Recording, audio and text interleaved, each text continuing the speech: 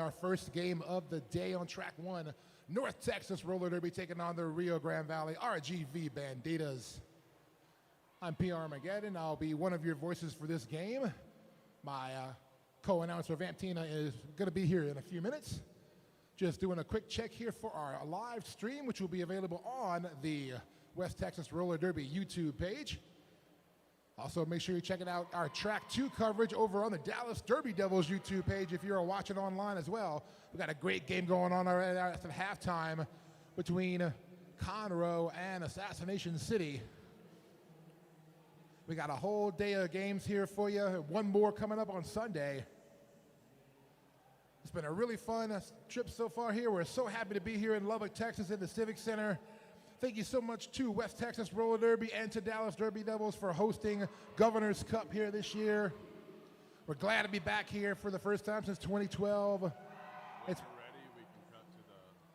been a whole lot of fun. So we are going to go ahead and cut off for a second here, and we'll come back to you in about 5 or 6 minutes or so and get started with our first game. So come back shortly. Until then, watch this awesome, amazing video talking about Governor's Cup.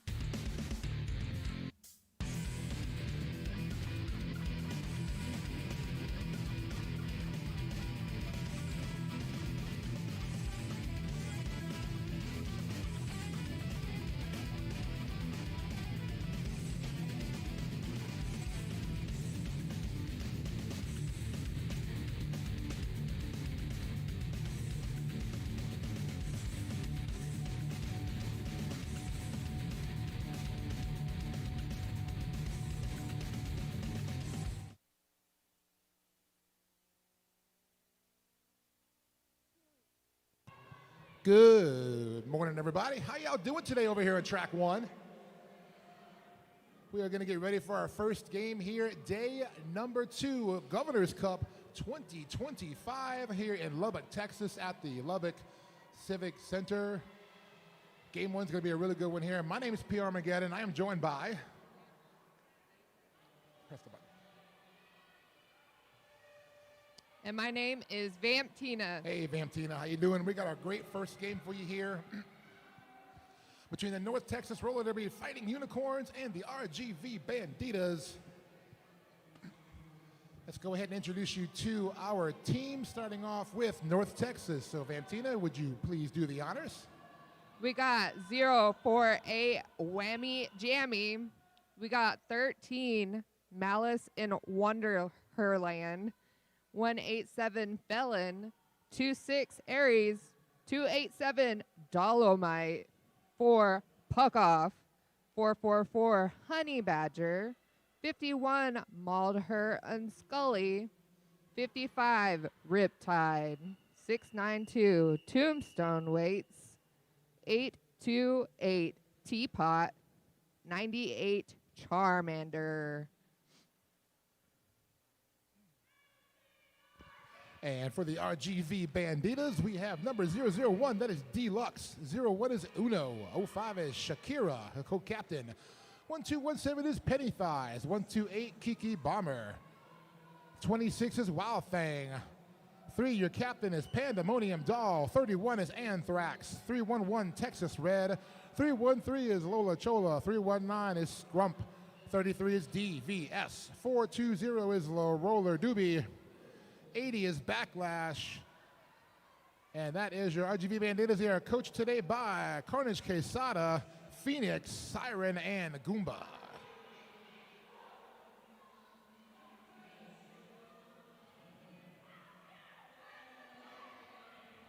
Introduce you to our officials when we get started here, both on skates and off. Starting with our non-skating officials, headed up by Barnes and Chernobyl, joined by Mr. Cheetah, Pixie Sticks, The Doctor, Lightning McQueer, Fruit of the Doom, SOS, and Spunky Brewster. Our skating officials headed up by Damon Mistress, joined by Jake from Skate Farm, George, Buzzkiller, Luna Shovegood, Coco, Lollipop'em, and Mr. Catatonic.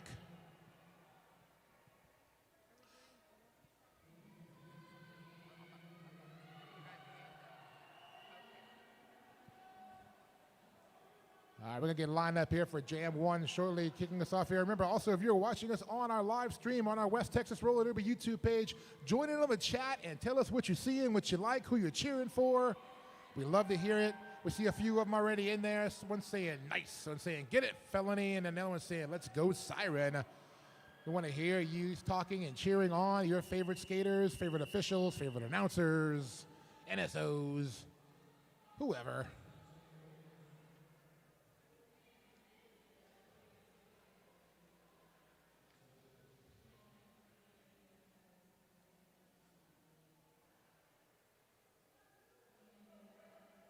Everybody getting your last minute wording here from our officials, getting set, and it looks like we have our jammer matchup ready to go here at the jam line. I believe for North Texas, it's going to be Tombstone Waits, number 692, and for the RGV Banditas, that is number 311, Texas Red.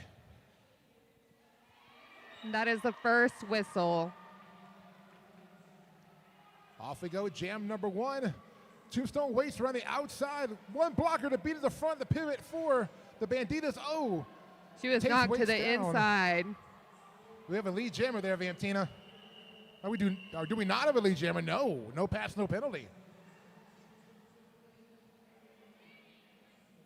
And I believe we have a star pass there. Yes, we got a star pass to the captain, number 3, which is Pandemonium Doll. So that also means our first jam of the day will be a full 2-minute jam, as we cannot have a lead jammer now. So we're going to have a full deuce here, starting us off in game number 1. Pandemonium Doll to the inside clears. First 4 points go to the Banditas, but also 4 picked up by Tombstone.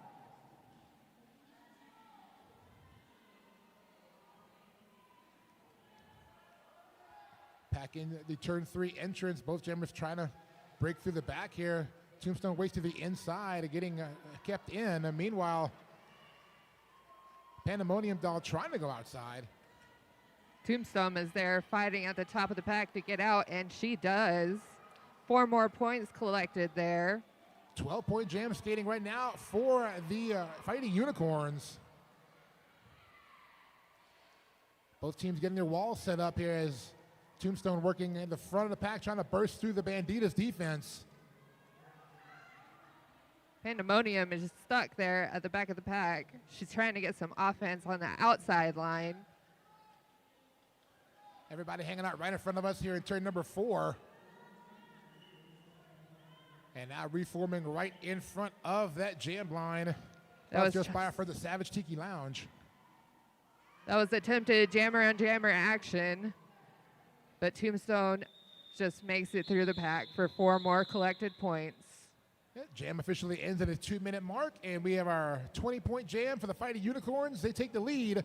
RGV Banditas with 8. Remember, our Track 1 sponsored here by our friends at Shotgun Sue's Saloon for being our, thank you for being our Track 1 sponsor all weekend long. Shotgun Sue's Saloon. We got number 98 for Charmander for those Fighting Unicorns and 01 for the RGV Banditas Uno. Moving toward that pivot line, both jammers jockeying for position within this defense. Whistles blow in the pack. Track cutting call on somebody. Looks like a defender. Number 26. For the Banditas. Wild Thing. So we're now at the pivot line. Oh, we're going to have a double penalty assessed here to Wild Thing. It'll be a full minute sit. Meanwhile, through the pack, lead jammer hasn't been established. It is going to be Charmander.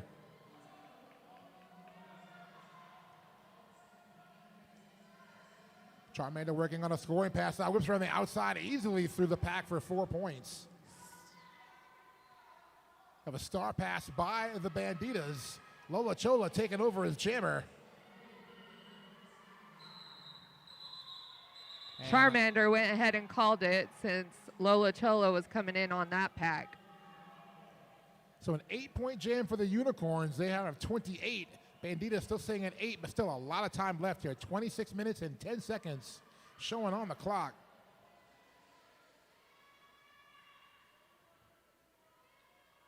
Heading into jam number 3. Looks like our matchup will be for the Unicorns. I see Malice in Wonderland, number 13, and 319 for the Banditas. That is Scrump.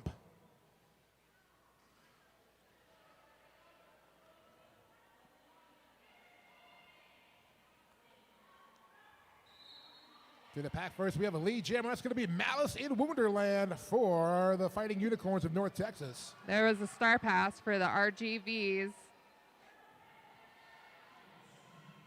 Star pass by the Banditas to Shakira, but not able to capitalize as the jam is going to be called, but after 4 more, picked up by North Texas.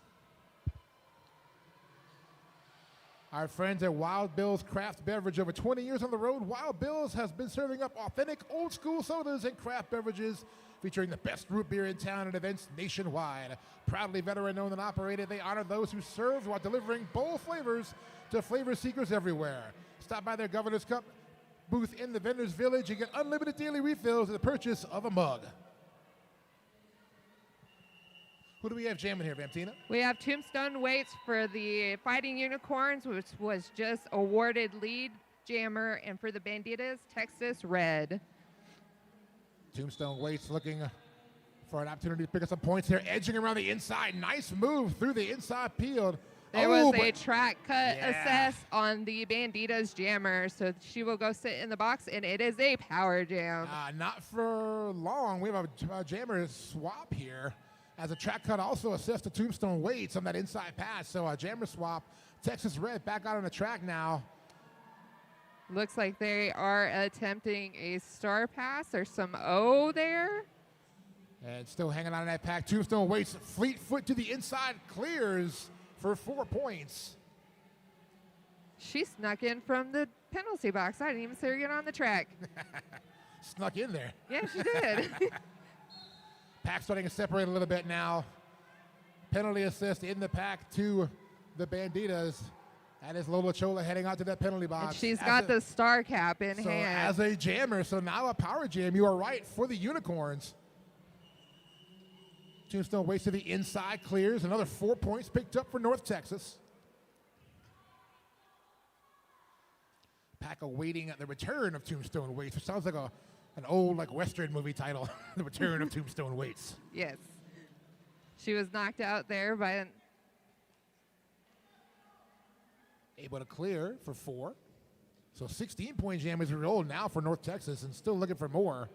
While on the power jam still. Tombstone to the inside. Pirouettes through, hips forward, 4 points. Lola Chola is back in from the penalty box. And working on that unicorn wall. Now moving up to a big giant congealer pack. As the jam comes to an end. And a big jam there once again for North Texas. 20 points. They now have 52. The Banditas still sitting at 8. 22 minutes and 40 seconds left.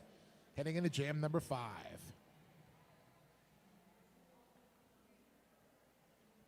So for this next jam, we have Charmander for the Fighting Unicorns, and for the Banditas, we have Uno.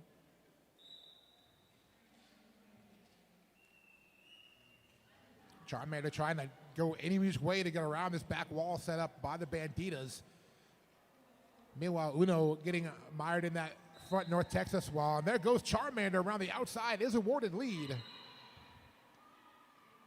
Gonna have to quickly reset though, I believe. Oh no, that's a penalty assessed to Charmander. So track cut is the call, and I believe that was a lost lead. So I believe we're gonna have another full 2-minute jam here, Vamptina. It looks like it. Pack fighting into turn number 2. Oh, a penalty assessed to the Banditas. Blocker heading to the penalty box. Uno keeps trying to take that inside line on that turn. Uno trying to She work there as the makes only it through. jammer. Yeah. Does almost get through. And there, clears the pack for the initial.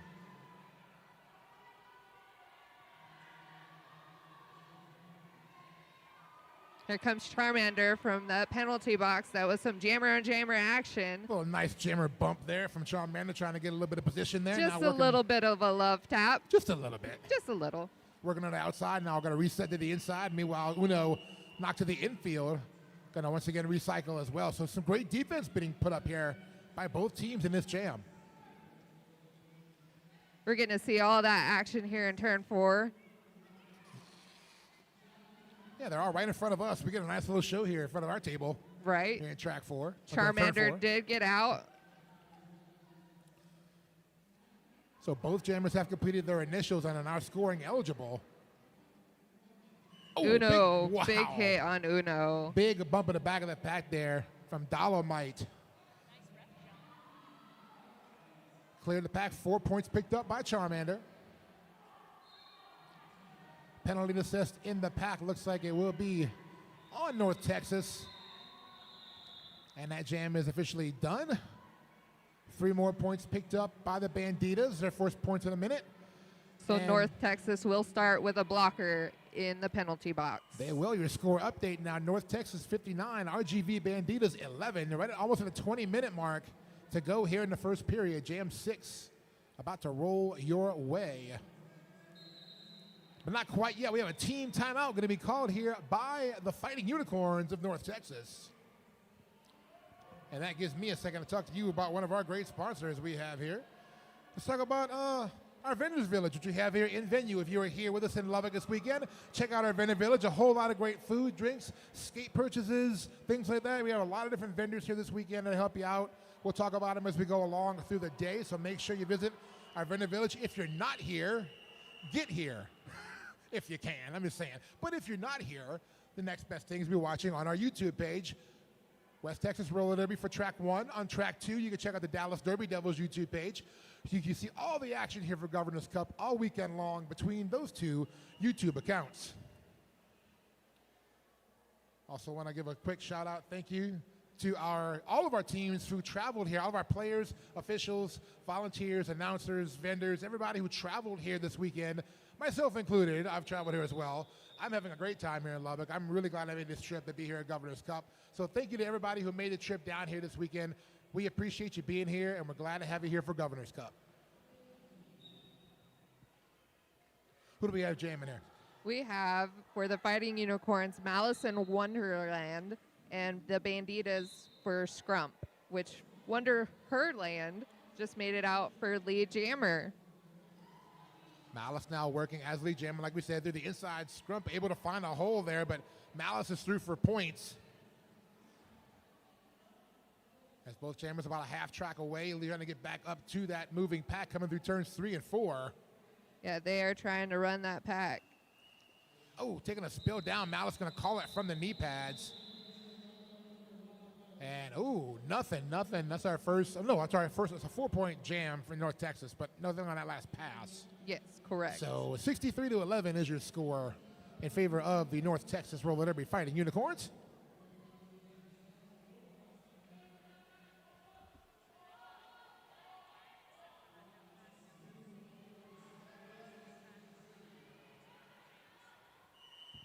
So North Texas trying to keep that streak alive. The only jam they didn't get lead jammer was the first one. Thanks to our awesome producer, Payne Goodall, for giving me some stats here, making me sound good and important and intelligent. Texas Red was just awarded lead Nobody for the got Banditas. lead. Yeah, that was a no lead jammer penalty that time. No lead jammer jam. So who we have here jamming here, Vamptina? We have for the Fighting Unicorns, Tombstone's Waits, and for the Banditas, Texas Red, who is our lead. So that actually breaks the streak. So as we talked about it, the announcer curse came true. The Banditas picked up lead for Texas Red. And a track cut assessed, to Tombstone Waits. We're going to have a power jam now as well for the Banditas. Good opportunity here for them to make some points up here. As the only jammer on track is going to be Texas Red for the next 20 or so seconds. We have another penalty awarded to the Fighting Unicorns. One of the blockers, which is the pivot, is going to the penalty box. So jammer and pivot in that penalty box. And a track cut call on Texas Red. We're going to have a jammer swap. And then we have a forearm call to number 80 for one of the blockers of the Banditas. So now a reversal of fortune here. You Fighting Unicorns with the power jam. And, of course, Red will sit just as long as Tombstone sat. Pack starts to move a little bit now as Tombstone Waits goes to the inside, clears the pack, picks up 4 points. And that Banditas jammer is out and fighting in that pack, and she was hit to the outside, so she is getting reset and recycled. Tombstone Waits through the pack, another 4 points picked up for the Unicorns. She is attempting a star pass in the back for the Banditas. As that pack crawls through turn number 2, bodies hitting the ground everywhere. Whistle's going to blow, jam's going to get called off. Looks like 4 points got picked up by the Banditas. And an additional 2 points picked up by the Unicorns. So a 10-4 jam in favor of North Texas. They now lead 73-15. Almost halfway through our first period.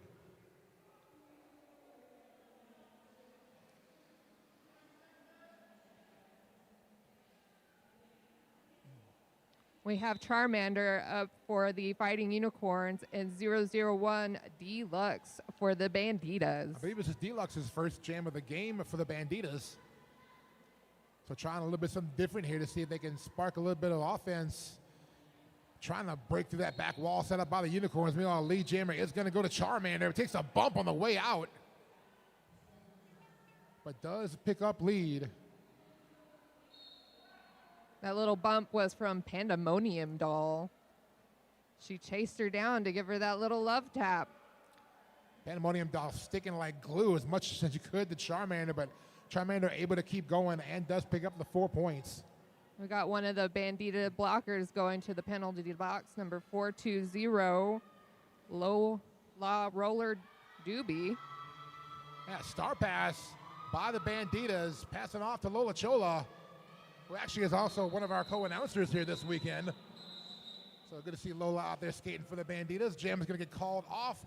4 points picked up by the Unicorns. 8-point jam in total gives them 81. Banditas at 15.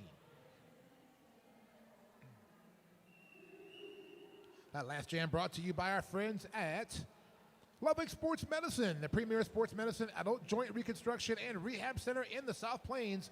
Big thanks to them for keeping us safe here at Governor's Cup all weekend long. We got a timeout here. Of the official variety.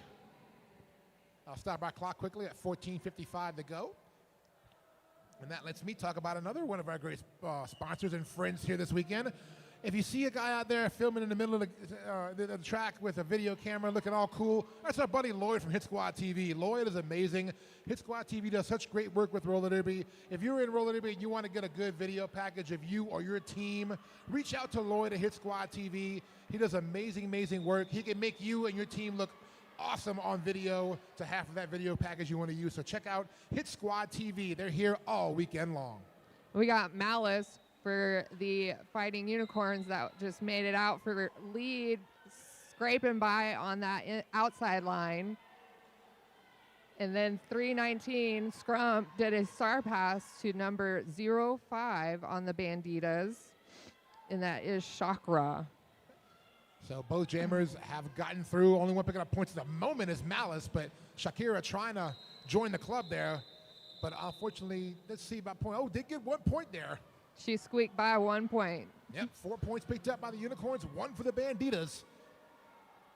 85-16 is your score heading into jam number 10. Checking out our YouTube chat real quick. I see Brooklyn Cahill saying, okay, Teapot with the chase down earlier on. See some Unicorn love here for North Texas. Remember, we want to hear from you if you're watching the game here from wherever you may be in the Derbyverse. Let us know what you're seeing here on the YouTube channel. Cheer for your favorite team, skaters, officials, announcers, vendors, whatever. We want to see it and hear it from you, so we'll shout you out if we get it on the chat. I feel like we see this lineup a lot for Tombstone and Texas Red. So a little bit of a slowdown for a second here. Lead was awarded there to Tombstone Waits. As the Banditas losing a blocker to the penalty box. That will be number 80, Backlash.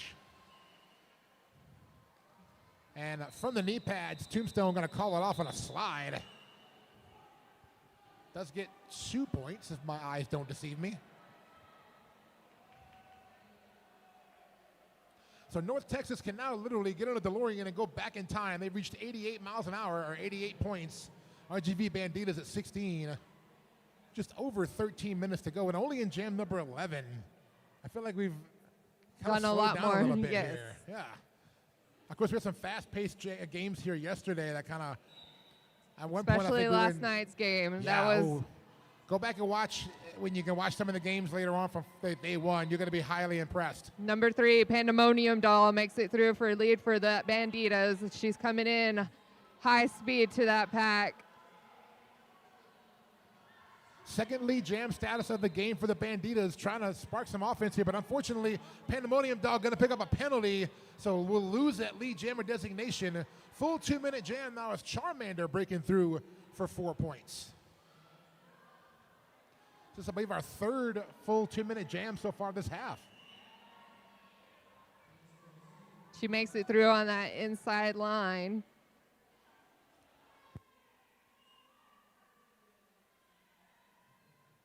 Charmander initiating on the pack on the inside line again. Gets stuck by one of the Bandita blockers. It actually has 4 lost leads in the first half between the two teams. So we got Pandemonium Doll came back in from the penalty box, and she makes it out of that pack for 4 points awarded. Whistles blowing in the pack. A track cut assessed to the pivot for the Unicorns. Pandemonium Doll makes it through the pack again for 4 more points. So she's up to 8 total currently. North Texas rolling on 12 right now, but Charmander trying to add to that as Pandemonium Doll working now in the back of the pack as well. Charmander able to escape on the outside. Another 4 points, 16 points, and rolling here for the Unicorns. Pandemonium is working that inside line. Oh, jammer on jammer action there. And through the inside, Pandemonium Doll able to escape the pack for another 4 points. A forearm call called in the pack on a North Texas blocker as the jam reaches its 2-minute conclusion. And big jam for the Banditas, 12 points. I believe it might be their highest scoring jam so far in the half. So for Banditas gets them 28 now. North Texas over that century mark with an 18-point jam. They're at 106. And North Texas will send out number 13, Malice in Wonderland, again to jam for the Unicorns. 319, Scrump taking the star for the Banditas. Malice through for that lead. Scrump had the bump out and had to quickly reset and seat position there. That allowed Malice to come through, pick up lead. Now picking up a scoring pass, completed it. 4 points in the air for the Unicorns. Scrump got knocked out to that outside, and she is having to reset. Some big blocking going on in the back of that pack here by those Unicorn defenders. And penalties going on here. No pack established. A contact penalty assessed. Oh, I believe to Malice. So that's going to be a power jam now for the Banditas. And as well, another lost lead. So we're going to have another full 2-minute jam. We talked about this only having 12 jams at this point. Yes. We've had a lot of lost leads, a lot of full 2-minute jams taking up that clock time. So And we did have a star pass. we did. Star pass by the Banditas to Uno. So Uno will skate out this last 54 seconds or so of this jam as the jammer for the Banditas. We're currently on a power jam. Trying to edge around the outside lane here, but North Texas reforming right in front. Malice coming in from the penalty box. She makes it through that pack. Very physical pass through right there, bumping into almost every blocker. No pass, no penalty. Only going to get 3 on that pass.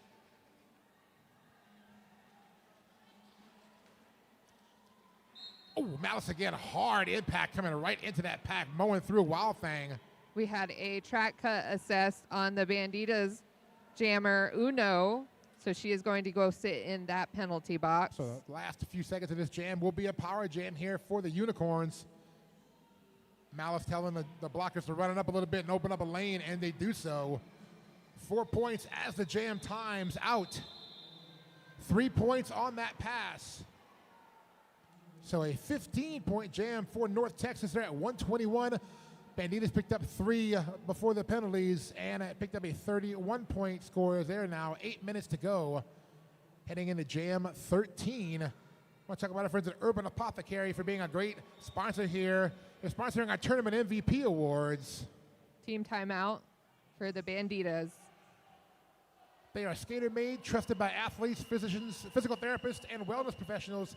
Try their best-selling gummies for relaxation or rest.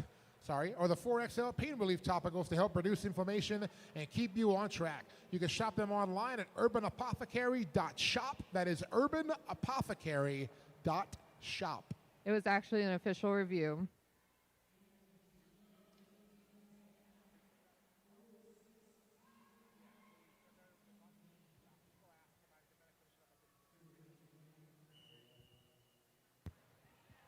So official review was called by the Banditas.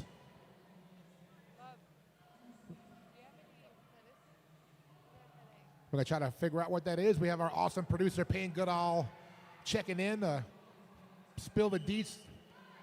She'll come over here and spill the tea for us and let us know what's going on, and we'll let y'all know as soon as we know, and then they know.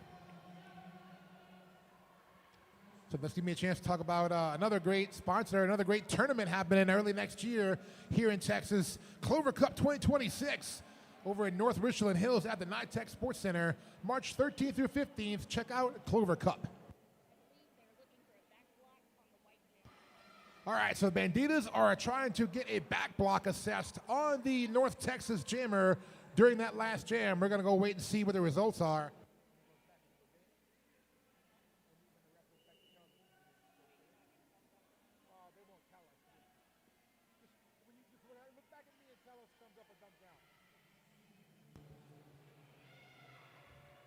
So our awesome ref crew headed up by Damon Mistress, talking it over. Once they inform the teams of what the results will be, we will know.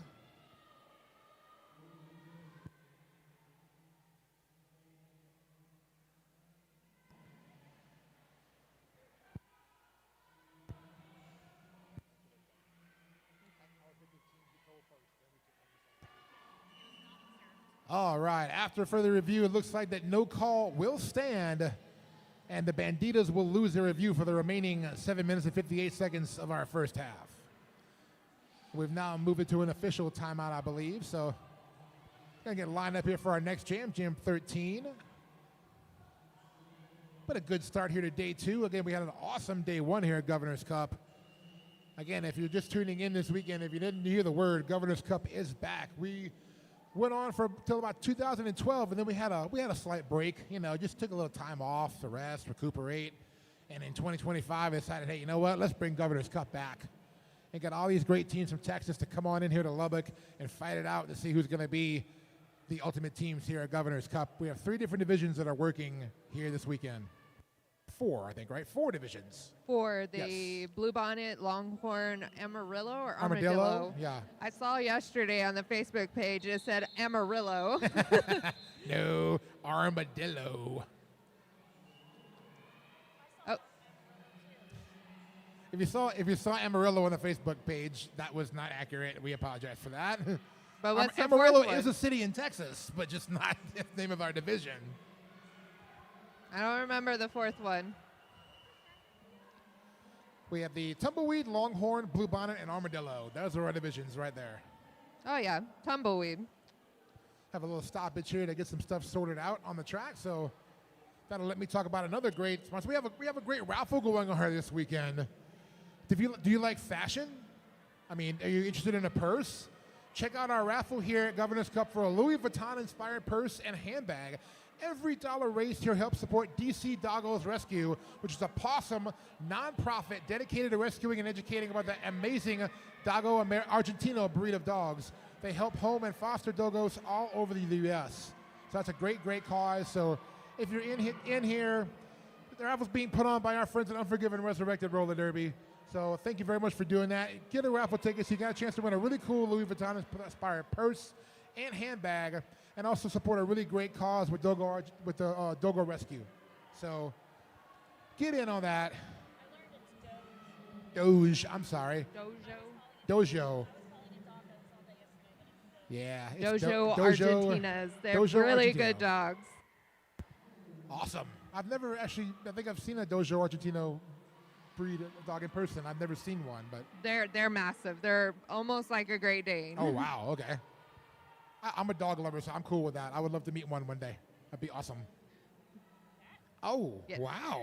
We're seeing a picture of it right now, if you can't see. We're being shown a picture of it on. Oh, beautiful, beautiful dog. Yeah, so please get those raffle tickets and support this great cause. They really help to support this breed of dog. So we'll draw those winners, I believe, at the end of the weekend, for the purse, right? It would be next. Okay, so what happened with the jam was the refs were not everybody was in position to start, so we had to get everything ready. So now we're rolling again. We're back going. Jam 13, Malice in Wonderland, jamming for the Unicorns in North Texas. Uno, jamming for the RGV Banditas.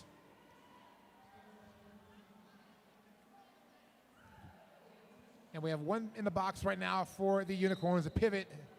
Lead jammer is going to be awarded to Malice. Yep.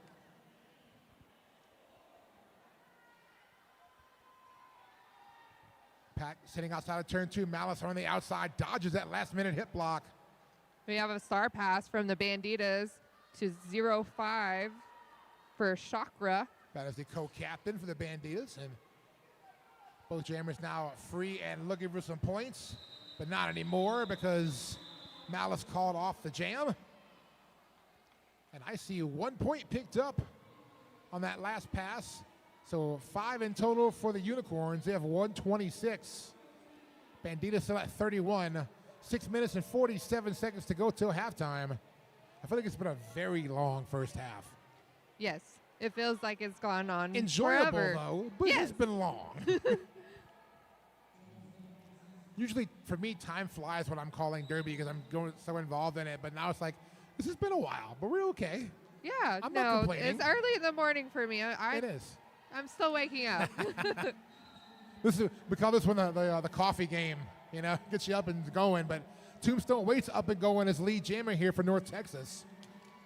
And looks like we do have a star pass completed by the Banditas to Pandemonium Doll. Yet she is resetting back in the back of the pack, putting on that star cap. Meanwhile, 4 points rung up there for Tombstone Waits. She is out of the pack for the Banditas. Pandemonium Doll is coming in, trying to get into that pack to get some points. And it looks like Tombstone looking around, going to go ahead and sing the call off. She sent her a little wave there so she knew where she was. Was watching the jammer. It's all about that jammer vision. Keeping track of where the other jammer is at all times. Yes. 8-point jam for North Texas. They have 134. RGV Banditas 31. 5 minutes and 30 seconds to go till halftime. Heading into jam number 15. 14? Okay.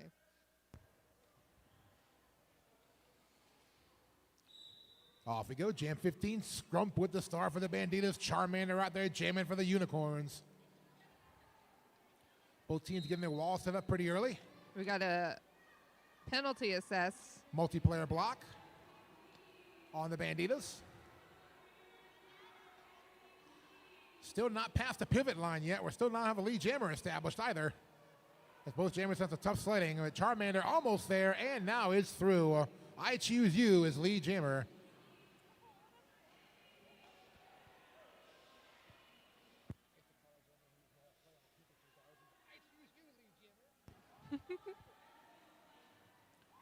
Pack in turn number 2.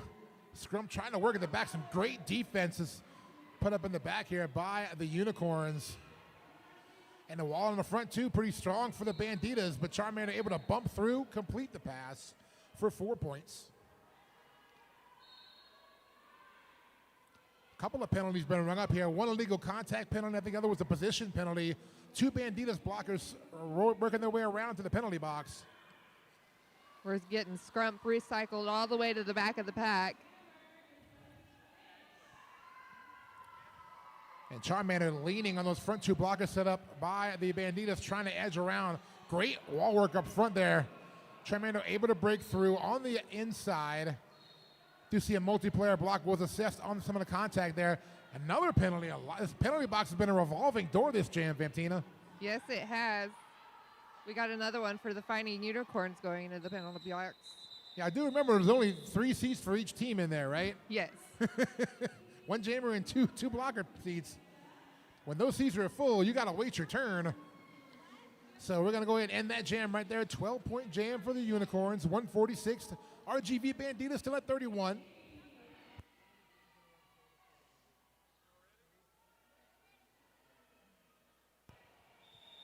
And we have an official timeout called by our awesome official. So it's officially going to stop our game clock at 3 minutes and 7 seconds to go till halftime. And I get to talk about another one of our great sponsors because that's what I do. I want to talk about assistance here. Look, if you're here in the venue and you have a question about what's going on, say you've never been to a roller derby game before. I actually know somebody who might be here. My Lyft driver last night on the way home, I was talking to him about the tournament, and my co-announcer, Muffin Tumble, and we were talking, and he said he's going to come bring his kids today. So I'm like, hey, if you're here, I don't see you yet, but if you're here, welcome. If you have any questions about what's going on, about the sport of roller derby, anything we want to know, we have volunteers who are walking around who are glad to help out and answer your questions. If you need anything here with the venue itself, looking for like a room, a restroom, concessions, whatever, we have volunteers who are here to help. Just find them. I think they're wearing the yellow vests. They will be glad to help you out and whatever you need. So please look them up. They'll be here helping out all weekend long. Good morning.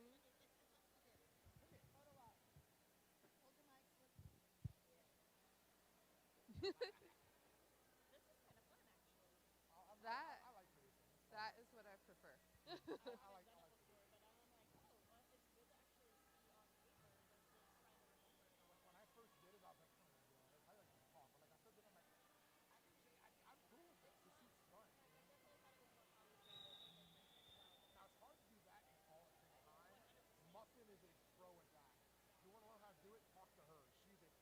I like doing it because I don't. Off we roll. We are back. Jam 16 coming at you. Malice in Wonderland is the fighting unicorn jammer. That is Shakira starting off with the jammer for the first time. Shakira has taken the star a few times, but not starting as jammer. But lead jammer is going to go to Malice. Penalties assessed here to the Banditas. One blocker to the box. Meanwhile, Malice going to get, escorted out. And a forearm penalty going to be called on Malice in Wonderland. That's going to give Shakira a power jam. Taking a spill right in front of us here in turn 4. So power jam opportunity here for the Banditas.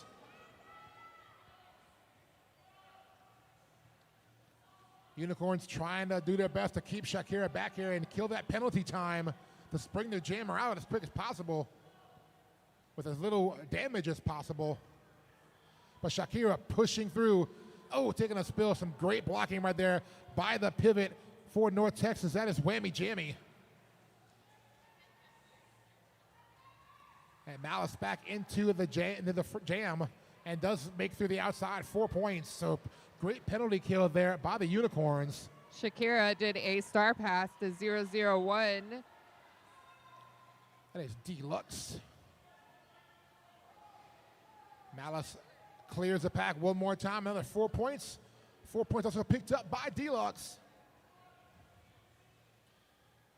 Deluxe again going to try to break through the outside. Spins through, but takes a spill. The turn 3 entrance.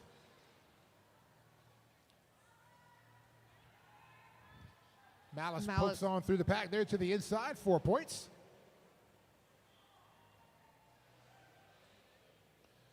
Everybody in front of us here in turn 4. Deluxe tries to take it inside lane. We got some O there from the Banditas 420. And jam's going to get called. Another 4 points picked up by the Unicorns. 16-point jam in total gives them 162. 8-point jam for the Banditas. They're at 39. Just under a minute to go here in the period that feels like it has lasted a day. Just kidding. I'm not complaining. This is fun. I like calling derby. So the longer I feel like I'm doing it, the better. Jammer matchup here for the Banditas. That is going to be Anthrax. Again, another first-time jammer here for the Banditas, trying to shake things up a little bit against Tombstone Waits for the Unicorns. Woo. It's early, y'all. I'm allowed a few brain farts. Tombstone awaits was awarded lead jammer there. Anthrax was working in there as the jammer, but not anymore as the star has been passed to Lola Chola. And both jammers have escaped now. I see Lola with a big smile kind of waving the Tombstone, but like, hi, I'm right here.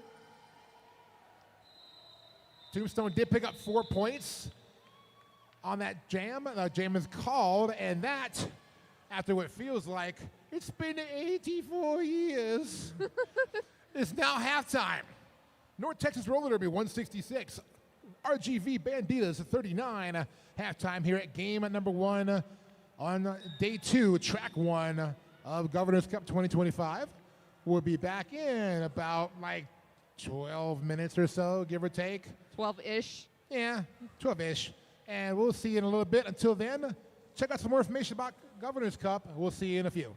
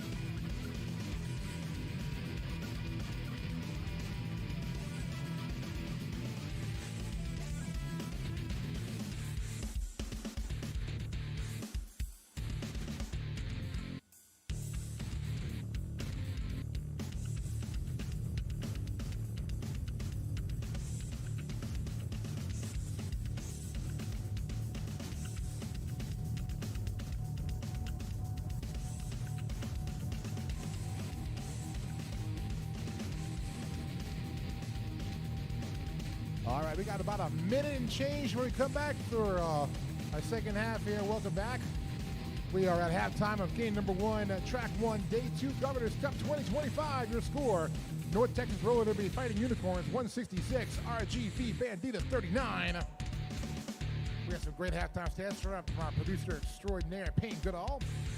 Looking at the lead jammer stat eye, we have for North Texas, they had 14 out of 16 lead jammer statuses.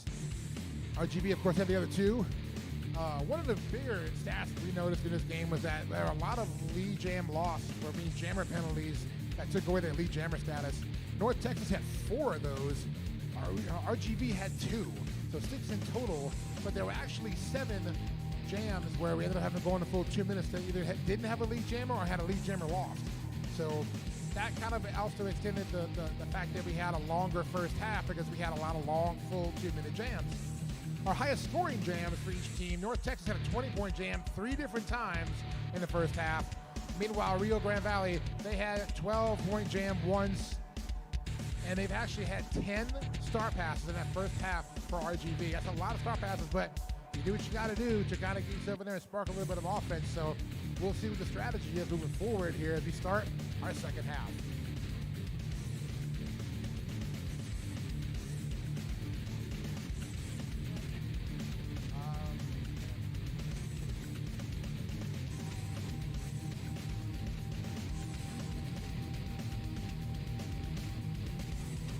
Step into the Texas red light district where cutting-edge red light therapy meets the revolutionary power of light wave patches to ignite your wellness journey. Recharge, rejuvenate, and experience healing like never before, and your body will thank you. All right, thank you very much to our friends at Texas Red Light District. And we're off and rolling with second half of game number 1 here on track 1, day 2, Governor's Cup. We have Charmander jamming for North Texas and Texas Red with the star for the Banditas.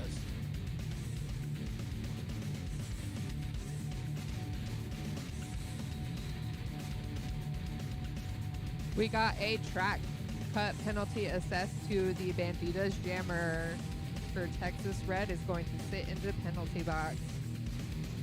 And we got Charmander that was awarded lead, but she is still fighting those Banditas to get out of the pack.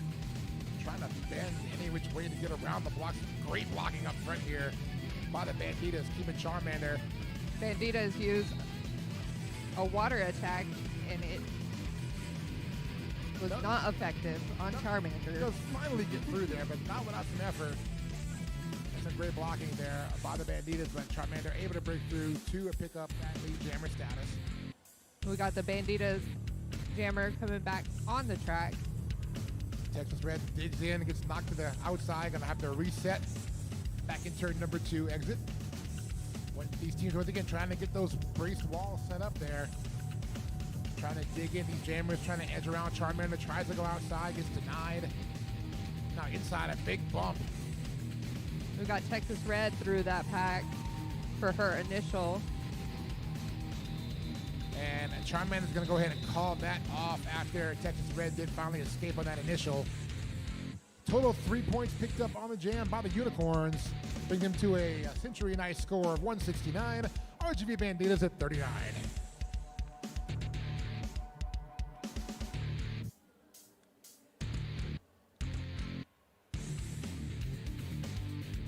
Our second jam looks like we will have jamming for North Texas, Malice in Wonderland again. Very impressive first half. Up against 05 for the Banditas, that is Shakira. And lead jamming is going to go to Malice. Pack in turn 1. Shakira takes a spill to the inside, going to reset. Meanwhile, slicing through the pack, Malice in Wonderland picking up 4 points. Shakira did that star pass to Deluxe. Deluxe showed very effective as being taking the star in the first half. Let's see if not going to happen this time at least, as the jam's going to get called off by Malice, but not before another 4-point pass. 8 in total for the Unicorns.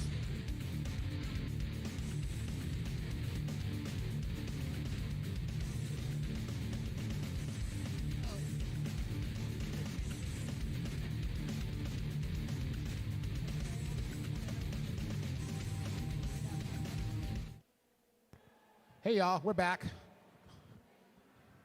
A little bit delayed there. Apologies there. We had a little issue with our stream, but we only had one jam. And it is an 8-point jam in favor of North Texas, 177-39.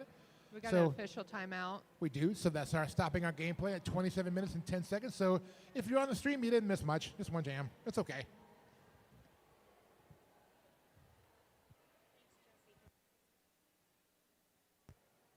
So looking at our YouTube chat. Yeah, thank you very much. So we are back on.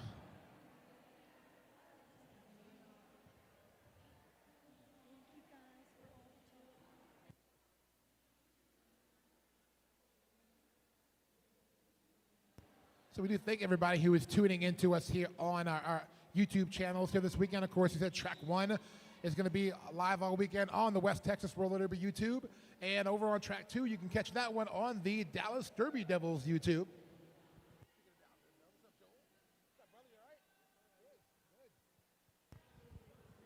Still in our official timeout here, so heading into about a minute and a half going, but we're still good. We're early. This is still our coffee game. If you haven't had your coffee, have that, sit down, and catch some good derby action. I'm drinking water. If I had coffee right now, no, I'm okay. I had coffee earlier, but I don't drink coffee during my games. So I like to hydrate. If you haven't hydrated yet, do it. Your body will thank you. Oh, well, thank you very much. Looking at our chat, our friend Jesse Fabian. Thank you very much for the compliment on the announcers. We appreciate the love. We try to do our best to bring you the action here. Whether you're in venue or watching on the stream, we appreciate everybody who is watching our games here at Governor's Cup 2025. We're glad to be back here, bringing you Governor's Cup for the first time since 2012. Been a minute, but we're back, and we're glad to be back. Who do we have jamming here? Vantina? We have for the Fighting Unicorns Tombstones Waits and Kiki Bomber, which I believe is a first-time jammer for the Banditas. I think you are correct. So Banditas trying a little bit of different strategy here with some new jammers. And Kiki was recycled back by those Fighting Unicorns. Yep, the trying defense is set up here, but looks like Tombstone is going to break through to that lead jammer side.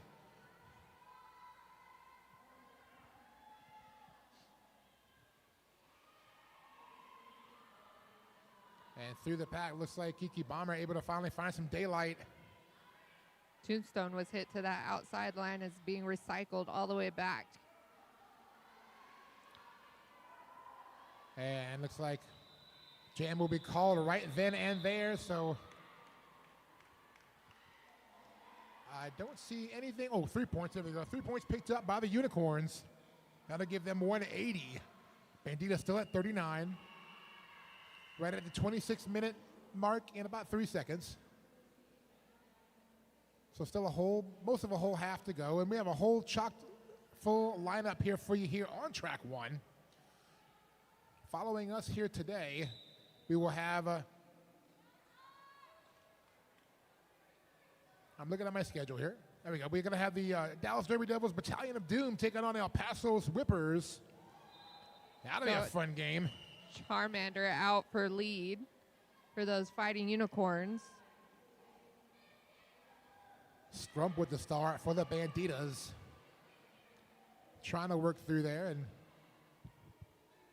getting a little bit of resistance in the back of that pack. Meanwhile, up front, Charmander takes a quick jump, but right back up on the wheels. Trying to get through that Banditas defense. All 4 blockers keying in up there. Deluxe trying to put a hit there in the front of the pack, along with DVS.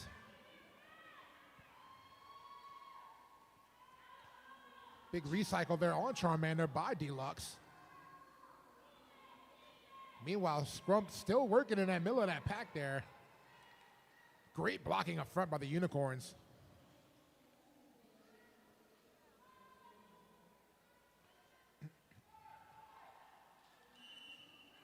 Looks like there was a star pass.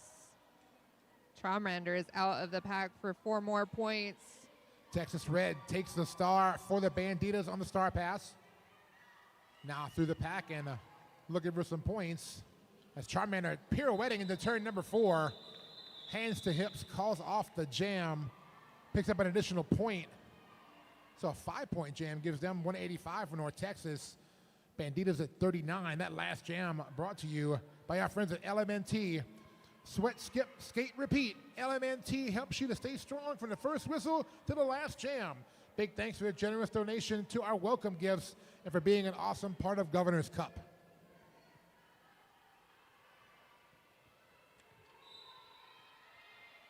We have Malice for the Fighting Unicorns and Shakira for the Banditas.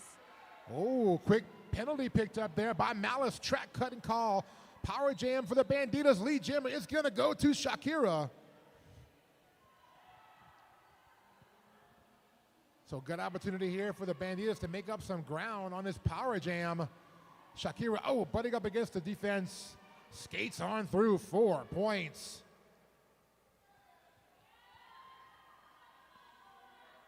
Pack sitting in there in turn 2 as Shakira looking to put some more on the scoreboard. Takes an edge around, clears, and calls. Nicely done. So was that a total of 8 points? Stopped just as Malice returned back to the track. So we will have 2 jammers out there for our next jam. But a good thing, that's what you got to do as the Banditas, keeping North Texas off the board to edge into that deficit here. Now 47 for the Banditas. North Texas 185 heading into jam number 6.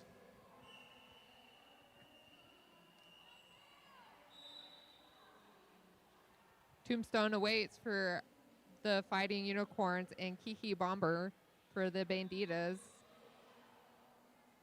Texas Red tried to chase down Texas Tombstone, or Tombstone waits. Tombstone did get through to get lead right there. So a good effort there by Red to try to catch up, but Tombstone did get lead, and now Tombstone takes Red down, trying to blaze through that pack, and does so. 4-point pickup. There's a penalty awarded to Deluxe. That's a forearm call, I believe, on Deluxe. Actually, I think that was a 2 penalties. Oh, so we're going to have a full minute sit.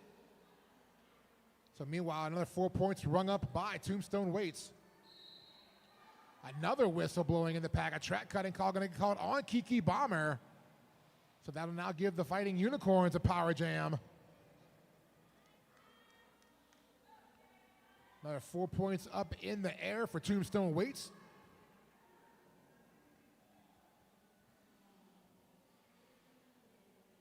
As the pack's in there in turn number 2, as Tombstone edges to the inside, spins to the front of that pack. Some good O from number 4 there on the Fighting Unicorns. That's puck off. Puck off, yeah, very good job there. Helping free up some stuff for the jammer to get through. Now Tombstone to the outside, going to clear one more time.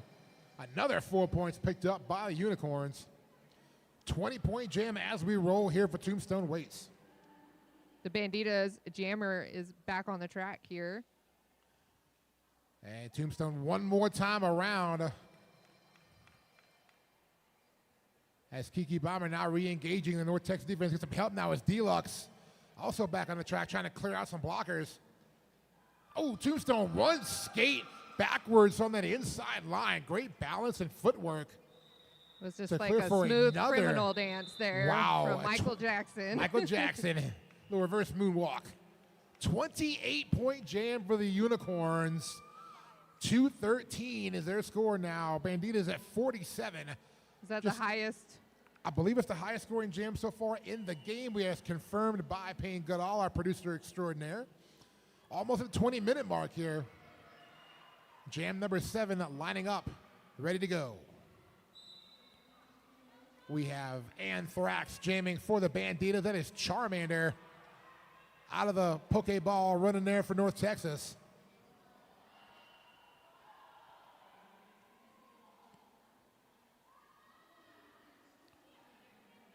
Charmander at the front just trying to edge around any way to get around that Banditas defense. But also at the same time, great Unicorn defense blocking in the back as well against Anthrax. Trying to get some help from number 3, Pandemonium Doll.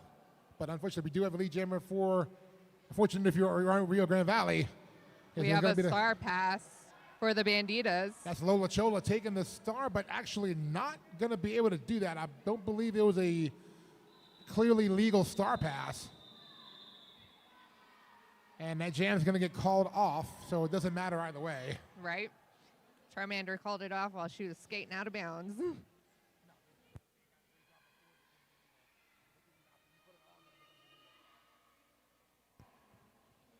So our score now after a 4-point jam for the Unicorns, 217 to 47.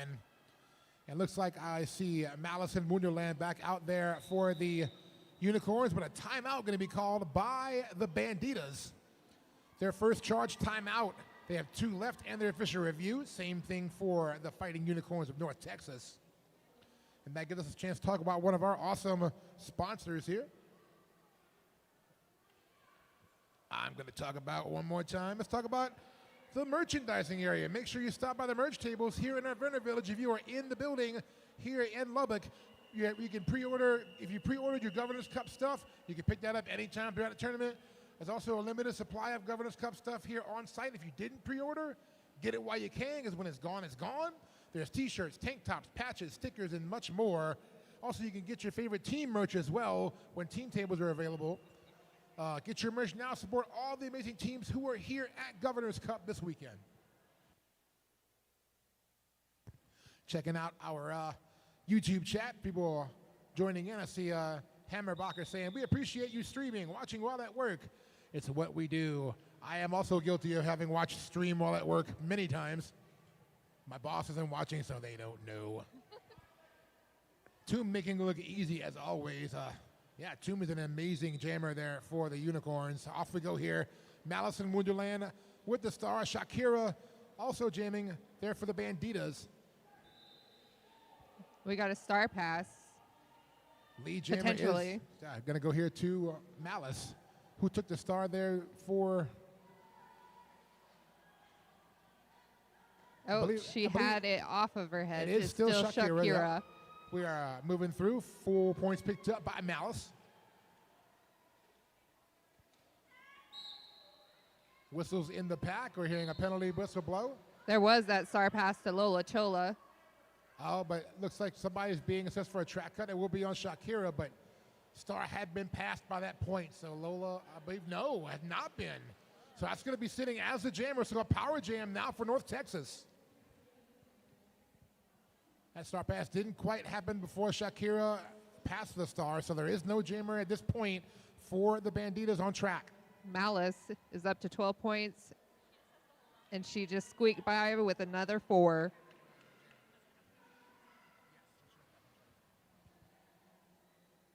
So yeah, Lola, I believe, was trying to take the star, but it's not being recognized as the jammer, so only jammer on track right now being recognized there is Malice, and Malice is going to be through for another 4.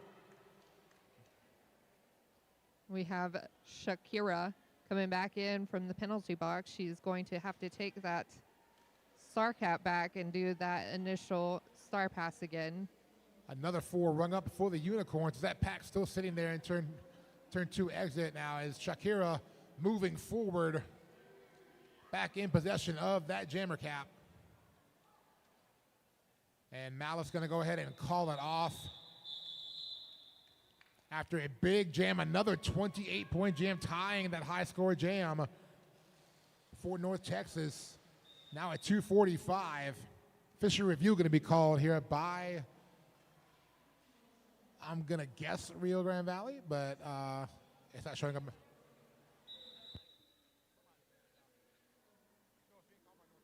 I think so. And it's going to be North Texas calling the official review.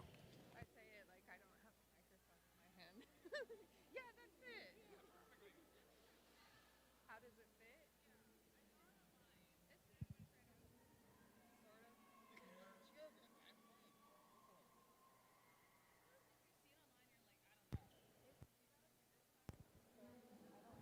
I want to remind everybody we have that awesome raffle going on from our friends at Unforgiven Resurrected Roller Derby here in the Lubbock area. They're raffling off an awesome Louis Vuitton-inspired purse and handbag.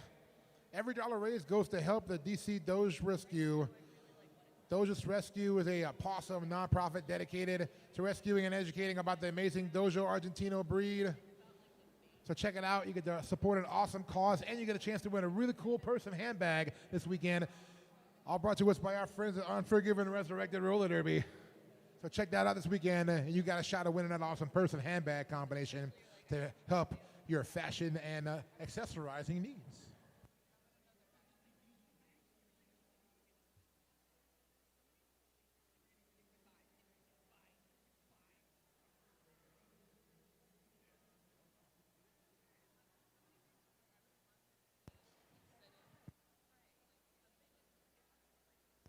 Just a reminder, this is only day 2. This is a 3-day event here at Governor's Cup. We have a 1 whole day left and a whole day today and a whole day Sunday. We had an amazing day yesterday. If you haven't watched those games, go back and watch them when they're up on the archive. We had some amazing contests yesterday, including that ender yesterday between ACRD and the Texas Chainsaws. I'm not going to spoil it if you haven't watched it, but go watch it. That was a fun game. I'm not just promoting it because I called that game, but it was just an amazing game to watch. Got to check out our review here from Payne Goodall.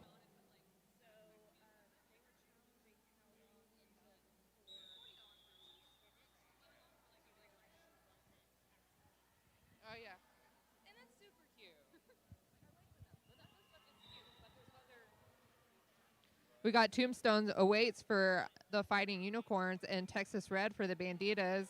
It's been a while since Texas Red has been donating the Star Cap at the beginning of the jam. I'm sorry. It's okay. The official review was it was a timing thing. North Texas was trying to see if there was going to get a delay call on the fact that when the jammer penalty on RGV wasn't recognized fully by the pivot. But after discussion that the no call will stand, so North Texas did lose their review for the remainder of the game. It's a little different. We don't usually hear that one much for a review, but yeah, that's the call. So there we go. That last jam has just completed. Looks like a 3-point pickup by the Unicorns. I like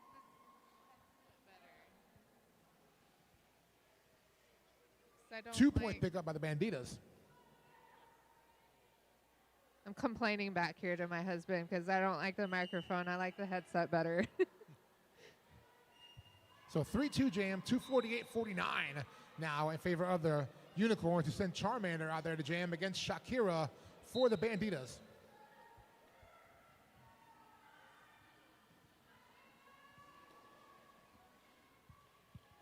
Charmander is up at the front battling those Bandita blockers, but it looks like Lola Chola That was is Lola assessed Chola. for a forearm and will be sitting in the penalty box, and Charmander was awarded lead. Shakira able to complete for the initial, but scoring now on the scoring pass is Charmander, picking up 4. And just before both jammers reach the back of the pack, jam is called. So it will remain a 4-0 jam in favor of the Unicorns of North Texas.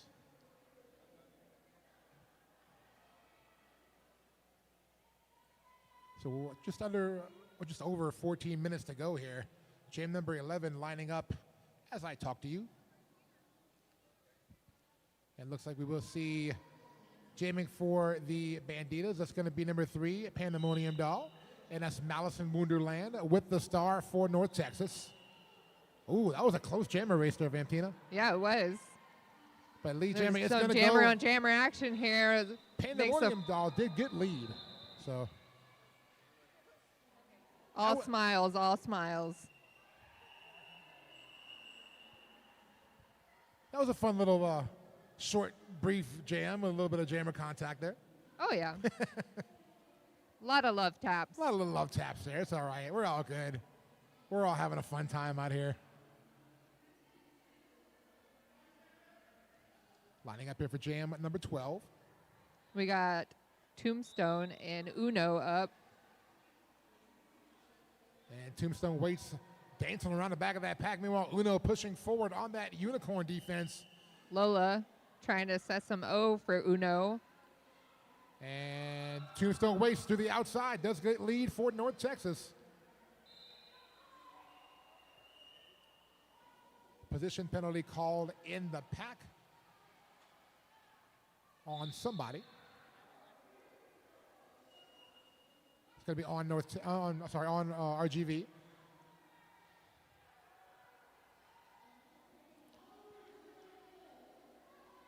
And moving to the inside, Uno steps through the clear of the pack. Some great defense here set up by the Banditas, locking up Tombstone, forcing the call off right there. So it looks like Tombstone did get 4 points before the call off. That'll bring our score up now to 256 for North Texas. RGV at 49. 12 and a half to go on the game clock. It's like a penalty was assessed at the end of that jam to Shakira. I believe it was a head block penalty. So Shakira will start, or will go to the box. Maybe, I'm not sure. It might be an equipment issue. I'm not sure there. I think she's being assessed by the medic. They want to make sure that she didn't hit her head. There we go. That's safety first. We cannot stress that enough. Safety first.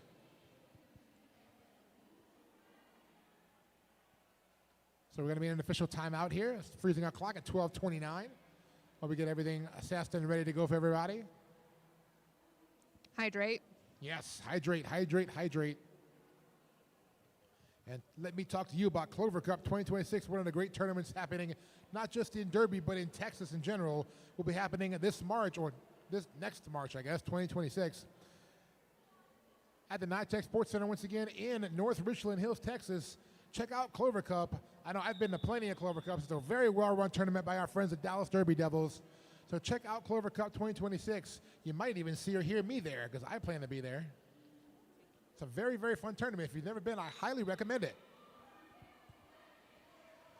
Who do we have jamming here? We have Charmander for the Fighting Unicorns, which was just awarded lead, and then Pandemonium Doll for the Banditas, who's being recycled back there by the Fighting Unicorn blockers, and being assessed for a track penalty cut, I believe. Yes, a track cut call. There was a drawback there. It looks like the track cut was assessed to Pandemonium Doll. So power jam for Charmander. We have one of the Banditas blockers coming back on the track for 420, which is La Roller Doobie. Charmander coming in again, initiating that pack. Gets hit to the inside line. Resets.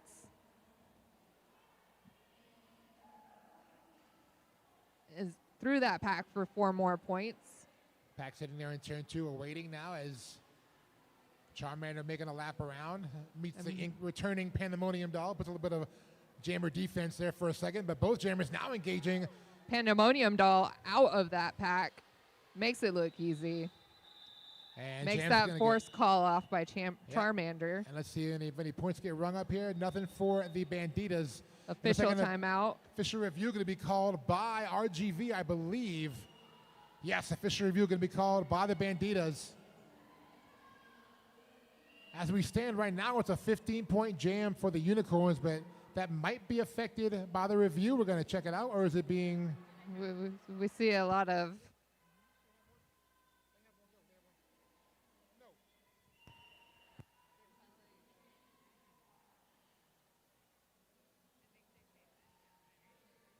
Okay, it has been changed to an official timeout now, I believe. It's not going to be an official review yet. I believe the official timeout is going to supersede it for a second. And that might actually affect if the review goes through or not. We'll find out.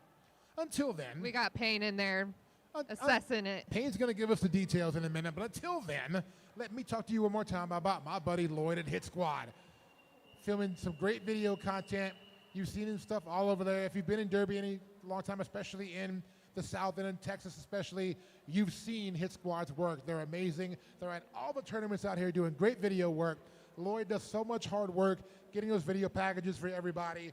So make sure you talk to Hit Squad TV if you want to get a video package done for you or your team. And Lloyd will hook you up and give you a very, very good product. So we highly recommend our buddy Lloyd, Hit Squad TV. Check him out.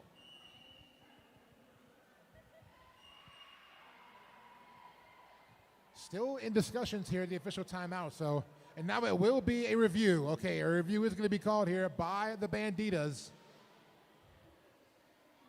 So we'll find out the info once we get it from our producer, Payne Goodall.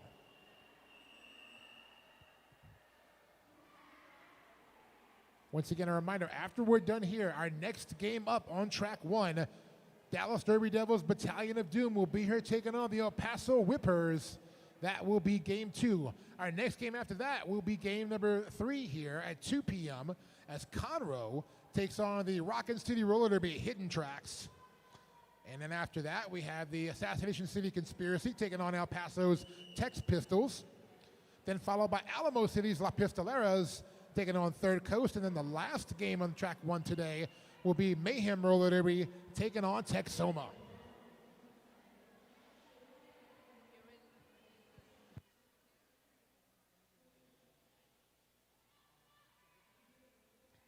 Just a quick concession stand read. Feeling hungry? Visit the Civic Center's concession stand for a bite to eat throughout the tournament weekend, located by the Vendors Village and tournament main entrance.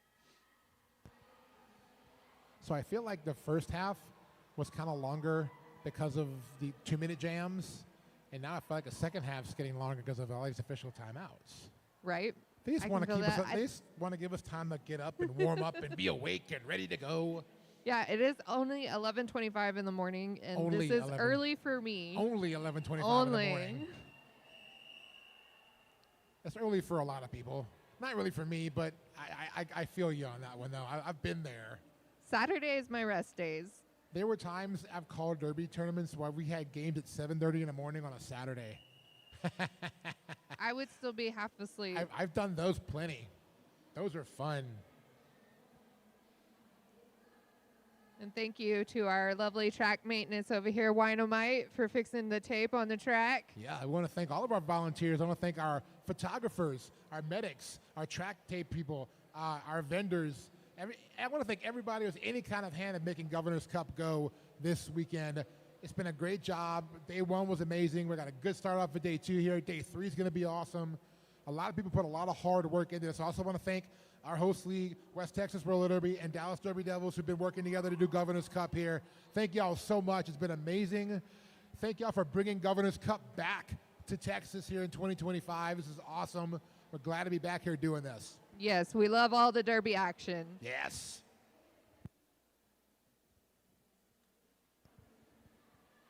So teams are being informed of the decision. Our head referee, Damon Mistress, talking it up, letting them know what's going on. And once we get the information from Payne Goodall, we will relay that to everybody here in the venue and our lovely streamed audience. Thank you very much for tuning in on the West Texas Roller Derby YouTube page. Remember, Track 2 coverage is happening on the Dallas Derby Devils YouTube page all weekend long. Both tracks, 2 tracks, 2 YouTube accounts, all the action for Governor's Cup 2025. 2 tracks, 1 love, derby. Yeah, I like that. I like that. Don't sue me, Raising Cane's.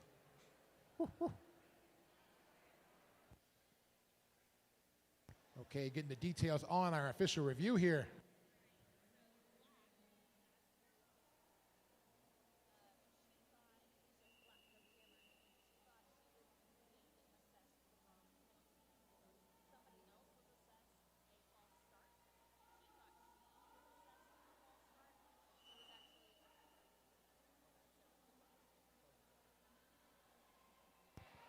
All right, so a little bit of a confusion here. The official review was involving RGV questioning the call that was made on the jammer during that last jam. They thought it was a false start call given to the wrong person, but in fact was a track cut assessed to the jammer. So then ultimately no call will stand, and Banditas lose their review for the remaining 11 minutes of the game. And we had a little bit of speaking of a false start, we had a soupy whistle start, which was not how we start. Now we're about to start. Yes, now for real, for real. Who's we jamming got out number there? 13, Malice, for the Fighting Unicorns, and for the Banditas, we got Scrump there at the back of the pack. And we got Malice out for the Fighting Unicorns that was awarded lead.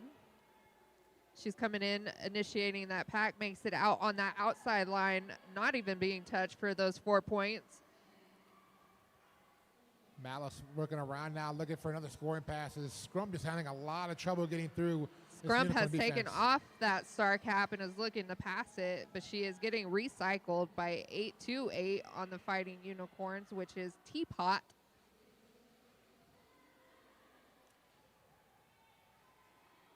And Malice was trying to make it into the inside-outside, got hit out on that outside, now to the inside. There was a star pass to Lola Chola on the Banditas.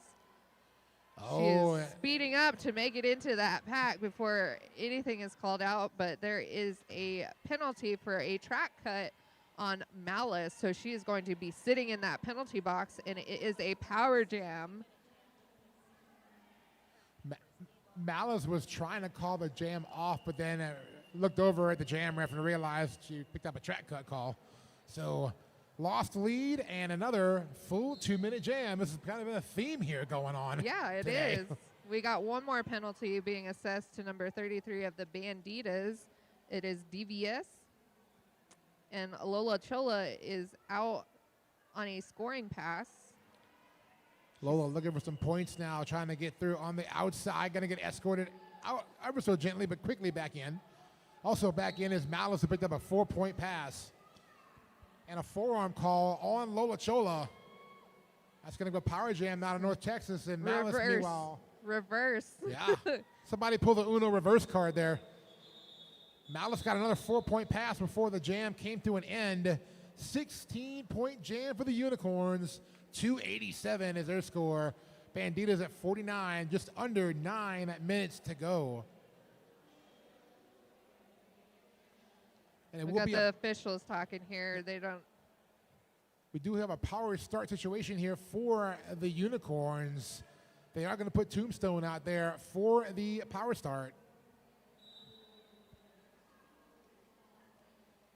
The Tombstone waits, trying to split the difference. Not quite through yet. 2 blockers to beat, and does go hips forward through for lead jammer.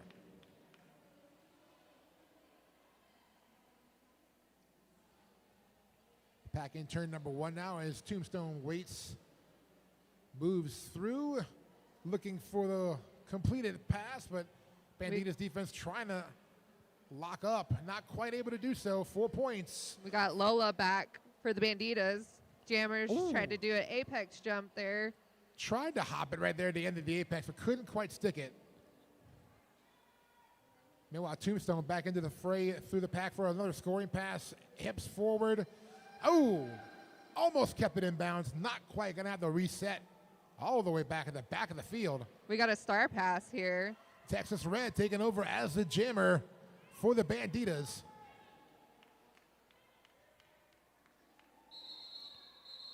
And that jam's going to get called off. Like 4 more rung up for the Unicorns.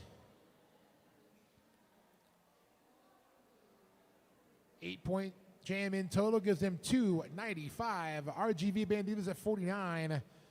Almost at that 7-minute mark to go here in this game. Lola was assessed a penalty there at the last for no pass.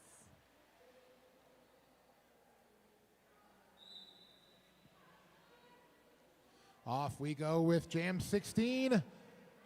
We got That is- Charmander for the Fighting Unicorns, and for the Banditas, we got Deluxe. And Charmander breaks through, picks up lead jammer. Deluxe with that star pass almost made it to Shakira. Shakira got it. Oh no, not quite though. I don't think it was a successful star pass. So we got a it's gonna have penalty to on return. Deluxe, and she is going to be sitting in the penalty box while Shakira still has that star cap in So hand. I believe it's a similar situation as we had earlier. So the star had been passed, but the penalty happened, I think, midstream. So no recognized jammer right now for the Banditas. As Charmander working through on the outside, trying to put some more points on the board. Already on 8, looking for more. Going to go ahead and call it off instead as Deluxe was getting back onto the track. So a 9-point jam rung up by the Unicorns, putting them over the 300 mark at 304. RGV Banditas at 49, almost at that 5.5-minute mark to go. We got Malice and Pandemonium Doll. We are going to start with all 88 wheels on the track. If we finish that way, we do. If we don't, we don't. I make no promises. Pandemonium Doll to the inside, finds a seam. Lead jammer goes to Banditas, but by a hair because Malice is right there with a bump. And all Pandemonium Doll going to say, look, smile, and put the hands on the hips. That's all we could do there to shut that one down. Thought we were going to get a race. We did for a second, but Pandemonium Doll said, no mas, we're not going to do that. So no points for either team.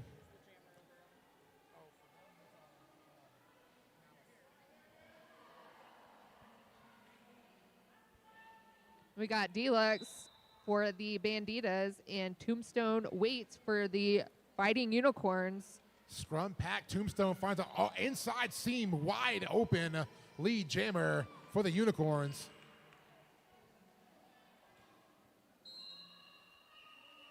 Whistles in the pack. Oh, Deluxe going to get tagged for a penalty. Track cut call as the jammer. That means we have a power jam.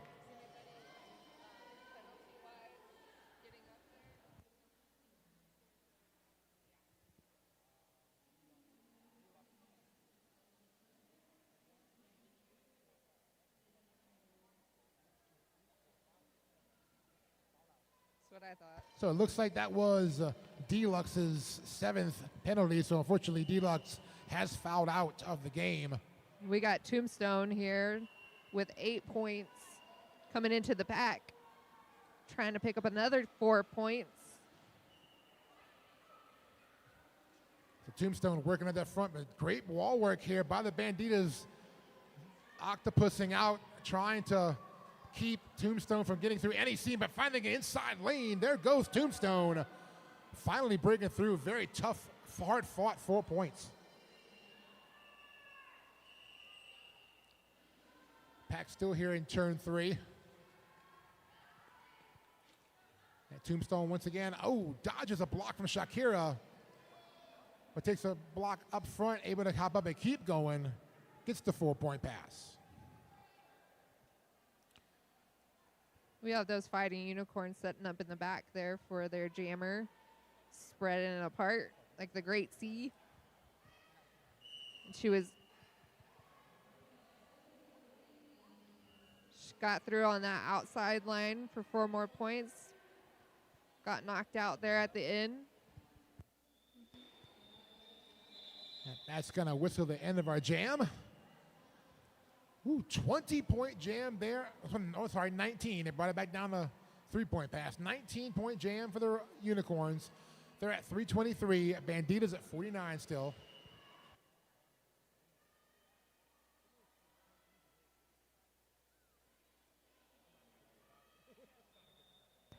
And we have an official timeout to stop our game clock at 2 minutes and 18 seconds to go. Just a reminder, after we are done on this track coming up here, once again on track number 1, our next game at noon, well, it's supposed to be at noon, but our next game in general will be the Dallas Derby Devils Battalion of Doom taking on the El Paso Whippers.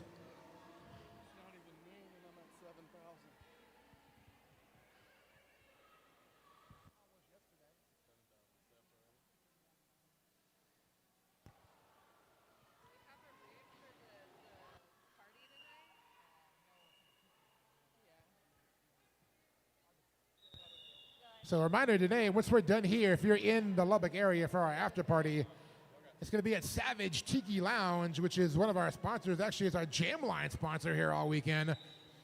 Our after party will be there tonight at Savage Tiki Lounge. So if you're in the Lubbock area here this weekend, come hang out with us at Savage Tiki Lounge after we're done here tonight.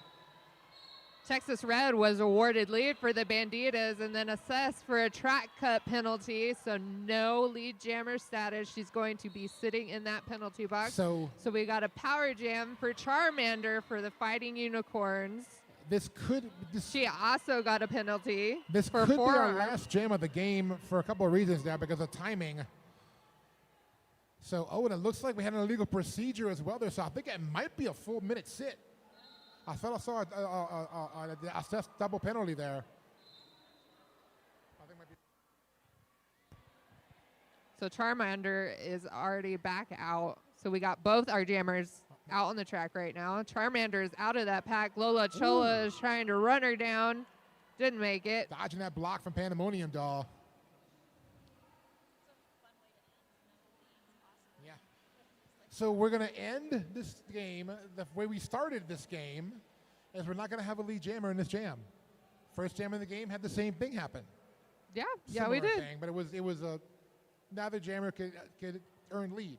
Pandemonium Doll was adoned that star cap, so she is initiating that pack. Charmander out for another 4 points.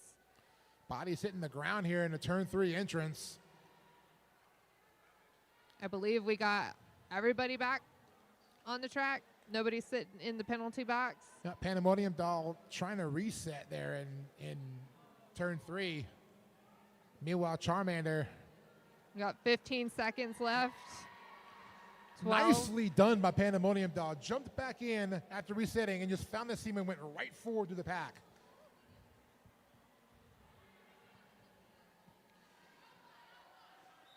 And that's going to bring us down into that jam. Looks like a 12-4 jam in favor of the Unicorns. 3:35 to 53. Under 10 seconds to go on the clock. I don't know if we're going to try to get one more jam in here or not. Looks like not, as we do have an unofficial final on the scoreboard. Gotta wait for our officials to finalize that score. But a great game here by both teams to kick us off here on track 1, day 1. And if this score does hold up, we're gonna have, looks like our winners will be the North Texas Fighting Unicorns.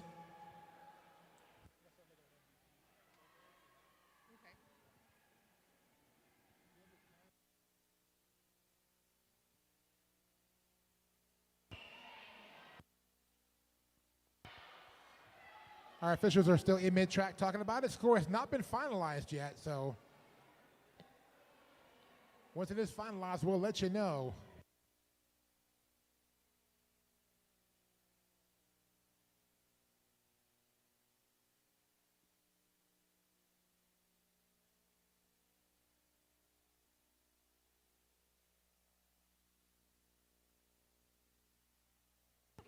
And believe we are going to be fine, and I'll go ahead and give it up for your winners, North Texas Roller Derby's Fighting Unicorns.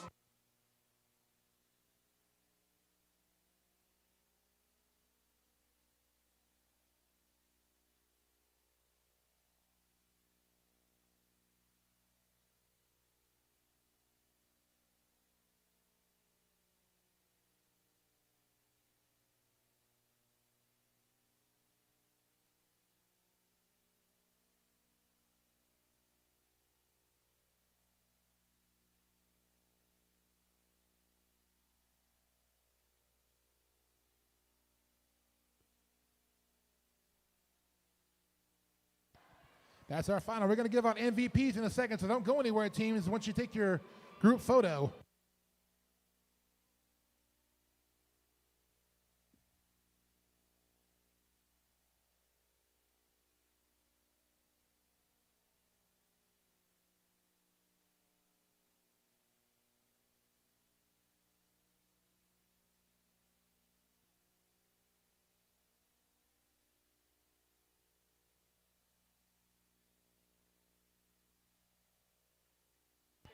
All right, that's our final score. We're going to do MVPs in a second once they are done taking their group photos. Once again, congrats to the North Texas Roller Derby Fighting Unicorns taking the win here on Game 1, Track 1, Day 2 here at Governor's Cup. Once photos are done, please hang around two teams for your MVPs. I'll announce those. You're going to get your nice stickers and another extra added gift from us, the announcers, as we're picking the MVPs here this weekend for each game. We're going to do a most valuable blocker, jammer, and overall MVP for the game.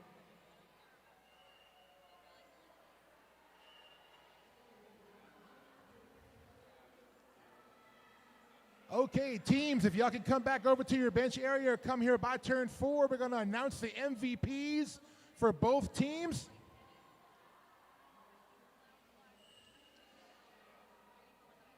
All right, starting off, MVPs for North Texas Fighting Unicorns. Your MVP jammer for North Texas will be Malice in Wonderland. Malice picking up MVP jammer. Please come to the announce table, pick up your sticker and your prize. Malice in Wonderland, MVP jammer. MVP blocker for North Texas is going to go to Teapot. So Teapot, please come pick up your MVP blocker sticker and your prize. And then overall MVP for North Texas will be Charmander. So Charmander, Malice in Wonderland, and Teapot, come pick up your MVP awards for North Texas. Congratulations.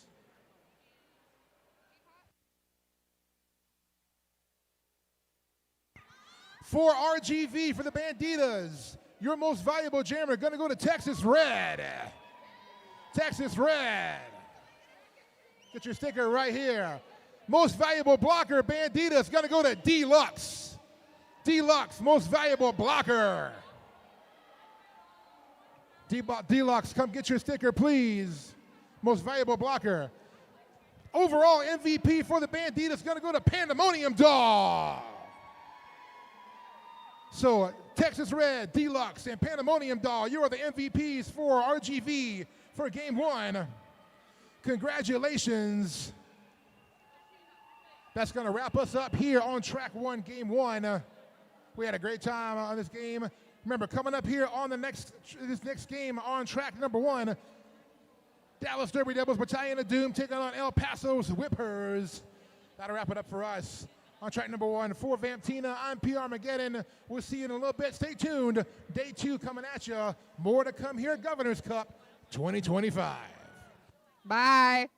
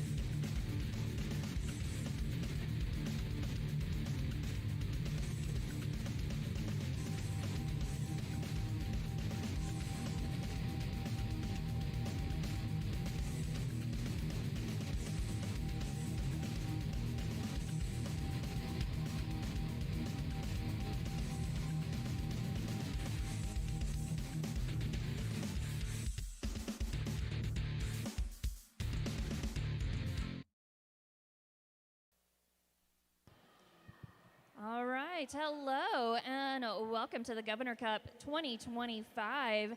We are on track 1, game 6 of track 1, here at the Lubbock Civic Center.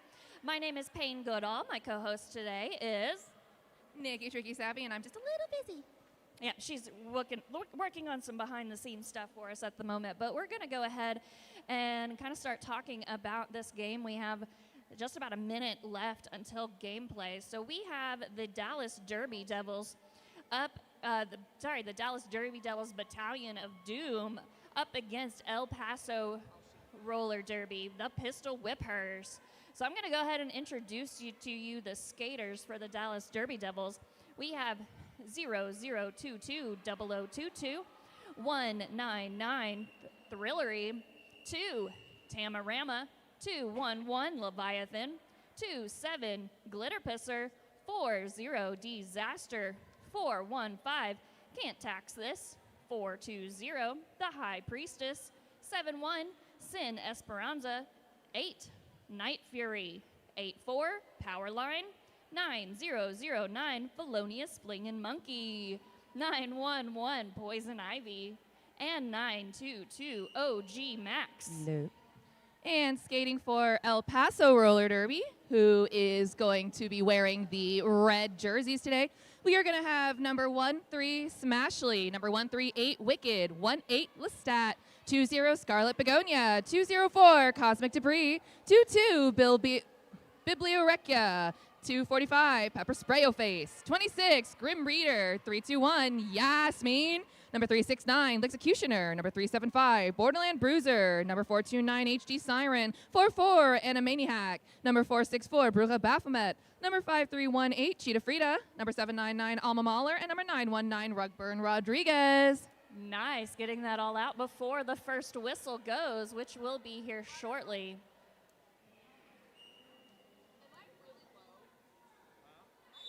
On the Savage Tiki Lounge line, we have 4-0 Disaster. It feels like it's really low. 2-0 Scarlet Begonia. If I'm like yelling into it.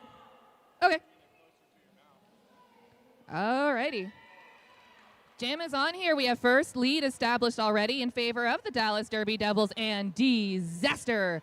Coming up around on that Savage Tiki Lounge jam line.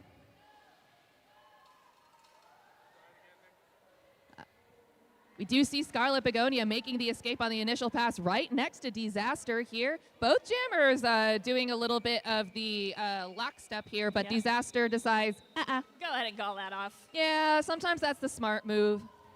We want to do a big thank you to Shotgun Sue's Saloon for being our Governor Cup 2025 Track 1 sponsor. Yes, Located in the heart of the Depot District of Lubbock, Texas, Shotgun Sue's Saloon offers an immersive experience that takes you back to the Wild West with smoke-infused shots such as Gunsmoke cocktails made with Pinkerton's vodka, wine from McPherson Cellar, and craft beer from brewery LBK. Shotgun Sue's is offering an experience like no other. Starting on the Savage Tiki Jam line, we're going to have Tamarama for the Dallas Derby Devils and Cosmic Debris for El Paso with the star. We do see Tamarama there fighting up at the front on the pivot line. It does look like there was a jam. Oh, no.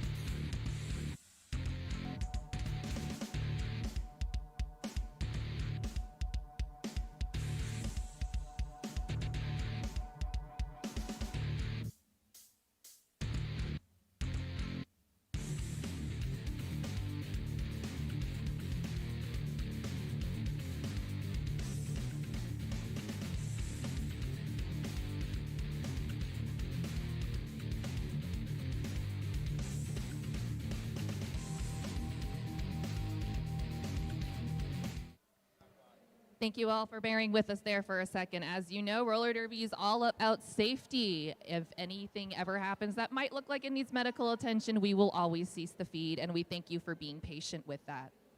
That was actually one of our referees that fell on the track. Raven Claudia is up now, hanging out with our medics, but did get up and half roll off the track. She kept one skate on as she rolled off. So she is being taken care of by our medics right now.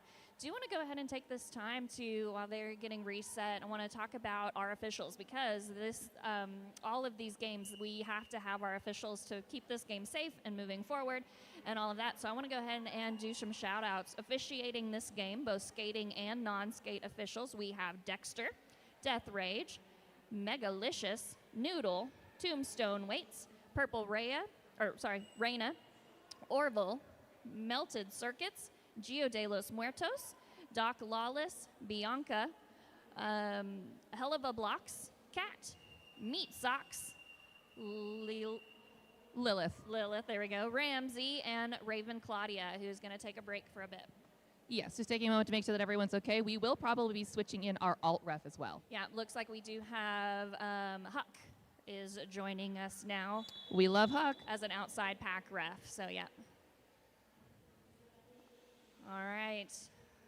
Next whistle should signal this jam. We're going to get back into the action here and see Tamarama taking that star again for Dallas, going up against Scarlet Begonia once again for El Paso. Full pack of blockers here starting off on that Savage Tiki Lounge jam line here and not moving much further. Pile right behind that Tiki Lounge jam line, but El Paso getting lead jammer status. Beautiful run back there by Wicked, along with another one of the blockers. That is 10 from El Paso, who for some reason is not showing up on my sheet. Why would she? That would be useful info. I know, that would be helpful. But that jam is called off. Tamarama was making her way back to engage with that pack, but called off before that was an option. Do have a tie score now here with 4 apiece as we head into Jam 4. I have a hope this is going to be a fun and exciting close jam. Absolutely. I'm hoping so as well. I'm just noticing the paint splatter on your vest. Is that like fabric dye that you just splattered on it? It's just acrylic paint mixed with water and fabric softener. It looks awesome. I love making custom denim jackets. We need to talk later, but in the meantime, tell me what's up on the track. All right, so it looks like we have, Dallas Derby Devils has a lead jammer now. That is skater 420. So that is the High Priestess up against 204 Cosmic Debris.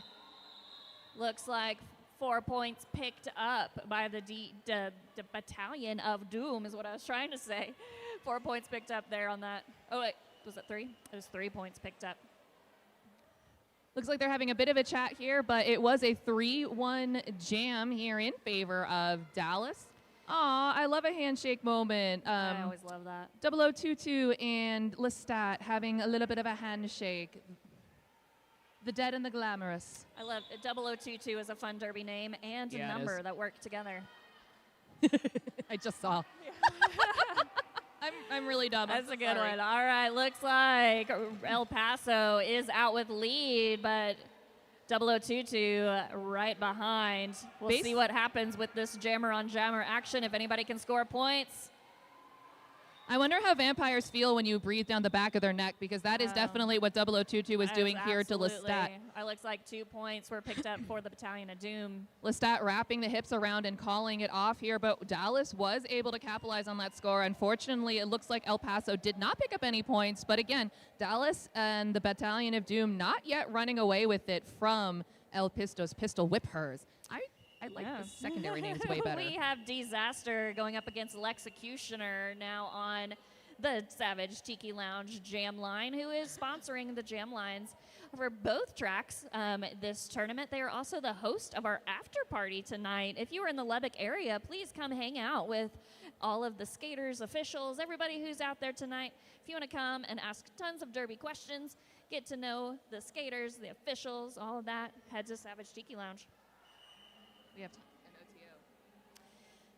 We have an official timeout officially, and would you officially like to tell me about an official sponsor? I would love to. Yay. With over 20 years on the road, Wild Bill's Craft Beverage Co. has been serving up authentic old-school sodas and craft beverages, featuring the best root beer in town at events nationwide. Proudly veteran-owned and operated, they honored those who serve while delivering bold flavors to flavor seekers everywhere. Stop by the Governor Cup Vendor Village and get an unlimited daily refills with purchase of a mug. I'm actually sipping right now, I believe it's the strawberry cream soda. It is delightful, so definitely go hang out and check out Wild Bill's sodas over there.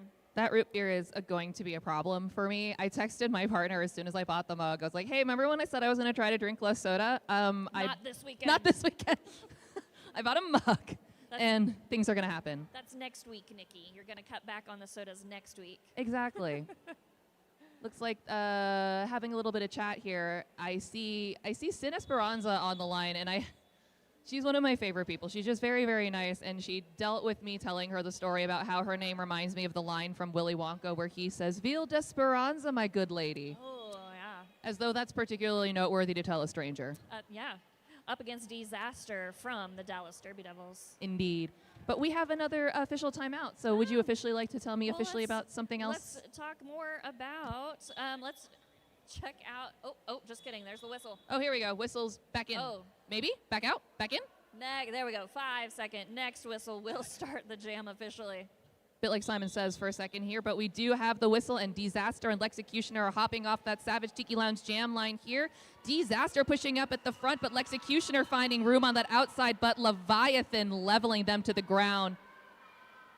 One more to beat up at the front. Lexecutioner has, that is big pile up between turn 1 and 2. Felonious Flingin' Monkey was trying to fling Lexecutioner out of line, but really just fling her into lead jammer status for El Paso.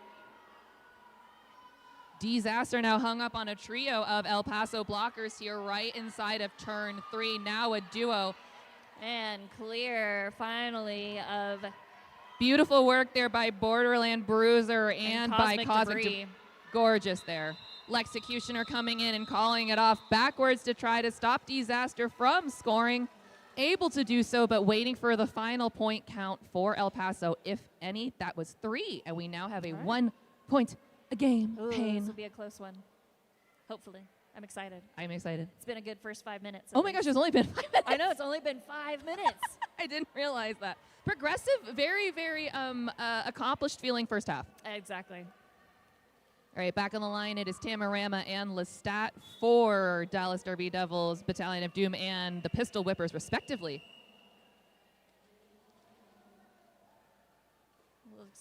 Like dominoes headed at the back of the pack.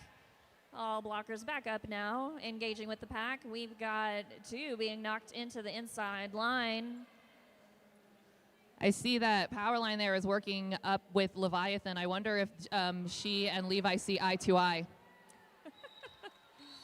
Little stumble coming out of the pack, but Tamarama is lead jammer for the Dallas Derby Devils. We do see a Dallas blocker heading to that penalty box as Lestat does complete the initial pass right as Tamarama is in and scoring in that second straightaway.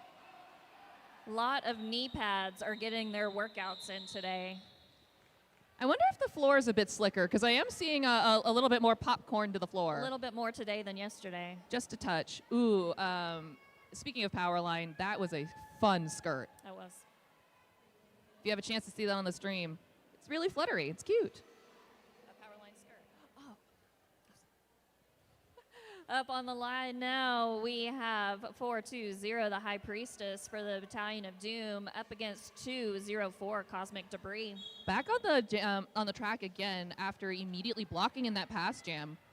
We were just talking about here. Both jammers trying to take that inside now, middle line, and both packs kind of just keeping a gumball formation, but Cosmic beautiful. Debris, using the help of her teammates, offering some found that inside line as they were sweeping the pack a little bit, just enough for her to squeak by. Now re-engaging the pack, seeing how many points they can pick up. Ooh, High Priestess coming up with blazing speed on that inside Fantastic. line. Both jammers able to pick up 4 points as the High Priestess, was able to sneak on in. Gonna go ahead and call that off before High Priestess can re-engage the pack. trying to pick up those last points, but we did see Cosmic Debris saying, absolutely not, and decided to pour some water on that blaze. We see Double O22 waving to her fans in the stand. Hey. Speaking of fans, who can you hear us and is here cheering on the Battalion of Doom? Nobody? Excellent. Anyone here cheering on El Paso? Hey! We love the most engaged fan. Maybe Double O22 now up against Scarlet Begonia. Double O22 taking a hit to the in, allowing Scarlet Begonia to get lead. Lead Jammer. Lead Jammer. Is that to the tune of Red Oh. Robin? Ooh! Quick inside line work. Boat Jammer's putting on the speed here. Scarlet Begonia is lead, but 0022 is ahead on the track, forcing the call off. Good strategy there. So Lead Jammer can call off the jam Mm-hmm. whenever they would like. They use that as a strategy to help either get them the most points or keep the other team from scoring any. We have a shout out here from JG in the chat for Scarlet Begonia and El Paso. But, Payne, what are you trying to tell me? Let's talk about Lubbock's. Nope, just kidding. Okay. I fast forwarded a little bit in my notes. I'll get to those here in a second. Okay. This jam is about to start. We're seeing Disaster up against Lestat. 1-8 Lestat. Lestat with the braid, remember? Yeah. Oh, that's right. Yes. Boat Jammers here stuck in that pack. Both packs have been taking that kind of gumball amoeba scrum approach here, which is making it pretty difficult. But we are seeing a lot of escapes in between 1 and 2 here, as we see with Disaster lead for Dallas and the Battalion of Doom.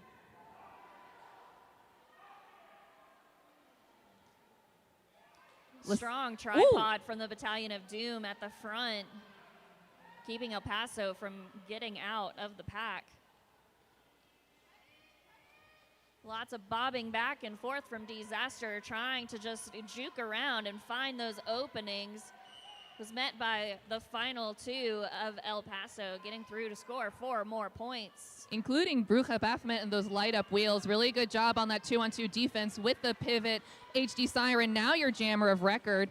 Disaster is in the pack and scoring. Able to get through a little in the confusion, but HD Siren still putting up the good fight. Lots of tussling happening right now within the pack. Each blocker is just making sure they get their space. We do see a penalty, a cut track called now on HD Siren. 429. Yep. That's going to be the jammer, so we're going to have a power jam now in favor of the Battalion of Doom and Disaster, I which didn't realize there was a star pass. yeah, So, and unfortunately for El Paso, that's a bit of a disaster. yeah, Disaster's taking advantage, picking up another 4 points. Gonna go ahead and call that off so that the Dallas Derby Devils can start in a power start. Meaning just one jammer on the track. Let's go ahead and talk about Goodfoot Skates. And this is the please. DFW's area go-to spot for all things roller skating, wheels, bearings, toe stops, cushings, socks, pads, and more. Need a quick fix?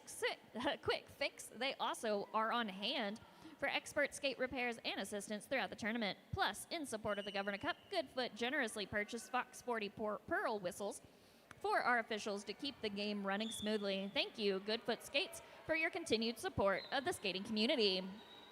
Really good offense there by Dallas to get out the High Priestess. And speaking of Dallas, their turn coach right now is Mo, a.k.a. Quadzilla of Goodfoot Skates. Oh, fantastic. Little busy, so don't go ask him questions yet. But we do see HD Siren back on the track here for El Paso, your jammer of record, and the High Priestess. Unfortunately, I do believe a cut track penalty was just leveled on HD Siren. I don't think she saw the High Priestess had drawn her back. So she will be going back to the penalty box and giving Dallas and the High Priestess another attempt at a power jam. That was a strong attempt from Cosmic Debris to catch the High Priestess at that last moment. Cosmic Debris is having a great game right now here, as is Pepper Sprayo face. Oh. Right? Oh, no. Hard hit to the outside line. Thankfully, an accident, and it seems like Wicked is Yep. okay. She was responding to that penalty box here and ran right into the High Priestess. Unfortunately, sometimes accidents do happen. Yep. So Wicked was assessed a penalty on that Yes. hit. Those of you watching at home, it was not Borderland Bruiser who was your jammer of record. Sorry for the mistake. It is HD Siren who is seated in that penalty box, and we are once again going to be starting with a brief power start here in For favor. Thank you. For Tamarama. Tamarama's on that Tiki Lounge line all by herself. So, yeah, quick power start for her. We'll see if she can capitalize on that before HD Siren re-enters the track.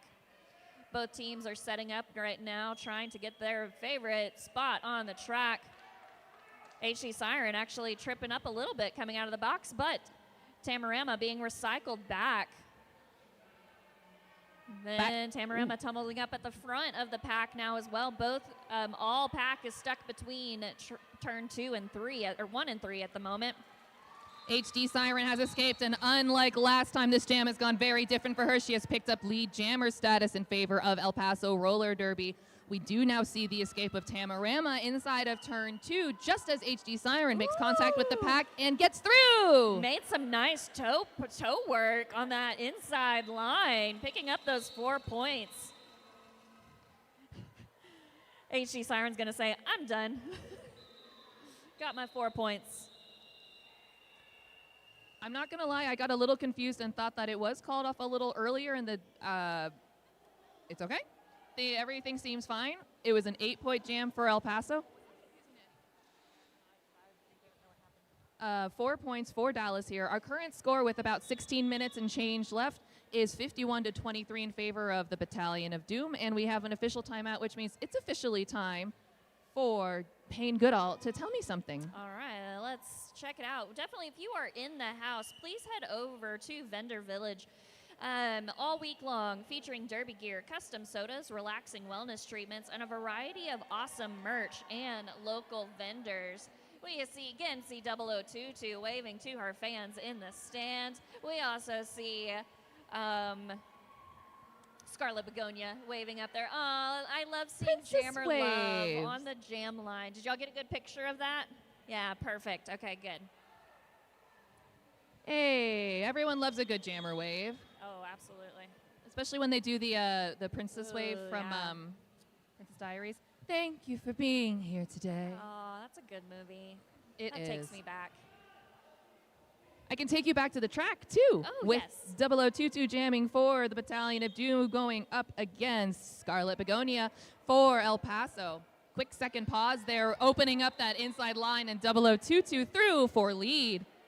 Scarlet Begonia knocked to the outside, had to be sent to the back of the pack, fighting now against a strong tripod. Number 2, 6, Grim Reader is trying their best to offer some O. But now, Scarlet Begonia up against a strong tripod. Oh, somebody coming in on the track, but immediately was called for, I believe, a black back block. Nope. Okay.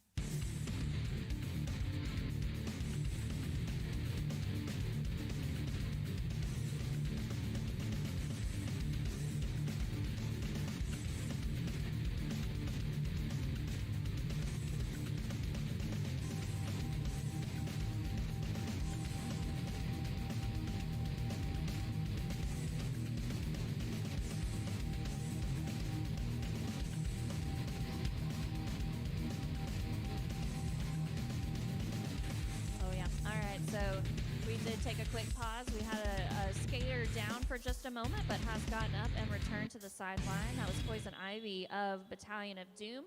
They're going to get assessed and hopefully be back on the track soon.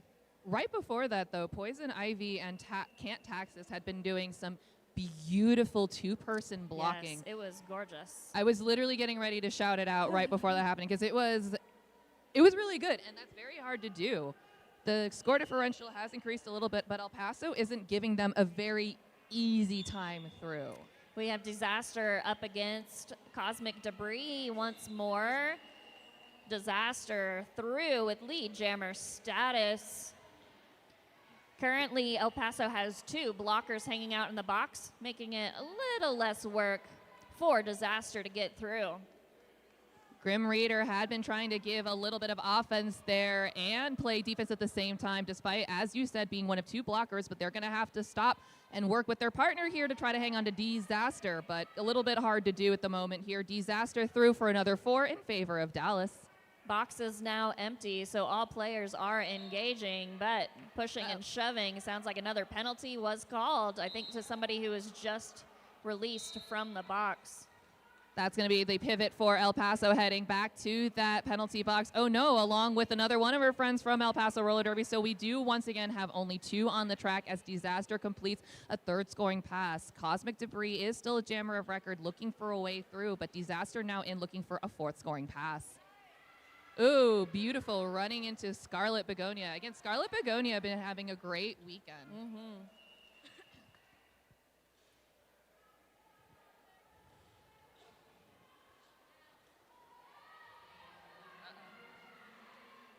Grim Reader tried to catch Disaster, but Disaster is through once more, picking up another 4 points for the Battalion of Doom. Cosmic Debris still fighting the absolutely excellent fight here against Dallas's full quartet of blockers here, being headed there out by OG Max, just giving them the business. They have received their pivot back in the form of Borderland Bruiser. Maybe they'll try to complete a pass here, but still we do see they are still fighting. This has been a very physical game so far. Very. Battalion of Doom now setting up to receive Disaster again into the pack. Right as that 2 minutes comes to an end, were they able to pick up? I don't think Disaster picked up any more points right before that whistle, but that was a high-scoring jam. Dallas Derby Devils picking up 28 points on that jam. Score currently sitting at 87 in favor of Dallas and 19 for El Paso. Looks like there's going to be another timeout, possibly an official review. So while we're doing that, let's unlock clarity and confidence with WSL Leadership. They help you deal with complicated power dynamics because whether it's policy, structure, or relationships, the same foundational forces are at play. Let them help you build the dynamics you want and navigate the ones you've got. Mention Merch Village. Check that out on the main floor of the Civic Center. There's concession stand, there's lots of awesome merch, but one thing I want to mention as well, there is a raffle going on. So if you like fashion and dogs, have I got the idea for you? You may be interested in a purse. Check out the raffle for the LV-inspired purse and handbag. Every dollar raised helps support the DC Doge Rescue. DC Doge Rescue is a possum nonprofit dedicated to rescuing and educating about the amazing Doge Argentino breed. They help home and foster doggos all over the U.S. There are QR codes over in the Merch Village that you can scan and get your raffle tickets to be entered to win those really awesome bags. And in case you're looking for more Derby when you're done here with this game, do not forget to stick around. We do have more Derby coming up again today at 2 o'clock Central Time. We're going to see Conroe taking on Rockin City Roller Derby's Hidden Tracks here. After that, at 4 o'clock Central Time, we're going to be out see Assassination City and El Paso's Tex Pistols. But right now, we're going to see the High Priestess jamming for Dallas and Lestat jamming for El Paso with the High Priestess in the lead. Through. Lestat not too far behind. High Priestess enters the pack, gets knocked to the outside, goes ahead and calls it off, picking up 2 points. The Conservation Society of El Paso is giving a big shout out to Pepper Sprayo Face.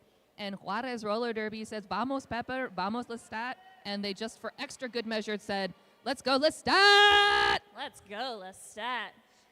Now on the Savage Tiki Lounge line, we have Tamarama up against Borderland 375. Bruiser. Borderland Bruiser, that's another good Derby name. I love Derby names. I like that Derby name. I like that skater's moxie. She had a great game yesterday. She's going to have a power jam now as we see Tamarama. Sent to the box. Tamarama and for also a awarded Ramorama. lead for El Paso at the same time. Fantastic. We'll see if El Paso can capitalize on that, and they do, getting their jammer through. Oh, no. No, it was a cut track. So I'm not an official or anything like that, but I thought it was in bounds, and I thought it looked cool, but I'm not there. I'm not there. I'm not there. She did pick up 3 points, though, before being called on that cut track, so that's pretty I was like, awesome. I didn't see, and it looked amazing. Yeah, it was some pretty cool toe stop work. So that sends one jammer to the box, releasing the other. Now, Borderland Bruiser will not have to spend the full 30 seconds in the box, just as much as Tamarama served. We are going to see a full 2-minute jam.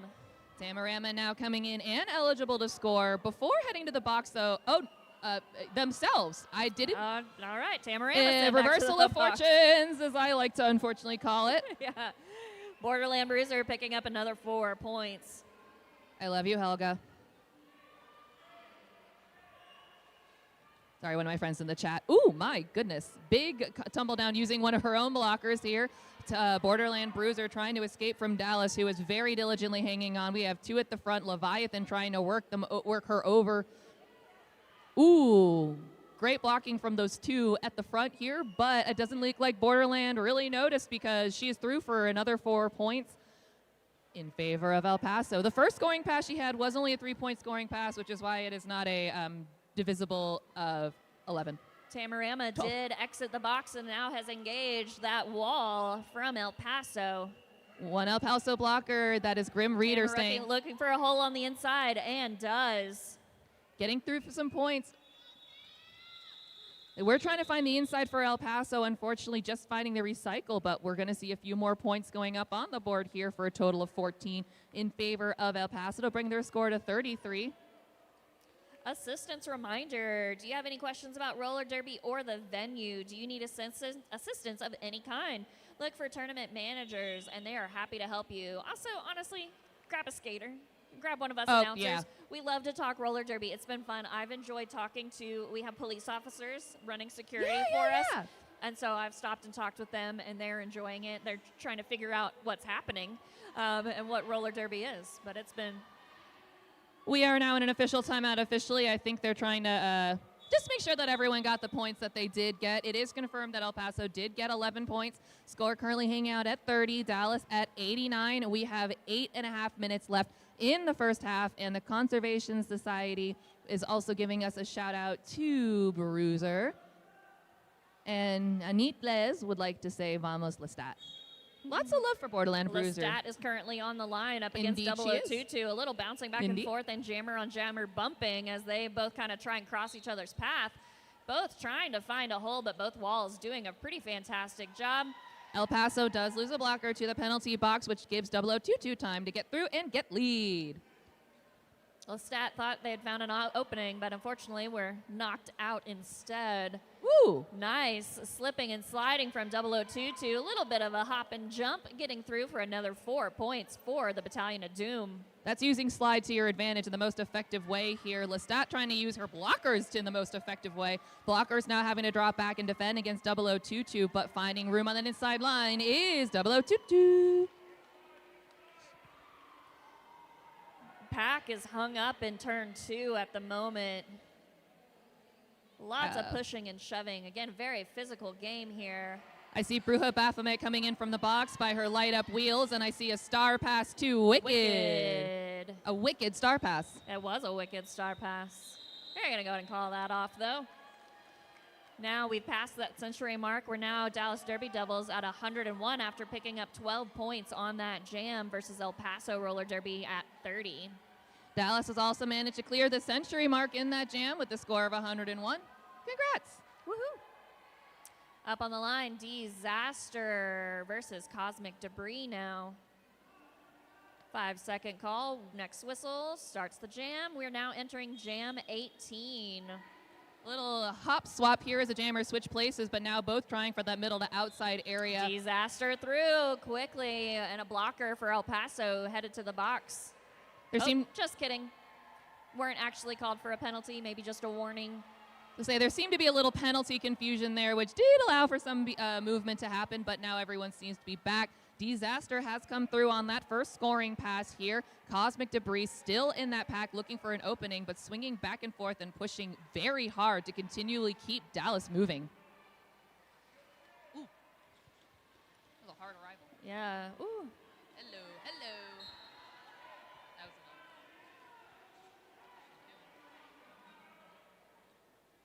Again, another bit of confusion. Yep, okay, wasn't sure if they were called for a penalty or not, but HD Siren was sent to the box. With good humor, took it with a grin as she just clarified, but Yeah, I like it when they Yes. are like, I want to make sure that call wasn't on me or was on me yes. before re-engaging. But Disaster picking up another 4 points. Now entering turn 1. There's a little bit of a traffic jam, but Bobs and Weaves gets through the traffic for another 4 points. It has been a star pass to Pepper Spray O-Face, who's now got the star in hand inside of turn 2, trying to shove across the Dallas Battalion of Doom, but the Battalion of Doom is just, well, dooming all over the place here. Ooh, big hit there from Disaster coming in on an El Paso blocker, but is through. Excuse me. That is going to be a penalty called on Felonious Flingin' Monkey, who just flung her luck a little too far. Peppa Sprayer Face now through the pack after that star pass. Round the outside goes Disaster, shrugging off or attempting to shrug off a hit from HD Siren again. Lots of good hits from HD Siren. HD Siren having a great game as well. Couple penalties in there, but still lots of hard work. Exactly. Thank you to Brass Tap for being our Governor Cup welcome reception host on Thursday evening. The Brass Tap's Lubbock location brings the flavor of Global Brew Bar right to your neighborhood. With 45 plus selections, this upscale yet welcoming beer bar also serves premium wines, specialty cocktails, and upscale shareables designed to pair with your fave drink. We have Lestat and the High Priestess back on the line here, trying to defend their status for lead. On the outside, it is going to be the High Priestess picking up lead again for the Dallas Derby Devils. Glitter Pisser had leveled a really big hit there on Lestat on the outside line, but Lestat was able to get back up and come back around to complete the initial pass. Unable to score any points, however, as the jam is called off with 4 in favor of Dallas. Monkey was released from the box just before that whistle, so we are going to start with all skaters on the track for this jam. Just under 4 minutes left. About to enter Jam 20.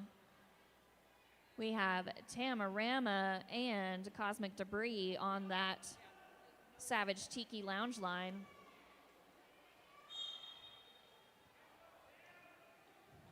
Tamarama looking for that outside line. Meanwhile, Cosmic Debris trying to follow in her footsteps, but no one really finding headway so far yet. Just a bit of a pile up in turn 1. Yep. As they're rounding into 2. Oh, inside line for Cosmic Debris, being able to pick up that lead jammer status. Tamarama was held up by a blocker. Both jammers approaching the pack. El Paso looks like they're opting to run it a little bit long, but Tamarama is trying to chew off the hair of Cosmic Debris, who says, I don't want this to happen, and calls off the jam. Yeah, both jammers were able to pick up those 4 points. Just didn't want to race again. Nah. Brian Sykes might have wanted to see that. He in the chat's throwing out a shout out to Dallas and the Battalion of Doom here. Thank y'all so much for all the shout outs. Please feel free if you're watching us at home or work or wherever today. Hopefully you're not driving while watching, maybe just listening. Yes. But definitely feel free to drop some comments.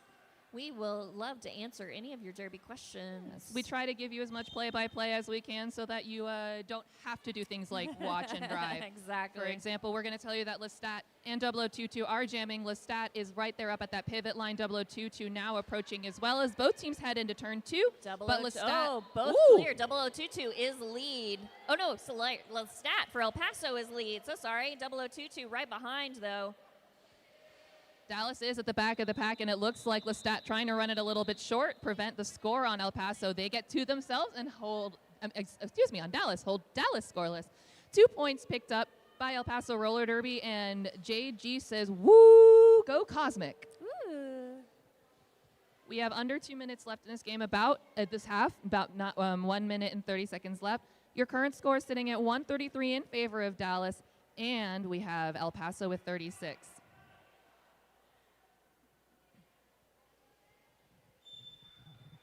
And Jam is officially on, and Disaster finding an opening right behind Borderland Bruiser on that inside line. Both jammers are out.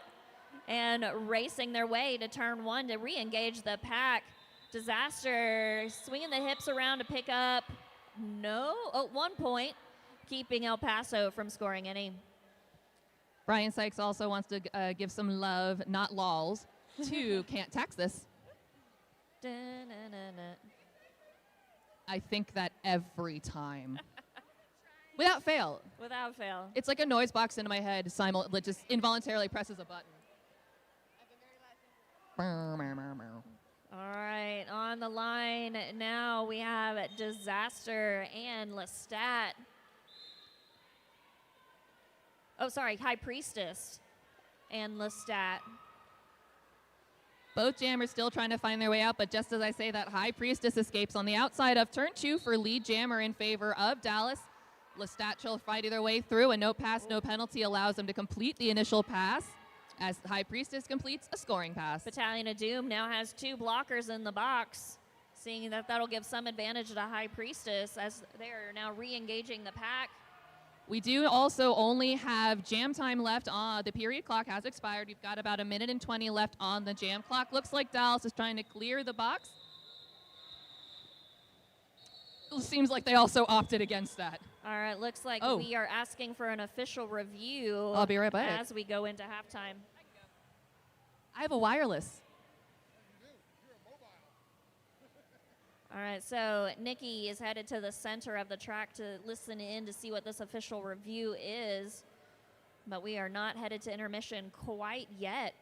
But if you are in-house and getting ready for intermission here, please make your way over to the concession stand. Visit the Civic Center's concession stand for a bite to eat throughout the entire tournament weekend. They're located in the vendor village at the tournament main entrance. I have been working on some popcorn, which is delightfully salty and very buttery.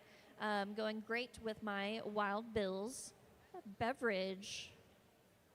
I'm trying out their strawberry cream at the moment. It's very yummy. Over to Nikki. So Dallas is looking for an official review. They would like a cut track issued on the jammer in the previous jam. They say that while the blocker that was blocking them did step out of bounds, the jammer re-entered in front of all of their own teammates, gaining superior position. We will see what happens. Thank you, Nikki.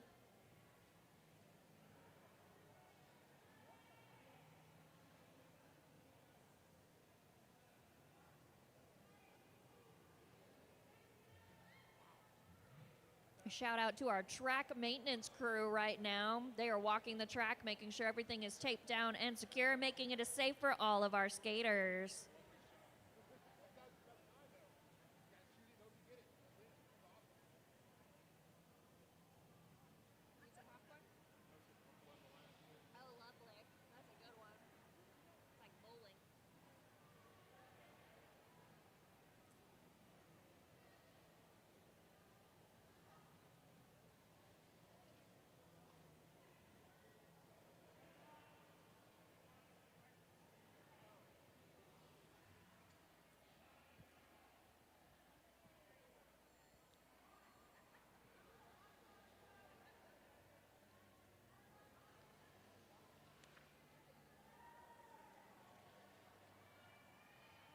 So we are currently on track 1, looking at halftime for Dallas Derby Devils, Battalion of Doom, and El Paso's Roller Derby Pistol Whippers. Nikki, what's our result? So it will turn out that Dallas gets to keep their review. It turns out the officials say that they needed multiple angles to be able to see the cut. The cut will be issued on red 1-8. We will start with Dallas in a power start, and we'll talk to you in like 10. All right. Okay. Yay, Nikki. Oh, did they make you a sign, Nikki? Oh. I love you guys. All right, so we're going to have officially intermission now from this bout over on track 2.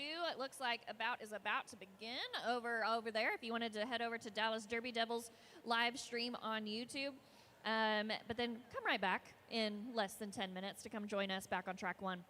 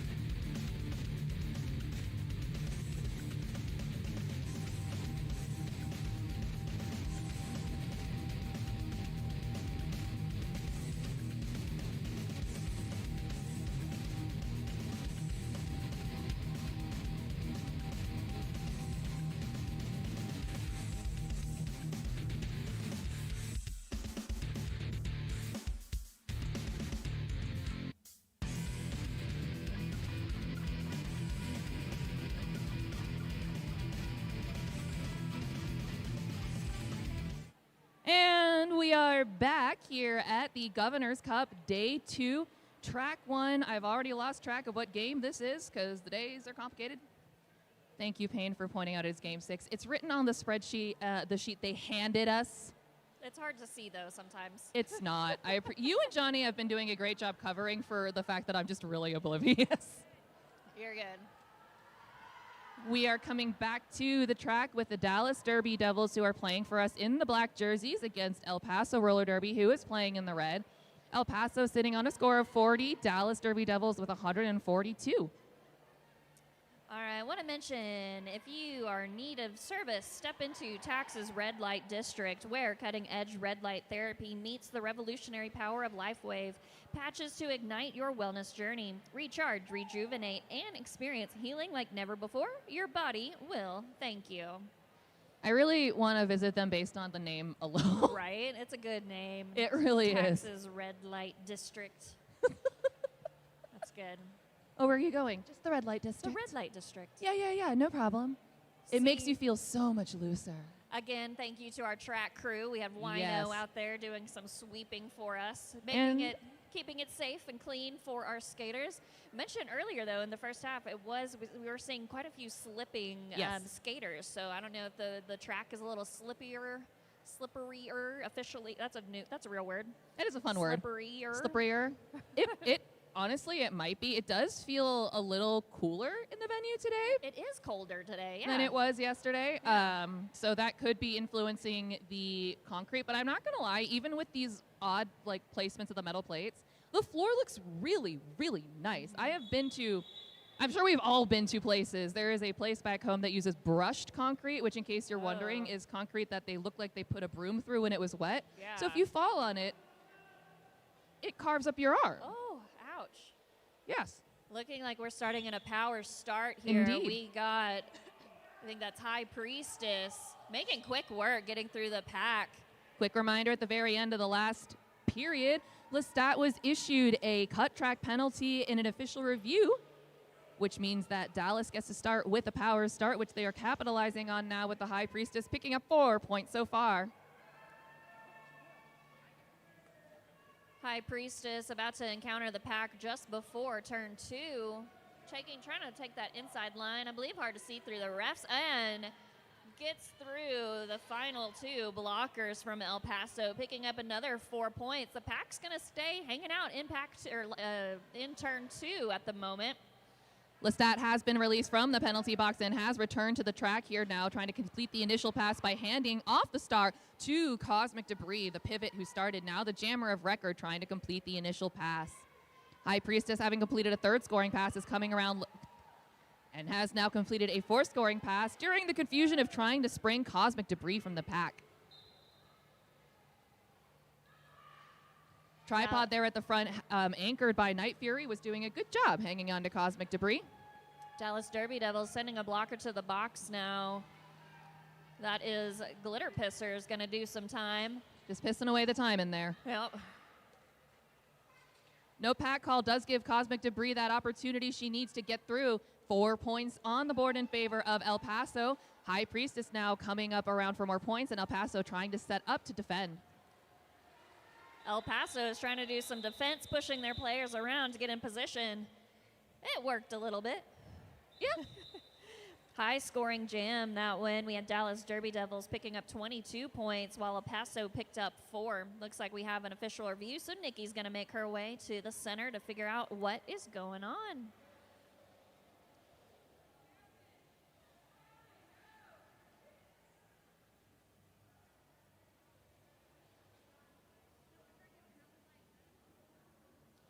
I want to take this moment just to do a huge shout out to anybody who has traveled near and far, to all the skaters, officials, announcers, fans, volunteers, and etc. who traveled to be here this weekend. Governor's Cup would not happen without you. So thank you for everyone who was able to come and join us here in Lubbock. I am a local, so I'm excited to be here in Lubbock and being able to be part of this amazing roller derby event.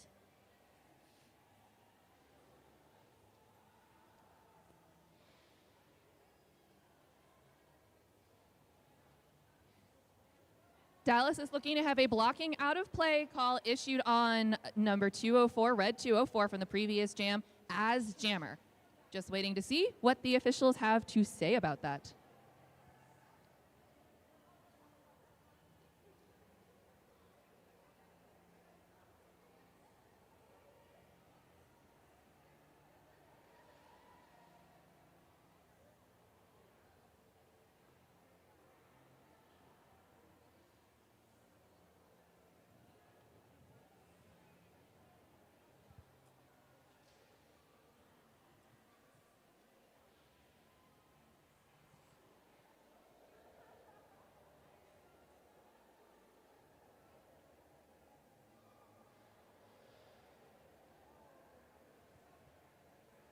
According to the officials, the contact happened right as the no pack call was being issued, and the fall happened after. So the no call will stand, and Dallas will lose their official review for the period.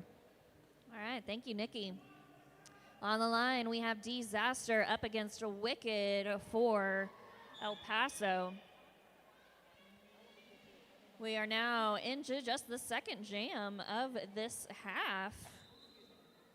I feel like a lot's already happened in just the second and the we're only in the second jam. Disaster getting lead jammer status for the Dallas Derby Devils. Wicked through the front of the pack as well now, as a Dallas Derby Devil blocker is being sent to the box. Disaster standing right behind Wicked decides to go ahead and call off the jam here. 4 points picked up.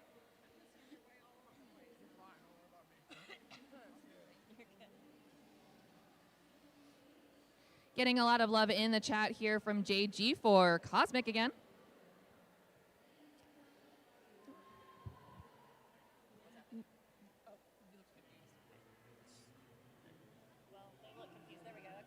Now on the Savage Tiki Jam line, we have Tamarama and Borderland Bruiser. Two very fun derby names to say, but Borderland Bruiser comes out ahead this time. Lead jammer status in favor of El Paso.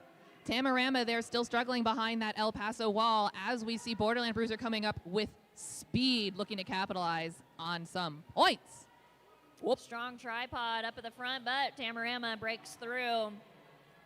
Has made that initial pass now.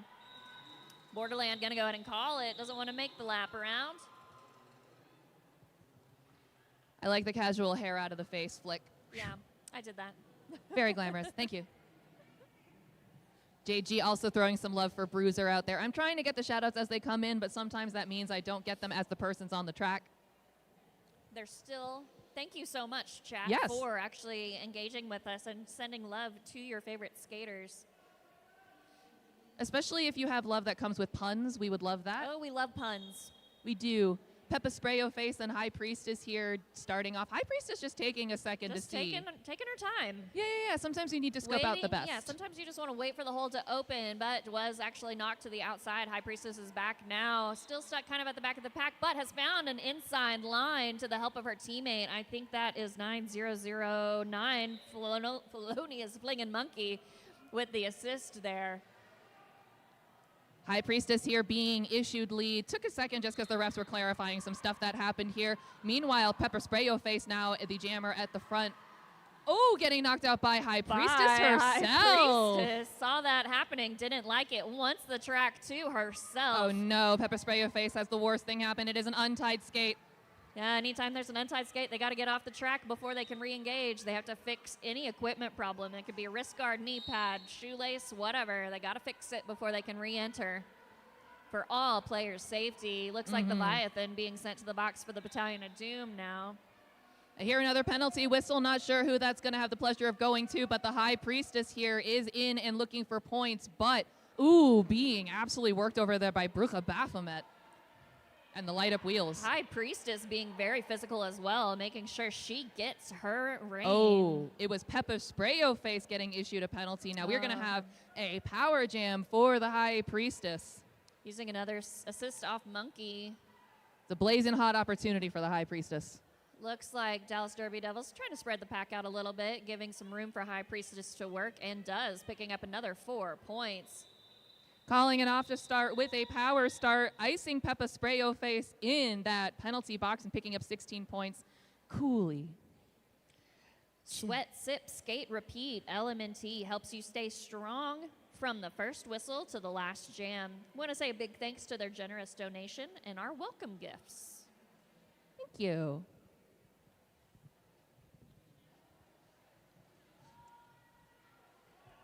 So at the moment, just Disaster hanging out on that Savage Tiki Lounge line all by herself. Alma Mahler going ahead and attempting some offense there on Disaster. Not quite effective, but well done attempt there. Disaster does pick up lead jammer status as we see Peppa Sprayo face still contemplating her sins. Yeah. That's going to be a real long 30 seconds. It's the worst feeling, but I think that they're probably joining now because the power start did start. Disaster talking to her team, asking for assistance. Works out pretty well, getting through on the inside line pretty quick for another 4 points for Disaster. Now re-engaging the pack in turn 2. Getting some offense there in the form of Felonious Fling and Monkey, and I believe that that is Can't Tax This. Busting up El Paso's defenses just as Peppa Sprayo face returns to the track, and Disaster escapes on a third scoring pass, now re-entering for a fourth. Ooh, nice hit there, but Disaster was able to stay inside after taking a hit off of Peppa Sprayo face. Cosmic Debris, now your jammer of record, having taken the star pass from Pepper here, now trying to complete that initial pass on that outside line. Disaster running a little bit into the back of her, but now through on the inside for 4 points. Good Lord. Looking for a nice whip assist off the jersey of their teammate. The Cosmic Disaster still gets knocked out to the outside line, being recycled back, now looking to the center of the track. Hop, skip, and a jump from Disaster, picking up another 4 points.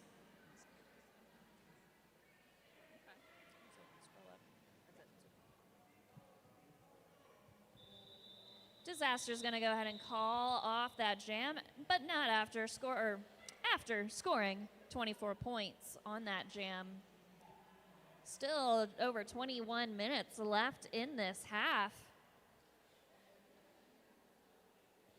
Going to be starting with a clear penalty box here, which means that we'll have a full complement of blockers for both teams on each side. We did see Dallas crossing that double century mark in the last jam now with a score of 208. El Paso at 48. And we have about 21 minutes and 30 seconds left in the game. 0022 starting on that jam line for Dallas, and Lestat for El Paso. 2-2 knocked to the inside line, recycled back a little bit, but about to re-engage the pack.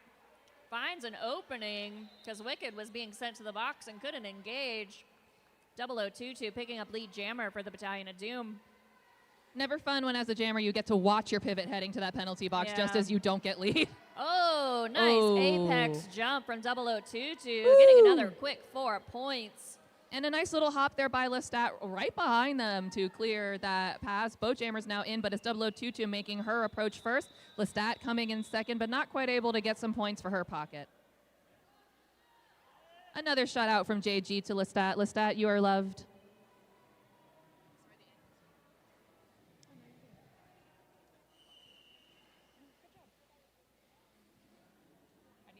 Mine's down there.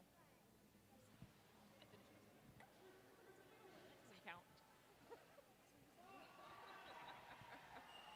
Sorry, I'm just talking about how unhealthy I'm being here as Borderland Bruiser with the star and Tamarama take the Savage Tiki Lounge jam line for El Paso and Dallas, respectively.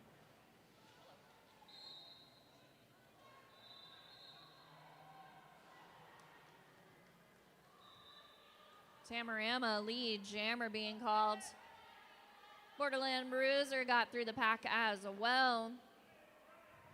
Both packs hang out in turn 2, anticipating the arrival of their respective jammers. Dallas only down to 2 blockers on the track, and El Paso with 3. Yeah, 3 total players in the box right now. One about to be released, though, so now there's just 2 blockers hanging out in the box, 1 for each team. Direction going to be called on our captain here. That is Lexecutioner sending her to that penalty box. Just as we saw Borderland Bruiser escaping on a scoring pass, and you just now see Tamarama escape. We see the return of Thrillery from that penalty box here to defend her team, but Borderland Bruiser said, what? Thrillery. I like that derby name too. I do too. Uh-oh, speaking of Thrillery, I do think she picked herself up another penalty. I think Thrillery likes the thrills. You see the coach bouncing on the sideline, asking Tamarama to go and call that off. We're looking at a 12-12 Jam. on that. Both teams picking up a decent amount of points. Highest scoring jam for El Paso so far. They now have 60 points to their name. And JG was very, very excited about that, saying, let's go Bruiser in that last jam. And indeed, let's go Bruiser. But this time we're going to see Cosmic Debris pairing up against the High Priestess. High Priestess swapping sides of the track right before the whistle blows and takes that outside line. Cosmic Debris through as well. High Priestess going to be making contact first as the team set up in between turns 1 and 2. A High Priestess does find inside room and a bit of a stumble, but through for 4 points. Cosmic Debris getting hung up a little bit on the debris of Dallas. High Priestess deciding to not call off that jam, so Cosmic Debris also able to pick up points. High Priestess picked up another 4. Yep, gonna go ahead and call it before Debris can get back to the pack. So cool having 2 tracks going on at the same time, but sometimes I get confused by the extra whistles. We have an official review being called, so Nikki's going to go hang out with the referees and figure out what is being questioned at this time. Do want to do another thank you to Lubbock Sports Medicine, the premier sports medicine, adult joint reconstruction, and rehab center in the South Plains. Big thanks to them for keeping us safe at the Governor's Cup all weekend long. Being a high-impact, fast sport, we do occasionally have injuries. We always want to have our amazing medics on standby to make sure our players are safe to skate. So thank you again to all of those medics who are hanging out with us this weekend from Lubbock Sports Medicine and elsewhere.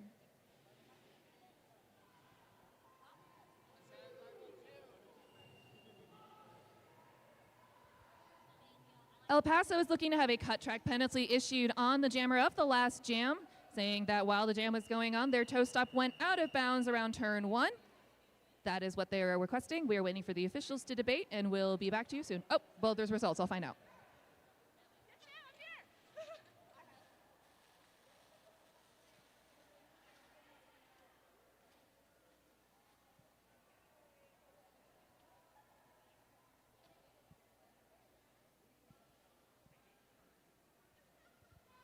Upon discussions, the officials decided that the wheels were on the line, not over the line. Therefore, the no call will stand, and El Paso will lose their official review for the half. Thank you, Nikki.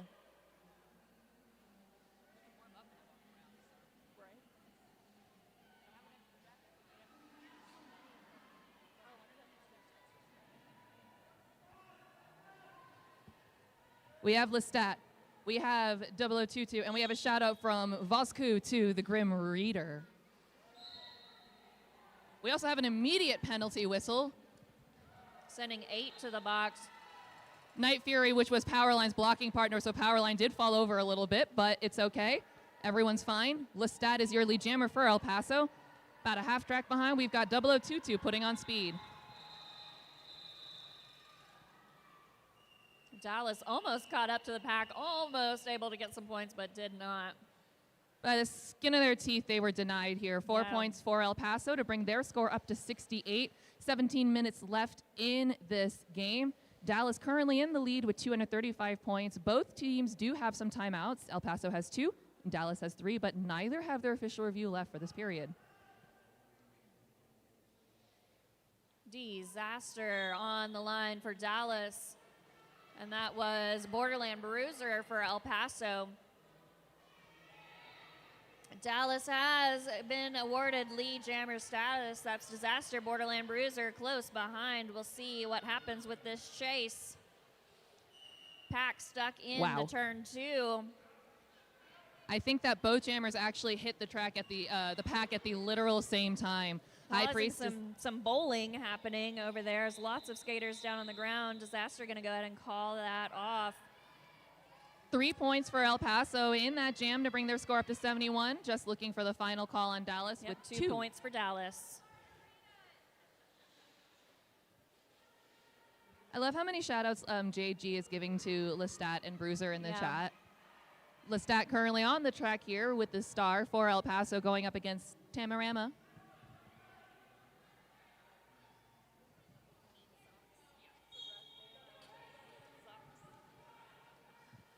El Paso hanging on to Tamarama on the outside as Lestat also tries the outside up towards that pivot line against Dallas.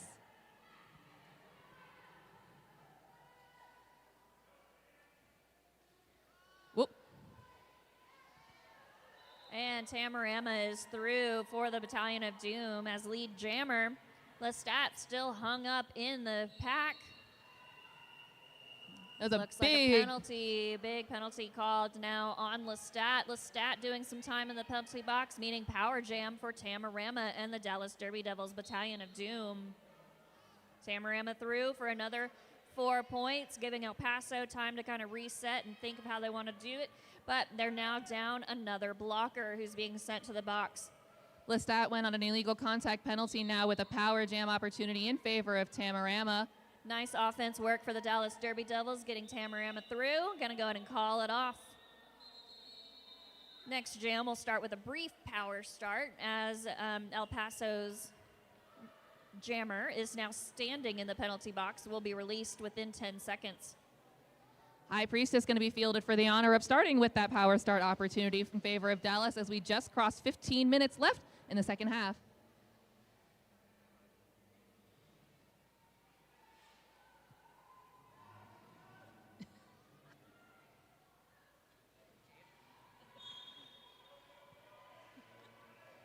High Priestess here going up against a trio of El Paso's blockers and able to find her way through for lead in favor of El Paso. But we do see the return of Lestat to the track here to try to catch El Paso up to the action. Yeah, Lestat's still stuck though, while High Priestess has re-engaged the pack, trying to score some points now. But getting a little bit of bounce back as she's trying to get through the pass. It looks like a bit of pinball happening, plus some falling over. High Priestess through, calling it off, making it very clear High Priestess wants to call off that jam. I like it when they do that rather than that little hip tap. tippy That was a tap. thing for a Yeah, while. a little tippy tap. No, you want to see it. The hip flutter. We have a team timeout being called for, I believe that is Dallas? El Paso. It's El Paso. I forgot who's on what bench. Yeah. You want to tell me about some stuff? Sure, I would love to tell you about some stuff. Yay. Well, thank you to Urban Apothecary for their generous donation towards our tournament MVP awards. Skater Made, trusted by athletes, physical therapists, and wellness professionals. Try their best-selling gummies for relaxation and rest, or the 4XL pain relief topicals to help reduce inflammation and keep you on track. Shop online at urbanapothecary.shop. And if you're in-house here at the Lubbock Civic Center, please make your way over to Vendor Village. We have a lot of exclusive Governor's Cup merchandise, limited amounts, so you definitely want to make sure you get there sooner than later. We also have our West Texas Roller Derby booth hanging out over there, lots of fun stickers. And we have some wellness stuff. We have amazing sodas by Wild Bills and some cool skating gear as well over there.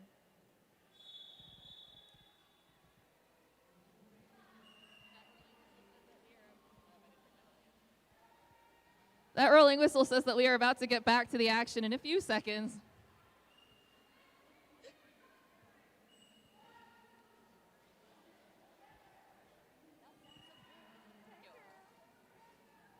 We're going to see Cosmic Debris with the star going up against 0022 for Dallas. Jam is off. Quick work by 0022, finding that outside path. Cosmic Debris still stuck in that defensive wall, but just as I say that, managing to complete that pass here as 0022 finds that inside line open, skipping through. 4 points. Go ahead and call it off. I thought I heard some penalty whistles, so Dallas Derby Devils did send one blocker to the box, so they will start down a blocker on this jam is what I meant to say. I love the sweet little waves and high fives as the jammers re-engage each other on the line. Some little shimmies, some dancing. All players, not all players, but a good number of players. One day, all players will do the same dance. All players. That'd be kind of fun.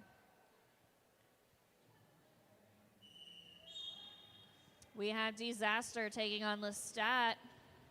Disaster being pushed to the inside line, bounced to the outside. Both jammers trying to find their opening with some tumbling that may have helped Disaster get a little further, but both teams doing a really, really good job of reforming in front of the jammers, but Disaster is awarded lead jammer. Lestat making it through the pack as well on her first initial pass, both eligible now to score points. Disaster coming in with speed now, going to hit that pack first. Does get knocked out of bounds by Wicked, but is able to hop back in very quickly to get through on a scoring pass. Yeah, wasn't recycled, able to hop right back in because a little bit of traffic jam situation there. Lestat, meanwhile, trying to get around the last couple of blockers here for Dallas. Lestat tumbling over her own teammate. Again, lots of falls. That safety equipment is getting in good use today. Those knee pads are doing a lot of work for these skaters. 4 points in the pocket here for El Paso. Disaster in with 7 so far, looking to score a few more. Lestat has hit the back as Disaster leaves. Disaster now with 11 points scored so far. Lestat currently scoring. Again, Dallas Derby Devils deciding to let the clock run a little bit, not calling it off. Gonna go and see how many more points they can get. Oh, looks like, Disaster was called for a cut track now, leaving Lestat as the only jammer on the track. We'll see if Lestat and El Paso can take advantage of that and get as many points on the board as possible. Only got about 15 seconds left in this jam, but we are going to see what El Paso is able to do as a couple of Dallas blockers, one Dallas blocker at least, is headed to that penalty box to have a seat with Disaster as Lestat, now with 12 points in hand, is coming around looking to score again. Lestat ended up with a lovely hug from the Dallas Derby Devils skaters as they formed around her and trapped her right as that whistle ended. They're going to get a brief power start here in this next jam as we're heading into jam 15. We're going to have a timeout now by the Dallas Derby Devils. All right, again, if you are here in-house, please make sure to stop by the merch tables in Vendor Village. If you pre-ordered any Governor's Cup swag, you can pick it up anytime throughout the tournament, and there is a limited supply of Government Cup items left for sale. They have t-shirts, tank tops, patches, stickers. Get your merch to support the amazing teams and competing this weekend. Any more from chat? Yep. Brian Sykes can't tax us to stay out of the box. If only we could release them. If only. Sadly, we can't. We just sit here. I'm having a fantastic time this tournament. This is my first official, massive tournament to be announcing. yeah? First time I've been doing live streaming. I've always been an in-house announcer, so it's cool. We actually have a hybrid announcing situation this year. Nikki and I can be heard right here in the Civic Center, as well as wherever you are streaming. I do love a hybrid call. We are going to see Borderland Bruiser with the star for El Paso to start off this power start. On the inside to the outside, back to the inside. Disaster has been released from the box now, but Borderland Bruiser able to pick up lead jammer status. Disaster still hung up with one blocker from El Paso. Beautiful blocking there by Pepper Spray Your Face, using Night Fury to hit out High Priestess. Beautiful work there as that chance Borderland over. Bruiser reapproached that pack, got through the tripod with ease. She just blew it up. I started to say, I'm enjoying my time here. And this is a really awesome tournament. But there's an awesome tournament coming up in March as well. Yes. Want to do a huge shout out to the Clover Cup 2026. If you can't get enough of this, the Clover Cup's returning, hosted by the Dallas Derby Devils. That's going to be March 13 to 15, 2026 in North Richland Hills, Texas. So you definitely want to follow them to see all the information for that. This jam is now underway. Might see some of these teams here. Definitely Dallas, as they are going to be the hosts here, and they have fielded Tamarama for this jam. Cosmic Debris, your jammer for El Paso and lead. Hearing lots of cheers for Cosmic Debris from the Lubbock Civic Center crowd. Cosmic Debris now in and scoring points here against that contingent of Dallas blockers. Strong wall from Dallas. Not giving Cosmic Debris any room to work with. My goodness. Getting some offense there, but Cosmic Debris opts to call it off, seeing that Tamarama was standing in that penalty box. All right, we had a skater slow to get up, but everything looks good. That was Can't Tax This. Going to have a brief power start in favor of El Paso as we do see Tamarama standing in that penalty box. Tamarama's ready to get back out there. But Lestat is ready to start the jam. Yes.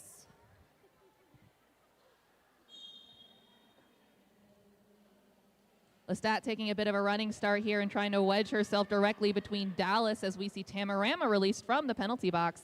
And free. Tamarama from straight from the box to straight to the lead at jammer status for Dallas. Lestat pushing hard against two blockers from Dallas. One slips and falls, hoping to be the key out, but ends up with a cut track. So Lestat sits the box now. Power jam now in favor of the Dallas Derby Devils and Tamarama, who already has 4 points so far in the jam. 7 and some change minutes left, well, 7 and 40 seconds left in this second half here. Tamarama is now back in and scoring.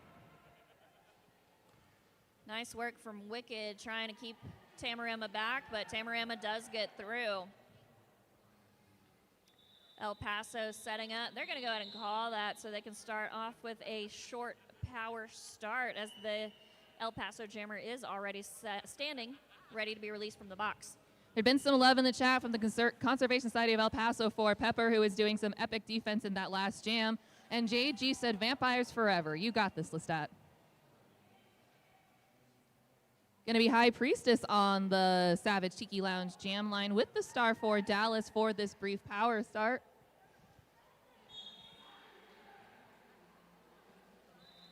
And High Priestess through with lead jammer.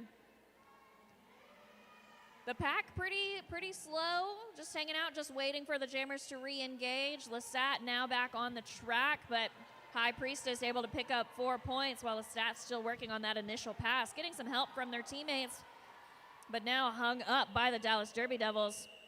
Strong wall at the back of the pack now against High Priestess. Things are starting to move. High Priestess is through and clear, getting another 4 points. Lestat has also managed to complete the initial pass, is ahead of High Priestess right now, who decides to go ahead and call off the jam, having already picked up 8 points for herself and to the Dallas Derby Devils, who are now only 19 points away from that triple century mark, while El Paso is 7 points away from the century mark. 6 minutes left in this first half. We're going to see 0022 taking the star for the Dallas Derby Devils, and we are going to see her joined by Cosmic Debris with the star for El Paso.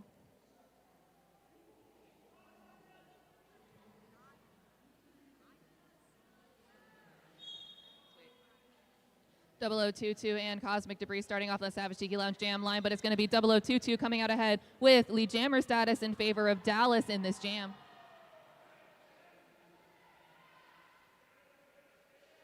Cosmic Debris still stuck in the pack as they're entering turn 2. Again, those knee pads getting some fantastic workouts in. And 0022 through for another 4 points. Cosmic Debris is now clear on the initial pass. 0022 going to go and call it off. Whether you want to capture your hard-hitting blocks, dazzling points, or slick jukes, Hit Squad has you covered with professional quality individual and team videos.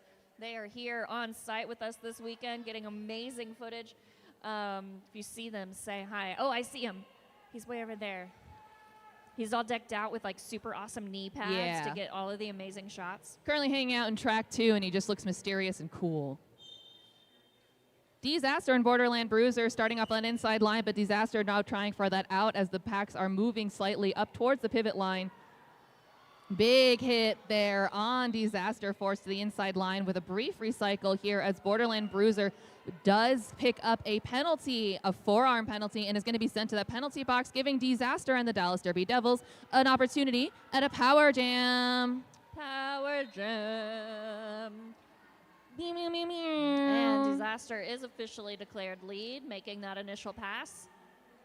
So they could call it off whenever they wanted to, if she wanted to. Coming up to score and looking at their blockers to do something about it. Offense coming in the form of their blockers to ruin El Paso's defensive formation and spring Disaster through for 4 points. El Paso going to line up again at the head of the second straightaway to try to hang on to Disaster, but this time able to do so.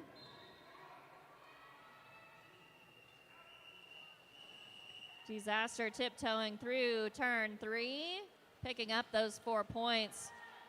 Borderland Bruiser, star in hand, is able to get through and complete that initial pass upon her return from the box. Now about, I don't know, way too close to Disaster for comfort, I'm assuming. Is in the pack and eligible to score as Disaster calls it off. So we do see some sneaky points picked up here by El Paso to close out the jam. 3 in total to bring their score up to 96. 11 points bring Dallas up to 296 as we have 3 minutes and 10 seconds left in the game.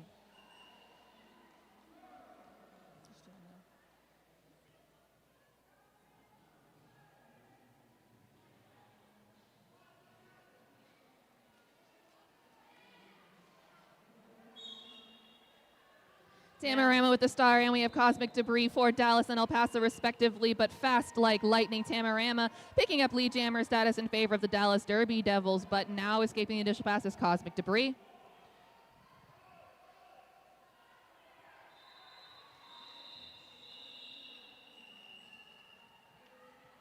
Jam is called off. 3 more points picked up by the Dallas Derby Devils.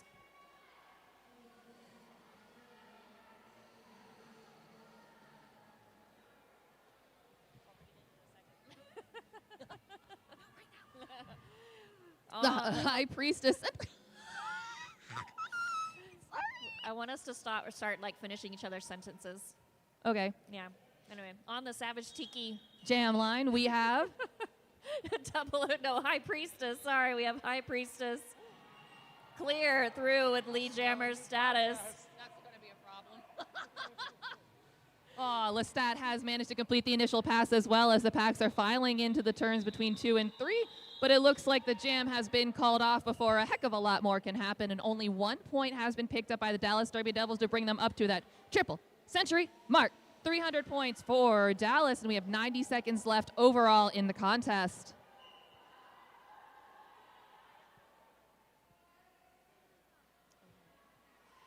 I want to do a big thank you to Shotgun Sioux Saloon for being our Governor Cup 2025 Track 1 sponsor. They're located in the heart of the Lubbock Depot District.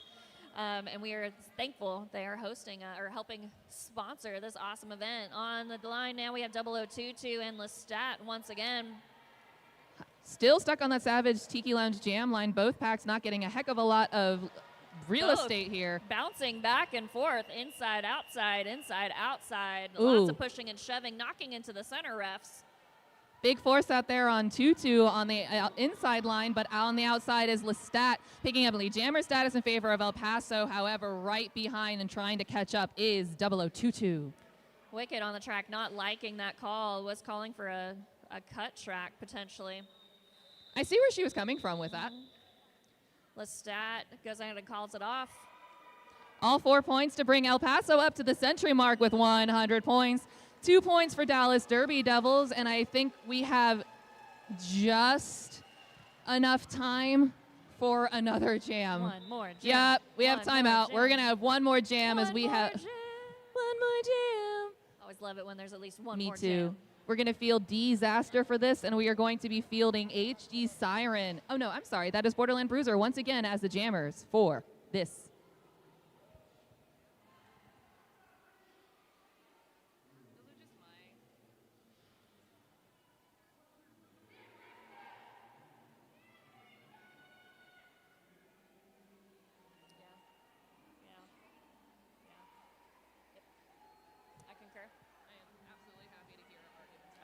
I'm good with that.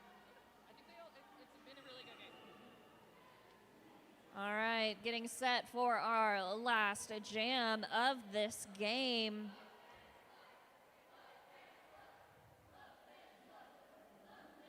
Dallas Derby Devils panting, chanting low and slow. I like that as a chant. It is a good chant. It is a chant that I need a lot. Yeah. I would also like to thank Mambo M, JG, the Conservation Society of El Paso, Brian Sykes, West Texas Roller Derby, Magna Meat Spy, and everyone in our chat for joining us. And join us still for this last one jam. Disaster through the pack. A little bit of a trip, fall, stumble, deciding to go back, has to go back to the back of the pack. I think lead is still open right now. Believe so. Both jammers hotly contested for it. But it is. Disaster is officially lead on this jam. Borderland Bruiser sneaking through as well. Oh no, and Borderland Bruiser has just received kidding. a cut. Oh, cut to Power Borderland. jam for Dallas. 4 points for Dallas. Lead jam for Dallas. All right, and final jam. We are running exclusively on jam clock now, of which there's about 1 minute and 15 seconds. No time left on the period clock as Disaster's coming for a second scoring pass. Outrunning the pivot just barely to get those 4 more points for Dallas here. Coming around looking for a few more points as we see that Borderland Bruiser is standing in that penalty box, unsure if Disaster and Dallas are going to give her a chance to score. Dallas now coming away with 12 points. Now coming in, probably trying to pick up a few more on that outside line. A penalty whistle has been blown, and it looks like an El Paso blocker is going to go have a seat in that penalty box.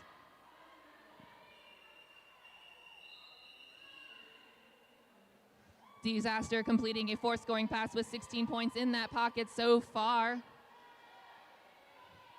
I'm not going to lie, I'm not exactly sure what's happening in the pack right now because I do not see Borderland Bruiser, but I don't see any jammer at all. Anywhere?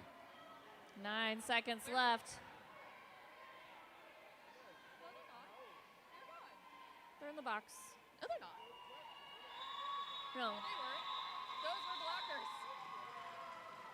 Oh, did she foul out? Oh, okay. We were wondering where the jammer was.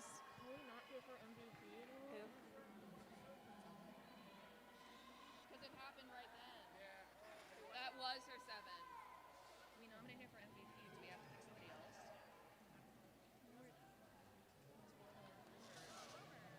Who else?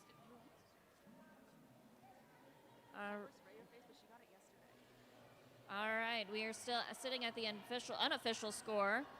Dallas Derby Devils versus El Paso Roller Derby. Now official final score. Dallas Derby Devils at 326 versus El Paso at 100. Please stick around, skaters. We're going to announce our MVPs for this game in just a moment.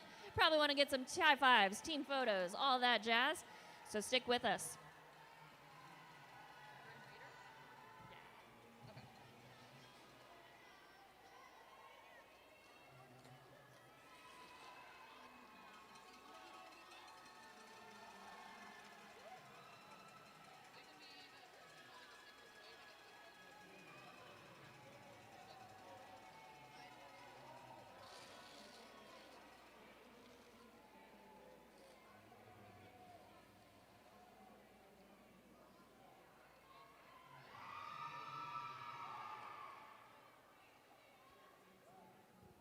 Thank you to everyone for hanging around with us online and in venue. Be sure to stick around on track 1, day 2. We just finished the Dallas Derby Devils Battalion of Doom versus El Paso's Pistol Whippers. Coming up next at 2 p.m. is going to be Conroe versus the Rockin City Roller Derby's Hidden Tracks. We also have some MVPs for you, and I think we're going to start with our winners at Dallas, Payne.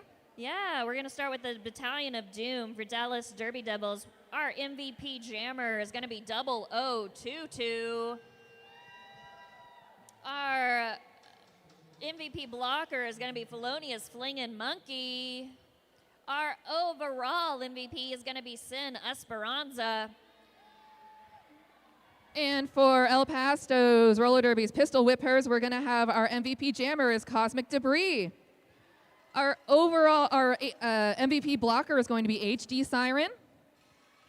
And our overall MVP is going to be Grim Reader. So if the 6 of y'all or perhaps some representatives could come over to the announcers table, collect your MVPs when you are finished with your photos, we would very much love that. While in-house, again, please check out Vendor Village and concessions while in-house. Again, as Nikki said, thank you for all who are watching online and in venue. I am Payne Goodall. And I am Nikki Tricky Savvy. We will see you soon.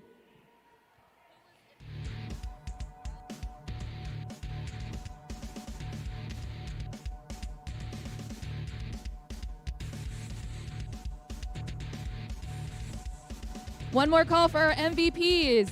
0022, Sin Esperanza, Felonious Fling and Monkey, Cosmic Debris, HD Siren, and Grim Reader. Come over here. We have things for you. Oh, I'm just...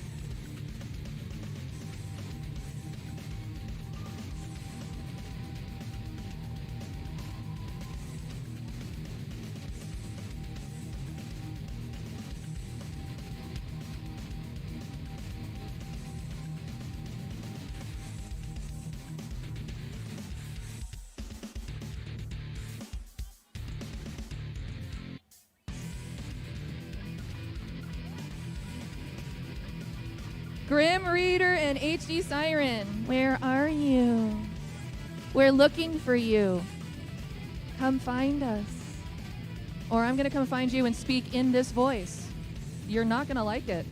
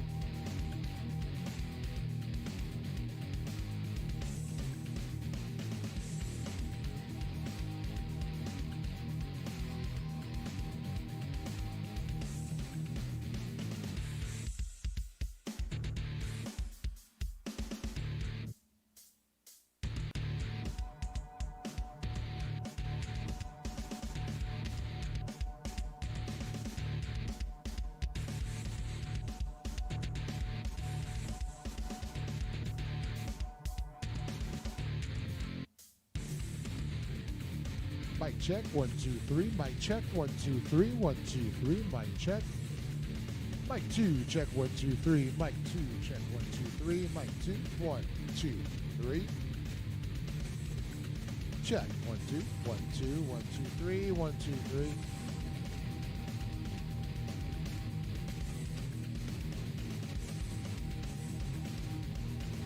Mic 1, check 1, 2, 3. Mic 1, check 1, 2, 3. Mic 1, 1, 2, 3. Check 1, 2, 1, 2, 3.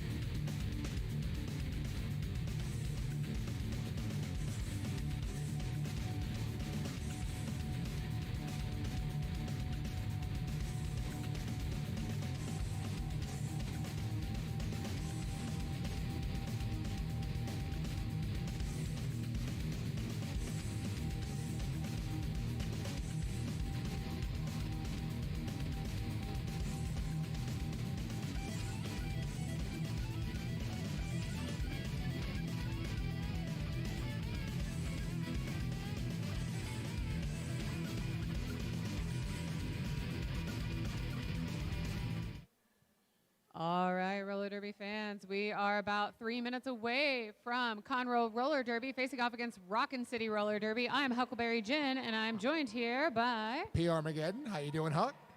Doing well. Let's talk about these teams before we get started. So Rockin City, who will be wearing blue this game, we have 00 Yoko Ono, 0002 BB, 125 Bit Feral, 13 Biopsy Girl, 1966 Yodel? I'll get Yodel? clarification on that. 1990 Rugrat, 310 Skate Spear, 323 your captain Superova, number 4 Combat Kaylee, 62 Chili Con Concussion. Chili Concussion. 669 Miss Destruction, 709 Hitsy Bitsy Spider, 75 Sleighbell Pines, 832 Game Boy, 8675 Killdozer, 9222 Free Right, and number 989 Dimples Destroya. They are coached by Swagger Jackie, Rumbelina, and Uno. And for the Conroe roller derby cutthroats wearing black and red with white helmets, 0816 Raging Rican, your captain 104 Charlie Tango, 11 is Rebel, 13 Whiskey on the Blocks, 14 MRSA, 15 is Panda Express, 247 is Mandatory Ass Kicking, 27 is Louisa May Assault, 31 is Pop Tart, 451 Fahrenheit, 504 is C3KO, 66 is Jinx, 69 is Star, 696 Burning Ember, 702 Emma Appropriate, 716 Ruby Ridicule, 76 is Striker, 911 CT Scan, 92 Bananarama, and 929 Tasmania. They are coached by Ashton Fruscia. I'm going to give a quick shout out here to our referees and non-skating officials. We have Orville, Death Rage, Megalicious, Noodle, Tombstone Weights, Purple Reina, Dewey, Melted Circuits, Gio de los Muertos, Doc Lawless, Bionic, Luna Shovegood, Cat, Meat Socks, Lilith, Hell of a Blocks, Dexter. Thank you to our officials on skates and off. You're awesome. We can't do this without you.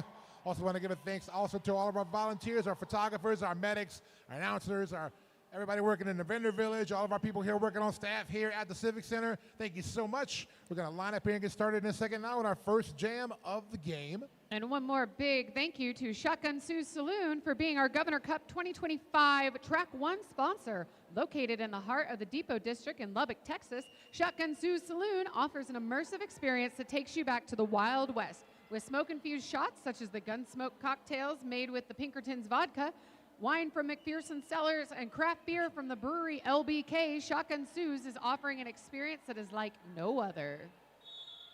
And just like that, swoopy whistle means derby about to happen in about 5 or so seconds. Now about 5 seconds.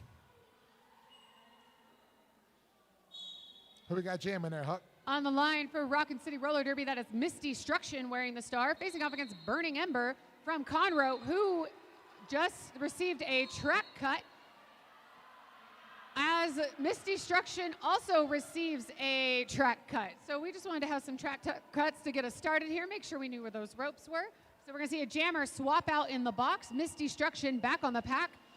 And also, we're going to go full 2-minute jam, our first jam here, Huck. 2-minute jam. I feel like that's a bingo. This has been a theme because our last game had a similar, well, our first game today had a similar situation on track 1 where both jammers were ineligible to become lead, and we had a full 2-minute jam. Miss Destruction out through the pack with 4 points on the board as Burning Ember completes her initial. Looks like we do have a couple blockers heading to the box. Tripods for each pack here. As Miss Destruction gets through, picking up another 4 points. Burning Ember not far behind. Getting driven out there by number 323 on Rockin City. That's Superova, the captain. Ember tried to keep it in bounds there on one skate. Couldn't quite keep it in, though. Had to reset. Now back at the jam line, trying to break there on the outside, inside. Now the outside, going to clear one blocker to beat, and does get around 4 points. Big hit out there by Charlie Tango on Miss Destruction, right at the line, recycling her all the way back. However, it is determined to be a low block, so we will see Charlie Tango report to the box. And now we got a position penalty also on one of the blockers for They must Rockin have City. Cookies over there, because we have seen, I think, 5 penalties in this first jam so far. It's been a kind of a rotation there in that penalty box. Now heading out of turn number 1. Miss D through, picking up another 4 points, I believe. I think that's going to make this a 20-point jam so far for Rockin City. Miss Destruction working her way now. Turn number 1, but the whistle's going to blow to end that jam. We'll end it right there. Looks like another 4 points picked up by Conroe. So it's going to be 20-8 in favor of Rockin City, which is also our current score. Want to give a big thank you to Savage Tiki Lounge for being our Governor's Cup 2025 Jammer Line sponsor for both tracks, as well as our official after-party host. Located in Lubbock, Texas, Savage Tiki Lounge offers what we like to call Texas Tiki style. And you better believe the drinks and the food are amazing. Rolling out new takes on everyday classics. Come check them out at the after party on Saturday, August 16th. That's today. On the line, we have Rugrat wearing the star for Rockin City, who is your lead jammer. Who's wearing the star for Conroe? That is C3KO with one of my favorite numbers, 504. That's my zip code. That's my area code back home in New Orleans. Pack moving fast through turn number 1, turn number 2 now. Rugrat knocked to the inside, going to go ahead and call it off before C3KO could get to the pack. Looks 2 points like picked up by Rockin City. So now 22-8, the lead there for the Rockin City Hidden Tracks. On the line for Conroe, that is Pop-Tart facing off against Dimples Destroya for Rockin City. Looks like we're going to start with all 88 wheels on the track here. Will we finish that way? Nobody knows. Hopefully. Off we go. Pop-Tart to the outside. Quick footwork out there, able to pick up a lead jammer for Conroe. Dimples still caught up in the Conroe defense, looking for some space here at the top of the apex. 1 to beat, being driven out by that blocker. Dimple's going to go reset back in turn number 1. Meanwhile, Pop-Tart going through now turn 2, looking for a scoring pass on the outside. Does clear for 4 points. Pack sitting there at the turn 2 exit. Now as Dimples goes around the outside as well. Pop-Tart back in the pack here, looking for some space, taking a whip off of one of her own blockers there to get the momentum to go through before calling off that jam, putting 4 more points on the board for Conroe and holding Rockin City scoreless for the first time this game. I know it's only jam 3, but that's still an achievement. And down to a 6-point differential now, 22-16, Rockin City with the lead, heading into jam number 4. This jam can be brought to you by our friend at Wild Bill's Craft Beverage Company. With over 20 years on the road, Wild Bill's has been serving up authentic, old-school sodas and craft beverages featuring the best root beer in town at events nationwide. They're here at Governor's Cup this weekend, proudly veteran-owned and operated.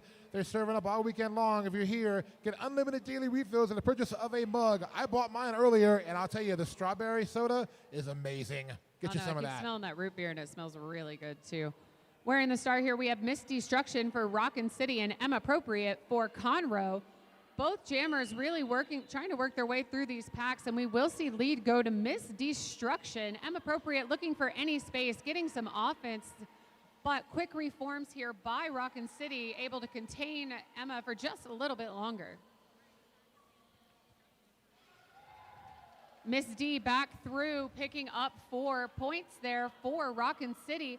However, M Appropriate is also out and able to score. Miss D decides to call that off and make sure that doesn't happen. 4 points on the board for Rockin City. Back now to a 10-point differential, 26-16 in favor of the Hidden Tracks. Heading into Jam 5, 24.5 on the game clock. Quickly lining up here. Looks like we're going to have a C3KO again, jamming for Conroe. And Rugrat for Rockin City. Penalty box looks to be vacant at this time. I make no promises about the future. And to the inside, C3KO through in the inside lane. Lead jammer going to go to the cutthroats. Rugrat looking for some space here from their blockers, getting caught up a bit there in that Conroe tripod, pushing into the first turn just as C3KO comes back in, but is being drawn back by number 1-3 Biopsy Girl.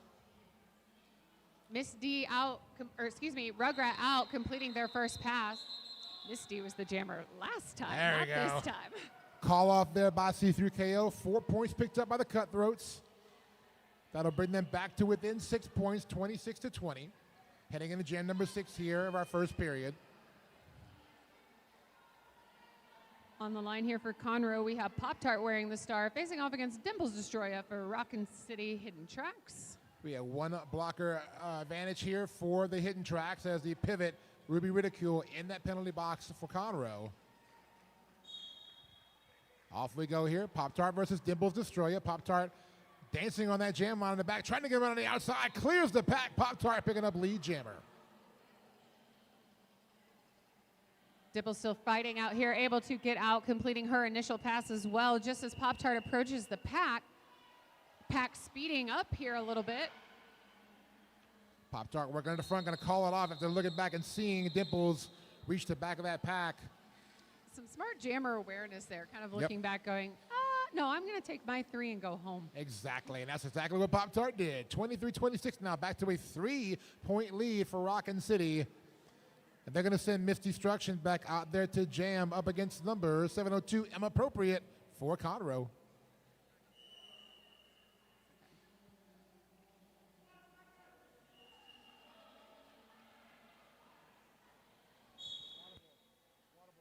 And we're off here as both jammers pick up into the pack. Both caught up in tripods. We will lose a Rockin City blocker to the box here.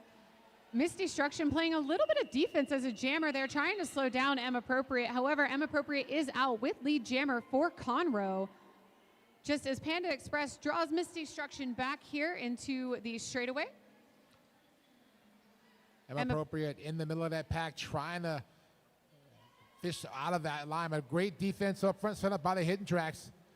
Getting a little bit of help now, trying to break that wall up for Conroe. That's going to be Ruby Ridicule. We are going to see a track cut call here go to Miss Destruction. It looks like that foot just kind of drug over a little bit on that outside line in that apex as she was hopping. M Appropriate putting 4 on the board for Conroe. And that will be a power jam right here for the Cutthroats. That's also a lead change. It is a lead change. Sip it if you got it. Let's see what Emma's going to do here as the only jammer on track, taking a spill to the inside. Whistles blowing in the area, but Emma able to skate through, picks up the 4-point clearance. Penalty assessed to the hidden tracks.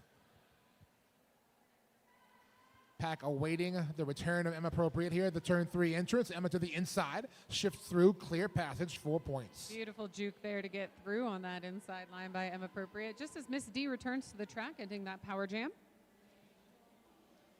Pack awaiting out. Both jammers looking to the inside. Emma to the inside, going to get bumped out by the braced wall in the back of the pack, set up by the hidden tracks. M Appropriate up at the top of the one to beat and hear that no pack call, meaning she is free to go. And Miss Destruction going to get through. Oh, but going to get tagged for a forearm penalty. So right back to the penalty box. And right now another power jam in place for the Cutthroats. Hearing some more whistles blow as we lose blocker. I believe that's Panda Express to the box from Conroe. I believe that was a pack destruction penalty there on Panda Express. Whistle blows. Jam is going to be over right now. We're going to have a power start, I believe, set up here for the Cutthroats. Great 16-point jam there by Conroe to pull themselves from not being in the lead to being in the lead and pulling some distance away from Rockin City here, trying to secure that space, knowing that 16 points isn't a lot. Oh, no, not at all. And C3KO going to be jammer towing the line here for Conroe on the power start. Off we go here, jam number 8. C3KO going to get bumped and reset back in turn number 4. Courtesy of Killdozer. Oh, nice slide on the knee pad there by C3KO, but still going to get bumped to the outside. Now going inside, but once again, hidden tracks there to shut it down. Some big recycling here from the hidden tracks, able to control those lines. Killdozer doing a great job there, stealing that outside lane against C3KO. Miss Destruction being bridged back here by CT Scan, deciding to play it safe a little bit. You could see the hesitation in her eyes of like, maybe I could just go. I better not. C3KO did skate out to get lead, hops over. Huge jump. Wow. Does clear it, sticks the landing, 4 points. That's a great way to, dodge a down skater. Just leap over them. I'll just jump over you. It's okay. It's fine. C3KO now back to the pack, bumps through on the outside. Going to have to quickly get back in and reset. Take it out a little bit there by their own blocker, unfortunately. Try to use them as offense, but take everybody out. Everybody kind of slows down a little bit now as C3KO back into the fray, working toward the outside lane. Now goes to the inside, dips through, and makes the pass for 4 points. And Misty- Misty Struction there trying to bump at the front of that pack. Whoa, this gets clipped right there at the very end of that by mandatory ass kicking, but able to keep going. Does clear for 4 points. We're going to see a timeout here called by Rockin City, and this timeout is brought to you by our vendor village here on site. Don't forget to check it out. It's open all weekend long, featuring derby gear, custom sodas, relaxing wellness treatments, and a variety of awesome merch and local vendors. Checking out our YouTube chat here. Of course, if you're watching on the West Texas Roller Derby YouTube, welcome. Talking about some of our friends out there cheering for their favorite team. Let's see Rebel Land 1X saying, let's go Conroe. And then Kenshi on the opposite side, let's go Rockin'. We got somebody cheering for Yoko Ono. Go, go, go. That's awesome. I like that. If you want to cheer for your favorite skaters, officials, announcers, whoever in this game, join us on the YouTube chat here. Again, track 1 is going to be on the West Texas Roller Derby YouTube page all weekend long. Track 2 action will be on the Dallas Derby Devils YouTube page all weekend long. So either way, you got action all weekend from Governor's Cup. Track 1 or track 2, your choice. Speaking of the vendors that we have in Vendor Village, want to give a big thank you to Goodfoot Skates and the DFW area's go-to spot for all things roller skating, wheels, bearing, toe stops, and more. Need a quick fix? They're here on site to help out with repairs. They've helped many of us so far. Also, in support of Clover Cup, Goodfoot generously donated the purchased Fox 40 whistles that you hear on track 2 to keep the games running smoothly. Thank you, Goodfoot Skates, for your continued support of our skating community. Thank you, Quazella. Off we roll here with jam number 9. Pop-Tart with the star for Conroe is out front and lead. That is Dibbles Destroyer wearing the star for Rockin City. Does look like we'll lose a Rockin City blocker to the box here. Offensing a little too hard, I guess. That makes 2 going to the box as Pop-Tart comes in for a scoring pass. Pop-Tart going to clear, pick up the 4, and call it. So a quick 4-0 jam for the Cutthroats. Gives them a lead of 55-30. Just over 17 minutes to go in our first period. Jam number 10 forming up on the track as I speak to you now. It looks like it will be number 702 for Conroe. That is jamming inappropriate up against number 1990 for the Rockin City Rugrats. Rugrats.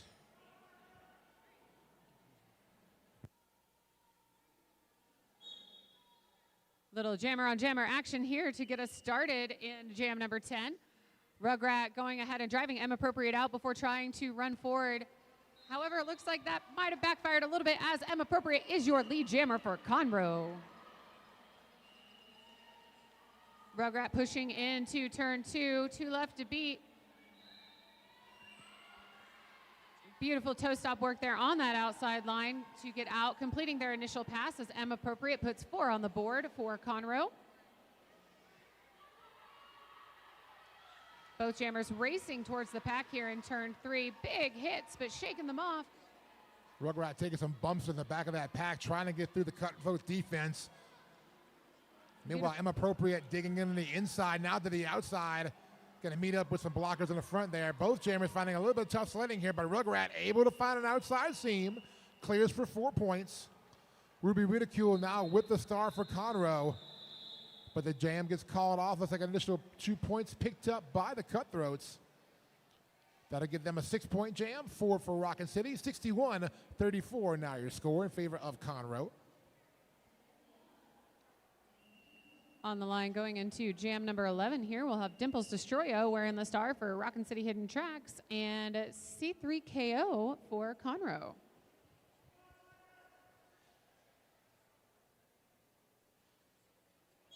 And away we go to the inside. C3KO ducks through the middle, pick up the pass and his lead jammer. But here comes Dimples Destroyer. Both jammers free and clear. Pack picking up a little bit of speed here, trying to keep those jammers away. Rockin City trying to lead that pack around at high speed.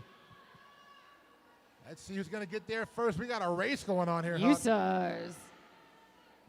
Here comes C3KO to the front of the pack. One block of the beat, scoots around, clears for 4 points. Whistle in the pack, direction of gameplay penalty assessed. Dimple shaking off a huge hit there. Coming through, able to pick up 4 points of her own. That'll end our jam there. 4-4 jam it looks like. So same differential. Everybody's got 4 more points. 65-38. Looks like an official timeout going to be called here, freezing our game clock at 14:38. Who is this timeout sponsored by here, Huck? This timeout is brought to us by all of our skaters, officials, announcers, fans, and volunteers who traveled to be here this weekend. And of course, those of you watching at home. Governor's Cup wouldn't be happening without you. So thank you all for being here and watching and tuning in. Yes, indeed. We're glad to be bringing you Governor's Cup back. It's been a little minute. Took a little break from having this, but a little, multi-year break. Our last one was in 2012. Well, we're back, and we're happy to be back here and happy to be having it right here in Lubbock at the Civic Center. All right, on the line here for Conroe. Just kidding. Not That is going to be an officials timeout. Making sure everybody was in place here, so. Looks like it's going to be pretty quick. There we go. All right, let's start this over. But wearing the star for Conroe is Pop-Tart facing off against Biopsy Girl. They are wearing the star for the first time this game. Looks like Rockin City's trying to shake it up a little bit. But it'll be Pop-Tart out with lead. However, Biopsy Girl is right behind her. And a quick call off by Pop-Tart after Biopsy Girl was right there, hot on her 6. So looks like nothing there. Double donut jam remaining 65-38 in favor of the Cutthroats. This jam brought to you by WSL Leadership. Unlock clarity and confidence with WSL Leadership. They help you deal with complicated power dynamics because whether it's policies, structures, or relationships, the same foundational forces are at play. Let them help you build the dynamics you want and navigate the ones you've got. On the line, we have Pop-Tart wearing the star again, designed to recycle from that last jam, facing off against Miss Destruction for Rockin City. Both jammers caught up on some blockers here after going over the Tiki Torch jam line. Tiki Lounge jam line. And Pop-Tart is able to jump through Tiki first Lounge. there. Lead jammer going to go to Conroe. That is a savage Tiki Lounge jam line. There it is. Thank you. Miss Destruction here pushing into turn 2, looking for some space, but it looks like being bridged back there by the captain for Conroe. That is Charlie Tango. As Pop-Tart comes in on a scoring pass, also being bridged back by the Rockin City blockers.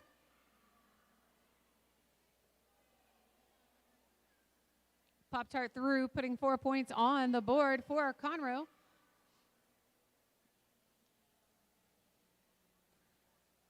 Miss Destruction looking to get through this tripod here.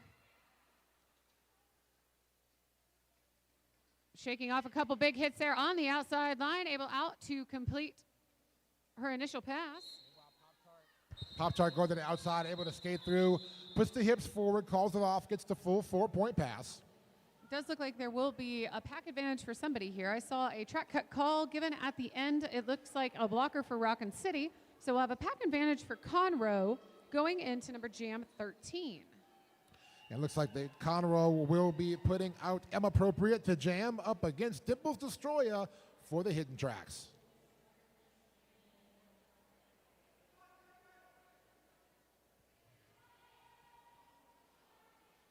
Here we go, jam number 14. Both jammers trying to occupy the same space. That is physically impossible. So only one can be there. But a tight defense trying to squeeze through. Both you can. There we go. The packs start moving a little bit, getting some momentum here, and it's going to be M Appropriate out first. However, Dimples hot on her heel. Hot on her heel. That turn 1 occupying the pack right there now as both jammers racing back toward the pack. And M Appropriate up front first, going to call it off quickly in turn 2. Let's see about points. Looks like a few points there for the hidden tracks. Nothing for Conroe. 3 points awarded to Rockin City. That'll give them 41 now. Conroe still at 73. 11 minutes and 28 seconds showing on the period clock.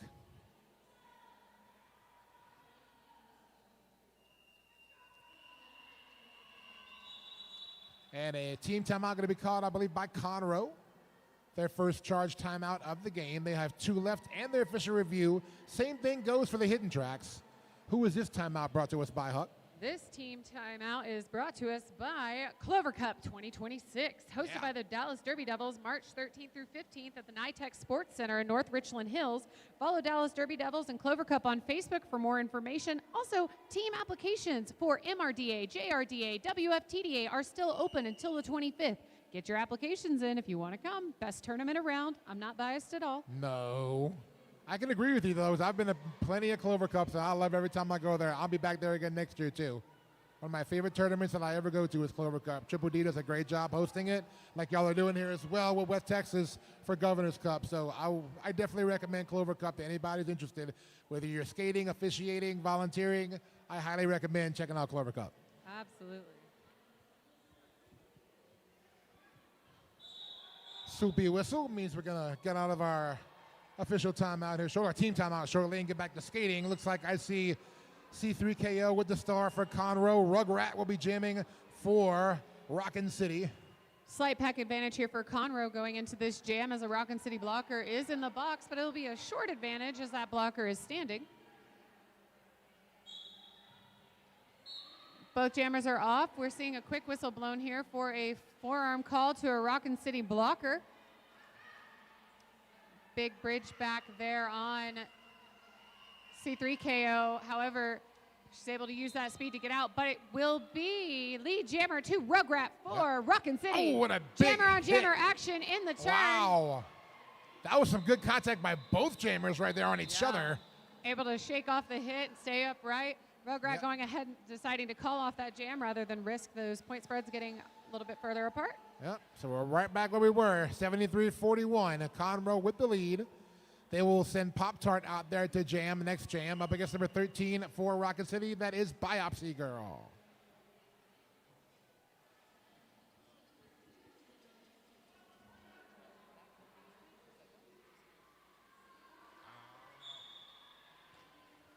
And we're Off off we here. go, Huge hit at the start of the jam, but lead jammer will go to Pop-Tart.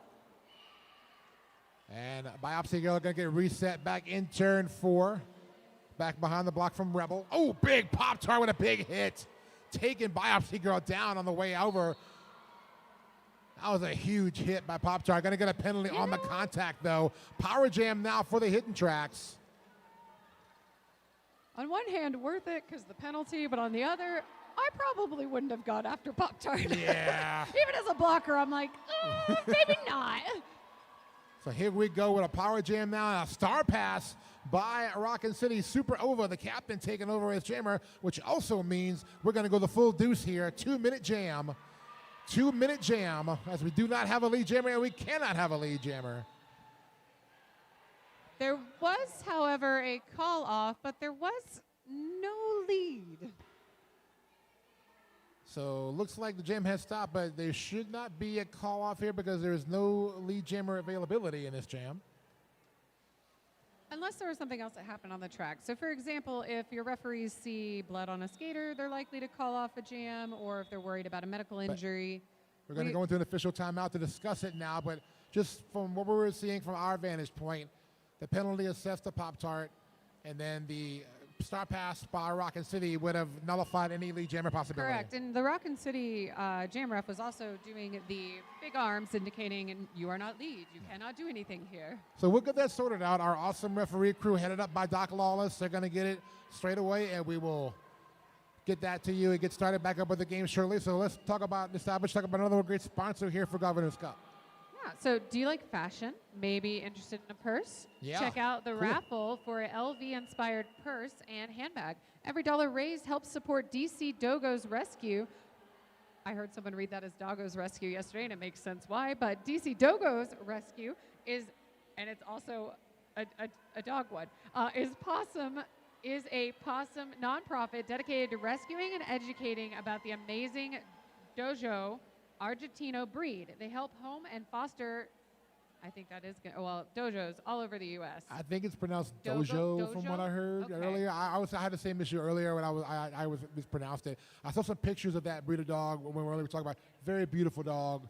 I'm a dog lover myself, so any charity or anything that helps dogs find homes and have a good life, I am in full support of.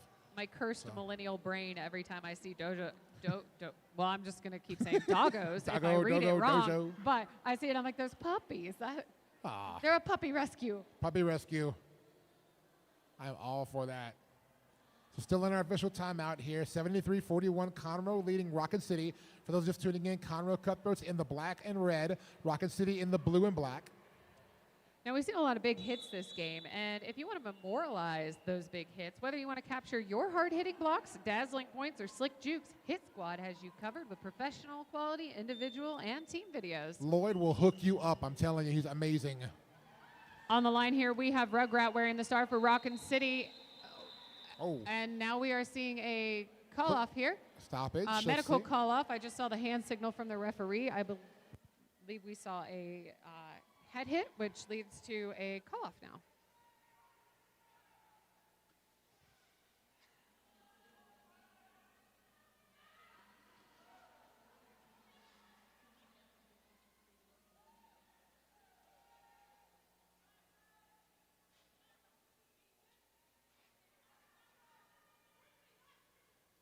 So while we're sitting here, let's see who else we need to give a huge shout out to here this weekend. Do you have a question about roller derby or the venue? Do you need assistance of any kind? Look for a tournament manager and they'll be able to help. You'll see them running around. I believe half of them are in bright red shirts that say DDD's okayest tournament manager, but they will get you where you need to go. If you have any questions about what's going on, if you're a new person in the roller derby and like, hey, what's going on? What are the rules of this game? What am I seeing out here? Can somebody explain that to me? We got people that can help you with that. That skater is up under their own power, returning to their bench as we move into this next jam. We will see M Appropriate on the line for Conroe and Miss Destruction, I believe. Nope, that's Rugrat. That is Apologies. Rugrat wearing the star for Rockin City.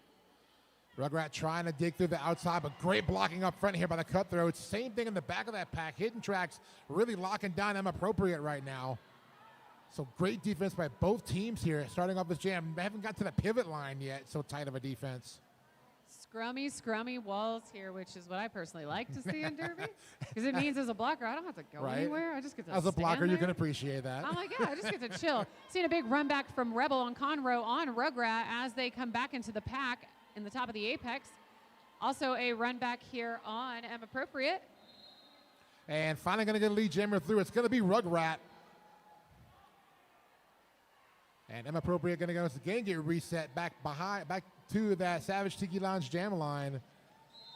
Big hit into that turn. We will see a penalty being called on the That's on the pivot for Rockin City. I was like, wait a minute, they don't have a star on. So meanwhile, Rugrat to the inside, going to pass through this time for points, picking up 4. Trying to close that gap up a little bit now for the Hidden Tracks. M Appropriate still trapped in this wall at the top of turn 1. Rugrat coming in, looking to pick up some more points. The pack finally getting close to turn number 2 here. Only one that's really gotten past turn 2 at this point was Rugrat. Next through again, and a star pass completed by the Cutthroats to Ruby Ridicule. And jam is going to get called right here. And it's like an 8-point jam for the Hidden Tracks. So that'll close the gap up a little bit more now for them. 49 is their score. Conroe at 73 still, just under 7 minutes left in the period.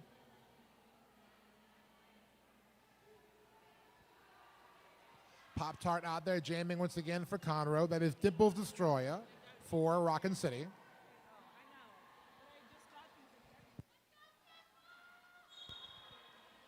And with that whistle, we are off. Both jammers looking for some space. Dimples trying to play a little bit of defense here before setting off on her own. Pop-Tart finding space on the inside line, picking up a lead. Jammer for Conroe. Pop-Tart took that classic line of skate where they ain't. There was nobody there, and Pop-Tart said, okay, I'm going to go that way. Dimples out, completing her initial pass as Pop-Tart re-engages the wall. And, big body sitting the ground in turn number 3. Hopefully everybody's, maybe not okay. And everybody going to skate off here. We're going to have a stoppage real quickly for a medical issue. Hopefully everything's going to be okay.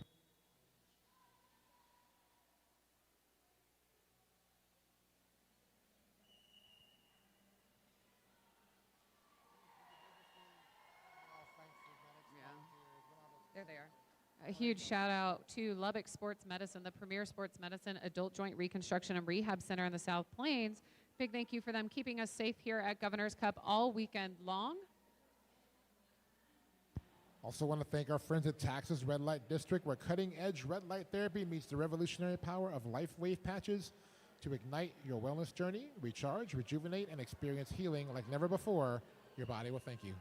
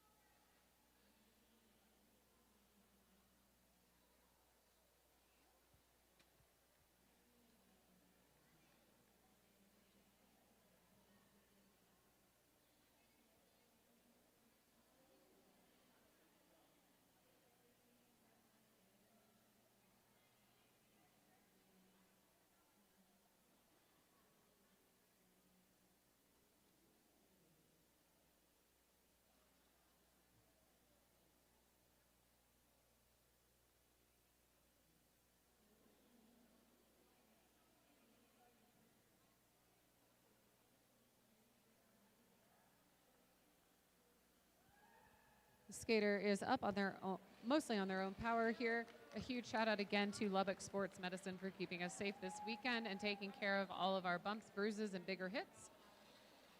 Hopefully everything's going to be okay. We have our awesome medics here, making sure that everybody's taken care of if the need arises. We appreciate them as always. Going to get back to skating here momentarily, lining up here for jam number 20 of our second half, or first half, sorry. I feel like this has been a kind of a longer first half, but It feels a little bit that way. all right. Oh, now back into an official timeout. Game clock just under 6 minutes at 5:59. 73-49 Conroe over Rockin City. And this timeout is brought to us by our vendors village and our merch tables, specifically our merch tables and vendor village. Pre-ordered Government Cup swag can be picked up anytime throughout the tournament, and there is a limited supply of Governor Cup items still for sale. We have t-shirts, tank tops, patches, stickers, and more. Get your merch to support all of the amazing teams competing this weekend. Also want to remind everybody we are holding a raffle here on site, sponsored by Unforgiven Resurrected Roller Derby. You can win a awesome Louis Vuitton inspired purse and handbag. Every dollar raised helps support DC Dojo's rescue. Remember, get in on that action. You can win a awesome, cool purse and handbag from our friends at Unforgiven Resurrected Roller Derby. C3KO wearing the star and lead jammer for Conroe Roller Derby as Rugrat is fighting through the pack for Rockin City Hidden Tracks.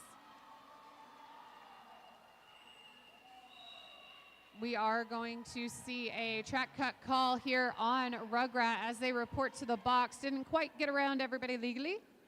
C3KO already having lead jammer designation now on a power jam. Oh, takes a spill quickly to the inside, but right back up and skating and completes the scoring pass for 4 points.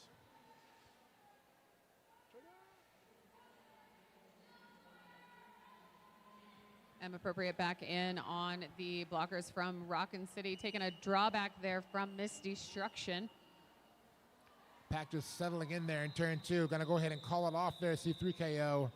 So we'll have a power start heading into jam number 21. Does look like Conroe is able to pick up 7 points in that jam. They have an even 80 now. Rockin City at 49. Just over 4.5 minutes left on the first period clock. Appropriate will be at that Savage Tiki Lounge jam line on the power start for Conroe.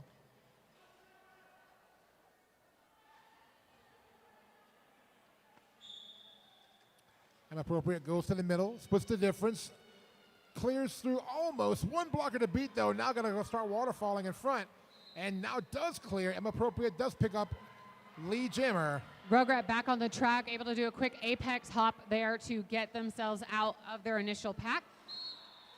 And we got to have a hit there, a 4-on penalty assessed in the pack against Rockin City. Meanwhile, Jam's going to get called off in that process. Looks like 2 more rung up for, 1 more for Rockin City, 2 for Conroe. 82-50, your updated score. Now under 4 minutes showing on the period clock. And we're going to have an official timeout here. That'll freeze our clock at 3 minutes and 47 seconds.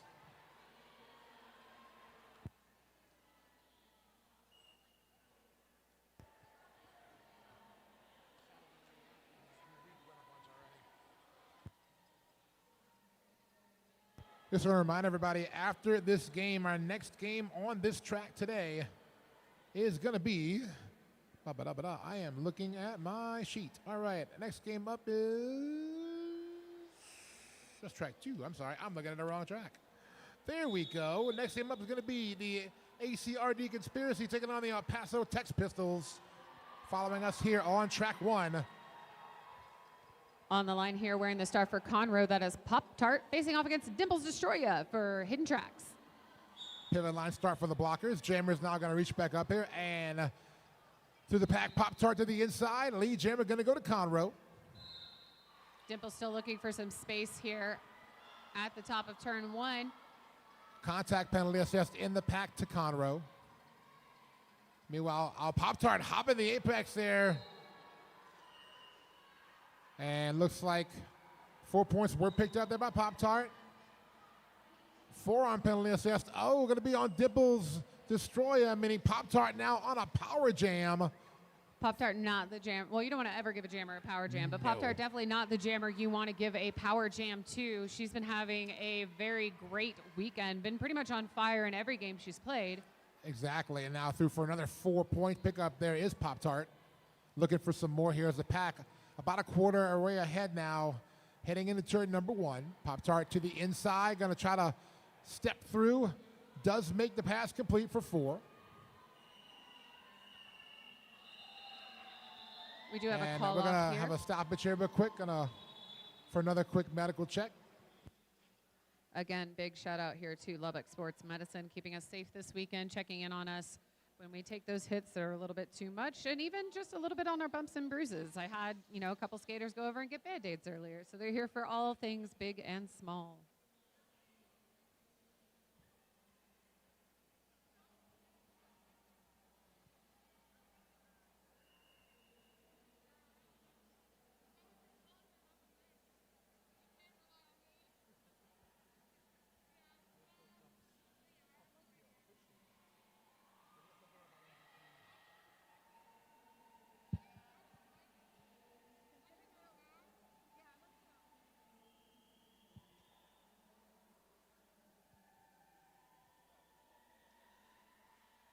Don't forget to check out Vendor Village all weekend long, featuring derby gear, custom sodas, relaxing wellness treatments, and a variety of awesome merch and local vendors. I know we have a red light therapy table over there. Of course, there's Wild Bill's root beer, which I've been staring at all weekend and still have yet to get some. They have those cool mugs that are like, oh, yeah, that really cool mug right there, that if you buy one while you're here in-house, they refill it for you for free all weekend. I think you were saying you like their strawberry The strawberry soda? is delicious. Okay. Also, the root beer is amazing, too. I'm sure they all are, but that's the only 2 I've experienced so far. But I'm going to try the watermelon one next. I hear that's really good, too. As that skater is up on their own power, we will see an official review here called by, I believe, Rockin City. We'll get that information for you here shortly. We have PR heading out to the track.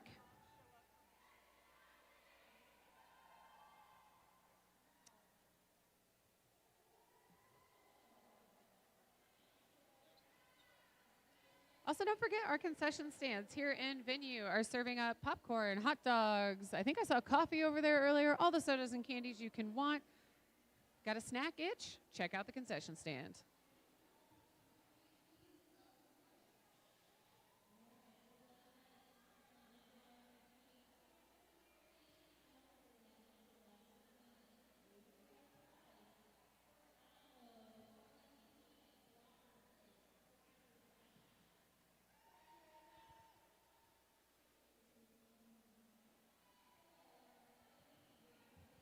Just want to give another shout out and big thank you here to Hit Squad, helping us with our stream this weekend, capturing all those hard-hitting blocks, dazzling points, and slick jukes. Hit Squad has you covered with professional quality individual and team videos, so make sure you check them out online, fill out their forms, and get your spot reserved for the next tournament Hit Squad is at. All right, PR's here with some information about that OR. Rockin City is looking to get a track cut call assessed to the jammer for Conroe. That actually their stance is that the track cut call occurred before a forearm penalty had been assessed to the Rockin City jammer. So they're trying to get a track cut call on the Conroe jammer that would have occurred first before their jammer got penalized. That's a lot, and good eyes of true. All right, our refs are coming back in to talk to our captains, and we'll see the results of this official review here momentarily.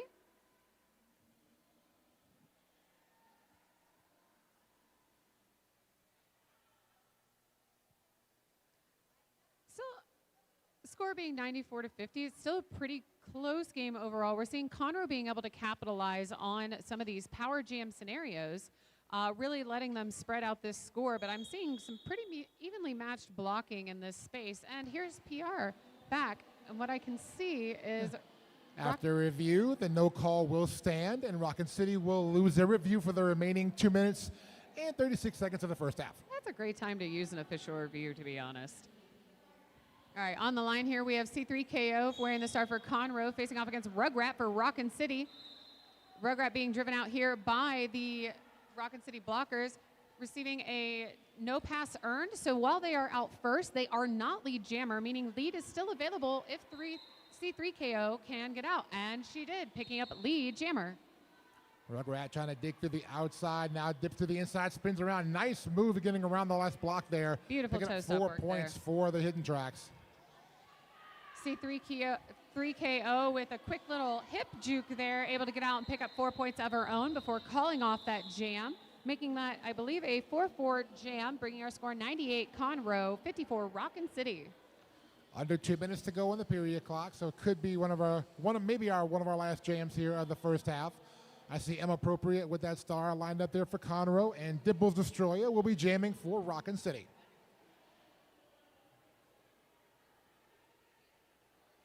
Looking at our chat, a lot of people have been saying Rockin City with some hearts there, with some red and with the blue and black hearts, and then of course we have Go Conroe, Go Taz. Whistle does mean jam is on, but we see a little bit of hesitation and positioning There. by these jammers and blockers here. The jam's coming back toward us. The pack's coming back toward us now. They Yeah, should be that's going fine. Bring it forward. back here. We can see it better. I like it this way. See Dimples with some toe stop on the outside line. And But- through the pack, it's going to be M Appropriate picking up lead jammer. Forearm penalty assist in the pack to the pivot for Rockin City. Meanwhile, Dimples Destroyer trying to bust through that wall set up in front by the Cutthroats. Appropriate out sliding, sneaking by really on the outside line in turn one, putting 4 points on the board for Conroe here. Dimples with one to beat at the top, able to do it. Now completing her initial pass as well. M Appropriate to the inside. Gets through, immediately calls it off after picking up 4 points. It's going to be an 8-0 jam in favor of Conroe here with 35 seconds left on the clock for this first period. Gets them their first bucket. Hey, Johnny Pepper, I'm giving you a reference right there. 106 for the Cutthroats, 54 for Rockin City. And ticking down away on the game clock. We should have one more jam maybe lined up here. I see Rugrat jamming for the hidden tracks. I see Pop-Tart with the star for Conroe. Going to get one more jam at least in here right now as we line up here for jam 25, and we are off. Pop-Tart to the inside. Lead jammer going to go to Conroe. Rugrat being run back behind the Savage Tiki Lounge jam line here, all the way into turn 4. This is That's a not the way Derby goes. It was a contest between CT Scan and Rugrat to see who was going to jump in first. There we go. So Rugrat able to scoot through and get down low to get to the front of that pack. Now up there with Pop-Tart. Pop-Tart playing a little defense now. A little bit of jammer on jammer action here as we move into turn 3. Now both jammers going forward. Pop-Tart instead decides to call it off. That'll end the jam there. 4 points picked up by Conroe, and that will bring us to our halftime. Halftime score, Conroe Cutthroats 110. Rockin City Roller Derby Hidden Tracks 54. Huge thank you to the Brass Tap for being our Governor's Cup welcome reception host on Thursday evening. The Brass Tap in Lubbock brings the flavor of a global brew bar right to your neighborhood. With 45 plus selections, this upscale yet welcoming beer bar also serves premium wine, specialty cocktails, and upscale shareables designed to pair with your favorite drink. Whether you visit to watch sports on the TV or just for good conversation with friends, their menu is packed with craveable bites, and it pairs perfectly with any pour. All right, there we go. That'll bring us to halftime. We're going to come back in a few minutes for a second half between Conroe and Rockin City Roller Derby right here at Governor's Cup 2025.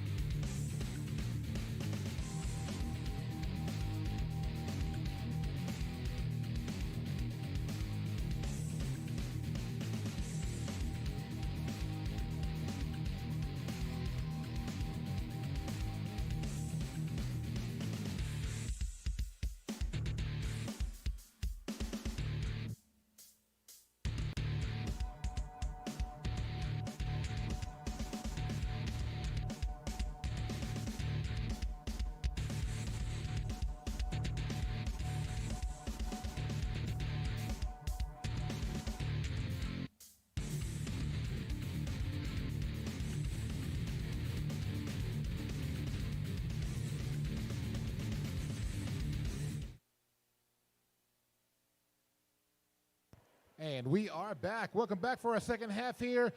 Our current game on track number 1 here, Governor's Cup 2025, Day 2. Halftime score, Conroe Roller Derby Cutthroats 110, Rockin City Roller Derby Hidden Tracks 54. It's been a very fun, physical, and exciting first half here. Second half should be just as awesome. Looking quickly at our penalty tracker, just seeing how we're looking here. Looks like we have a pretty clean game for the most part. Conroe's side, nobody with more than 2 penalties. Meanwhile, for the hidden tracks, you got quite a few with 3. 1, 2, 3, 4, like 5 skaters sitting on 3 penalties, but nobody else in really any major penalty trouble coming out of that first half. So, also want to talk about our friends here at Taxis Red Light District. Step into Taxis Red Light District, where cutting-edge red light therapy meets the revolutionary power of Life Wave patches to ignite your wellness journey. Recharge, rejuvenate, and experience healing like never before. Your body will thank you.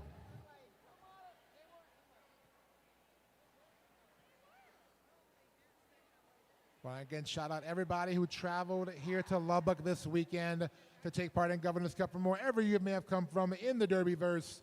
Thank you. Also want to thank everybody tuning in to our YouTube streams here, both Track 1 and Track 2. Track 1 available on the West Texas Roller Derby YouTube. Meanwhile, Track 2 action can be seen on the Dallas Derby Devils YouTube page. So thank you for tuning in all weekend long here at Governor's Cup. And then, of course, after the weekend, games will be archived for future viewing later on. So go back and watch all the fun action. We had an excellent day 1. Some really, really good back-and-forth games on both tracks. And same thing happening really here today. So don't sleep on this score right now. This may look like a bigger score, but if you know roller derby, momentum can swing in either direction, and this score can be closer really quickly. Off we go with jam number 1 of the second half. Emma Appropriate jamming for Conroe. That is Rugrat with the star for Rockin City. Rockin City, of course, in the blue and black. Conroe, red, black, and white. Penalty assessed in the pack head block. Called on somebody, not sure, on one of the blockers for the hidden tracks. Bump out on Rugrat. Lead jammer has been awarded. Meanwhile, Emma Appropriate has been awarded lead jammer. And another penalty picked up by the hidden tracks, losing the pivot to the penalty box. Rugrat going to get recycled back behind that Savage Tiki Lounge jam line. And Emma Appropriate makes her way around through the pack, completes the pass for 4 points. Pack spread through turns 1 and 2. Rugrat able to find some egress in the front of that pack. Meanwhile, Emma Appropriate clears, 4 more points picked up, and a call off. So an 8-point jam for the Cutthroats. They now have 118, Rockin City at 54. Heading into jam number 2.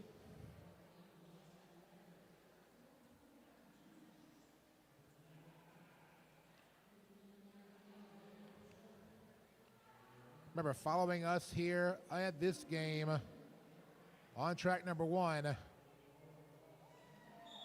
is going to be the ACRD Conspiracy versus the El Paso Tex Pistols. Meanwhile, in this game, C3KO with the star for Conroe.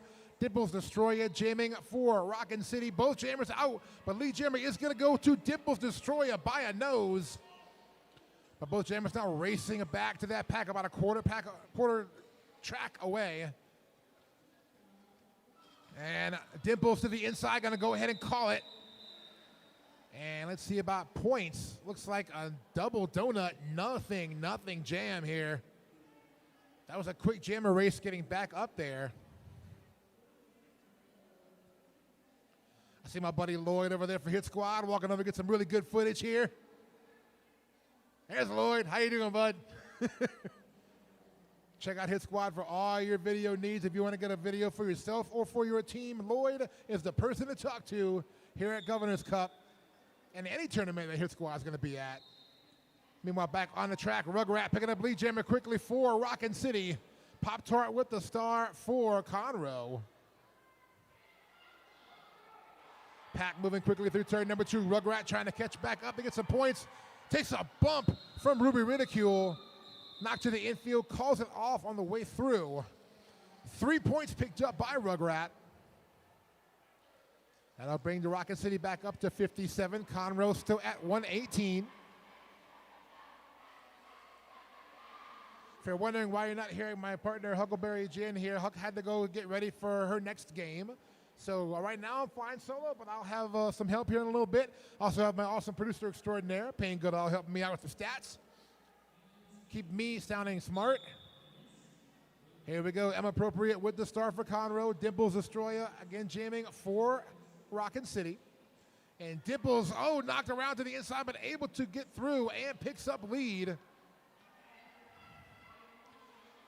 M appropriate, able to find some daylight at the front of the pack. Pack moving through turn number 2. Dimples Destroyer tries to go through the middle, now to the outside. Gonna call it off from the outfield in turn 3. And I see 1 point picked up there for Rockin City. So quickly now, 118.58. Conroe in the lead. This jam brought to you by LMNT. Sweat, sip, skate, and repeat. LMNT helps you to stay strong from the first whistle to the last jam. Big thanks for their generous donation to our welcome gifts. Thank you, LMNT. Official timeout being called here. Freezing our game clock at 25 minutes and 50 seconds. Heading into jam number 5. Been a very fun game between both of these teams, very physical. Both teams showing some really strong defense and some great offensive jammer work as well, and offensive help from the blockers. One thing I love about roller derby is it's the only sport I know of where you're literally playing offense and defense simultaneously. No other sport I know of could say that. So, I mean, derby's got that uniqueness about it. One thing I love about it. Everybody getting into their official position to get us rolling and started here for our next jam, Jam 5.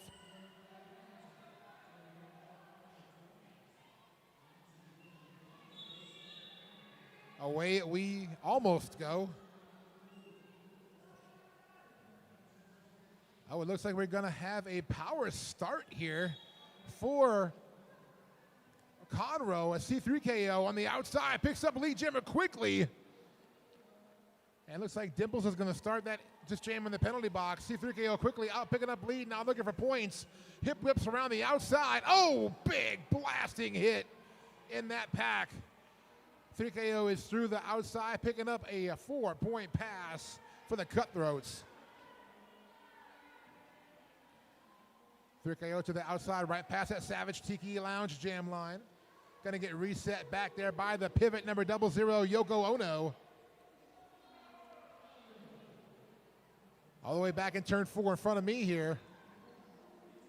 And it's a great blocking right here by Yoko Ono, just really working 3KO. Meanwhile, Dimples Destroyer back into the fray, gonna get escorted all the way back to the inside, courtesy of Charlie Tango. And Charlie trying to dig in there on Dimples. As both jammers now trying to progress forward. Dimples to the outside. Oh, it looks like, I believe there was a penalty, maybe assessed a head block. I saw a signal for a head block there on the end of that jam. And now we have an official review being called by Conroe. And it looks like there was a penalty assessed to Dimples on a head block.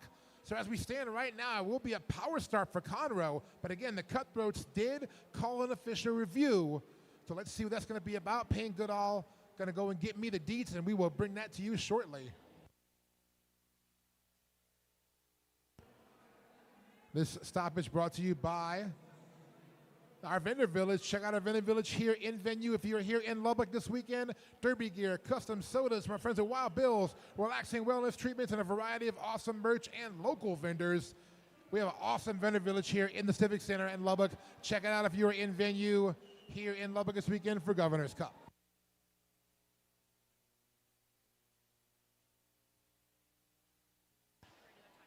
Okay, so the official review is going to get changed to an official timeout now because the issue that was going to be requested had been addressed already by the officials. So, but looking at the scoreboard, apparently it will be still assessed as an official review for Conroe, and it will be denied. So Conroe will lose a review. for the remainder of the half. Here we go, Pop-Tart with the star for Conroe, hitting into jam number 6. Dimples Destroyer starting in the box here. Power start for the Cutthroats. Jam comes to a screeching halt in turn number 1. Pop-Tart now going to go forward, breaks through the pack. Lead jammer going to be assessed to the Cutthroats.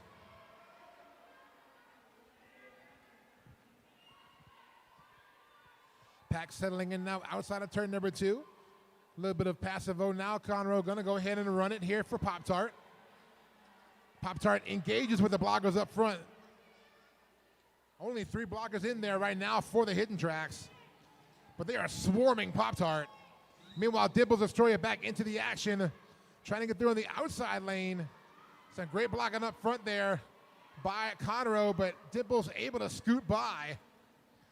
As Pop-Tart tangled up right here by that Savage Tiki Lounge jam line.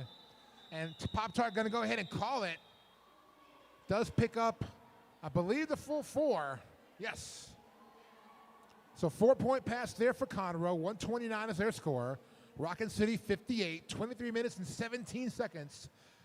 Here in the period clock, heading into jam number 7.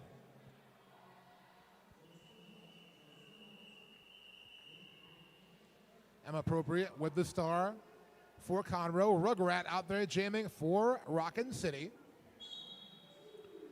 Conroe, of course, coming from here from Conroe, Texas. Rockin City from Round Rock, Texas.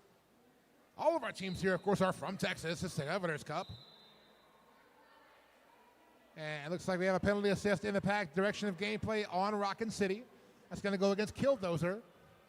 Meanwhile, both jammers still working here. That's going to be appropriate through and lead jammer picked up by Conroe. Rugrat mired back there in the Conroe Cutthroat defense. Going to try to break through the inside. Does. Meanwhile, Appropriate does complete a scoring pass. That's the pack about a half track away now as Emma go ahead and call it off. And a 4-0 jam there in favor of the Cutthroats. Heading into jam number 8. That jam be brought to you by our friends at Lubbock Sports Medicine, the premier sports medicine, adult joint reconstruction, and rehab center in the South Plains. Big thanks to them for keeping us safe at Governor's Cup all weekend long.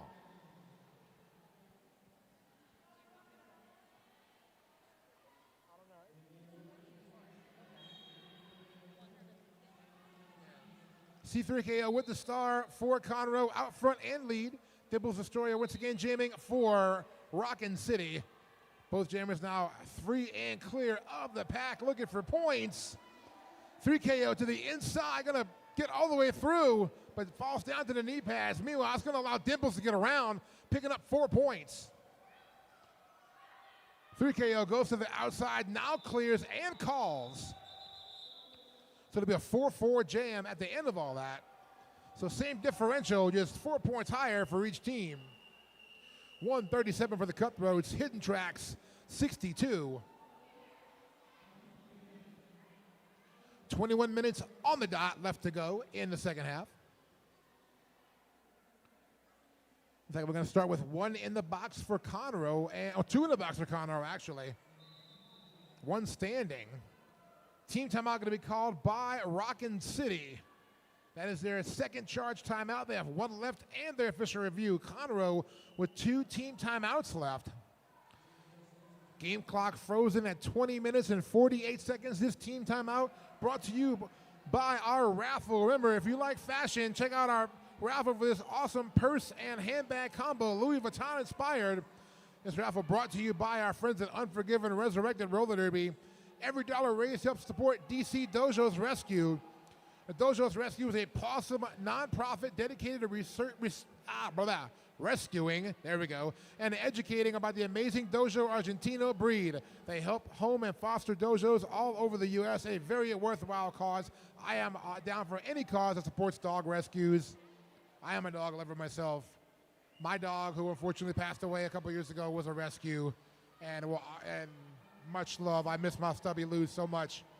But I always support rescues, and I hope you do too. And you can do that in venue this weekend by buying raffle tickets for this awesome purse and handbag setup, courtesy of our friends at Unforgiven Resurrected Roller Derby.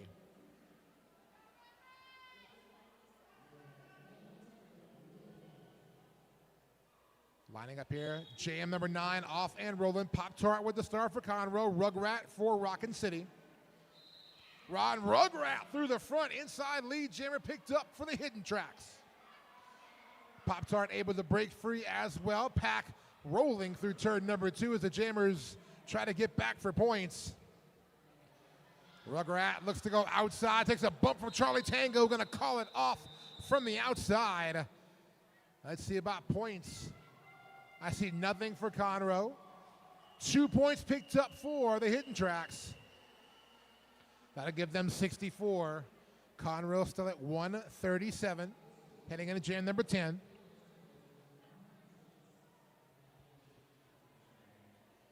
"20 minutes on the dot left to go. Once again, thank everybody who's tuning in on our YouTube here, West Texas Roller Derby YouTube page, your exclusive home for streaming on track 1 here at Governor's Cup. Dallas Derby Devils YouTube page, your exclusive home for track 2, streaming at Governor's Cup. Dibbles Destroyer with the star for Rockin City. Conroe has Emma Appropriate out there. And a penalty picked up by Dimples. Power jam for Conroe. Lead jammer gonna go to Emma Appropriate. On the power jam, now lead jammer as well.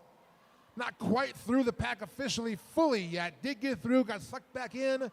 Now working through and does now officially clear for the initial pass. And is through now looking for points. Pack awaiting in the turn 1 exit. A little passive O there for the most part for the Cutthroats. Appropriate working the pack now. Great blocking up front now by the hidden tracks. Dibble Destroyer back into the action. Both jammers resetting in the turn 1-2 apex.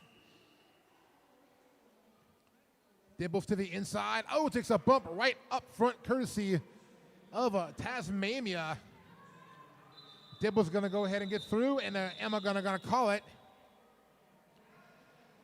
That'll stop our jam there. Looks like a 4-0 jam in favor of the Cutthroats, 141-64. 18 minutes, 20 seconds. Look at our chat real quick. Sees a lot of love for both teams here. Clint Flowers cheering for Bananarama, saying, let's go Conroe. Kenshi cheering for Killdozer. Remember, if you like what you're seeing out there, or if you have any issue with what you're seeing out there as far as the stream goes, let us know in the chat. Also, if you want to cheer for your favorite skaters, officials, announcers, volunteers, teams, whatever, go ahead and let us know in the chat. Let us know that you're having a good time watching Governor's Cup. Thank you to our awesome stream team for bringing us to production here. I know my friend Hattrick Harry is working hard to do this, as well as my friend Waterboy. I've done a little bit of helping out with that too, trying to get everything going, but we're glad to bring y'all this stream for Governor's Cup. 2 tracks, 2 different YouTube pages. Double your pleasure, double your fun. I'm not chewing double mint gum. If you remember that tagline, you were old like me and your back hurts. Oh, looks like an official review going to be called here by Rockin City. I'm going to have Payne Goodall check on that for me and let me know what the information will be. Doc Lawless going to talk about it now with the teams.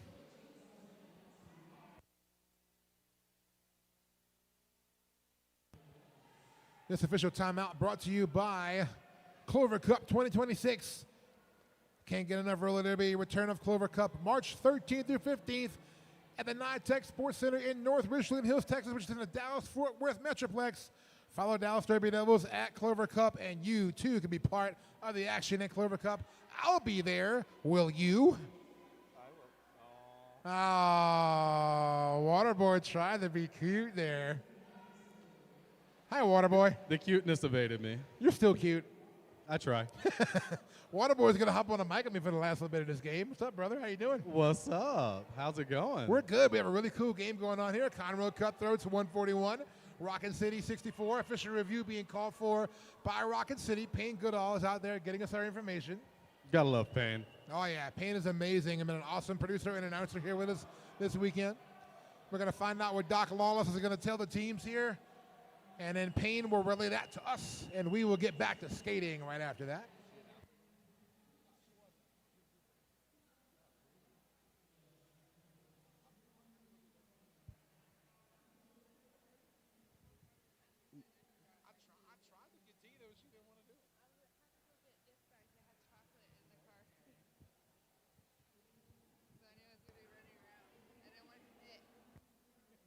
Well, I'm committed now. All right, looks like our official review is going to wind up here. Payne Goodall is going to come give us the deets on it and let us know what happened. And we're going to get back to skating in a second.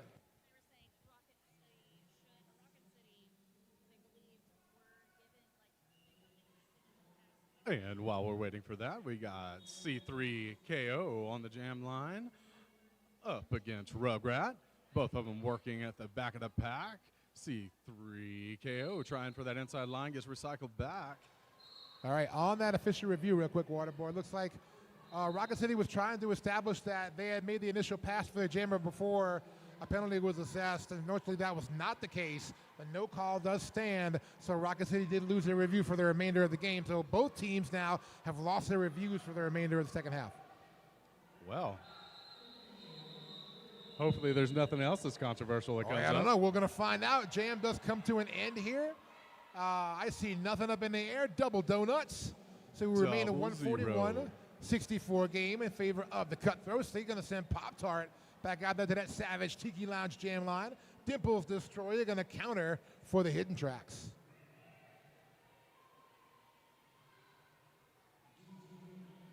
We appreciate looking at our chat. I see Berenice Dethier. Shout out to the announcers. I can keep up with the game with audio only while driving. We are glad to help you out there. And Pop-Tart goes for that outside line, does get through after a little resistance and gets lead jammer status. But shortly after, you got Dimples coming right after Pop-Tart. And Conroe going to lose their pivot. Ruby Ridicule to the penalty box. Pop-Tart. A little bit of an apex jump there. Yeah, That was pretty. Apex jump by Pop-Tart cleared it, got the 4 points and the call off, keeping Rockin City off the board. Pop-Tart just popped up right there. Yep, pop. 145-64, your score in favor of the Cutthroats. Approaching that 16-minute mark to go in the game. Jam 13 lined up. I see M Appropriate with the star for Conroe. Rugrat will be the jammer for Rockin City. Away we roll.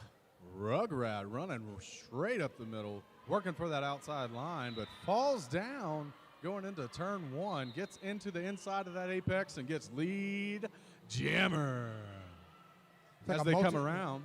Multiplayer block being assessed in the pack there to Rockin City. Meanwhile, Rugrat digs in, gets blocked out, had to reset back behind Charlie Tango. M Appropriate does get out and coming around on this scoring pass. Forces that call off from Rugrat. And looks like we're going to have, another double donut jam. Double donut. We're building up that dozen. We only need a few more jams. We got a whole dozen donuts. Hey, I like it. And I like now I'm getting hungry. Donut. All right, 5 seconds given by our jam timer. Away we roll. Jam 14. Dimples Destroyer once again going to be wearing that star. KO went C3KO straight out up front. that outside line. Wow. Lead jammer going to go to Conroe. Beautiful move there by 3KO to pick up lead. Yeah, it doesn't take KO much. And No. And Dimples through as well, so both jammers scoring eligible. Pack scooting into turn number 2. 3KO is through. 4 points picked up. Also 4 picked up by Dimples. Pack cruising both coming toward into turn the 3. pack right after another. Ooh, hard hit. A track cut call was assessed to somebody. Oh, it's going to be on Dimples.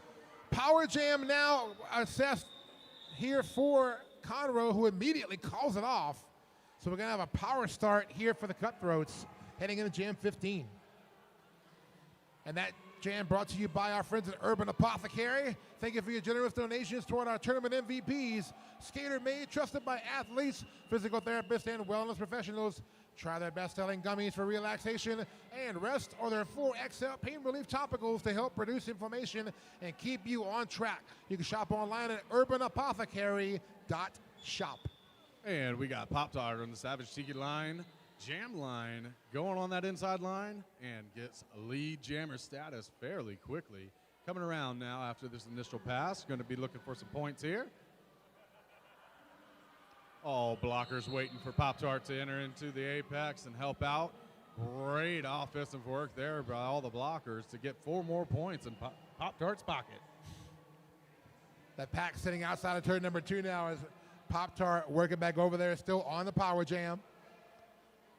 And Pop-Tart going to go inside. 1 blocker to beat, clears. 4 points for Conroe. Meanwhile, Using Dibbles that power back out to there just as get on well. through. Yeah, Dibbles just pooped on through there as well. Popping through the pack on that initial pass. Pop-Tart looking for more points here. Gets a little bit tied up there, and we have a... Gonna stop the action here to help out a down skater.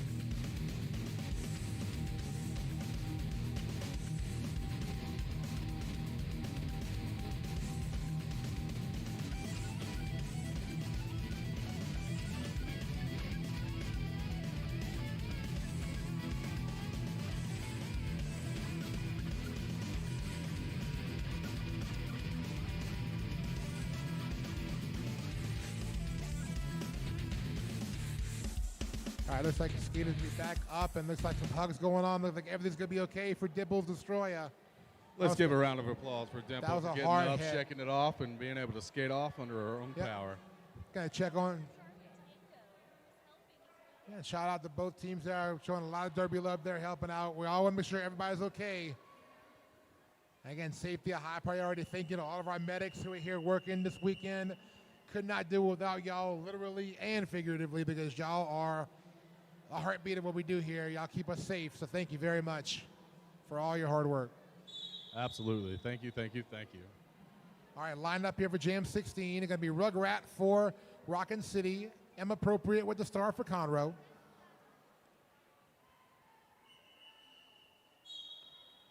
And a pivot line start for the blockers. Both jammers reaching up now. Rugrat to the front of the pack. Trying to Rugrat break through that working Conroe. outside. Yeah, Conroe defense is tight up there. Here goes Rugrat, though, lead Rugrat jammer. gets that lead jammer status. That's it. Rugrat out front there for the hidden tracks. And M appropriate blazing through there as well for the Cutthroats. Pack cruising through right in front of us here in turn 3 and 4. Rugrat on the outside gets a little push along the way. And going to clear for the full 4-point pass and the call off. So nicely done there by Rugrat. That'll bring Rockin City to 72. Conroe 159. I'd like to say for Mersa there for Conroe, that was some hustle That coming out of that was. penalty box. Yes. Getting out of there with purpose. So we got a lineup here for Jam 17. Looks like we're going to have C3KO out there jamming for Conroe. For the hidden tracks, that is going to be number 8675, Killdozer. First time I think Killdozer taking a star tonight, or today, for the hidden tracks. Killdozer working those laterals, going from the inside to the outside, trying to get around that tripod, but it's C3KO that gets out with that lead jammer status coming around, back trying to get some points here. Killdozer still working on the back of that pack, trying to break through. Meanwhile, 3KO in the middle there now goes to the outside, shimmies a little bit, gets around the last block, clears for 4 points. And going to call it off after Killdozer got around for the initial. 4-0 jam in favor of the Cutthroats. Score 163-72. Cutthroats out in front. 10 minutes, 45 seconds to go. Heading into jam number 18. I see Rugrat with the star for the hidden tracks. Pop-Tart is the jammer for Conroe. And not yet, because we're going to do an official timeout to make sure everything's cool and we're all copacetic. And thank you, Berenice, for a shout-out to the announcers so you can keep up. Yeah, I know. Listening to us. We're trying to give you a good play-by-play. We do what we can. We know everybody can't always watch, but you can listen. And it's part of our job to tell a story, whether you can see it or not. So we like to think we're a good part of the process to tell a story. So if we can help you find out what's going on in the game, if you're not able to visually watch it, we're glad to serve that purpose. Even though we didn't start with story time. No, we didn't. But it's always, when we're on the mic, it's always story time. Story time. Story time. And on the Savage Tiki court.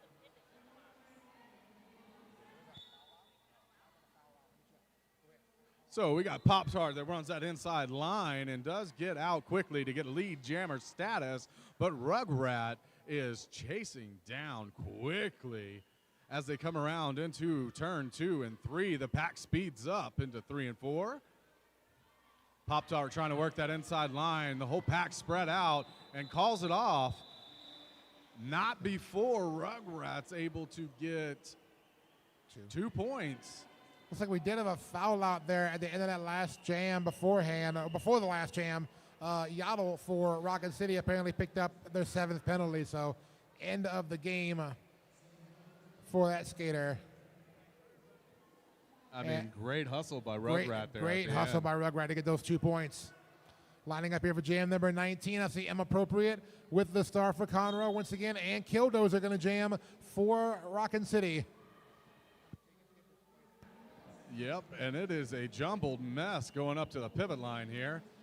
M Appropriate tries to go inside, now joining the inside lane by Killdozer, but M Appropriate through first. Lead jammer going to go to Conroe.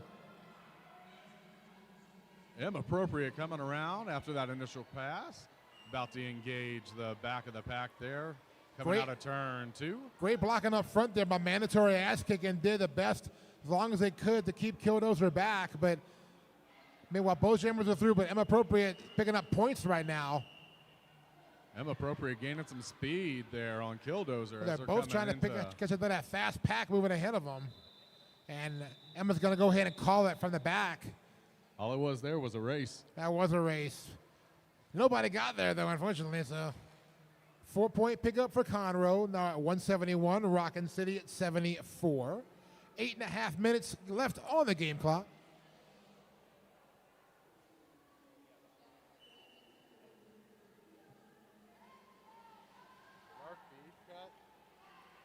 Yeah, mine just stopped for a second. Lining up for jam number 20. Whistle blows. We are live. I promise. We are live. All right, C3KO with the start for Conroe.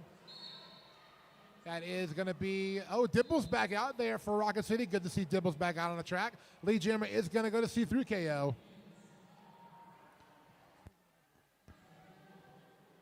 And Dibble's going to clear on turn number 2. Meanwhile, C3KO looking for points. Tries to spin through the front blocking setup.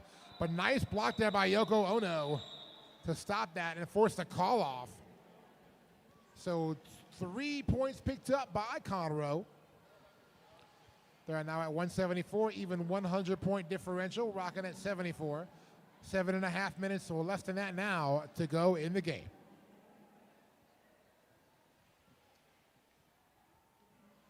And lining up on the Savage Tiki Lounge jam line, we got Rugrat and Pop-Tart. Bo stand. I feel like I felt like I went back in time and we had a double whistle start for a second there. Pop-Tart. If you remember double whistle starts, your back probably hurts like mine does right now. Anyway, Pop-Tart is through and lead jammer. Rugrat working around on the outside now. Both jammers free and clear. Pack moving through to turn number 4 at that Savage Tiki Lounge jam line. Pop-Tart trying to get back there to get some points, but great job by Rockin City to run this pack forward here. Now Pop-Tart able to catch back up, shuffle to the inside, and calls it. And let's see about that. Get the full 4-point pass there for Rugrat. For Pop-Tart. Keeping Rockin City off the board. 6 minutes, 20 seconds left to go. Conroe 178. Rockin City 74. Lining up for jam number 22.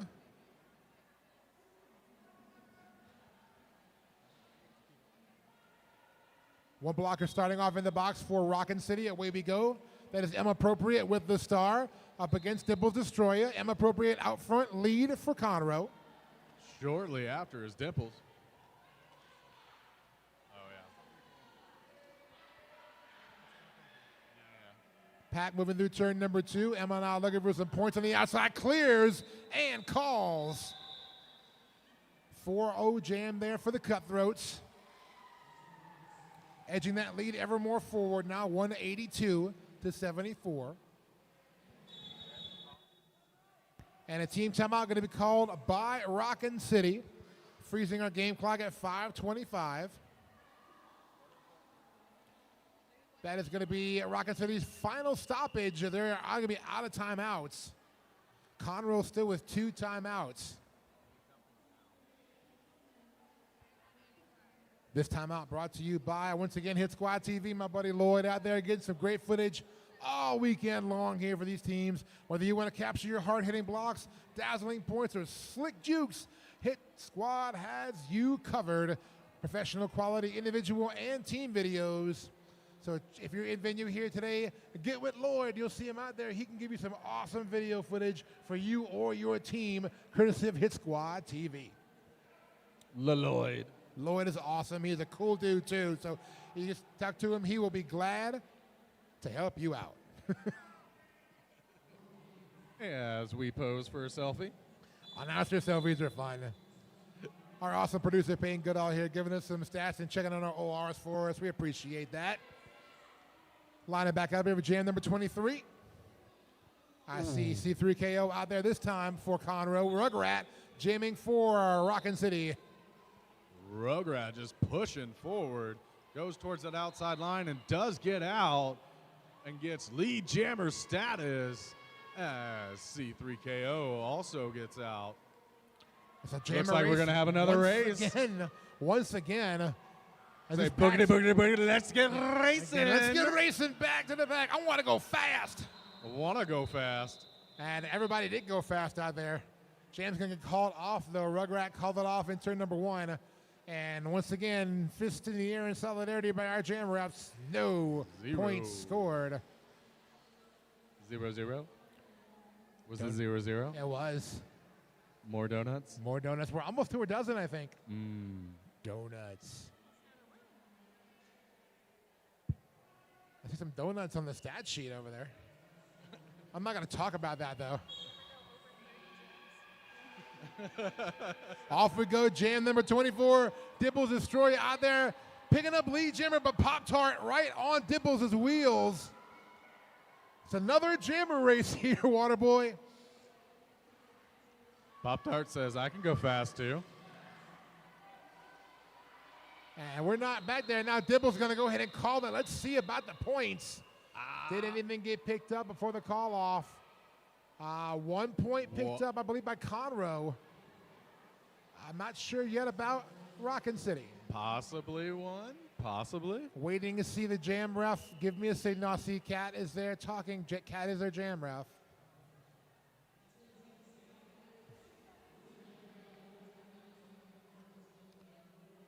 And we're going to have an official timeout there. We're going to talk about this. Make sure everything is there. We're going to stop the game clock at 3:34.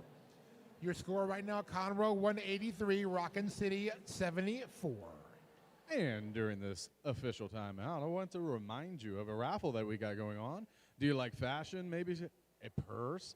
Check out the raffle for a Louis Vuitton-inspired purse and handbag. Every dollar raised helps support DC Dogo Rescue. DC Dogo Rescue is a possum nonprofit dedicated to rescuing and educating the amazing Dogo Argentino breed. They help home and foster dogs all over the U.S., and if you are interested in that raffle, go over to the WTRD merch booth and or the Dallas merch booth.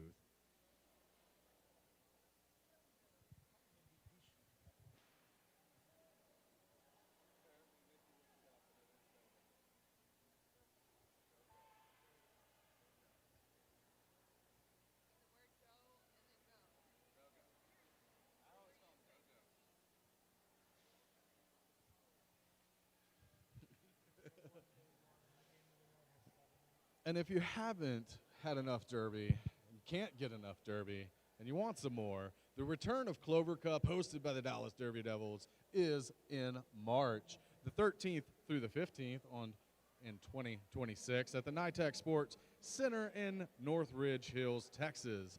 Follow Dallas Derby Devils and Clover Cup. And I know we do have a couple of applications out currently for Clover Cup. So check them out on Facebook and see if you might be interested in helping out and volunteering your time. I know I'll be there as an announcer, I hope. I hope I get picked. I really, really, really, really hope I get picked, Johnny Pepper. Yeah, Pepper. Pepper, Pepper, Pepper. No pressure, Pepper. At all. I'm going to be there either way. I'm going to be there anyway, probably, too. But I'd like to be there talking. Make some use of my time. I mean, I'll be there just to watch, too. I love Derby, and I love going to Clover Cup. So, yeah, let's do that again. Absolutely. Let's run it back. Come on, y'all. I mean, you don't put me to work. I'll just enjoy the whole thing. Yeah, same here. I'll have fun either way. Off we go here in a second. Once that whistle blows for the start of Jam 25.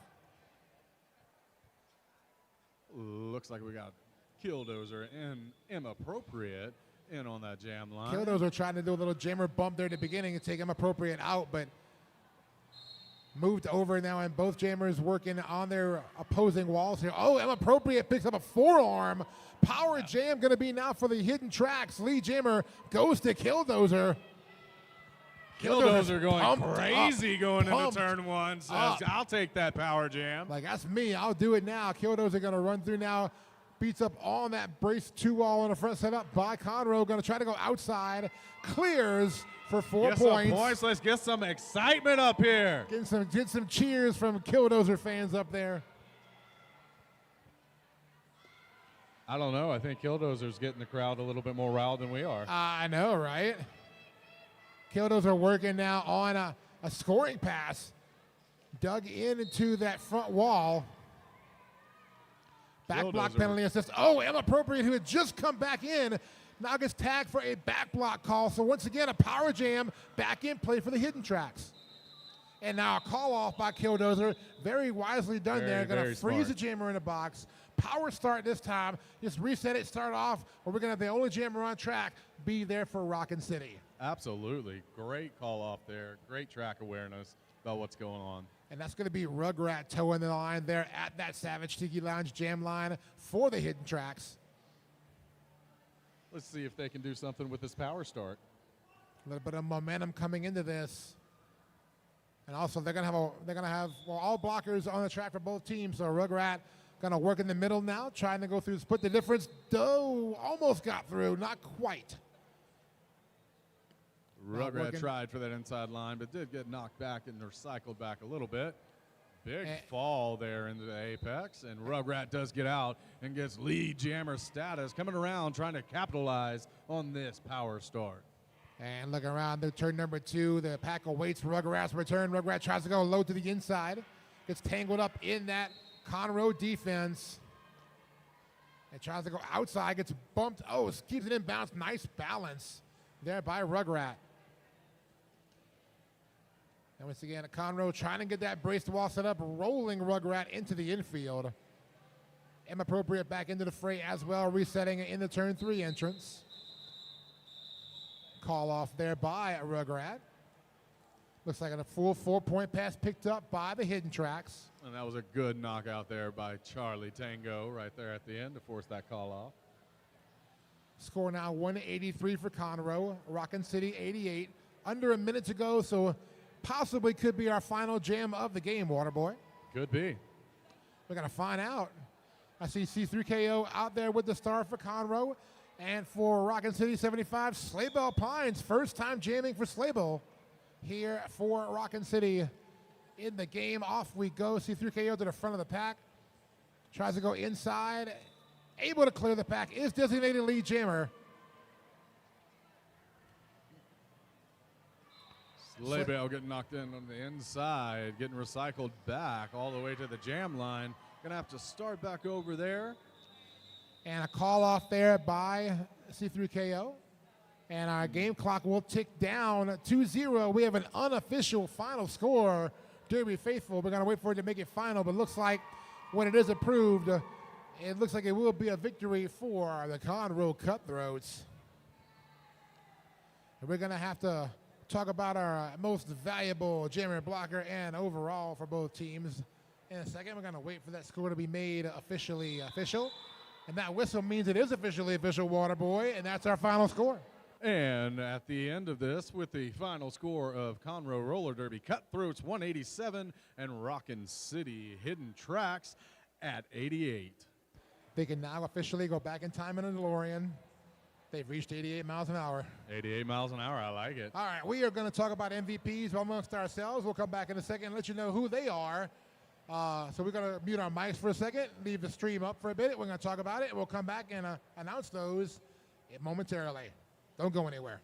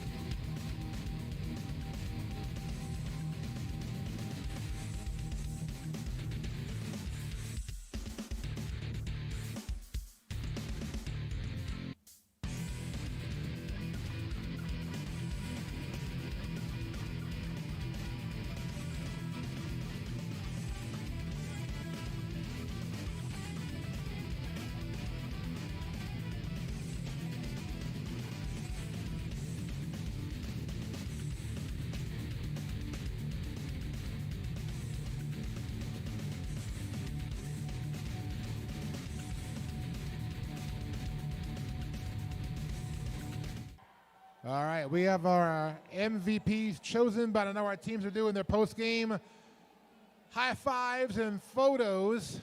So we're going to let that happen a little bit first. But we do have our MVPs chosen. They're going to get some awesome stickers and some cool little ducks here, which I love the ducks. Those are awesome, by the way.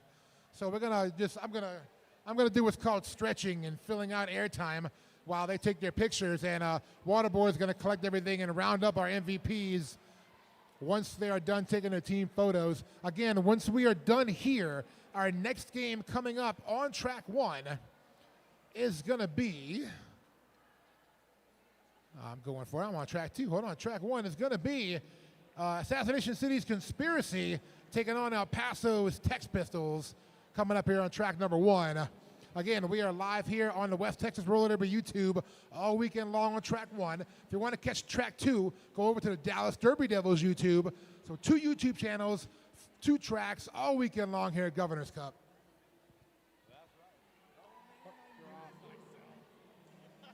All right, both teams are pictures done, so let's go ahead and do our MVPs, most valuables for both teams. Starting off with the Conroe Cutthroats. Most valuable jammer for the Conroe Cutthroats is going to go to M Appropriate. M Appropriate MVP jammer for the Cutthroats. come on down to the announcer table and get your sticker. Emma, come on over here to the announcer's table. M-appropriate MVP jammer. MVP blocker for Conroe. Gonna go to Panda Express. Panda, come on over here.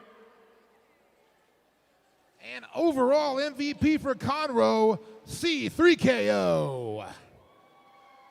So 3KO, come is get that two your... in a row for you?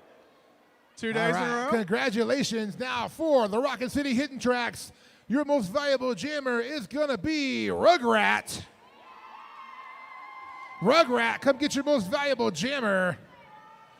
Most valuable blocker for Rockin City gonna go to Killdozer. Come on. Killdozer. And your most overall MVP for Rockin City gonna go to Super Over. Super over. Congrats to all of our most valuables here, y'all. Well-deserved honor for all 6 of y'all. That is going to wrap us up here for this game on track 1. Very fun, exciting game for my announcing partners here. Huckleberry Jr. in the step away, Waterboy, and Payne Goodall. I'm P. Armageddon. We will see you a little bit here for our next game on track number 1 here, day 2 at Governor's Cup, as we have the ACRD Conspiracy taking on El Paso's Tex Pistols. We'll see you in a little bit. Until then, check out some more info about Governor's Cup Congratulations, 2025. MVP for Rockin City Hidden Tracks. And Conroe.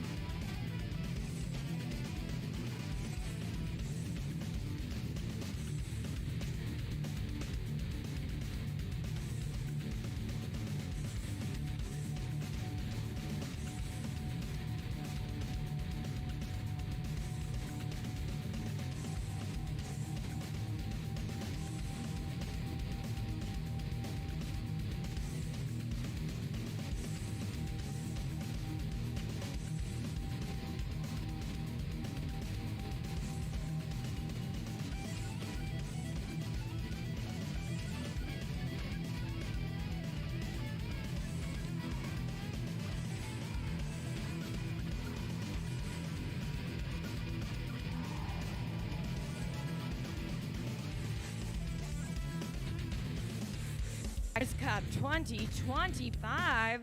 I am Treble Clef, and I am joined here by Secret Squirrel. Thank you, Secret Squirrel. This is our first call together. I'm very excited. Should be a great game, too. I'm really excited for both of these teams. Absolutely. Before we get started, we've got a couple of shout outs we want to cover. A couple of our sponsors, so I'll get started there.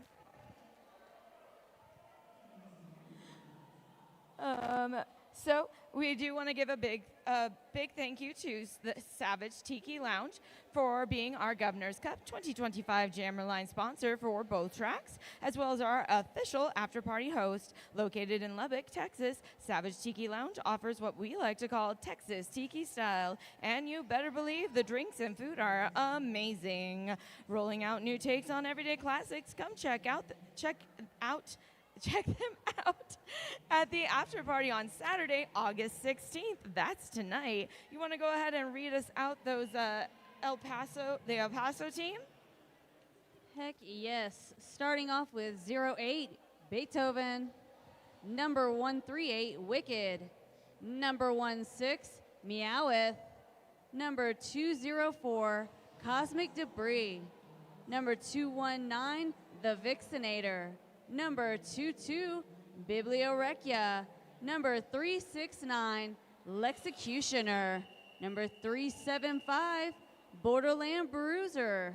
Number 429, HD Siren. Number 430, Rosie the Riveter. Number 464, Bruja Baphomet. Number 5, Mala.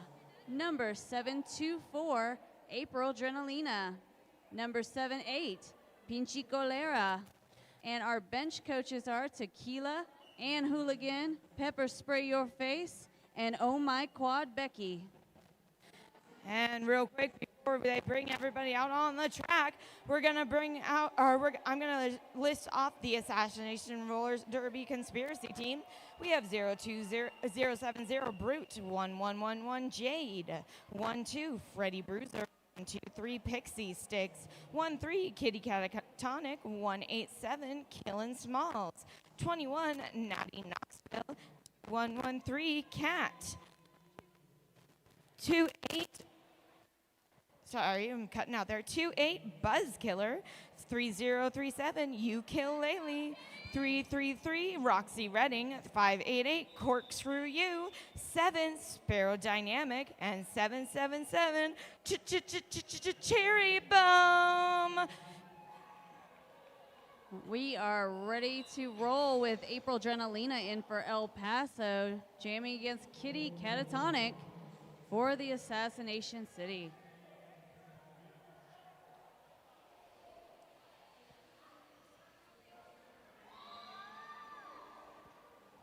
And it looks like April Genelina is out in front as your lead jammer for El Paso. Pack now moving into turn 2. April Drenalina easily finding a hole, pushing on through. Taking 4 points for the Tex Pistols.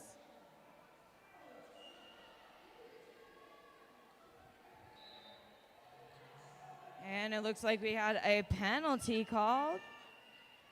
And that is going to be on April Genelina from Assassination City. And we have a power jam set up for Kitty Catatonic.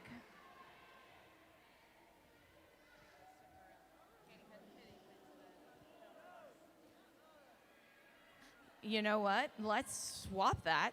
Kitty Catatonic is in the penalty box and April Genelina is on the track. You know, because I know how to read. Not so sure about that anymore after that moment, so apologies to fans everywhere. April Drenalina out of the pack, finally taking 4 points on for EPRD.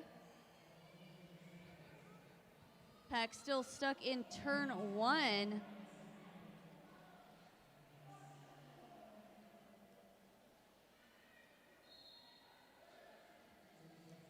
Looks like we had El Paso signaling for the pullback, but it was not a cut, possibly. And El Paso calls the jam.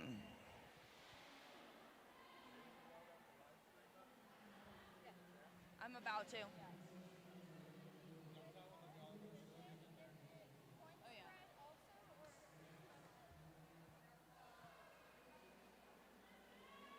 We already have people in the chat cheering for their favorite. We got Cheryl saying, let's go ACRD. And Castilla saying conspiracy. Looks like we have Rosie the Riveter in for El Paso Roller Derby. And Kat in for Assassination City.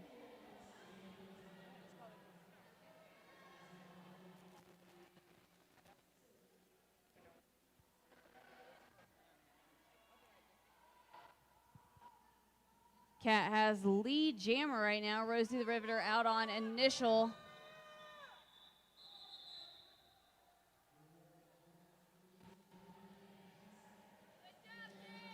I am just all about those wheels. I'm sure we've been commenting on, what is it, Bruxa? How do we say number 464's name? Oh, 464. Yes, that's an interesting name. It is Bruja. Bruca? Bruja. Bruja, I love it. Bruja Baphomet. Bruja's wheels are making me the happiest I've been all day, I think, because I love sparkly things and light up things, anything that catches my eye, really. And those wheels are just amazing. That's Bruja with the light up wheels. We got Buzzkiller in, jamming for Conspiracy, but it looks like it is a power jam as Cosmic Debris has went to the penalty box. Yes, we had a cut track penalty called on Cosmic Debris, facilitating that power jam. Penalty called on El Paso. And Buzzkiller is out of the pack, putting 4 more points on the board for Conspiracy.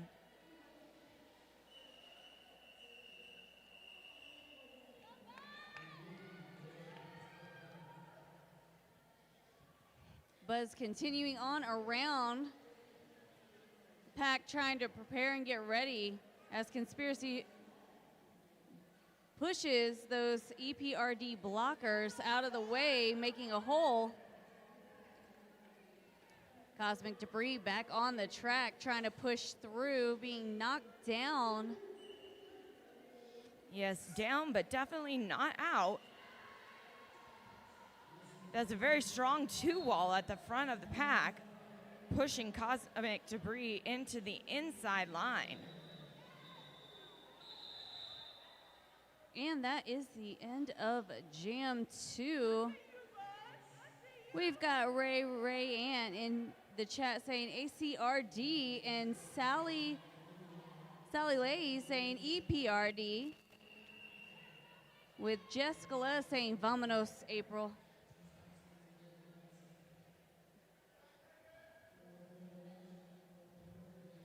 And it looks like we have on the jam line April Adrenalina up against Ukulele.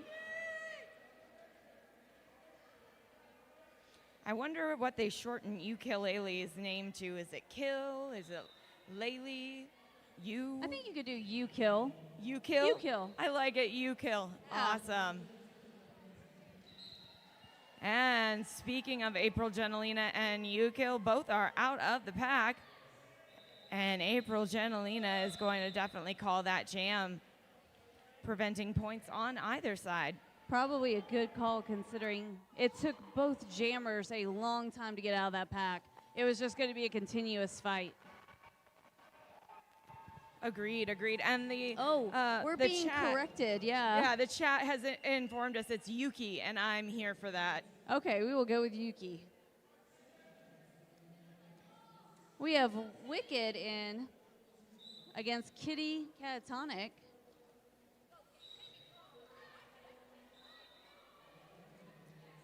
And it looks like the the blocker from Conspiracy that tried to hit out Wicked was actually sent to the box. So Wicked was able to go back on the track and get back into the action. Not in time to become, in time to become lead jammer. You know, I'm going to figure out which team's wearing which color at some point tonight. I have faith in you. I'm not sure you should. It's a questionable decision, but, you know, more power to you. Questionable decisions are my lifeline. Kitty is killing it right now, going on around, grabbing 4 more points for Conspiracy.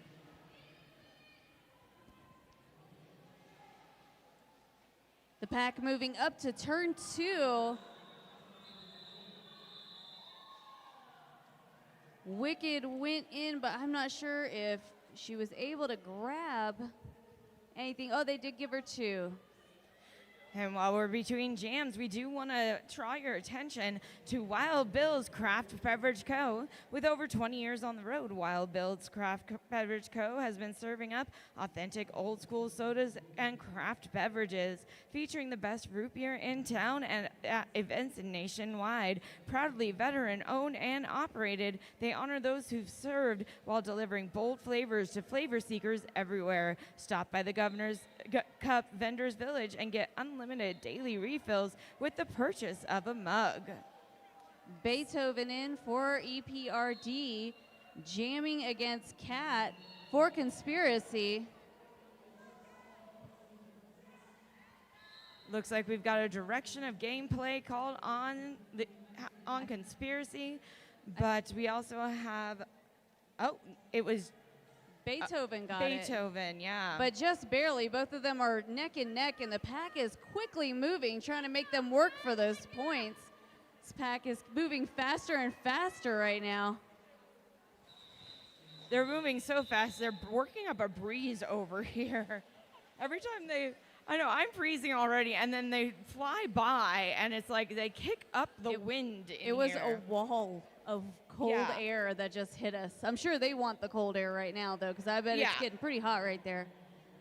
We got still Rosie the Riveter coming in, jamming against Buzzkiller. Lining up on that Savage Tiki Jam line is Rosie the Riveter and Buzzkiller. Pretty sure you said that, but I'm just reiterating it because I was already in the middle of saying it, so I had to finish the thoughts. You're good. I do the same thing. There's a reason I'm Squirrel. And Yes. Buzzkiller breaking out, taking lead. Rosie out of the pack on initial pass as Buzz pushes up through the middle. April Adrenalina trying to slow down. Buzz was able to make it through before calling the jam.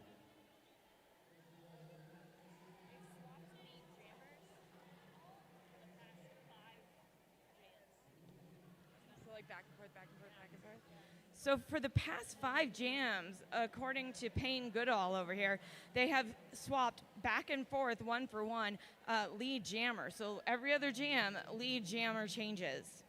That is actually pretty impressive and shows that both teams are somewhat well matched, especially when it Exactly. comes to those blockers. You got Yuki back in, jamming for Conspiracy. And then it looks like Beethoven is in, but attempting a star pass.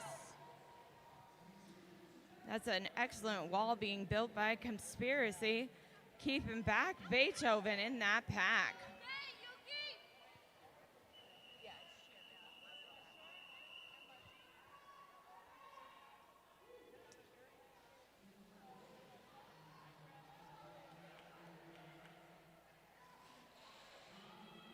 Beethoven still trying to see if they can make it through the pack and or hand off to the pivot.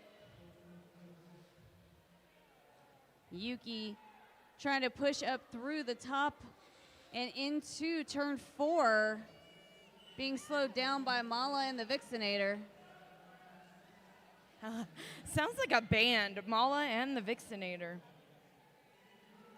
I I'd go watch I would that listen. show. Yeah, I would I totally would listen totally to that buy band. that album. And it looks like there was a successful star pass on El Paso, but now the conspiracy is successfully blocking Pinche here. Pinchy, sorry. I'm sorry. You'll have to excuse me. I'm live in San Antonio. Don't worry, they had to teach me. Years of writing it down phonetically. Pinchy trying to make way through, but being knocked out of bounds. Gonna have to force a recycle there after Sherry Bomb. Yuki still continuing on around the track, but that is the end of the jam. Yuki able to grab 20 points on that one. That's the highest jam of this bout so far. It's a nice jam there.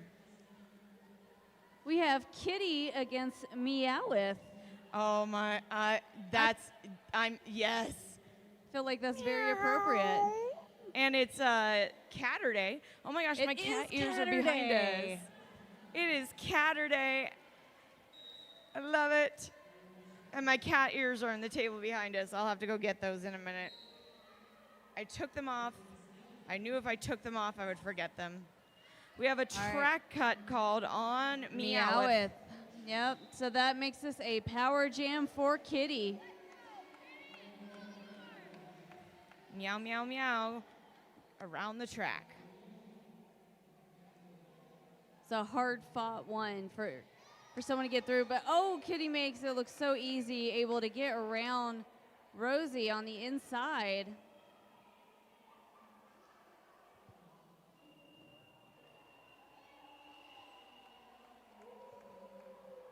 Oh, and it looks like we have another penalty assessed on El Paso, but Meowth is back on the track and ready to roll.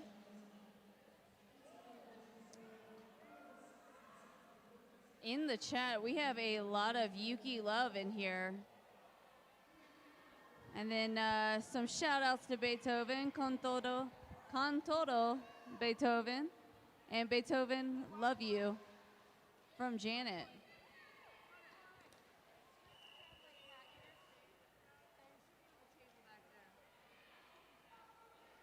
Kitty continuing on around. Meowth back on that track.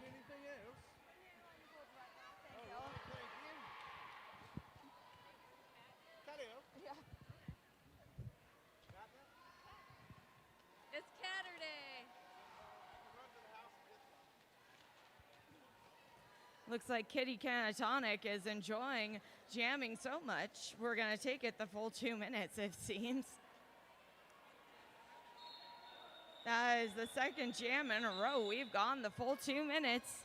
Sometimes I wonder, is it because you want to jam that much, or is it because you don't know your lead jammer? I was wondering that too, because it's actually rare that you'll see a lead jammer take it the full 2 minutes. Right. You just get so tired trying to push through that entire time that just the moment you get to sit down, that is a break, and you need it. Exactly, and that was a 24-point jam. Yeah. Also, now that's the highest one for the bout so far. And they are both jams done by Conspiracy. April Drenalina in for EPRD, jamming against Cat for Conspiracy. April Drenalina able to find a hole, but it looks like Cat made it out first and is calling the jam. We got some Assassination City and some El Paso Roller Derby love going on in the chat. I'm loving it. It's always nice to see the love from home. There is there's Fish the Clown. Okay, Fish the Clown couldn't be here today. He's on the roster. Awesome. He's giving love to every single EPRD member. That's awesome.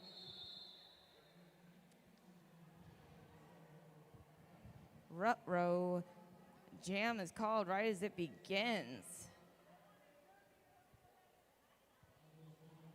I don't know why the dead jam happened. Not sure. Oh, you know what? There's 2 blockers. Oh, looks like there was a pivot in the box along with a pivot on the track, and that's a no-no. And so we killed the jam. If you were wondering who done it, that's going to be the head ref. Not that big of a mystery. Nope. So we have a Go Natty Knoxville chant going on in the chat right now, along with our Go EPRD chants that literally list every single skater on there. Fish, are you really wanting me to say all of these? Because I will if you tell me I need to.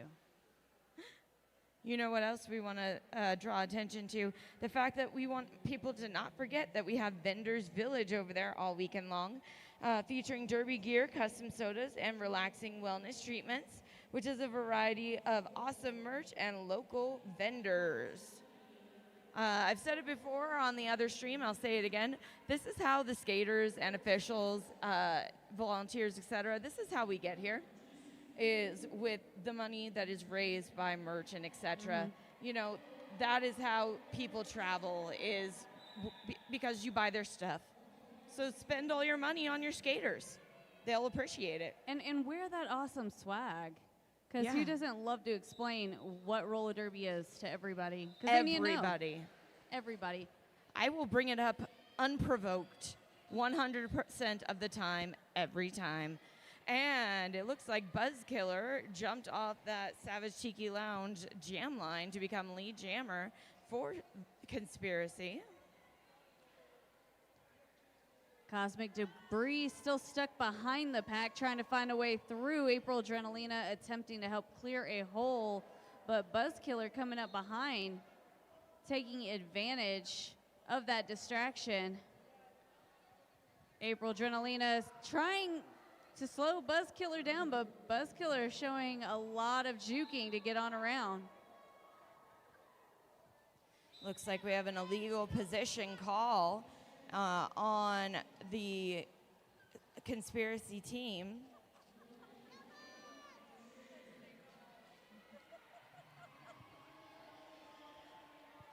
I will, Fish. I see your message. I will say them all, but give me a minute.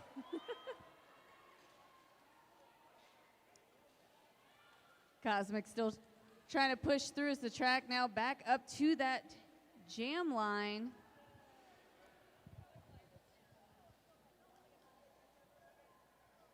Oh, yeah.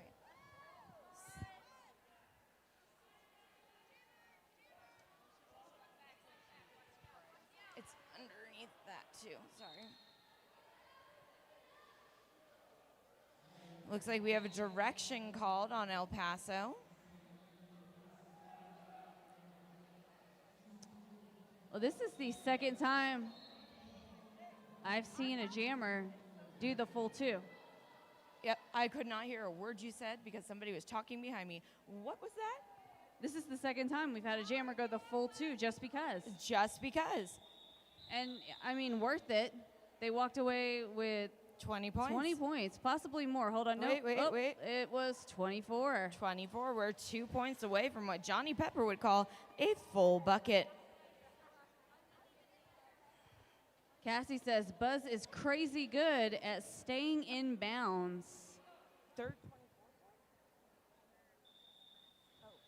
And I've just been informed by our fabulous producer, Payne Goodall, that is the third full 2-minute jam. Oh, the third.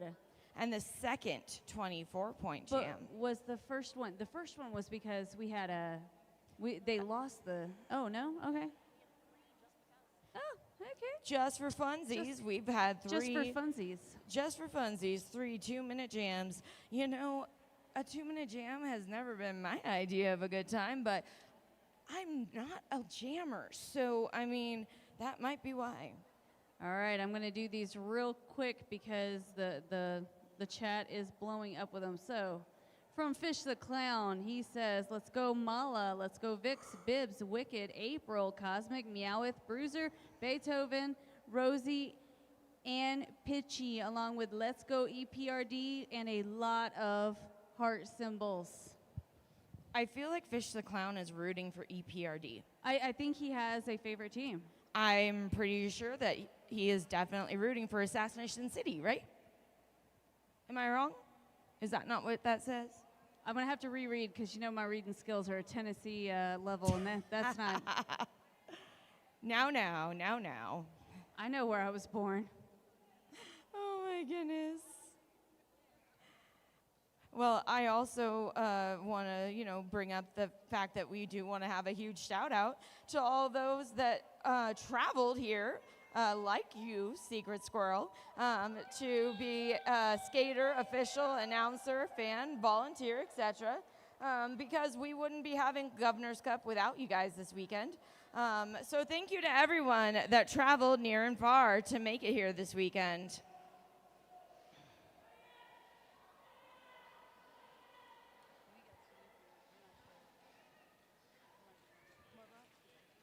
Yeah, it's right there. All right, Yuki. Yuki on that Savage Tiki Jam line. Well, not anymore. Fighting at the front of the pack now, but Yuki was on the Savage Tiki Jam line. Lead jammer for Assassination City. Cosmic Debris is looking like they are coming out of the box. It's coming out of the backs. Not really The quite sure. box. The box.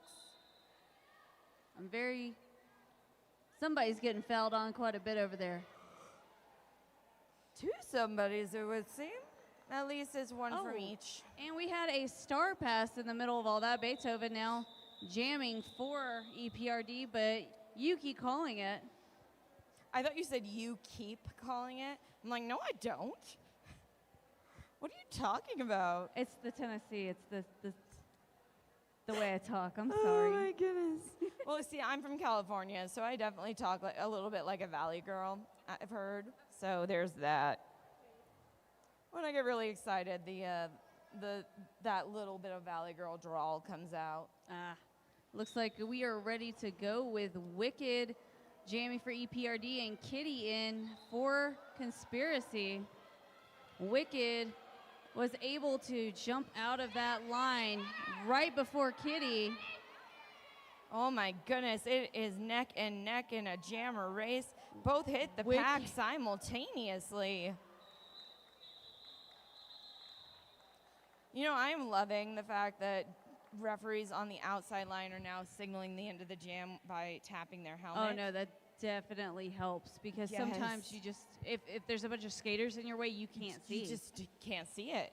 And Payne Goodall has informed me that that is the first time that El Paso has been able to obtain lead in 6 jams. Ooh. Unfortunate that they weren't able to see it through because it was too close of a race, but good job on El Paso. We got Rosie the Riveter in along with Kat. Kat taking that lead position. Pack just now moving past turn 1 into turn 2.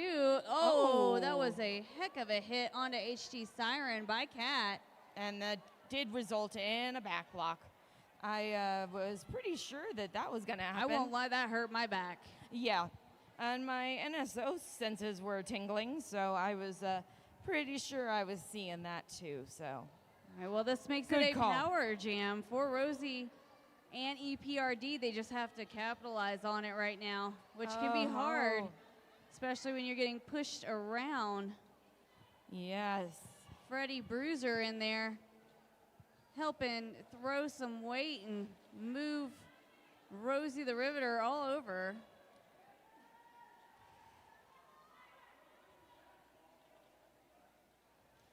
Cat back on the track, breaking into that wall of El Paso roller derby.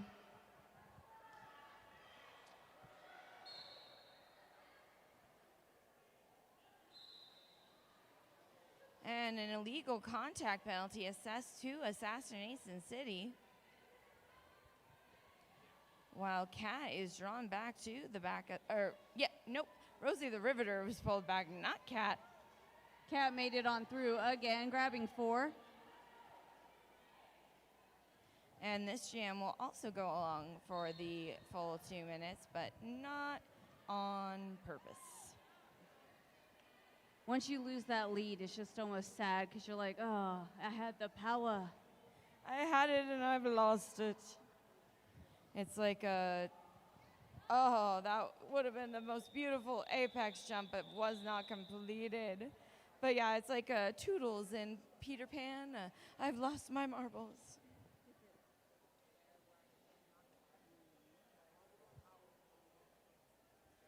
And I do want to mention Urban Apothecary. No, I don't. Wrong page. Hold on. It's not like I haven't been doing this all weekend, y'all. It's not like I don't know who I am. We do want to mention that the jam's on, and I'll do this next. Buzzkiller and Beethoven going at it again on that Savage Tiki Lounge jam line. Looks like lead was about to be established, and the jammer for El Paso, Beethoven, is sent to the box, but closely followed by Buzzkiller, forearm for Buzzkiller. Did you see what Beethoven did? I did not see what Beethoven did. I did see what Buzzkiller did. It looked like a forearm. Yes, that one I saw so. as well. I don't know, maybe, Buzzkiller punched Mozart in the face, That's fair. Beethoven doesn't look like they would do that. No. I don't think they even lived in the same time era, but Yeah. Beethoven able to make it out and through for an initial. And we are going to have another 2-minute jam. Yep, this will be a full This is the game of 2-minute jams over here. Forearm calls being called on some of the blockers having to go to the penalty box right now.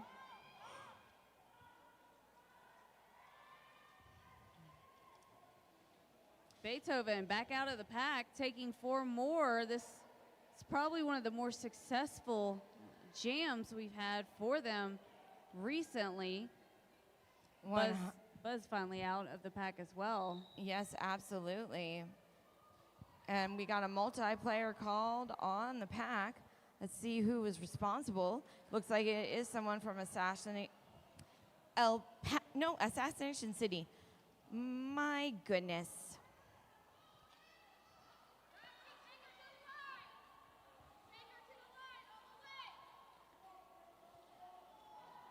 So Beethoven able to just barely get around Sparrow Dynamic to keep on going.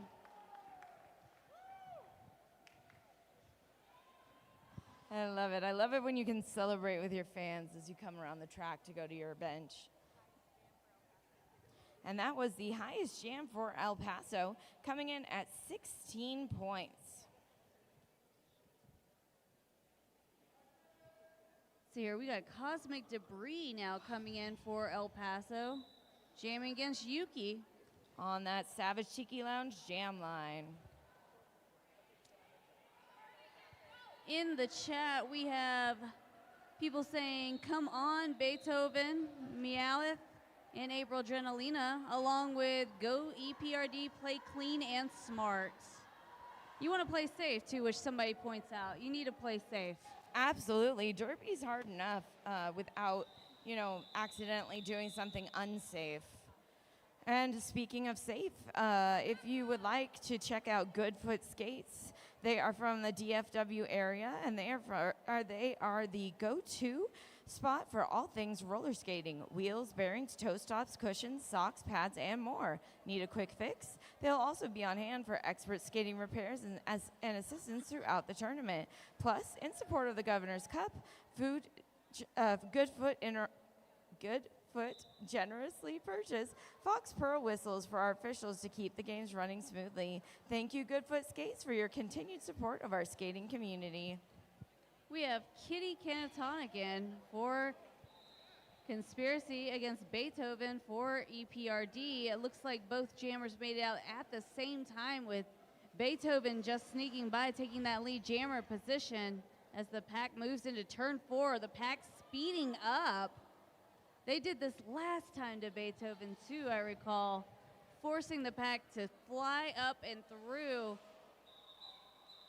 Beethoven did make it through, but so did Kitty, and both took 4.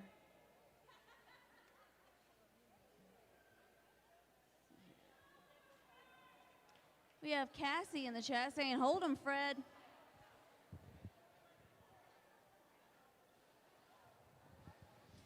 I love this. We have amazing Mr. J Firewall's dad. I can't stop watching the LED skates wheels. Did you just say that? No, I didn't say that one. Yeah, no, and you're not wrong. I can't stop watching those wheels either. Thank goodness they go off when they're not skating. Otherwise, I'd be like, what? Oh, and we have Borderland Bruiser in jamming. This is her first jam of the game, jamming against Cat for Conspiracy. Calling off that jam with just under a minute to go in this half. Able to grab 1 point out of that.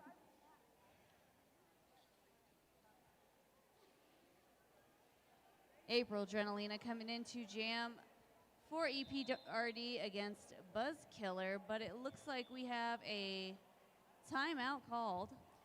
And with this timeout, we're going to go over WSL leadership. You can unlock clarity and confidence with WSL leadership. They help you to deal with complicated power dynamics, because whether it's politics, structures, or relationships, the same foundational forces are at play. Let them help you build the dynamics you want to navigate the other. I can't talk. Let them help you build the dynamics you want and navigate the ones you've got. Oh, we're getting some love from the chat saying thank you to the announcers and throughout the whole tournament that they've really enjoyed all the announcers, which we have a really good crew that's been working this tournament and swapping around. We do help with production, help with announcing, help with preparation too. So 100% agree. It takes a whole team, and everyone out here, everyone on the track, they're all volunteers.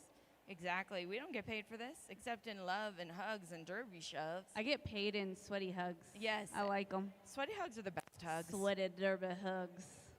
I do want to let you know that we want to thank the Brass Tap for being our Governor's Cup welcome reception last night, Thursday evening. The Brass Tap Lubbock brings a flavor of global brew bar right to your neighborhood. With 45 plus selections, this upscale yet welcoming bar also serves premium wines, specialty cocktails, and upscale shareables designed to pair with your favorite drinks. Whether you watch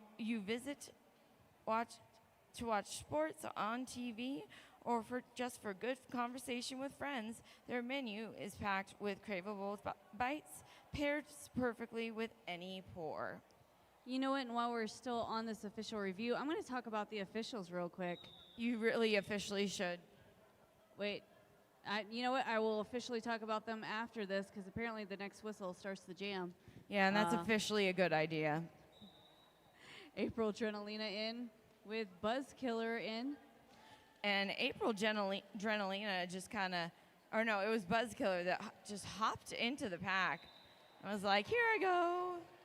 And looks like that option worked for them. I saw that.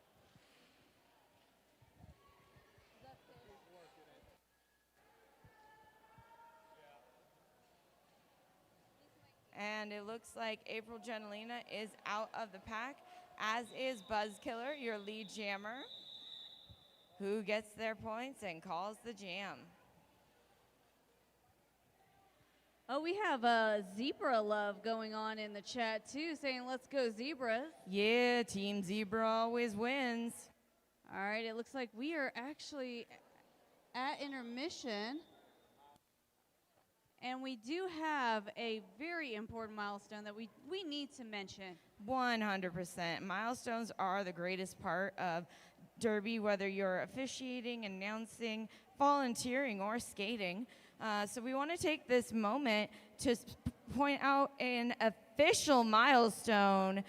Right here in the middle of track 1, we want to do a recognition of a wow and encouraging nod for 200 games for Jake from Skate Farm, a skating official. So everybody give a hand for Jake from Skate Farm for 200 games. It was supposed to be a wow, not a clap.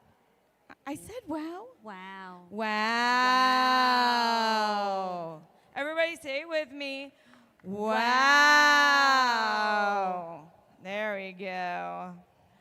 All right, we have 13 minutes in intermission. We will be back shortly. While we are gone, though, make sure you check out the concession stands. I don't know why I said commissary. The concession stands. They have nice food, drinks, and of course we have merch and vendor tables as well. So check those out. We'll be back shortly. Yes, we will.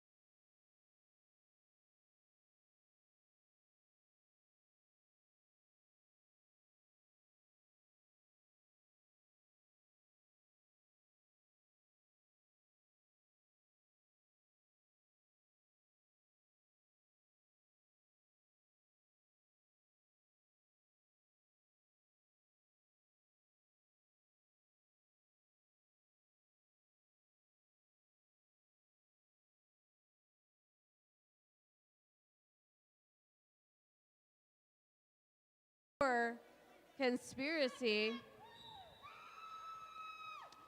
Cat jamming for them while Borderland waits some time out in the penalty box.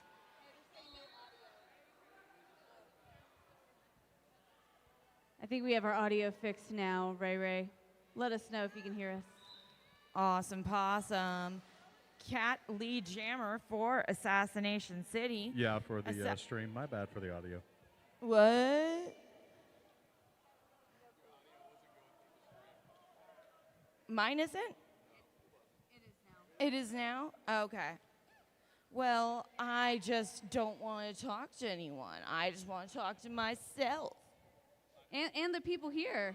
And the people here. They can hear. Oh, they can hear me. Okay. Well, I should probably not say the things I only say to myself then. Yeah, I would skip that. And maybe skip it. Yeah, agreed. A lot of blocking going on by those EPRD, trying to keep Cat at bay. Borderland was trying to skate up, but Cat called it before she was able to get back up to the pack all the way.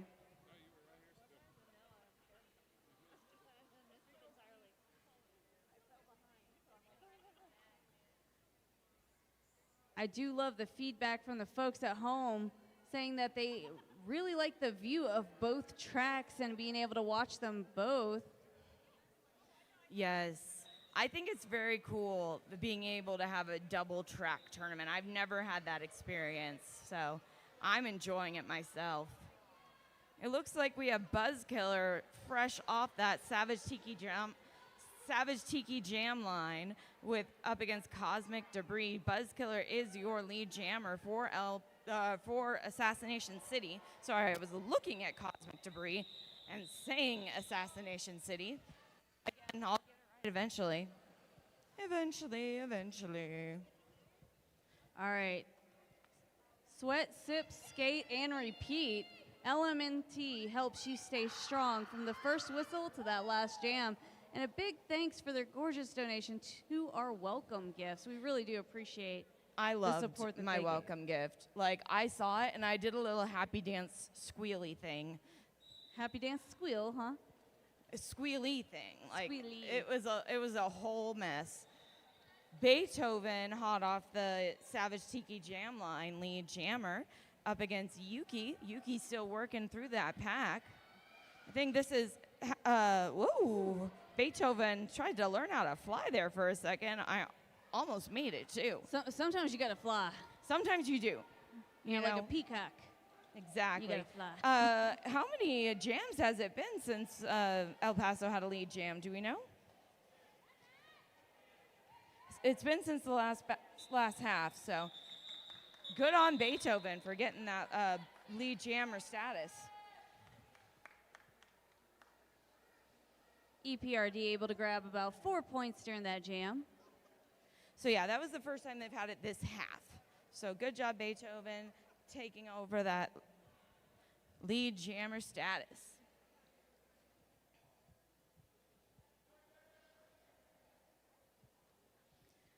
Savage Tiki Lounge jam line has been officially occupied by Kitty Catatonic and Cosmic Debris.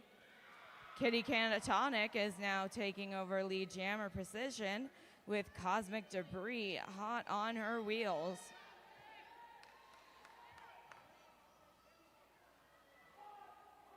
Vixenator trying to slow down Kitty. But Kitty calls the jam, preventing EPRD from grabbing any points out of that one while taking 4 for themselves. Yes, on the jams where, unless it's a had to be 2-minute jam, they're pretty much doing the whole hit it and quit it type of derby out here. Get your points, call the jam, and keep that lead as much as you can. Ooh, look at what I did there, a little haiku. Ooh. Little I'll have to rhyme write in that down. action. April Trinalina off the line, taking lead jammer while the pack moves up to turn 1. Cat having to be forced back through after being recycled and knocked out of bounds previously. Beethoven giving Cat some more hits, trying to force Cat behind and not able to pass the star, but that's causing April Adrenalina some difficulties. April Adrenalina finally out of the pack, grabbing 4.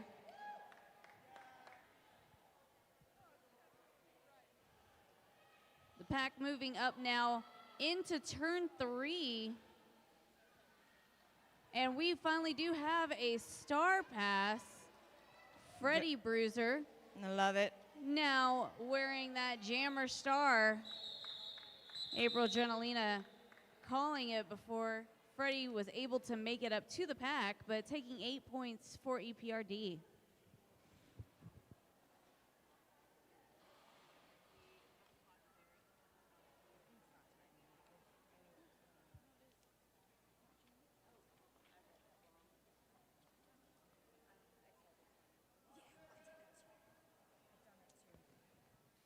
We have Ray Ray saying that Kitty is so quick off the line, and you are not wrong there. Every time Kitty's been up, Kitty has been very quick. We got Buzzkiller in jamming for Conspiracy against Borderland Bruiser for EPRD.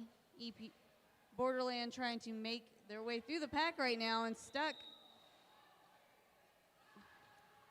Initially got out, but grabbed a foul and a penalty for a cut track on the way out. So this is now a power jam for Buzzkiller.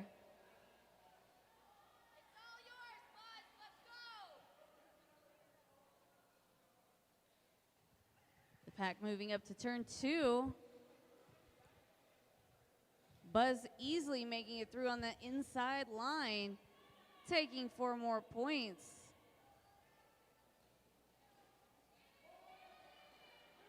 See a lot of action from those Conspiracy blockers before Buzz makes it up, ensuring that there is a hole to push through. Borderland was not able to make it out of the penalty box. That will make this next jam a power start for Conspiracy. I'm sure Conspiracy is enjoying the power starts as much as they can. Always a nice opportunity to put the points on the board. Looks like Yuki is occupying the Savage Tiki Lounge jam line. Borderland out of the penalty box, coming in fast, trying to push up through the side. Oh, but Yuki able to break away, taking lead.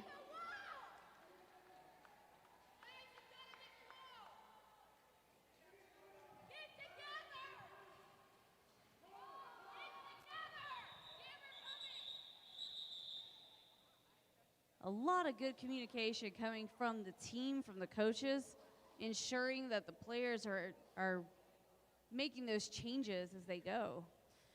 Not to mention the fans. The fans have big thoughts about it. Huge thoughts. But they've been right on every single call I've heard them. I mean, it's good advice. Yeah, I mean, I'm not, and you're not wrong. Assassination Roller City. Oh my goodness. Anyway, Kitty Catatonic for Assassination City Roller Derby. Fresh off that Savage Tiki Lounge jam line is going to be your lead jammer. Cosmic Debris for El Paso Roller Derby is fighting through that pack right now.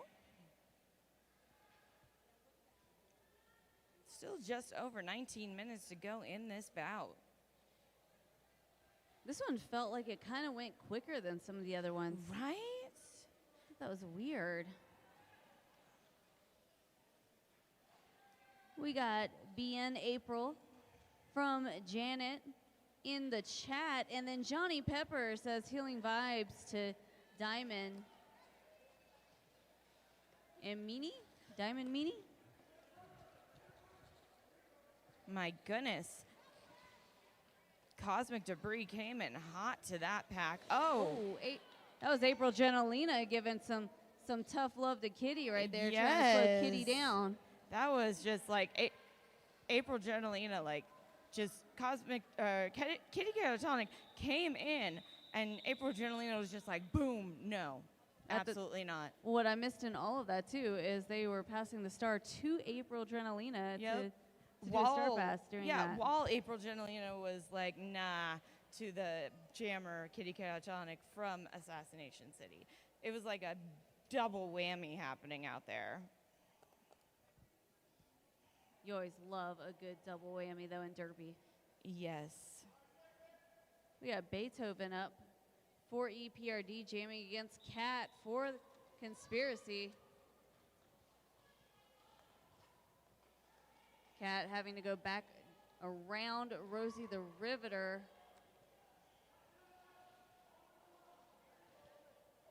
Looks like Beethoven now also being recycled. Cat able to make it out of the pack, taking lead for Conspiracy. Beethoven stuck behind those Conspiracy blockers, and Cat does an apex jump. Beautiful apex jump right there. Very nice. Gets around those EPRD blockers. Beethoven forced to put the star back on after an unsuccessful pass. Oh, that booty bump was very effective.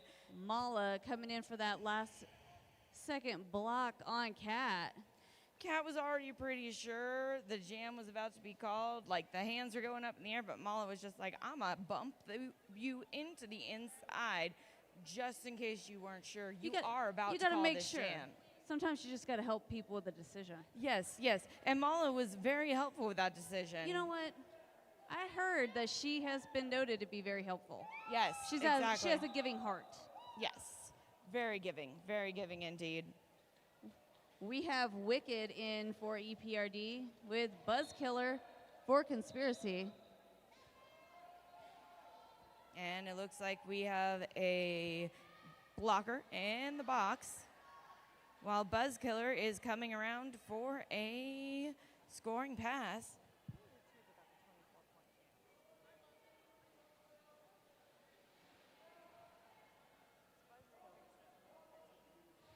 Vixenator trying to slow Buzzkiller down, but Buzz was able to make it around.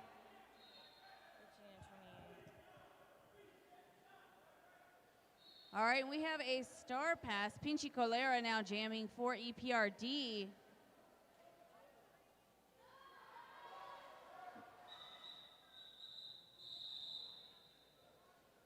And Buzzkiller calling the jam.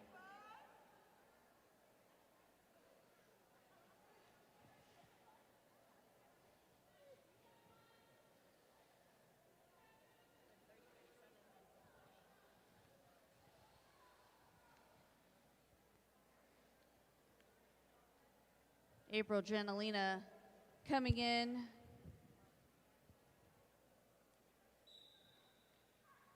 Yuki in for Conspiracy. Who had the 16 on El Paso?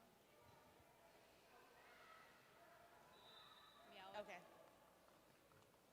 Oh, no, I was asking who had the 16. April Gentilina taking lead jammer for EPRD.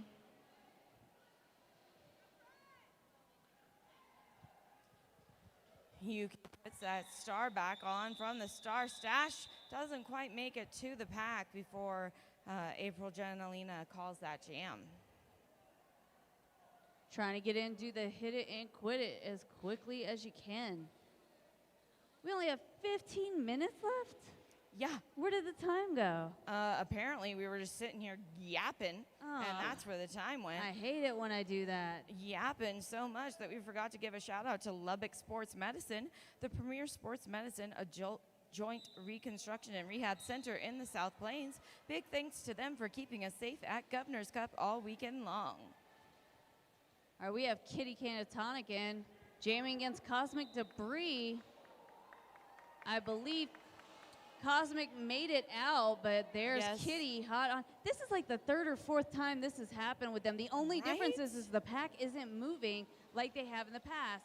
In the past, they've done the fast movement, forced them to get up there. Exactly. They decided to hold a wall this time. I don't believe it worked out in EPRD's favor. Yeah. I think the difference this time is EPRD was in control of the lead as opposed to Assassination City. I think Assassination City ran the pack, whereas EPRD held it. Held the pack Held the strong, pack. yeah. Held it strong. So each team has their own, strategy as to what they're going to do when they're in control of the lead in a jammer race. That's an interesting observation. I do like watching those two jammers go head to head because I think Yes. that they're very well matched with speed Yes. and as far as skill goes as well. They're very fun to watch. Beethoven out of the pack, taking lead jammer for EPRD. Cat in the pack, having to recycle back through. It looks like attempting a star pass. I love how Beethoven just like lifted up a leg over a skater and like balanced on the outside line and went through for points and didn't even like almost go out of bounds. It just kept going. Beethoven can be very nimble from what I've seen. Right there, though, pushed out of bounds, having to recycle through after a hit from Bout.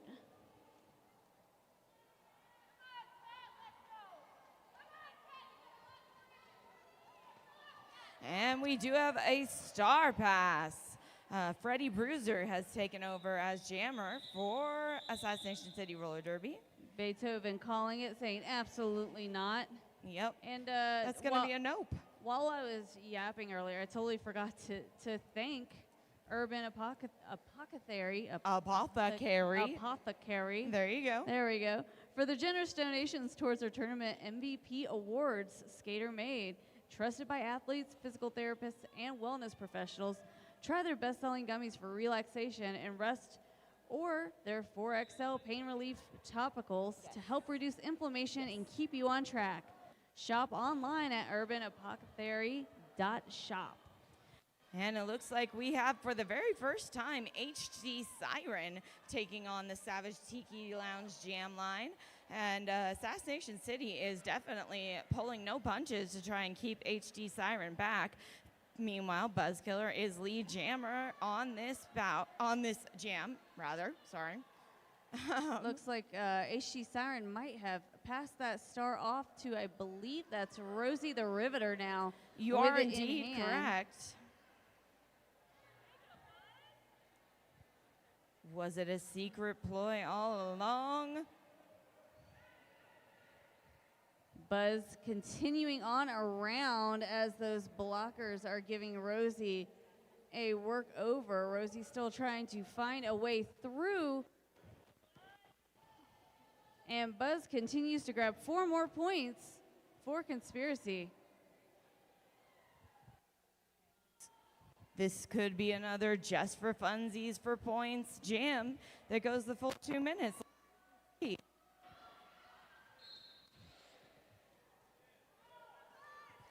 Oh, goodness. Pile up on Apex 4. Vixenator had to take a penalty on that one. I think it was a forearm penalty. Gotcha. Yeah, I didn't see the penalty call, but I heard the penalty whistle. Ray Ray says, great wall, ACRD. And Sally says, hold 'em, Rosie. I heard direction being called and an illegal exit. A lot of things being called all of a sudden. Right now, there is very little skaters left on the track, but that gives us a chance to reset and see what the next jam brings. Yes. And it looks like we've got a full box, and by full box, I mean there is one blocker on the track, so good luck to you. Oh, wait, there was one blocker on the track. Oh, nope, they get to keep them. All by myself. And yeah, so Assassination City Yuki definitely made it through the pack because, that is going to happen, but I'm sure that it's a lot harder to block when there's only one of them. Well, April Adrenalina But finally out of the pack. Surprisingly quickly, considering no help and, all the blockers, all the eyes on her. Yeah, exactly. But the jam was called. Conspiracy able to grab 4 points out of that one. And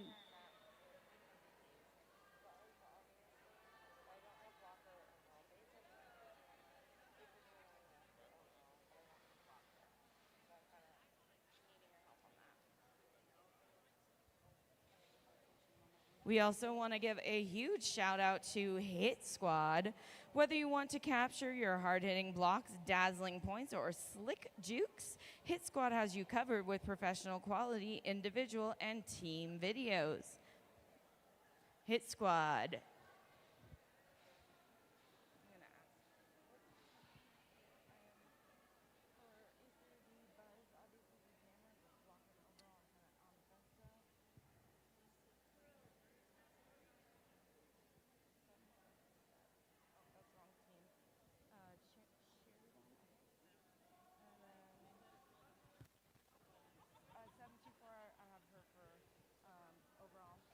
what do you have for? Do you have anybody for Freddie Bruiser?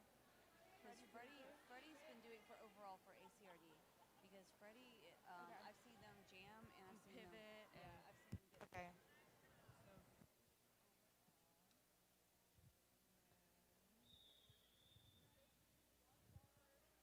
All right, next whistle will start the jam. We got Borderland Bruiser in, jamming against Kitty Catatonic.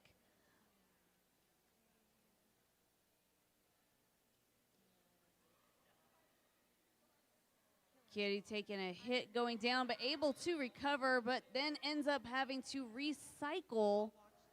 Borderland Bruiser out, taking that lead jammer position. How long has it been since Borderland has had a lead jam?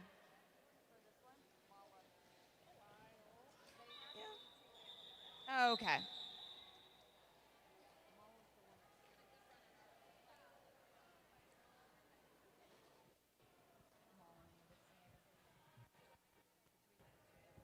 No, it was a joke.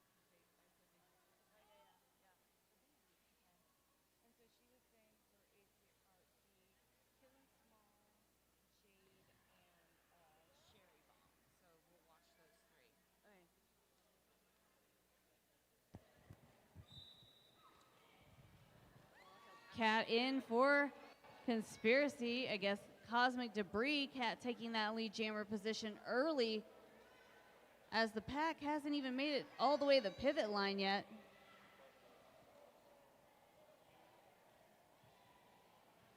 Nice blocking there by EPRD.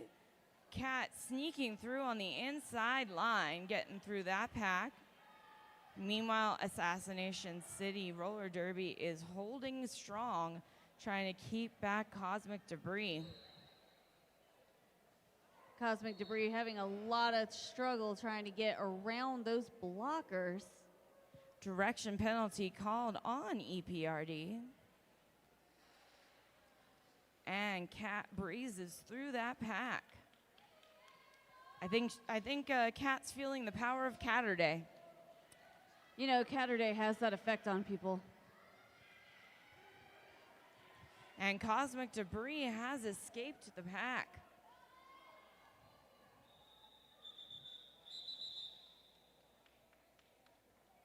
Cat calling it, forcing no points for EPRD.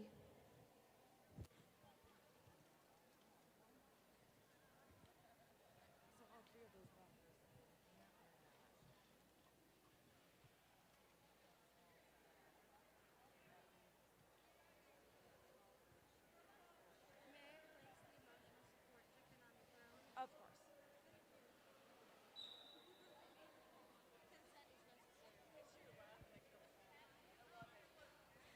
And on that Savage Tiki Lounge jam line, we have Buzz Killer jamming against Beethoven.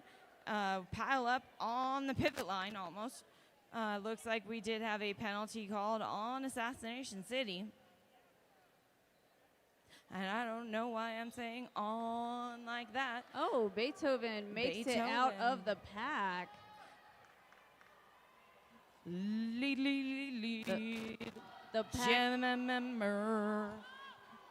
The pack kept trying to envelop Buzz Killer. Buzz able to finally break away. Beethoven grabbing 4 points, moving through the pack.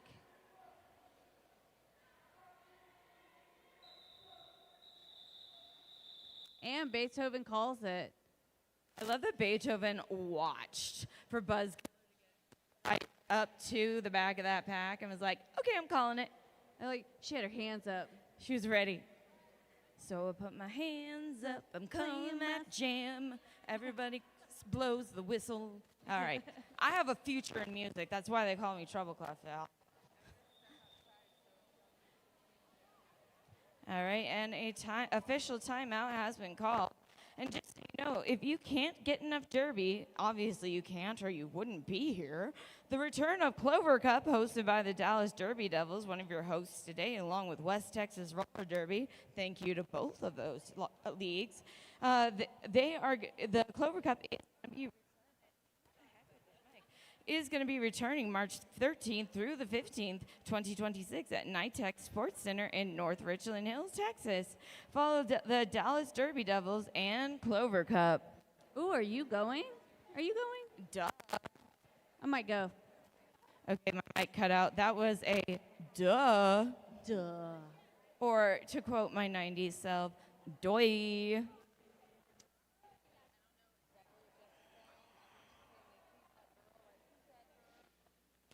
That girl.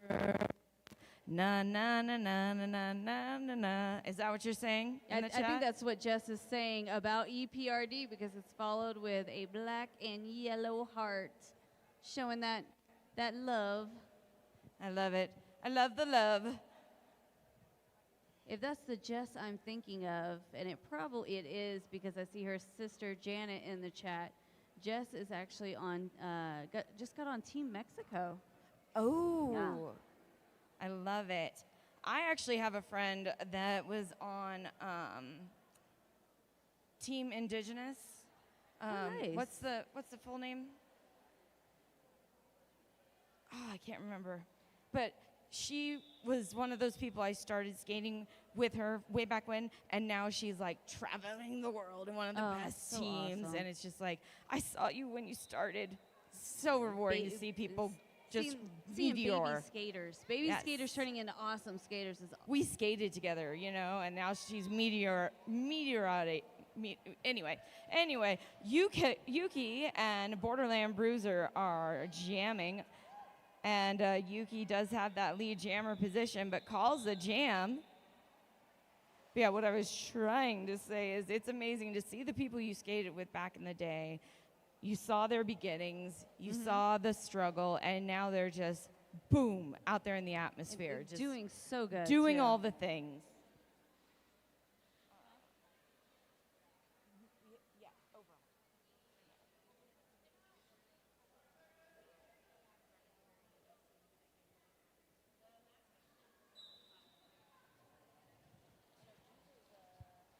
And on the Savage Tiki Lounge jam line, we have Kitty Canatonic and April Drenalina.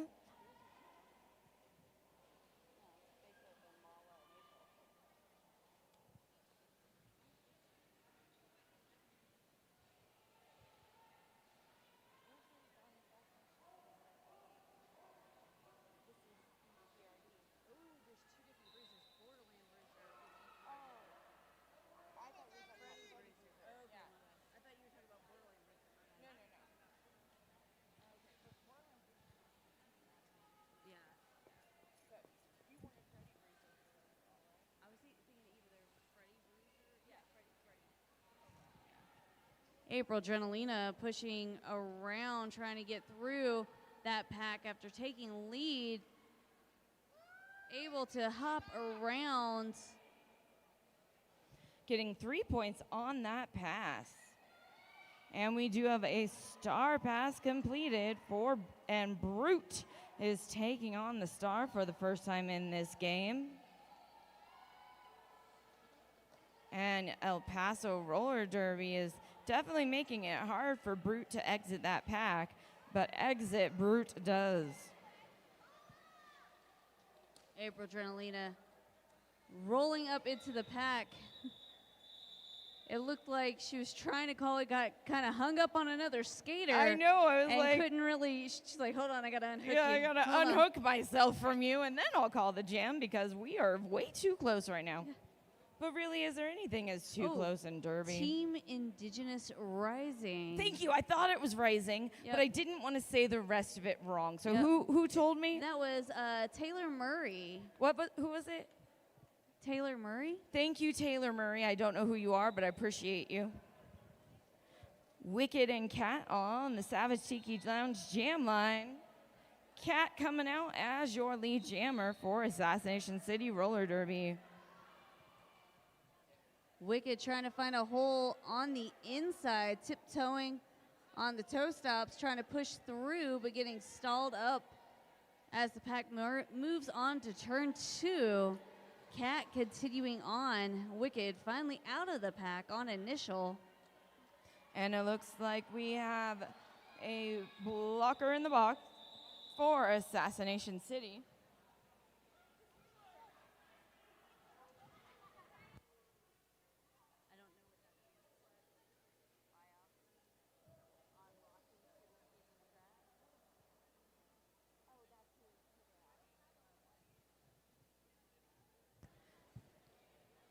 Thank you, Biopsy on Rockin City Hidden Tracks. I don't know your real names. I'm so glad you identified yourself on YouTube. Hey, we just got a shout out from Lilac City Roller Derby in the Pacific Northwest, who's tuned in today, watching along. We got Beethoven out on lead jammer. And Buzzkiller's jamming right now. Made it through that initial pass, jumped around the And jammer. Natty Knoxville took that star pass. But no, that did not happen. Buzzkiller never actually passed the star. It looked like it happened, didn't happen. Beethoven calling it, grabbing 8 points for EPRD. There was some really fancy footwork in that last one, too.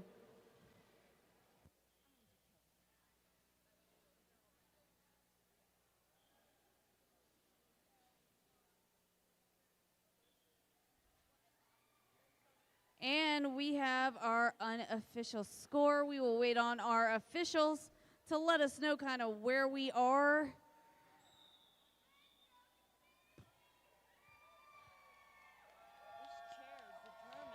And we have a final score. El Paso Roller Derby 106. Assassination City Roller Derby 235. That was an amazing game, guys. Truly awesome roller derby. We will have our MVP announcement here in just a moment. We want to give everybody a moment to do their victory laps around. High fives for all. Or victory falls for all. Have a seat, Roxy Redding. Have a seat.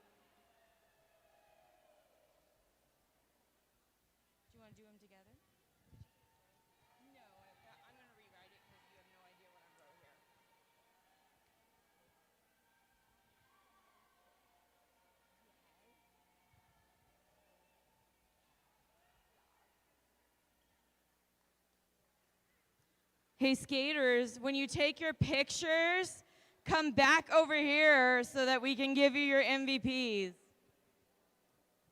If you're listening. You're usually not. It's fine.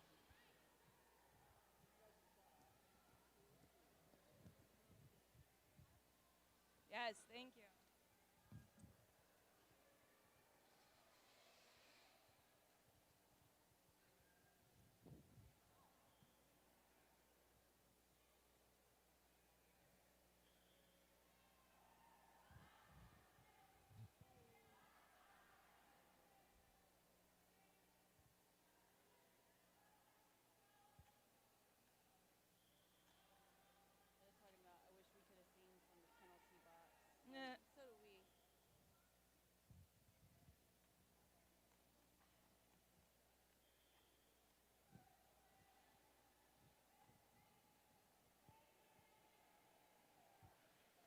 right, skaters, come over here to the announcer table. We're going to do your MVPs. Skaters from the last game, come on over here. We want to leave the track clear so that the other teams can warm up, obviously. First, we're going to announce Assassination City Roller Derby. For Assassination City Roller Derby, your MVP jammer is going to be Buzzkill. You want to do the sticker? I'll do the duck. Right here.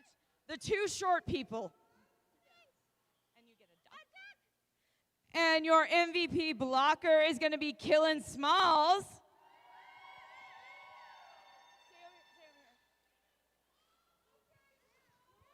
Right here.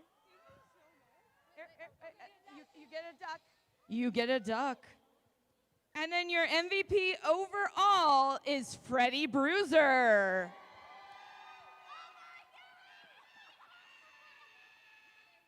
And a duck.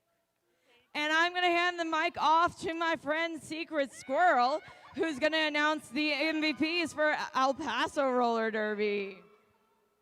All right, for El Paso Roller Derby, we have your MVP jammer as Beethoven.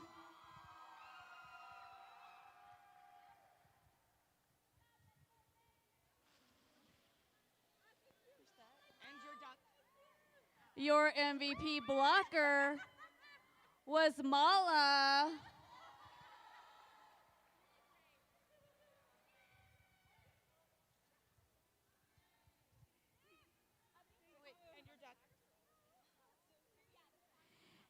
And your MVP overall, April Drenalina.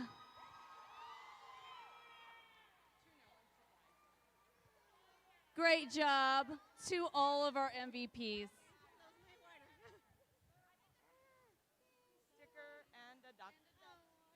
All right, and before we close out the stream for this bout, we want to thank you all for tuning in and for coming to sit down and watch this bout with us. We want to encourage you to make sure you stop by the merch tables in Vendors Village. Pre-ordered Governor's Cup swag can be picked up anytime throughout the tournament, and there is a limited supply of Governor's Cup items for sale. We have t-shirts, tank tops, patches, and stickers. Get your merch to support all of the amazing teams competing this weekend.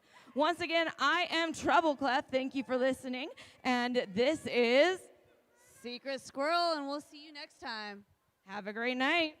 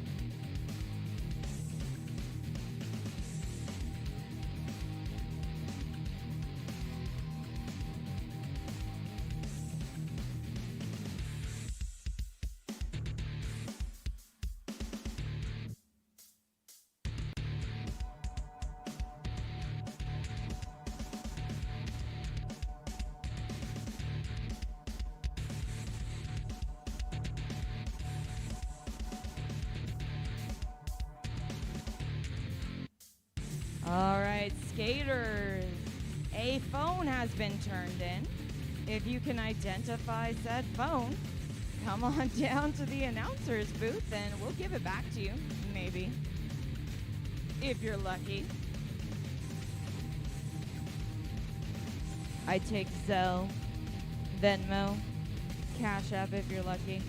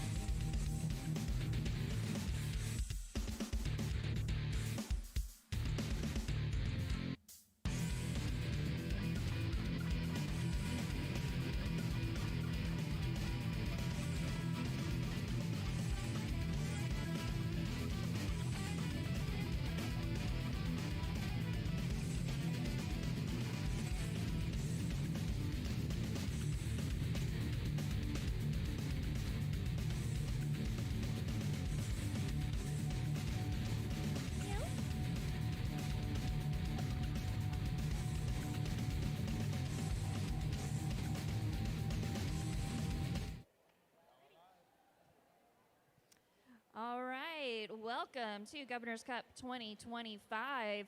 We are on track 1, game 9 of the weekend. My name is Payne Goodall, and I am joined by Nikki Tricky Savvy. I am excited to be here for this game that is going to be starting in about 3 minutes. As you said, we're going to see Alamo City taking on Third Coast Roller Derby. This is going to be Alamo City's Las Pistoleras team. Quick announcement, we need destruction. Destruction? Oh, sorry, disaster. Sorry, said the wrong name. Disaster. Please report to Barnes and Chernobyl. I got too many pun names. I can't keep up. But back on track. I'm fine. Game 9. Who are we going to be seeing today? Did we already say that? Yeah, I was working on it. Alamo City Roller Derby is going to be playing for us. I believe that they are going to be in the red jerseys down there. We're also going to be seeing Third Coast Roller Derby taking them on playing in the black and blue jerseys. Do you want to tell me who's playing for us in those lovely red jerseys? Absolutely. So for Alamo City, we've got 021 Moshes with Wolves, 1005 Steph Bomb, 1128 Antisocial, 138 Lunachick, 1614 Cleocatra. It's Catterday, right? Cleocatra, it's her day. 1900 Entropy, 1977 Brick House, 23 Ace, 2319 Holy Peño. That's a good one. That's a good one. 2319. Oh, sorry, I already said that. Holy Peño. 247 Sideshow Sally. 26 Gladiatrix. 450 Greasy Palms. 481 Anastasia. 610 a Booty Tang. 696 Beazle Baby. Playing for Third Coast is going to be number 11 Lady Riot, number 131 Carcass, number 15 Mommy Fearist, number 17 Vicious Nikki, nice name, number 18 Kick Ash, number 20 Critical Hit, number 2432 Bullet, number 321 Launch, number 380 Juris Noctur, number 44 The Phenomenon, number 555 X Grinder, number 626 Stitches, number 7 General Slaya, and number 846 Minion. We also have some officials. Oh, let's talk about our officials here. We have Barnes and Chernobyl, Mr. Cheetah, Pixie Sticks, The Doctor, Lightning McQueer, Fruit of the Doom, SOS, Spunky Brewster, Disaster, and Damon Mistress, Jake from Skate Farm, who just celebrated their 200th officiating game. Just right before this, George, Buzzkiller, Luna Shovegood, Mr. Catatonic, Lollipop'em, and Coco. we already have a shout out in the chat here from Jim Yelp for TCRD, and Afton Farad says, go Pistos. And I believe we have a few seconds for you to tell me something. Yeah, we want to say a big thank you to Shotgun Sue's Saloon for being the Governor Cup 2025 Track 1 sponsor, located in the heart of the Depot District of Lubbock, Texas. Shotgun Sue's Saloon offers an immersive experience that takes you back to the Wild West with smoke-infused shots such as Gunsmoke, cocktails made with Pinkerton's vodka, wine from McPherson's cellar, and craft beer from Brewery LBK. Shotgun Sue's is offering an experience that is like no other.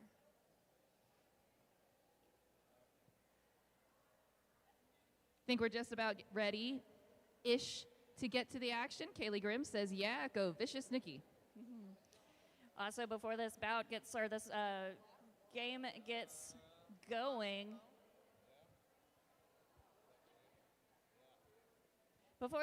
going, we're going to do another big shout out to Savage Tiki Lounge for being the sponsor for our jammer line for both tracks. We have 2 tracks going on here at the Lubbock Civic Center, as well as our official after-party host. Located in Lubbock, Texas, Savage Tiki Lounge offers what we like to call Texas Tiki style.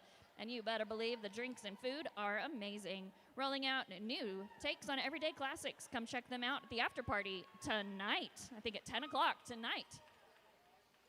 Starting this off, we're going to see number 1900 Entropy for Alamo City's Las Pistoleras in red, taking on Juris Noctur here for Third Coast Roller Derby. Jam is on, and both jammers here now fighting. Alamo City defending at the back.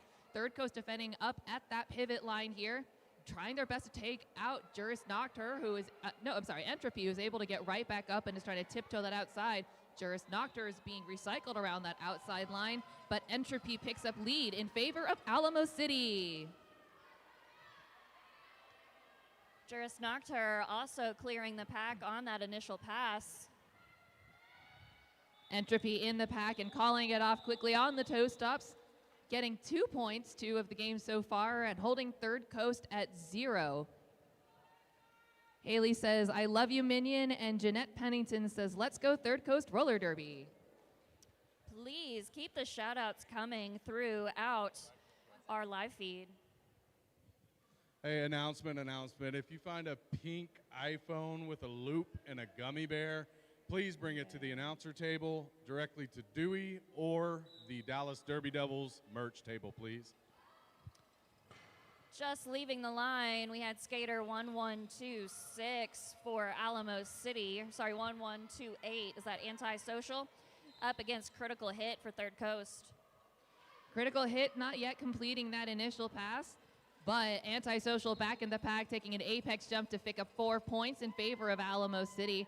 Meanwhile, we do see Phenomenon, now the jammer of record for Third Coast Derby, having been the recipient of the first star pass of the game.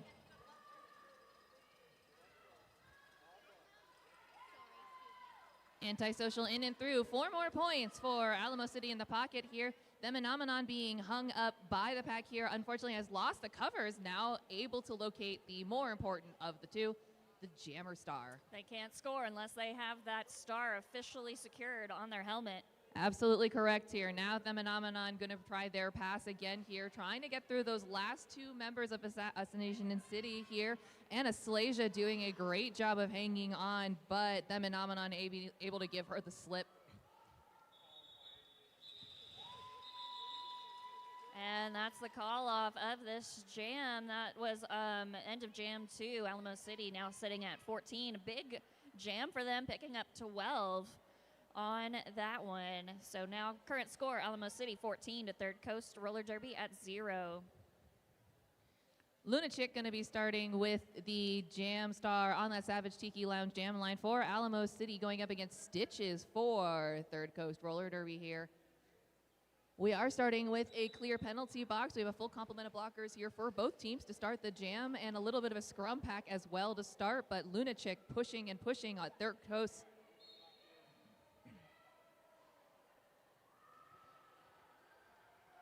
Pack is getting spread out. They had to let Stitches get through.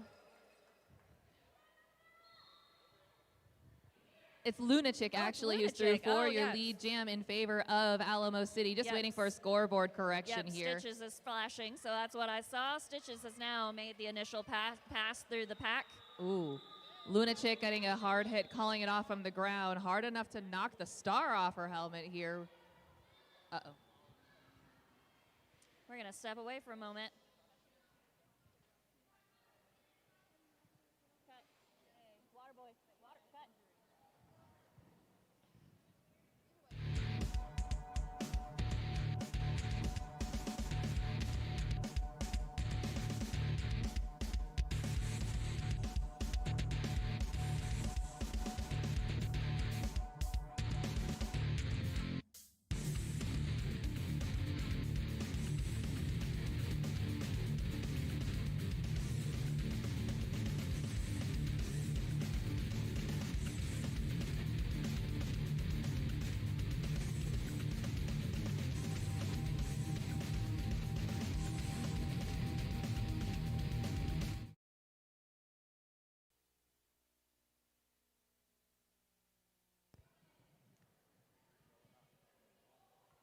All right, we wanted to step away and take a moment. We had a tracker. You want to? Taking a quick break for an injury there as the jam was called off. 2 points for Alamo City to bring them up to 16 at the end of jam 3 here. Third Coast not able to put any blood on the board yet, but Bananarama says, let's go TCRD, and hopefully that'll help them out because Lacey also has some love for Stitches and Launch. And Lunachick have some love from Afton Ferran. Thank you, Feed. Right now we are streaming on the West Texas Roller Derby. We will be streaming on the Dallas Derby Devil page at about 7 o'clock.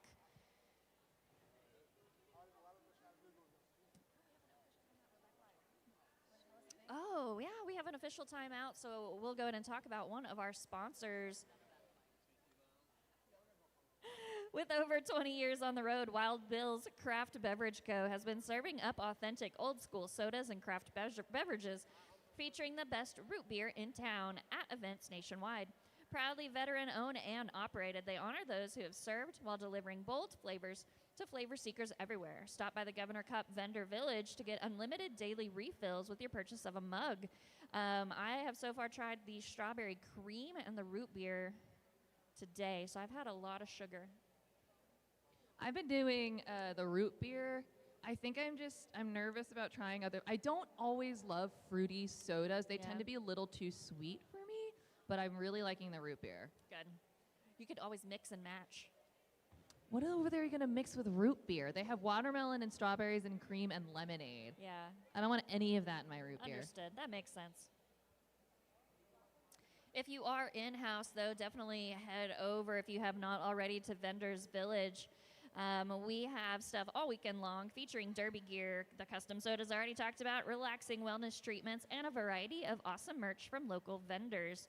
So definitely check that out, especially the merch booths for our derby teams. Those are huge fundraisers that help support our teams throughout the season. We are all volunteering and just having fun with the sport. So none of us are getting paid to do any of this. We just love doing it.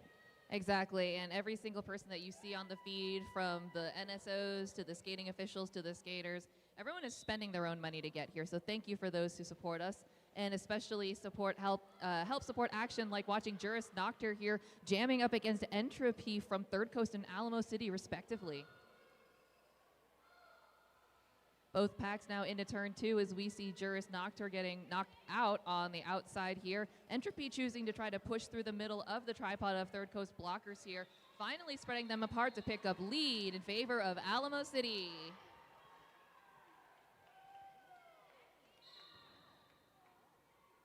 We do see a Third Coast blocker and an Alamo City blocker both heading to, two Alamo City blockers heading to that penalty box here, but Entropy is through and scoring. It looks like a pass was completed on the side of Third Coast 2. Kick Ash, now your jammer of record. Initial pass complete, now star on head. Entropy 4 points in pocket, coming around against the 2 remaining blockers to try to look for more. So this next jam is going to start with 2 blockers, I think, from each team in the box. One is standing, so will be released soon to join the pack. So we just have 2 blockers for each team and 1 jammer. More shout-outs in the chat. Bananarama says, we love you, Mommy, from CRD. Triple May says, come on, Pistos. Haley says, come on, Third Coast. Trip says, great jam, Antisocial. JJ says, let's go Third Coast. And Stacy says, go Knox. And I say, go Antisocial for picking up lead jammer for Alamo City. But right behind. Critical Hit is clear through the pack as well. Racing to catch up as Antisocial is going to go and pick up those 4 points. Call it off. Third Coast not quite able to sneak in points there, but really putting on some speed there. Almost able to pick it up. Rebel Ann says, let's go Critical. Critical Hit almost able to hit that pack. And pick up points here. Not quite successful this time, but we are only 6 minutes into the game, so lots of derby left. Oh my gosh, so much more. We see a new jammer, at least to us, for this game. That's Ace for Alamo City, and an old favorite, Stitches, for Third Coast.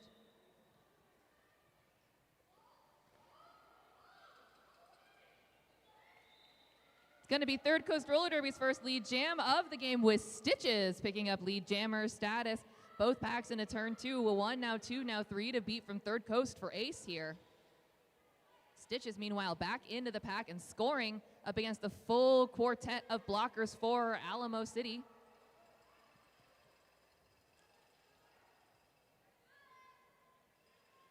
Ooh, beautiful blocking work from Carcass there.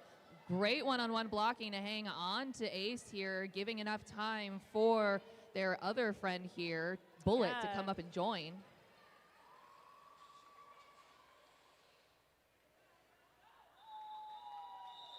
Stitches knocked out off the track by Ace. Gonna go ahead and call that jam, laying on the floor. Sometimes the floor is the best place to do things. You know, I like floor time. Just I love lay floor there, time. think about my choices in life. And So existential. it is. Also a good time to inspect your ceiling. How does it look? Do you need to clean the fan blades? Probably. Yes. Reminder of the chat, clean your fan blades. Lots more love here. Rebel Ann says, let's go critical. Michelle and Trip say, let's go anti. Stitches and Launch getting love from Ninja and Rebel and Bananarama and Ace from Trip LeMay. But we do have Entropy with lead for Alamo City.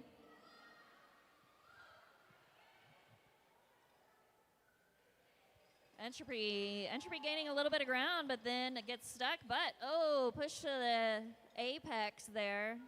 Didn't get recycled back too far. Can re-enter. Getting some assistance from a teammate trying to block off the front of the pack. Third Coast doing a really good job at recycling up to the front, but able to give them the slip. Entropy around the outside on the toe stops, but through the inside, Kick Ash through on the initial.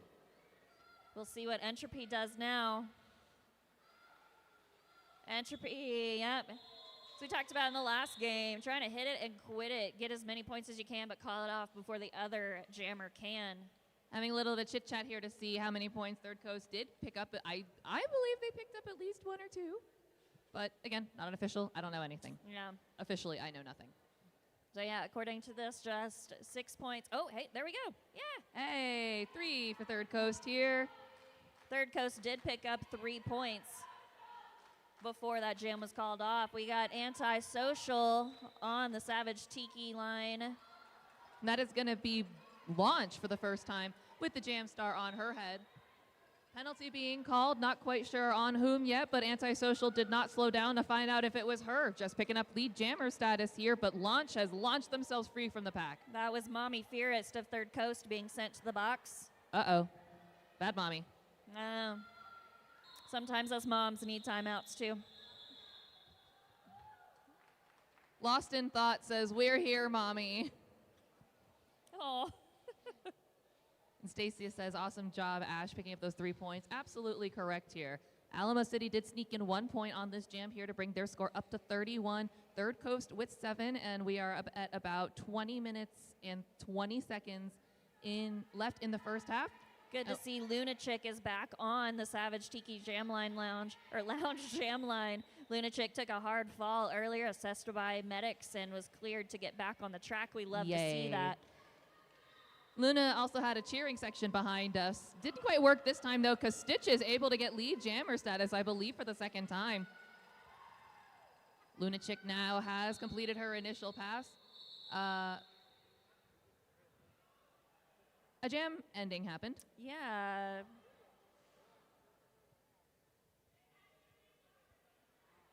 Oh, someone from the Third Coast bench is far more observant than I am.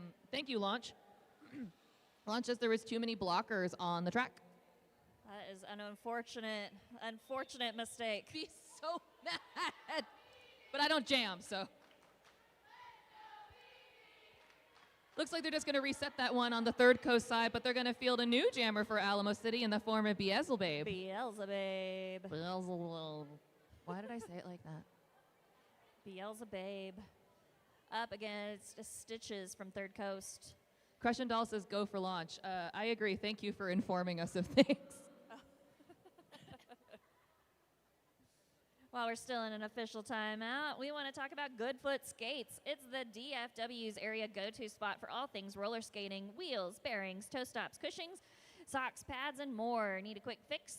They'll also be on hand for expert repairs and assistance throughout the tournament. Plus, in support of the Governor Cup, Goodfoot generously purchased Fox 40 whistles, pearl whistles, for all of our officials to help keep the games running smoothly. Thank you, Goodfoot Skates, for your continued support of our skating community. Looks like we're about to get back underway. I believe next whistle will start the gym, possibly. Maybe not. Oh. That was a tricky rolling whistle. I have fallen for that. My bad for saying the next whistle. But yeah, that was the rolling whistle signaling that they're about to resume gameplay. All right, we got, Beelzebub up against Stitches. Coming a little bit slow off that Savage Tiki Lounge jam line. Stitches was trying to hang on to Beelzebub as they hit the pack, and now both packs doing a really good job defensively of holding on. Beelzebub, though, getting some motion in with the penalty whistles and picking up lead jammer status in favor of Alamo City. Yep, Third Coast just sent one to the box while another is coming out of the box. So still only 3 blockers out there for them. Beelzebub is in the pack and scoring. Stitch is about a half lap behind, has completed the initial pass. 2 more to beat at the front, including the pivot here. That was number 7, General Slaya, doing some beautiful one-on-one defense. At the end of that, Beelzebub was called for a penalty and sent to the box. So Alamo City is going to start off without a jammer on the track and down 1 blocker. So power jam situation now for Third Coast. We're seeing number 1-8, Kick Ash, on the line. Both teams setting up some strategy here. We have 3 blockers from each team. Running start. Pack gets moving a little bit into turn 1. Coming out of turn 3 now. Kick Ash is able to pick up lead jammer now. Coming around looking for points, we see Third Coast setting up at the back to try to play some offense and successfully able to clear that inside line to allow Kick Ash to hop on through on that second straightaway. 4 points on the board in favor of Third Coast.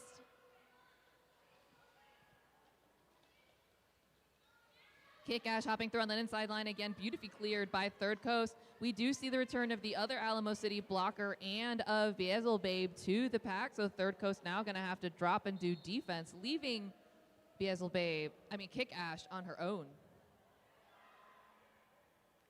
Alamo City sending 1 more blocker to the box.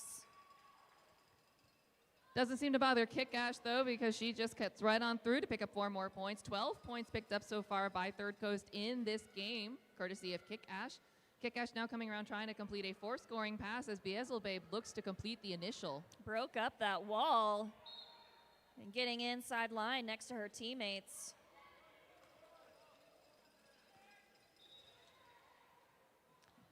Few blockers heading to a penalty box here. We did see a little bit of confusion on here, but it does allow Beelzebub to complete that initial pass and for Kick Ash to kick up to the pack here, getting through 4 more points to Third Coast. Big scoring jam, picking up 20 points for Third Coast Roller Derby, increasing limiting the deficit quite a bit. Making it only a 5-point game. I also want to point out, too, looking at our track, you have obviously the oval track, but then also there's the outside pack ref lane. So there is actually red tape. I don't know if you can see it on the feed, but there's red tape on the outside line that our refs are skating through.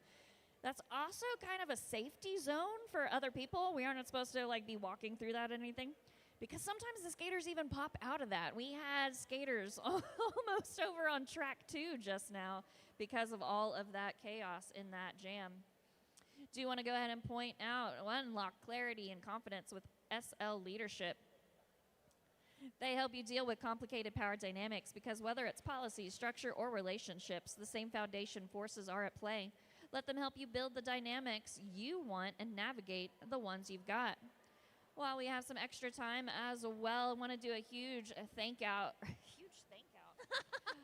I'm tired. It's been a long 2 days already. I'm loving announcing, but my words get confused sometimes. But I want to say thank you to everyone who has traveled to make this event possible. Skaters, officials, announcers, fans, volunteers, anyone else who traveled here for this weekend. Thank you so much for coming.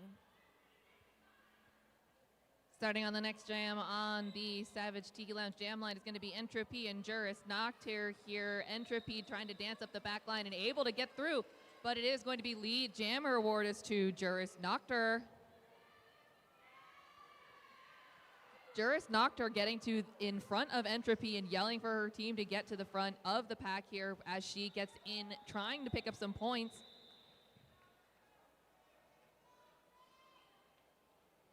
One point picked up by Alamo City snuck in there. Unfortunately, Third Coast not able to capitalize on that, but that's all right. They have 15 more minutes and change left in the first half and then a whole entire second half. And we also have Lunachick back on the line, who's been pretty successful this game. I like that I can identify Lunachick real easy. Yes, the skeleton hands on the boot. Yeah. I can identify Stitches pretty easy, too. It's a 626. Is that Lilo and Stitches? Maybe. Third Coast Roller Derby now with lead in favor of Stitches here. Lunachick taking a big spill to that inside, but a Third Coast blocker going to be taking a penalty for her efforts on that one. Meanwhile, Stitches back in the pack and scoring. Pushing hard at the front of the pack is Stitches. Oh, sorry, no, that's Lunachick. Pushing hard at the front of the pack. Called out a play, had to let Lunachick go. Has completed her initial pass. Stitches with her hands in the air. Looking for the bench. What do I do? What do I do? Bench says go ahead and call it off, and so she does here. No points picked up by either team in that jam, but 4 picked up by Third Coast in that jam. So we now have a 2-point game.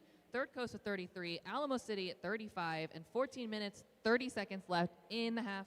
This has been a very awesome game so far. I like seeing the score so close, closing that gap between the two teams. On the line, we have Entropy skating for Alamo City up against number 2-0 Critical Hit for Third Coast.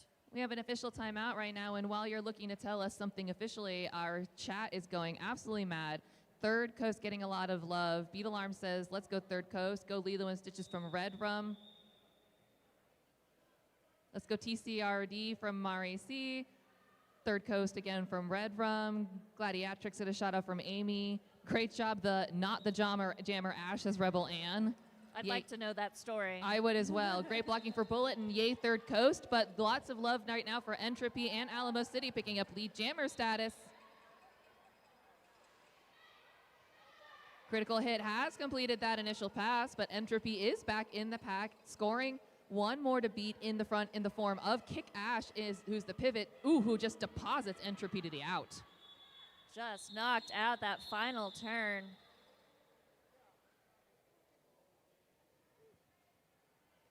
Three points picked up by Alamo City on that jam, holding Third Coast at 0. Wearing the star for Alamo City, we have Beelzebub. For Third Coast, we have Juris Noctur. Mary C says, let's freaking go Third Coast, but right underneath, Jenny C. Whiskey says, we got this. Let's go TCRD. Fight, fight, fight. Don't do that. Beelzebub and Juris Noctur will try to fight it out on the track for you as Alamo City defends by that pivot line. Third Coast Roller Derby trying to just lock it down and stop Beelzebub from progressing as much as possible. Juris Noctur officially lead. Jammer. Beelzebub fighting on the outside of turn 1. Oh, we have a star pass, actually. Star has been passed to skater 2-3. Ace. 1 point game now here with that pass as Third Coast Roller Derby brings their score up to 37 and Alamo City sits at 38. Ooh, exciting. Somebody's looking forward to a possible lead change. Antisocial's excited. She's jumping up and down on her toe stops here. I like it when they start 20 feet back. Antisocial being antisocial, getting as much space as possible behind Stitches. She's taking advantage there. Getting a good running start to run into Third Coast. Really the best way to get around these formidable blockers here. Yeah, I thought that running start was going to work, but 3-2-1, who was Launch, said nope. Meanwhile, Sideshow Shally was working together with Booty Tang really well to contain Stitches here. Giving time for Antisocial to get through and around and pick up lead jammer status in favor of Alamo City.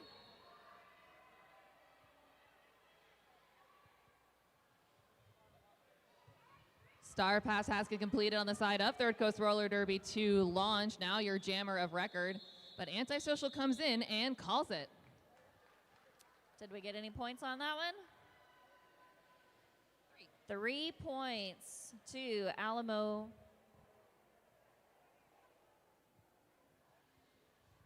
Yep, 3 points to Alamo City Roller Derby, so now 41-37.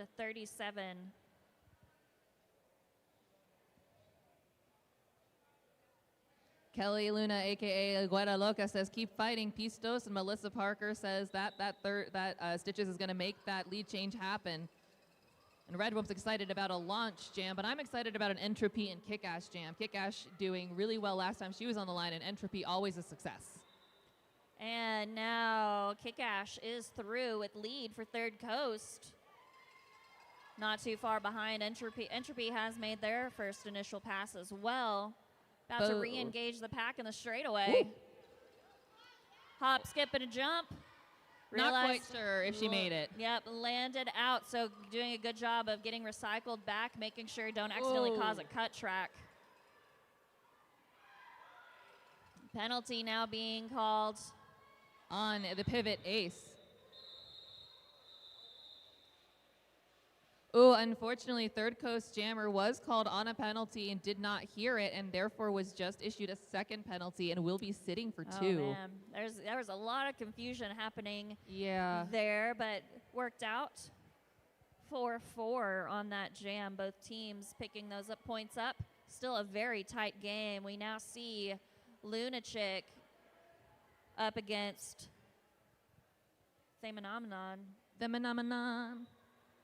I don't think you're supposed to say it that way. I just did. Oh, big hit there. Not sure I said it right. I don't. Whatever.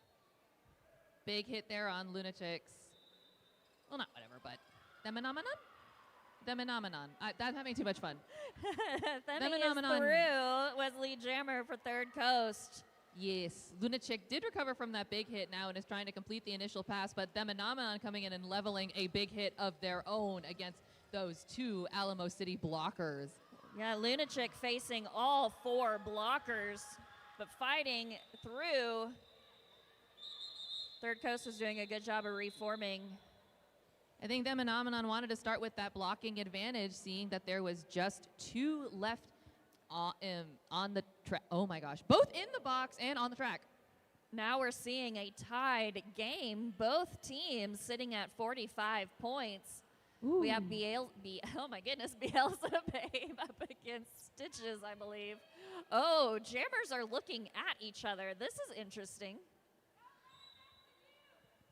Stitches was facing backwards for a moment before leaving that Savage Tiki Lounge jam line. Stitches able to pick up lead jammer status this time for Third Coast Roller Derby as Beelzebub is trying to find that outside line. I think that stare down intimidation worked for it may have. For Stitches. I'd tell someone to try it next time.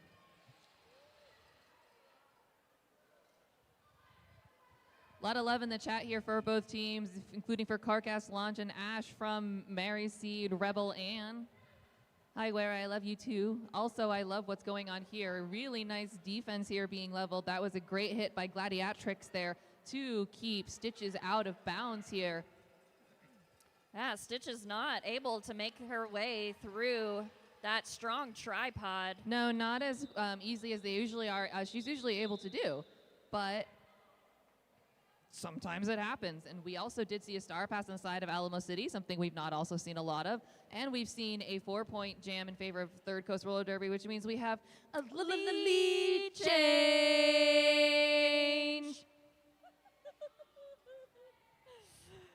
More love for Carcass coming in, as well as some for Slaya. Keep coming in and letting them know that you're there, because this is going to be a close game. We've only got 7 minutes left in the first half, and we have Entropy and Juris Noctur starting on that Savage Tiki Lounge jam line and not getting much progress, so the entire back turns into a gumball.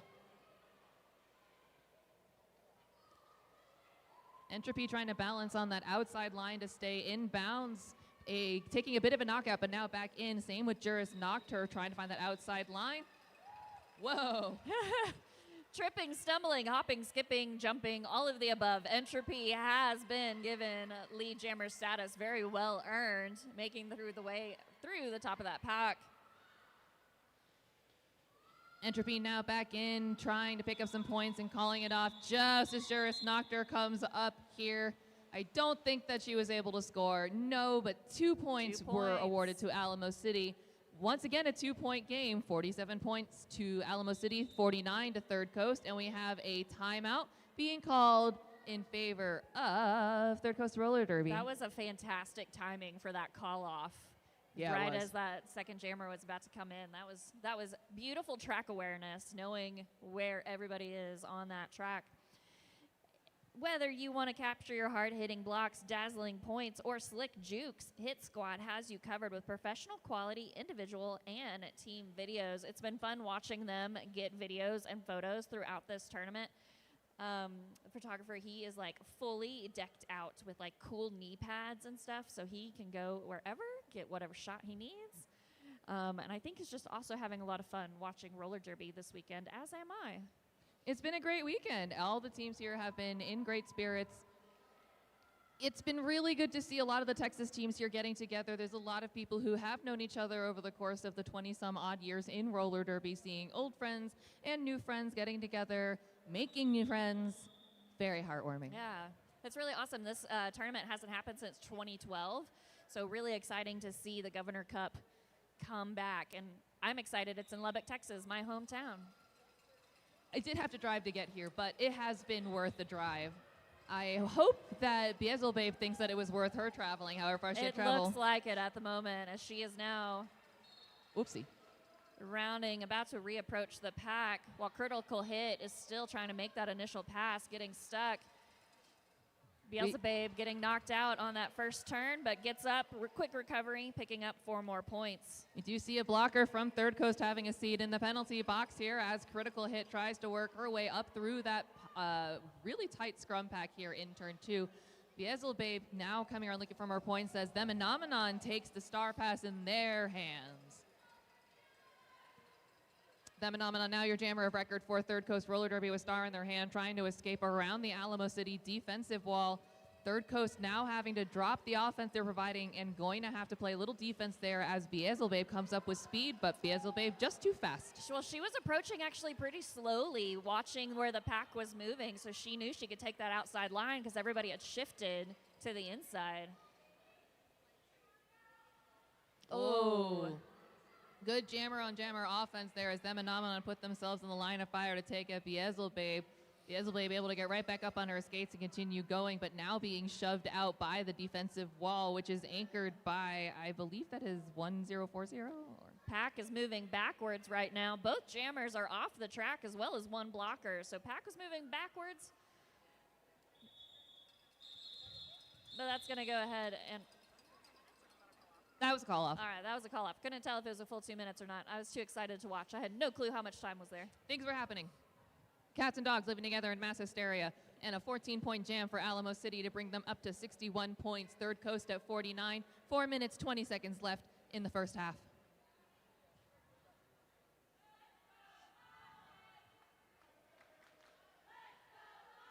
Some love for Mommy Fierce hits from Mari C, and Anna Martinez says Third Coast on 3.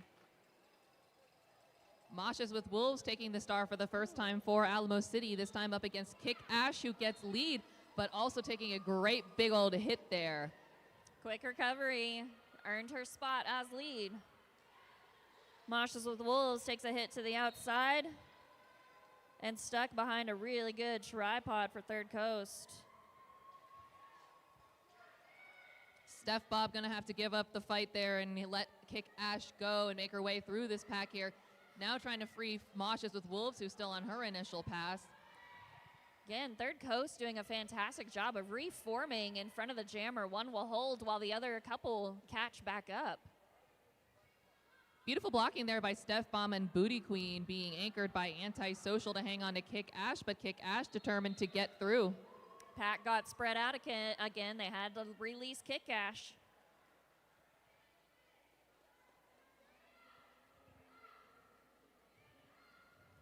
Pack picking up a little bit of speed here. It is a little thin. We have a couple blockers in the penalty box at the moment.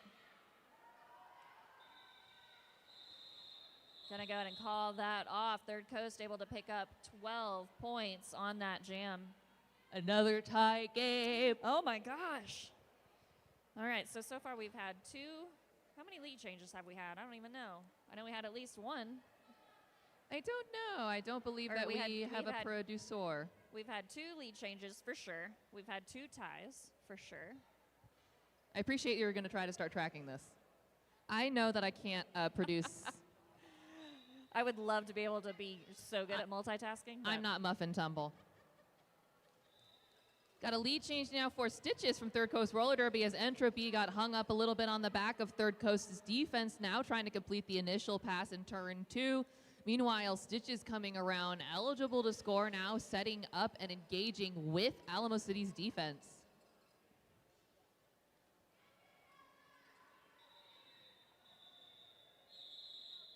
All the whistles going off. That jam was called. Looks like 0 points picked up. Oh, sorry, just kidding. I see 2 fingers over there. Third Coast did pick up 2 points, bringing our score, Third Coast now 63 to Alamo City 61. So we had another Lead change with only 90 seconds left to go in the first half. We have Juris Noctur with the star on her head here for Third Coast, and we have Gladiatrix with the star for the first time for Alamo City. Alamo trying to shake up that jammer rotation a little bit.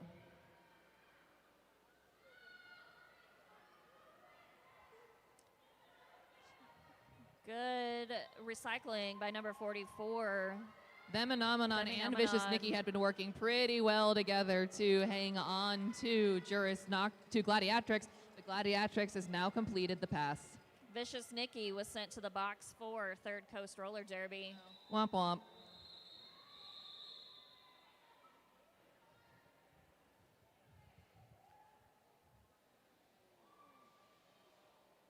All right, I think we have time for one more jam. Looks like it. As usual, Antisocial getting pumped up, jumping toe stops. Kick Ash also starting 30 feet behind. Oh, I was wondering where the other jammer was. Hi. You know, just hanging out 30 feet back. A thing happened. Oh, there's a timeout being called now. Never mind. We get one more jam, but we have to wait for it. Just a second. So we'll just have to wait one extra moment. Jam is on off of the Savage Tiki Lounge jam line here. We see Kick Ash being taken to the inside line and Antisocial stepping through on turn one, picking up lead in favor of Alamo City. Uh-oh. You got a pile up of some Alamo City skaters laying on the track for a moment, but quick recoveries to all. That's going to be called off, and we're headed into intermission. If you are in-house, if you're feeling hungry, please head over to the Civic Center concession stand for a bite to eat throughout the tournament weekend, located by the Vendors Village and tournament main entrance. While you're over there, check out Vendor Village as well. So we're ending this half, Alamo City and Third Coast again. 65 all. Another tie. This has been a fantastic game. I'm so excited to see the second half. Come back in about 7 minutes.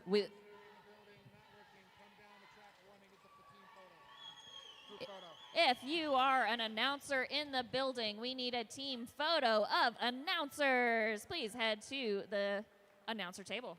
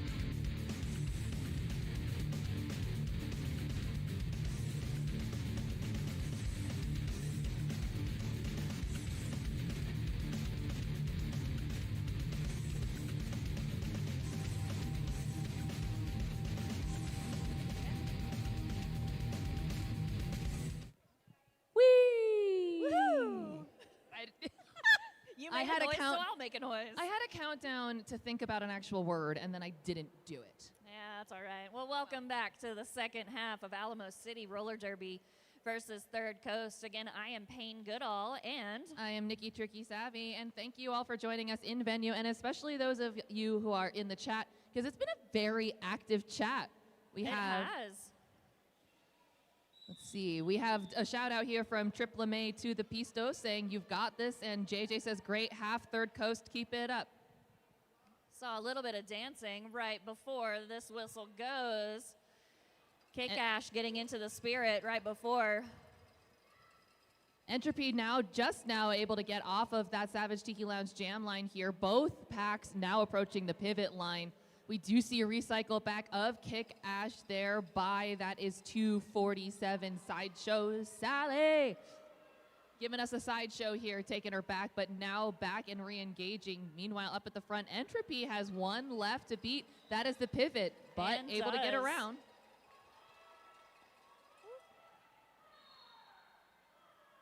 Lead jammer status has been picked up for Alamo City, and a star pass has been complete on the side of Third Coast to General Slaya.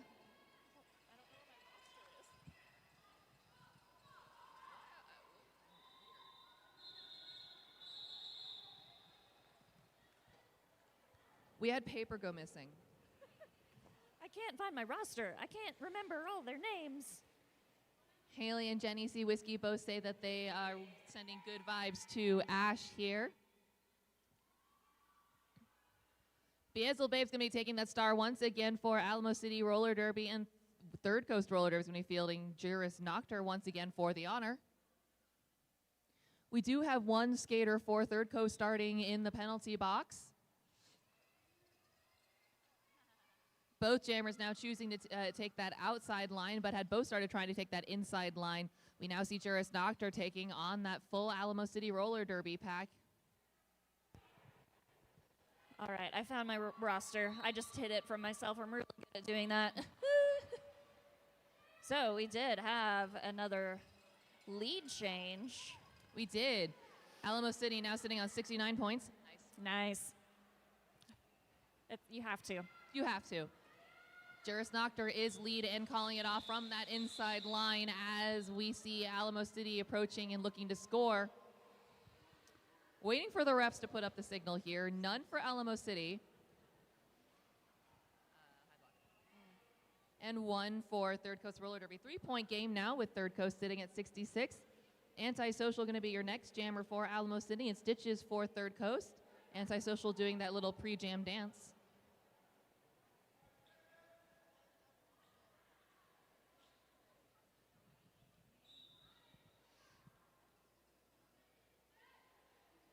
Both jammers trying to take some space before that Savage Tiki Lounge jam line. But we're going to see Antisocial with a burst of speed picking up lead for Alamo City as Stitches gets swallowed up there and unfortunately picks up a hot track penalty, giving a power jam to Alamo City. Let's see what Antisocial can do with the help of Alamo City's blockers. There you can see they're strategizing, trying to figure out how to best help their jammer through this pack. Setting up some offense here to contain the remaining blockers from Third Coast. Successfully able to spring out Antisocial now. Kick Ash started to give chase, but wasn't quite there in time. Not quite yet, but we do see this trio up at the front anchored by Carcass here, who has had a very good game so They've far. had a fantastic tripod working together.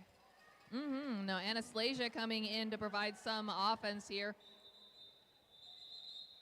Antisocial going to go ahead and call off that jam, knocked off that track and ready to take a break. Want to say a thank you to Brass Tap for being our Governor Cup's welcome reception host this past Thursday. The Brass Tap in Lubbock brings the flavor of Global Brew Bar right to your neighborhood. With 45 plus selections, this upscale yet welcoming beer bar also serves premium wines, specialty cocktails, and upscale shareables designed to pair with your fave drink. Whether you're visiting to watch sports on TV or just for good conversation with friends, their menu, packed with craveable bites, pairs perfectly with any pour. So thank you so much, Brass Tap. Looks like we have a team timeout. Who called this timeout? Third Coast? Third Coast.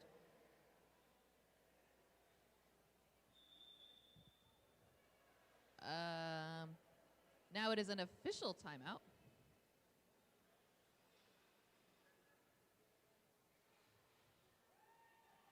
Sorry, guys, I have a cookie. I thought I was going to have better self-control, and then I was going to wait till the end of the game. But I keep taking bites, even though what I'm doing involves talking. I have snacks as well. I have some popcorn over from the concession stand, so I've been working on that throughout as well. Sorry, everyone. But then I also have my tea and honey. We're way too cozy. I am in a literal wearable blanket. We're just very settled. We're getting warmer and cozier. Whoops. The chat's also getting cozy. Michelle says, guns up pistos. Getting some love for Carcass, as we were just saying, who's been having a tremendous game.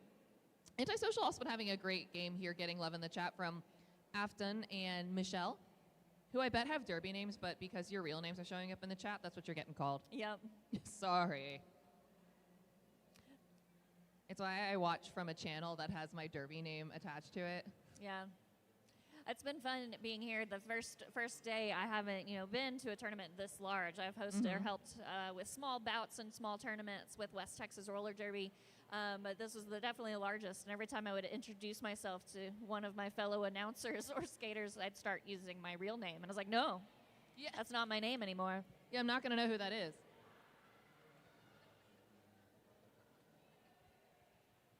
You can't see them, but the MVPs for Little Awards are cute, tiny little colorful ducks. Quack, quack, quack. Quack, quack, quack. And cute stickers, too. Yes, you get a sticker that says thanks for rolling by and a little duck. I think they are getting other awards, so that's just our quick. That's what the announcers are giving one. out That's for what we're our giving out. our That's- game-by-game MVPs. Okay, Mari C apparently is Loba. Loba loves TCRD.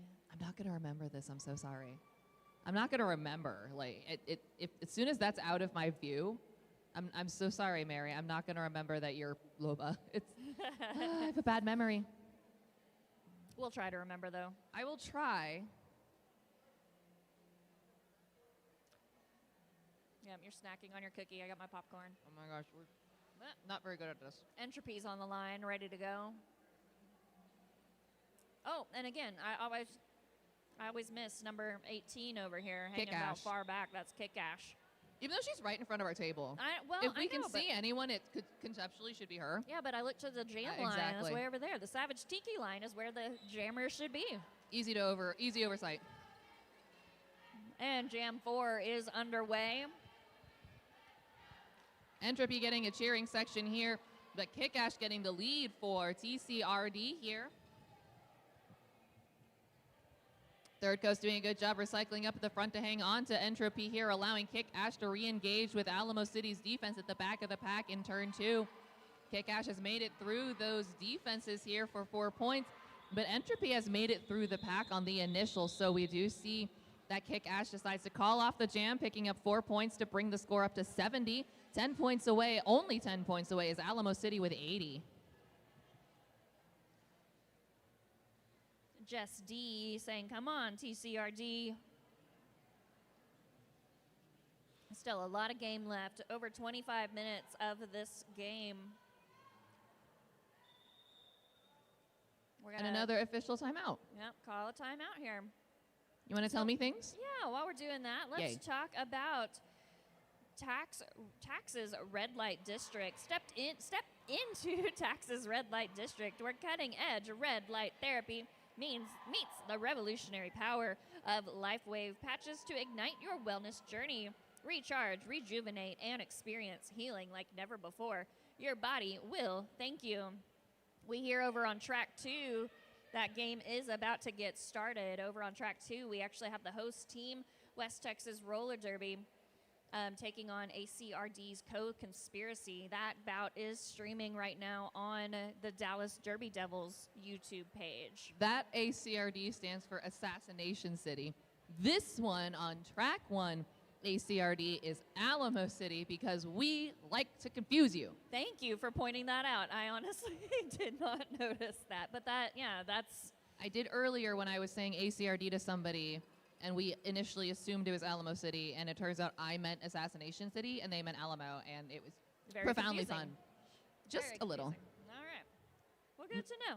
But love all teams from Texas Yes. hanging out here in Lubbock. Getting back to it, getting back to it. That's going to be Juris. Excuse me, Juris knocked her with the star for Third Coast. And that is going to be. Is that Entropy? No, it's not. Moshes with Wolves. Moshes with Wolves. Mosh, Again, mosh, mosh. Another phenomenal derby name.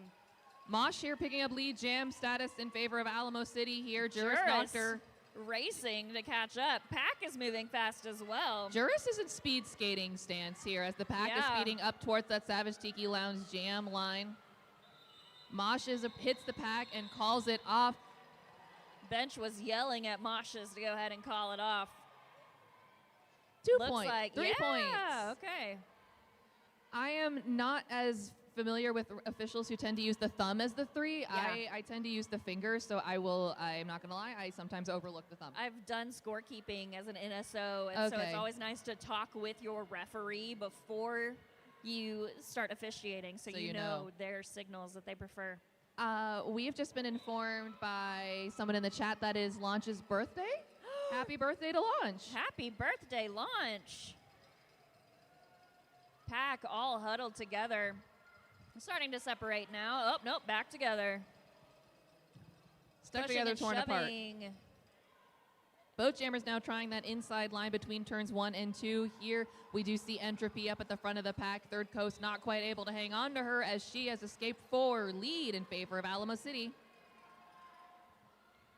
Third Coast trying to spring their jammer. Stitches is able to escape with the star in hand, but Entropy has hit the back of the pack and is now dancing along that outside line, trying to push aside the remaining blocker from Third Coast. Entropy calling off that jam, but giving some love taps to skater 2432. That is Bullet. Just to say hello. I think Entropy got hung up and was just congratulating the very good blocking skills there. And they are quite good blocking skills. We've seen really good blocking on both sides of this team. It's a close game. They've been trading leads back and forth. Been several points where the score's been tied. Beelzebub and Juris Noctur are off the Savage Tiki Lounge jam line. Quick lead jammer going to Juris. Beelzebub is forcing apart the last 2 Third Coast roller derby blockers and escaping on her initial pass just as we see Juris approaching and trying to look for some points, but that pack is speeding up very fast towards that pivot line. Juris is in what could conceptually be called a pack and decides to call it off, I believe, picking up, yes, all 4 points for Third Coast to bring their score up to 74 points. Alamo City at 87. I love watching the communication between the skaters and how they communicate with each other, like where the jammer is, where they need to be. But I also just noticed some really awesome communication with the referees. Pack was moving so fast, and to make sure they got better eye lines, George actually went the opposite direction to catch the front of the pack. So that was cool watching. Apparently Loba in the chat is Bullet's wifey. Aww. So hello to Bullet. Entropy back on the line with the star for Alamo, and that's critical hit with the star for Third Coast. I do hear the telltale sounds of a blocker heading to the penalty box. That is going to be the Third Coast roller derby pivot. And oh no, Entropy on a cut track, which is going to be a power jam so opportunity. Third Coast does have a blocker in the box, so down 1 blocker for Third Coast, but worse news for Alamo City, the jammer being out. I believe there was a low block penalty called on critical hit, who's going to go have a seat in the penalty box, releasing Entropy back to the action early. We see on the track Alamo City setting themselves up for the inevitable brief power jam. Yep, critical hit will only have to serve the time Entropy did, so not the full 30 seconds, but we will now get a full 2-minute jam. So we have 1 minute left to go of gameplay here. Again, pack is moving fast. Boxes empty, all skaters on the track. Really good offensive work there by Cleocatra, now directly switching to defense as she sees critical hit coming out of that penalty box. And I saw Entropy went ahead and tried to call off the jam, but then quickly remembered she had done some time in the box, couldn't call it off. But does pick up 4 more points for Alamo City here. Another blocker there from Third Coast Roller Derby heading to the penalty box as Entropy approaches looking for some points. Meanwhile, Critical Hit fighting against all 4 of Alamo City's blockers, while Entropy gets through on that second scoring pass in favor of Alamo City. 8 points in the pocket so far. A direction of gameplay penalty going to be sending the pivot from Third Coast right back to the penalty box as Entropy is through again for another 4. scoring pass. Some tumbling within the pack, but quick recoveries. Everybody's trying to reset for this jammer, but that is going to be the natural conclusion of 2 whole minutes. Final score on that jam was 12 for Alamo City Roller Derby and 0 for Third Coast. Currently, total overall score 99-74. Just under 20 minutes in this game. Antisocial being very social right now with Stitches. They're hanging out and chit-chatting behind. That's not allowed. I know. They shouldn't be chit-chatting. They're competitors. But no, they're just hanging out behind the jam line, talking. But now it's a timeout, so they're Do we have more things to talk about during timeouts? Of course, we always have things to talk about, don't we? Yay. Sweat, sip, skate, repeat. LMNT helps you stay strong from the first whistle to the last jam. I want to say big thanks for their generosity in donating to our welcome gifts. Also, why we have this extended time, if you are in-house, please go check out Vendor Village. Make sure you stop by all of the tables. If you had any pre-ordered Governor's Cup swag, that can be picked up anytime throughout the tournament. And there also is a limited supply of Governor Cups items for sale. So things like t-shirts, stickers, tank tops, patches. Get your merch and support all the amazing teams competing this weekend. Antisocial getting a bit of a slow start and running into his generous into Stitches here. Oh, big pile up. We got some skaters sitting on the jammer. Poor Antisocial was in the bottom of that dog pile and knocked out to the outside. Good blocking by number 1-8. That is Kick Ash here, who is not jamming at the moment. Stitches is jamming with lead jammer status for Third Coast as Kick Ash is once again giving the workaround to Antisocial. I always love seeing skaters who are really good jammers as well as really good blockers. Agree. Tripod up at the front there being anchored by Mommy Fairest here trying to hang on still to Antisocial. Star and Hansel trying to get through, but unfortunately Pivot a little bit busy hanging on to Stitches, who is in and eligible to score. Penalty whistle, the telltale sounds of a whistle being blown do mean that we are going to see a couple of ACRD blockers heading to that penalty box. Lots of confusion on the track. Lunachick being told to exit, but unfortunately picking up a second penalty, not quite able to hear it on the first try. Antisocial now out on the initial pass. Stitches just... Again, they're so chatty with each other, these two jammers. Just having a gossip. High fives to each other as Wonderful. well after that jam. I like it. I love it. I love seeing that. Looking for the final point out here. So far, 4 for Third Coast and none for Alamo City, who has 99 points, just one shy of that century mark. Meanwhile, Third Coast has 78 points.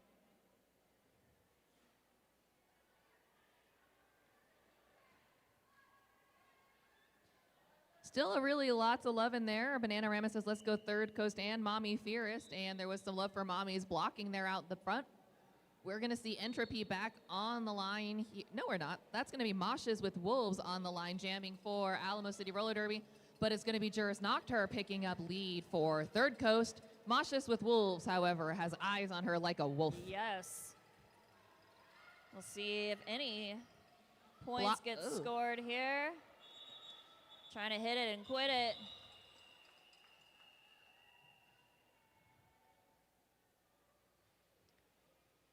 So let's see what points were scored on that one. We got 3 points to Alamo City. And a timeout for Alamo City. Lubbock Sports Medicine, the premier sports medicine for adult joint reconstruction and rehab center in the South Plains. Big thanks to them for keeping us safe at the Governor's Cup all weekend long. We hope none of our skaters get hurt throughout the process, but we love having our medics on hand for anything. Hopefully, they're just here to watch good derby action and not have to take care of any of the skaters. But so thankful for all of their volunteer time to hang out and be with us here for our roller derby weekend here at the Lubbock Civic Center. Seeing Governor's Cup 2025 returning after a long hiatus. Last time the Governor's Cup happened was back in 2012, so pretty exciting to have it back up and running, bringing teams all across Texas right here into Lubbock, Texas. Yay. Yay. Rolling whistle means that the next whistle will start the jam. We're looking to start jam 11 here. Alamo City did break that century mark, 102-78. We got Beelzebub on the line for Alamo City and Stitches again. Stitches finding that inside line and able to pick up lead jam. Oh no, pick up a high block penalty. Ooh. Unfortunately, instead, going to be having a seat in the penalty box and giving Beelzebub a chance at that power jam opportunity. Do we know if lead is still open? I'm not 100% sure whether or not it was. Well, no, not anymore. Yeah, Beelzebub has passed the star, so there will be no lead jammer. So full 2 minutes of derby action. Ace going to pick up a ton of speed. Yes, super speedy Ace. Oh, and just shrinks like a turtle.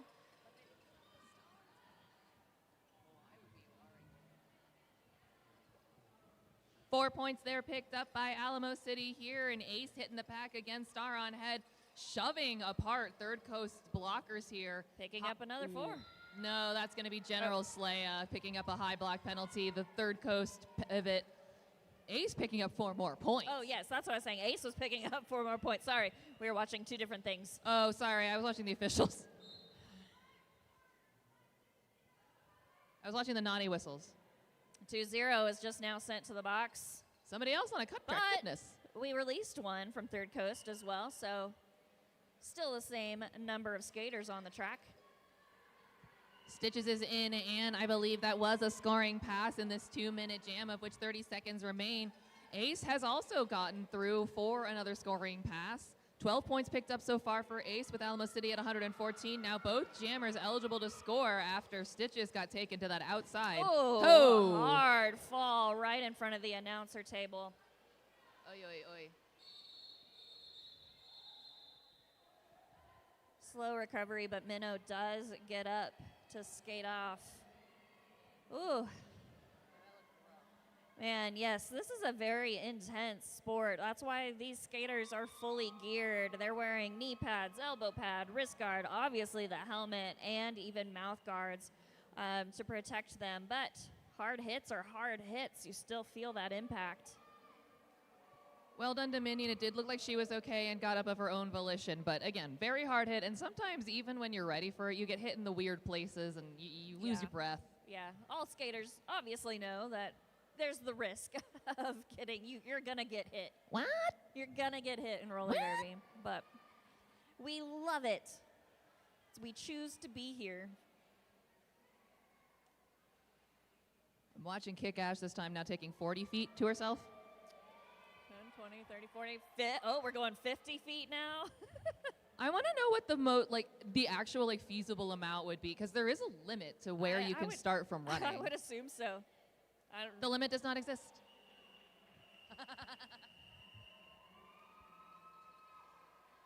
I think we're still in an official timeout. Do we have things? Do we have things we need to say? Oh, we don't want to just keep talking to... I would talk to Kick Ash for the rest of the Yeah, we chat. could just keep talking to Kick Ash. She's now blowing some kisses to her fans. To who?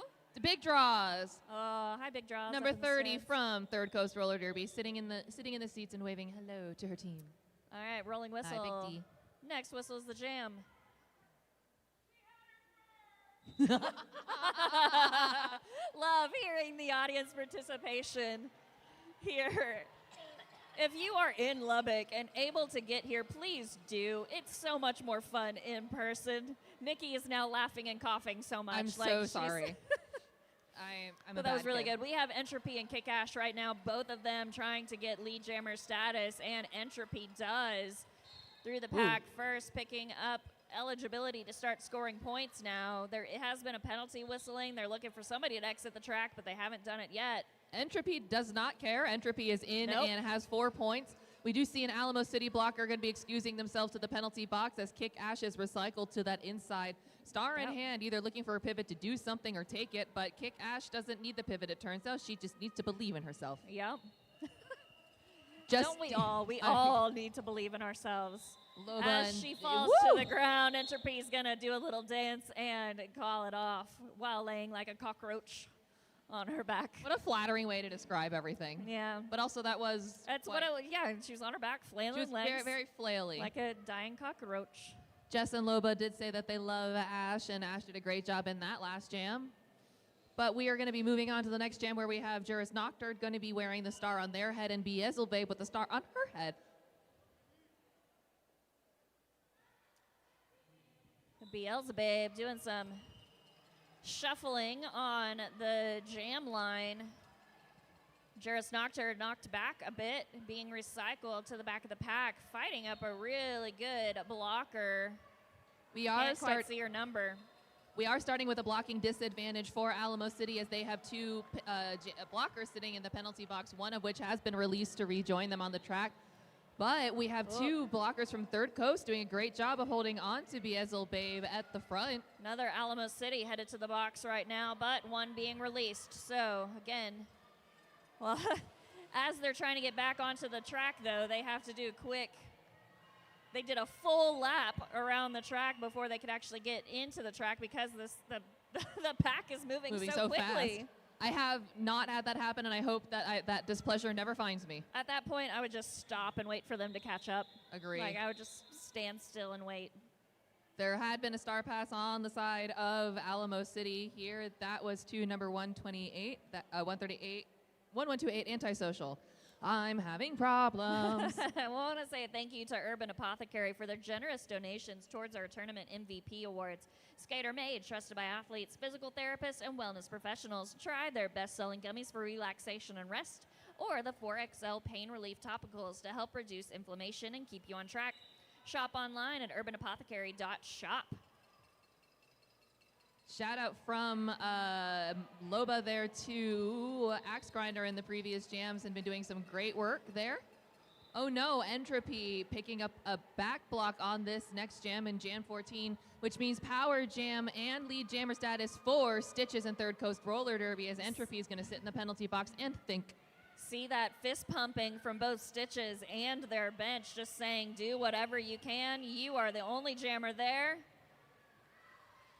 Team now looking to throw in some offense, but unfortunately, as you said earlier, that good deed goes unpunished. Number 7 being sent to the box now for Third Coast Roller Derby.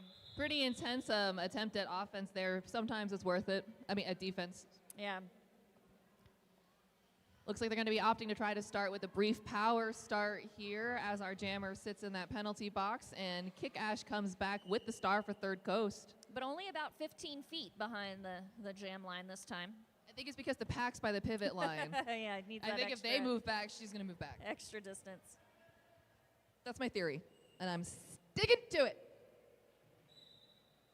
And Kick Ash is off, engaging the pack. Getting that running start that we do now sort of know her for. Gets a jersey whip assist from a or a teammate. Is officially lead jammer. But Entropy is also inside the pack at the moment, trying to work her way through. Kick Ash is now in the pack and almost uncontested up that inside line in between turns 3 and 4 to pick up the 4 points for Third Coast. Entropy now has escaped and completed that initial pass. Kick Ash, about a half lap ahead, though, is now re-entering the engagement zone and eligible to pick up points in favor of Third Coast. Looked like a forearm call was made on critical hit, sending her to the box. So Third Coast will start one blocker down. So sorry. Sorry for their loss. Sorry. Yeah. Yeah. Oh, well, both teams are down a blocker at the moment, so. They wanted to make it fair. How nice of them. Even schmeezens. Official timeout. Have you got things to tell me during an official timeout? Always.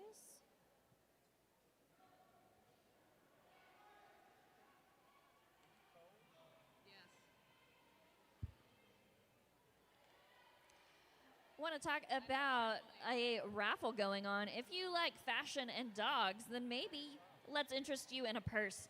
Check out the raffle for a LV-inspired purse and handbag. Every dollar raised helps support DC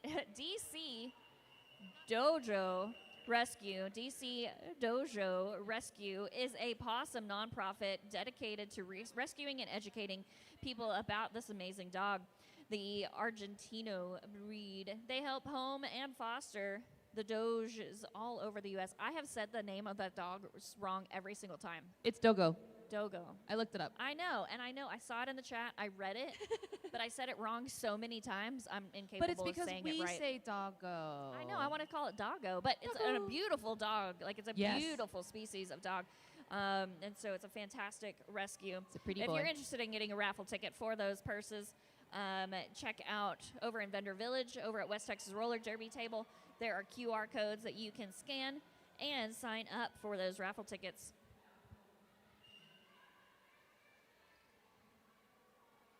We are still in an official timeout, just making sure that everything is good before we continue on.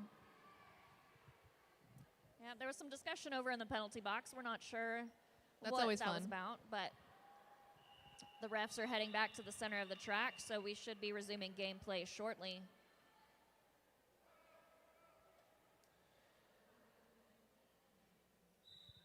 On to Jam 16. Unfortunately, an immediate penalty whistle being blown, but Juris Noctur had no idea because she has now picked up lead jammer status for Third Coast Roller Derby as Mashas with Wolves gets a little bit of tangled up there in Looks like the a mosh pack. pit. Oh, you went for the mosh joke. I went for the wolf joke. You went for the mosh pit joke, and I went for the pack. That's great. I love it.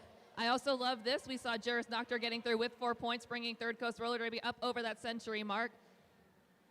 Mashas with Wolves Again. has got out with the star in hand, though.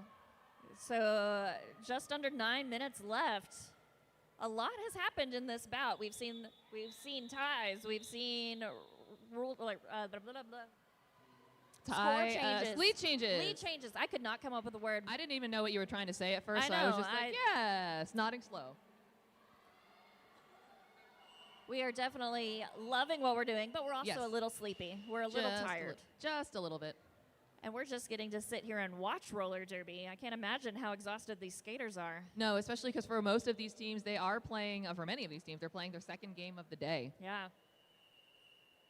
Still some discussion happening. We have still working on an official timeout.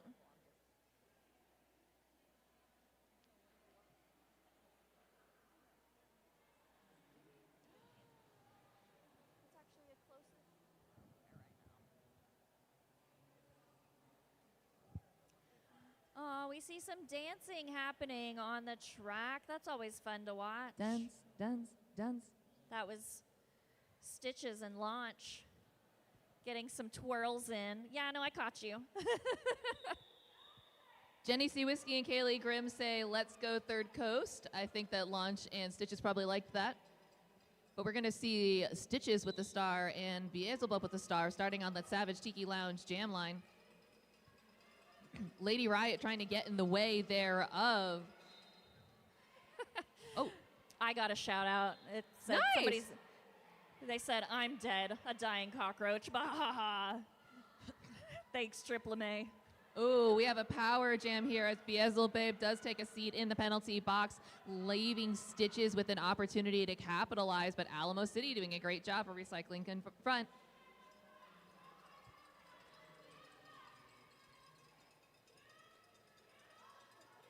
Alamo City doing a really good job. Greasy Palms doing a great job of hanging on. Not so greasy in the palms there to hold on to Stitches. Hearing a lot of noise from the benches. The coaches are communicating to their skaters, making sure they're in the right place. Making sure that they know what's going on here as we see the return of Beelzebub here to the track. Still no lead jam recessed, and it has been a full 1 minute. Beelzebub getting tripped up on the inside line, but able to stay inside. She the is line. not eligible to pick up lead, though. Right, can't be lead, but has made that official or initial first pass, so now is eligible to score points. It will be a full 2 minutes because General Slaya has taken the star pass on the side of Third Coast Roller Derby, and we are now not eligible for any lead jammer whatsoever. 30 seconds left in the jam, and Beelzebub has 4 points in her pocket. Beelzebub pushed Stitches outside of the engagement line, so she had to go ahead and let her go, and Beelzebub is now back re-engaging with Stitches. Getting tripped up, number 11 now being sent to the penalty box for a back block. That's Lady Riot. Causing a riot. Beelzebub running into the back of 2 Third Coast blockers here. General Slayer finding the outside line almost open, but running into, I believe that's Moshes with Wolves. It was not. I was wrong. It was Cleopatra. Meow. Happy Catterday. Happy Catterday, meow meow.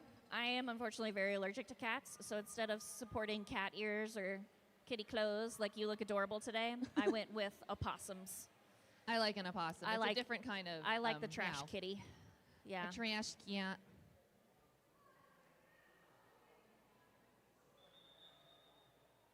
Oh, well, Official thank you, timeout. Triple May. I thought it was a perfect representation of what was happening.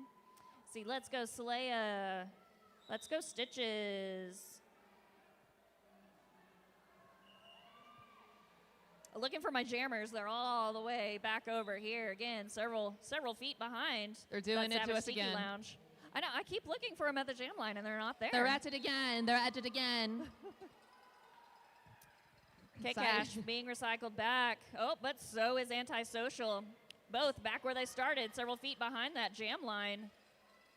Both struggling to make progress through to the first turn. Hard hits and falls. And whistles being blown for penalties. In all of that tangled mess, 2 blockers have gone to the box on that, 1 from each team, but Alamo City is down 2 blockers in the box. Wow. Kick Ash able to get lead jammer and pivot for Third Coast, whose number I can't see, getting a last-second hit there out on Antisocial, who does have the star in her hand. Meanwhile, Kick Ash is able to come back in and score points for Third Coast with 4 in the pocket so far. We do see Antisocial re-attempting that pass again. Antisocial still holding on to the star. Carcass using, I believe that was Lady Riot, to shove Antisocial out of bounds. Carcass having one heck of a game. Kick Ash coming up and trying to score some more points to close that point differential between Alamo City. A few to beat up at the front here, but Antisocial is still stuck at the back, so her defense has been doing a really good job of leaving scoring opportunities open for her.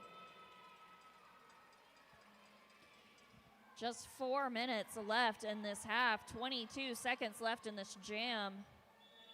But Kick Ash gonna go ahead and call it. Wants a little bit more time to maybe close the differential and maybe getting a little bit tired here. So hit the reset button, get a fresh crew, clean it up. Let's see what we can do in the last 3 minutes and 45 seconds of this game, with Third Coast at 118 points, 12 of which we just saw from Kick Ash in that last jam, and Alamo City at 133. If you can't get enough Derby this weekend, then please stay tuned. Following the Dallas Derby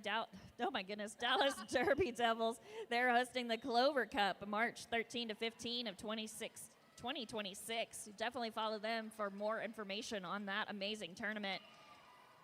Penalty box is now empty. All skaters on the track. Few in a puddle up. Puddle up. Puddle up sounds cute. Puddle up works. I like a puddle up. A puddle up has happened, and Entropy at the front has, I believe, that is 1 more to beat there from Third Coast Roller Derby in order to pick up lead jammer status. But, oh, a big deposit. Someone got a check. Yeah. Oh. I was confused by the whistles for a moment. I thought that was actually coming from track 2. Jam was called. Yeah, I'm not sure why the jam was called either. Again, I thought it was the whistles may have been from track 2. Same, because I didn't actually think we had a lead yet. But maybe I was wrong. All right, we're under an official review now. Oh. Nikki's going to go head to the center and eavesdrop on the conversations with the refs and coaches and see what is going on.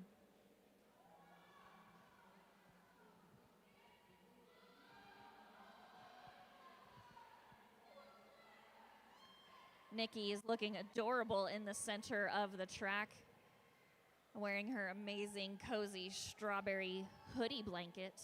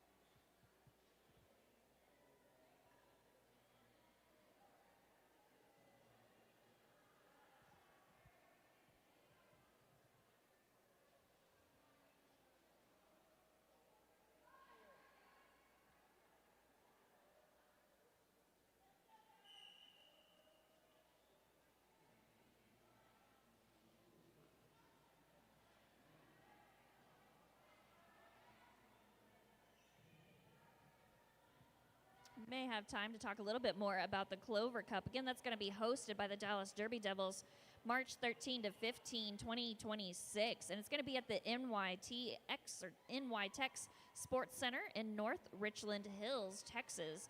So if you follow Dallas Derby Devils on any of their social media, they are already starting to post stuff about the Clover Cup. That is one, if you can make it, be there. I'm hoping to be there. So we will see what happens. Looks like we're finally getting some conversation back to the bench coaches from the refs. So we'll see what comes of this official review.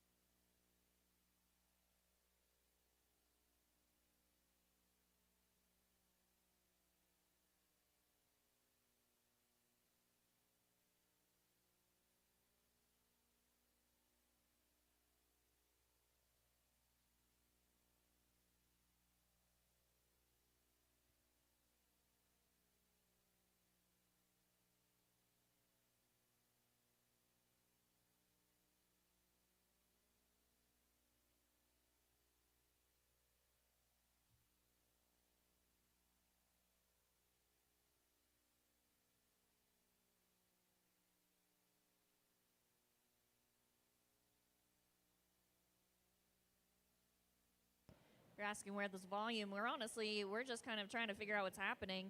There is an official review happening right now, but yeah.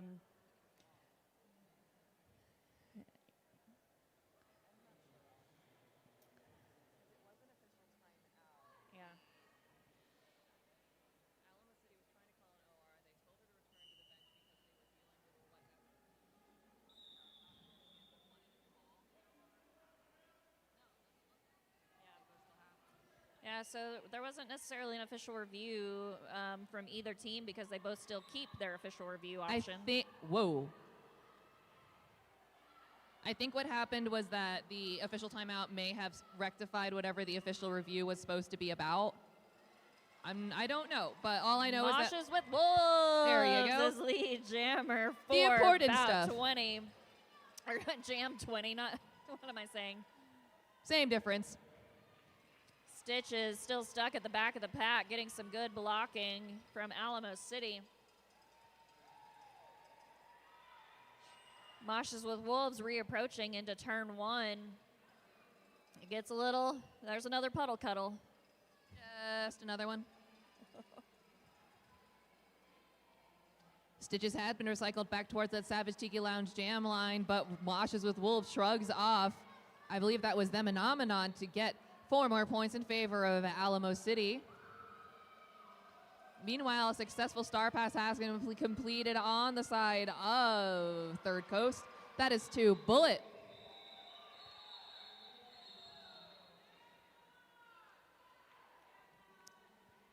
Chat loving that hit from Mosh, getting that lead jammer. Oh, yeah.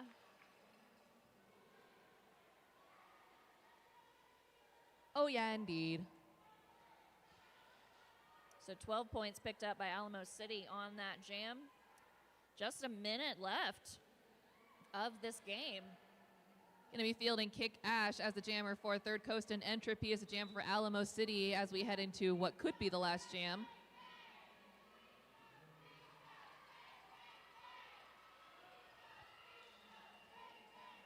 Going to be seeing Kick Ash escaping first and picking up lead jammer status in favor of Third Coast.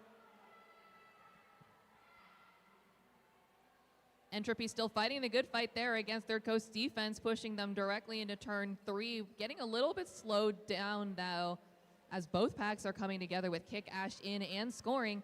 Entropy up at the front, trying to complete the initial pass.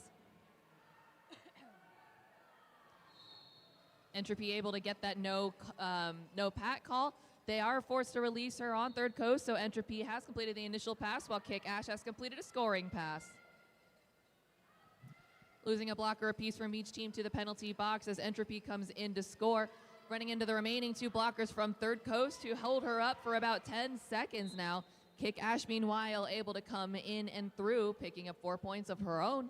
The period timer is out now, so now it's just up to how long the jam is going to go. If Kick Ash will go out the full 48 seconds left or call it off. Still getting lots of love in the chat, and there was some beautiful cheering here in the crowd as well for these 2 hardworking teams.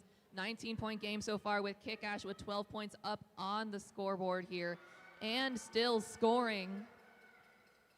Entropy now stuck in the pack a little bit now. Oh, thought we almost had another 4 from Kick Ash, but was knocked to the outside line and recycled to the back.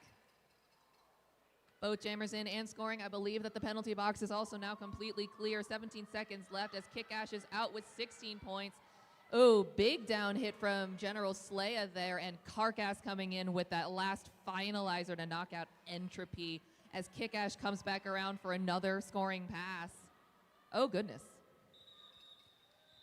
Oh, man, and that is the game. That was an amazing game. Both teams putting in hard work, amazing defense, amazing offense, lead changes, ties. That was fantastic. We have the unofficial score at the moment, so we are waiting for the officials to give the official score. We'll announce that here shortly. But pretty big jam for Third Coast, getting 16 points that round. Well done to both teams here. That rolling whistle means it's official. We have an official score of 152 for your victors, Alamo City, and an 134 for Third Coast Roller Derby. Let's hear it for both of these teams. Give them some love on the chat and in-house.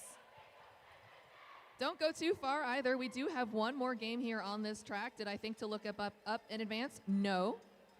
That's going to be the 8 p.m. game. That's going to be Mayhem versus Texoma here at 8 o'clock, so starting pretty soon. Be sure to check in. I have been Nikki Tricky Savvy. I am at Payne Goodall. Oh, we still have, like, MVPs to go.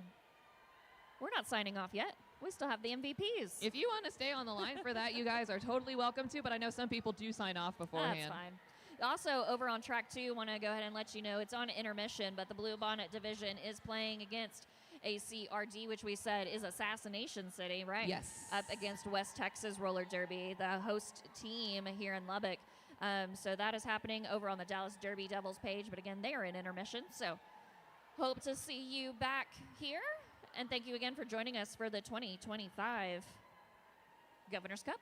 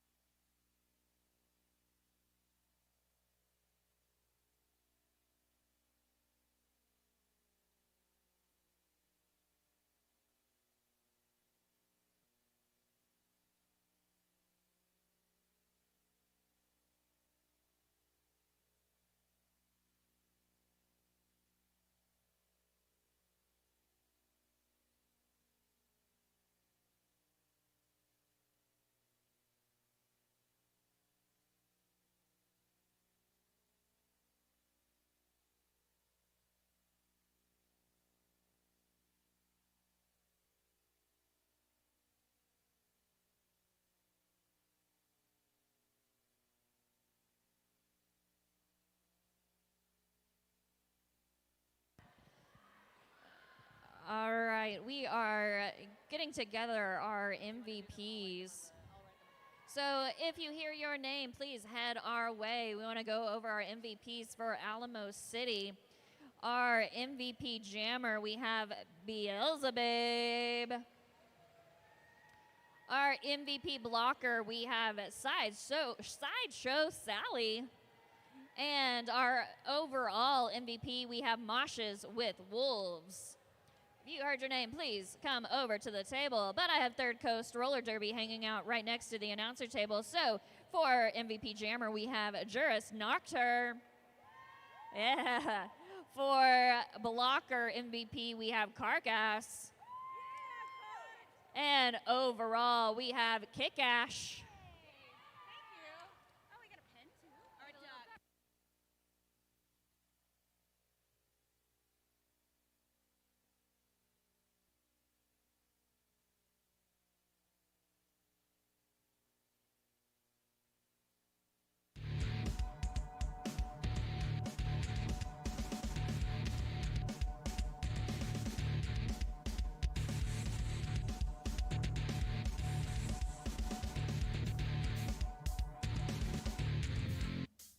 Alamo City, we need Moshes with Wolves, Sideshow Sally, Goodness, and Beelzebub.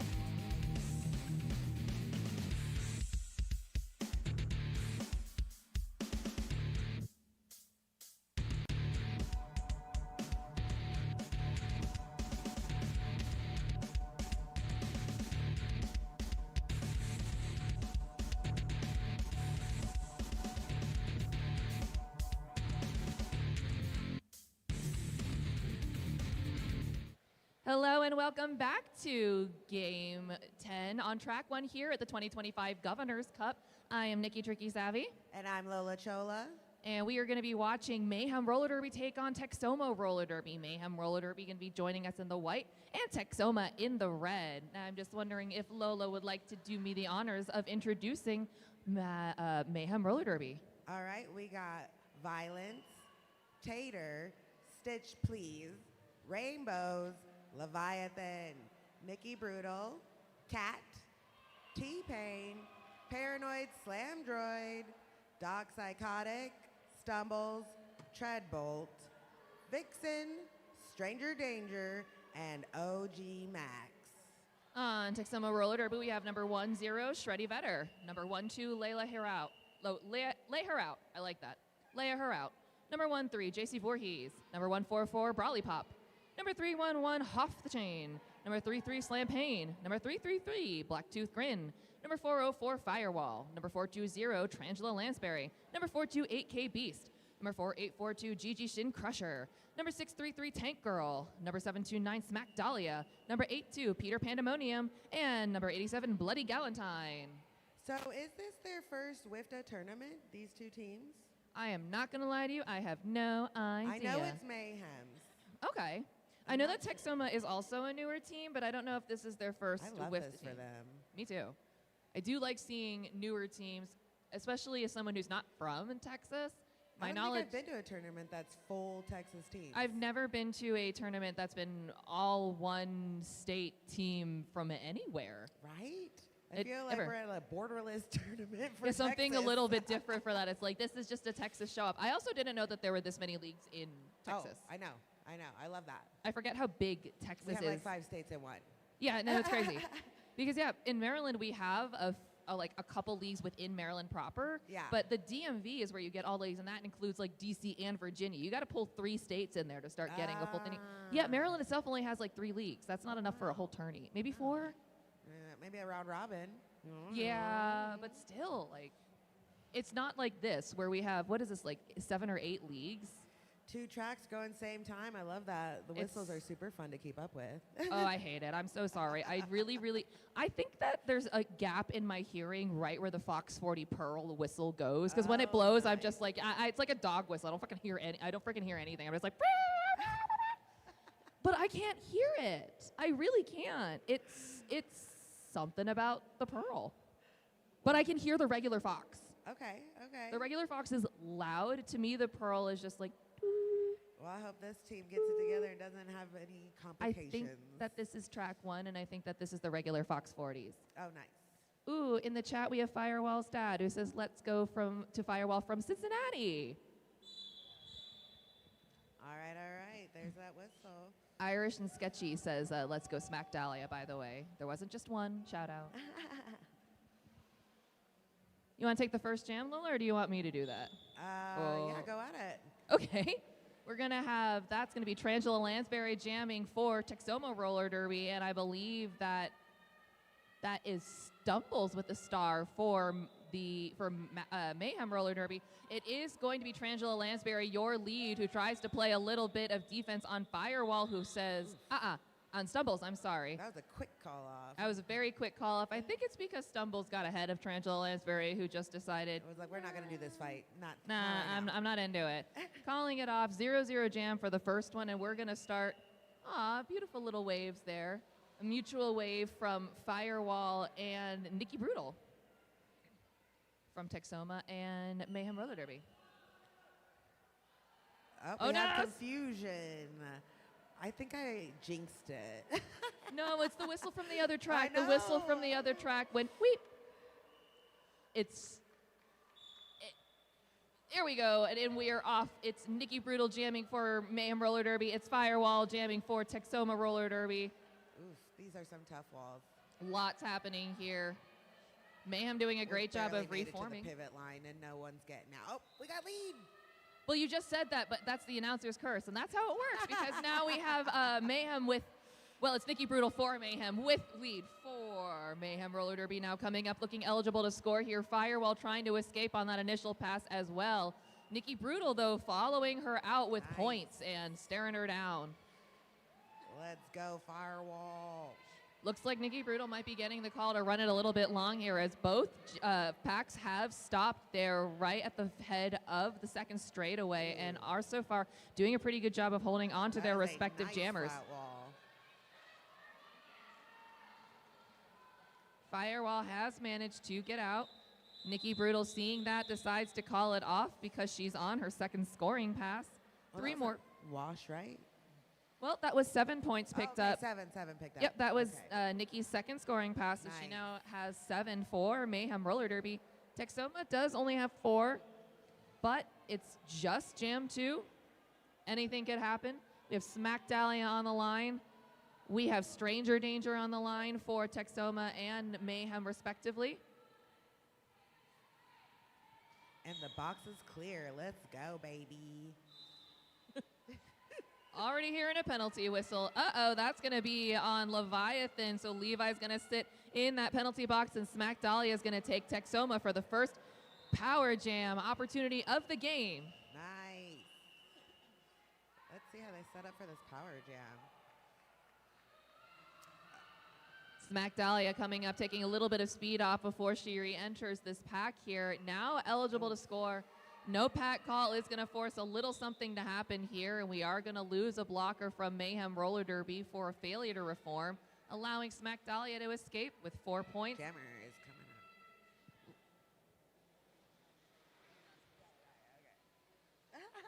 I know Smack Dahlia now has brought Texoma up to 8 points, giving us a lead change now in favor of Texoma Roller Derby. Mayhem Roller Derby very determined to catch up as Stranger Danger has escaped from the pack. And she calls it off. Calling it off with at least 8 points to Texoma for a total of 12 in the game so far. Mayhem Roller Derby hanging out at 7, only a 5-point differential here. Lightbright says that Trangela Lansbury is a great name. Figured that now having Trangela Lansbury back on the jam line is a good time to say that. It is a great name.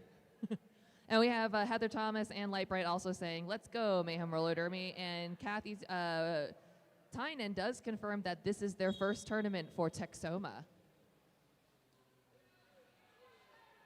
Trangela Lansbury is jamming against Vixen, who got caught up on that inside line, but Trangela Lansbury was able to get out and then in again to pick up lead for Texoma once again.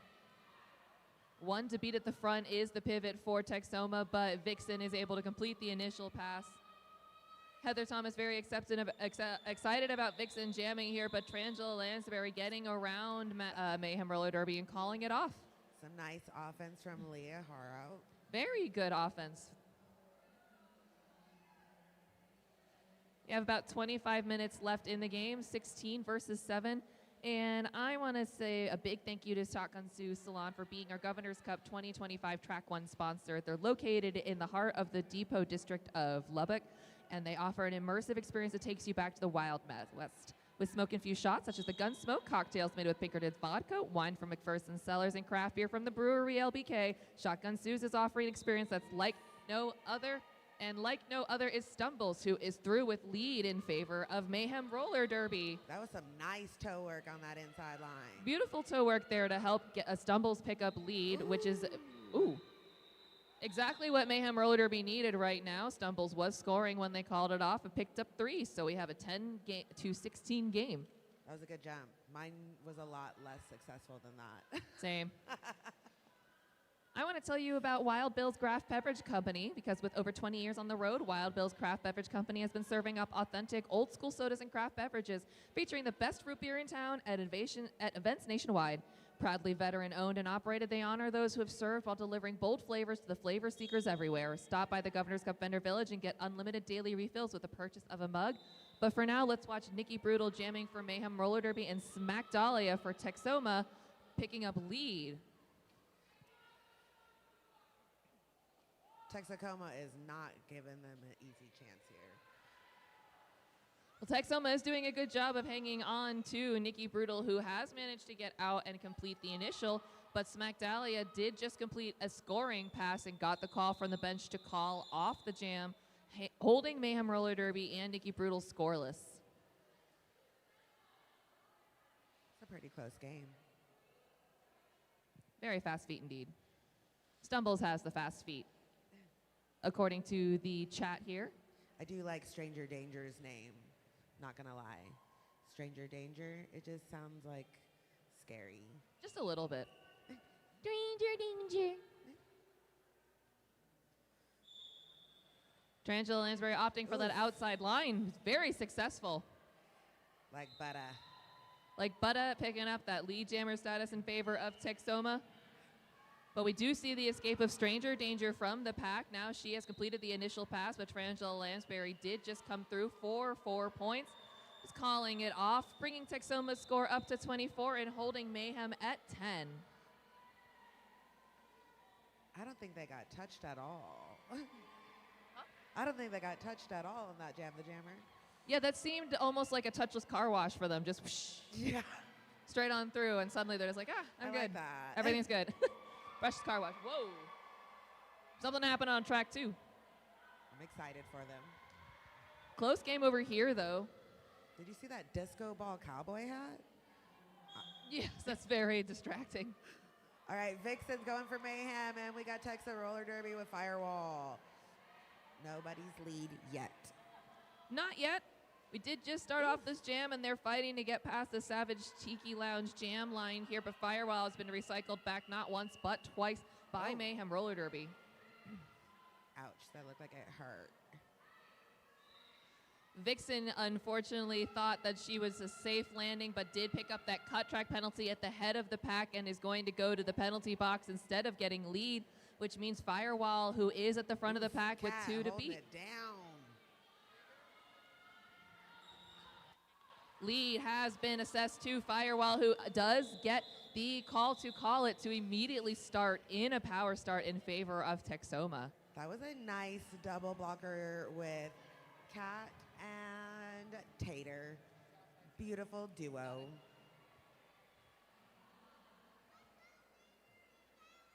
For the power start now in favor of Texoma, we're going to be fielding Tarantula Lansbury for the honor.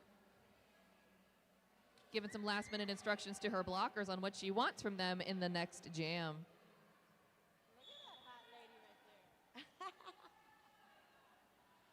Tarantula Lansbury in and engaging with Mayhem Roller Derby, having got a little bit of offense from the pack, who tried to hold a goat. No luck so far. Tarantula Lansbury have very lucky to stay inbounds on those tour stops. Oh, but unfortunately not quite inbounds, so Tarantula Lansbury going to have a seat in the penalty box and release Vixen early. All right, Vixen, let's go, baby. Vixen now engaging with 2 blockers from Texoma Roller Derby, but getting some offense in the form of her pivot. Not quite enough to spring her from the pack, and she is going to have to recycle. Massive hit there. That looked hard. Tater just taking him down. Tater taking him down, just mashing the taters. A tater masher. Ooh, Vixen did pick up lead jammer status. If you remember, it was still open, and Vixen started in the penalty box. Tarantula Lansbury did complete the initial pass, however, and is out eligible to score this time. She just never looks tired. No, and I hate that about her. Vixen in the pack, trying to work her way around Texoma, who is just reforming in front like a dust storm.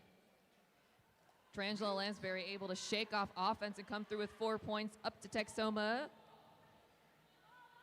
That's tough. Vixen now with 2 more to beat, still trying to fight through on that inside line. It's just that reforming. Like, you think you're out, you're looking at clear skies, and then boom, 2 new friends. It's like it's individual tornadoes. It's not fun. We're gonna have a timeout here. I believe this is being called by Mayhem Roller Derby. And I want to take a quick second to tell you about the Vendors Village, which unfortunately, if you're listening on the stream, doesn't really apply to you. Because if you're here, you should make sure you don't forget to check out Vendors Village all weekend long, which has derby gear, custom soda, relaxing wellness treatments, and a variety of like super cute merch and local vendors. Be sure to go over there and see what's happening. It's always a fun time at the Vendor Village. I like the Vendor Village at most derby tournaments. They're good fun. I mean, vendor villages are great everywhere. I go to a lot of music festivals. Yeah. Vendor villages, you get your hair braided. Yep. You know, you get fake tattoos. Yep. You know, new tank tops. Art. jewelry, Gadgets. anything. Weird little toys. Things I don't need, I'm buying it. 100 flapping %. I have so much crap from random festivals or like events because I see something sparkly and go, I need it. Do I need it? No, but am I getting it anyway? It's definitely coming Yeah. All right, we got Smack Dahlia from Texoma, and we got, where are they at? I can't tell their name on there. Stumbles. Stumbles is 596, but we have it written as 560 in our thingy-ma-little. That's why it's a little bit confusing. But what's not confusing is that Stumbles has picked up lead jammer for himself. Yes. He's probably like, I'll show you my name. Exactly. Stumbles is like, how about just sitting there with himself like, I'm going to make them remember.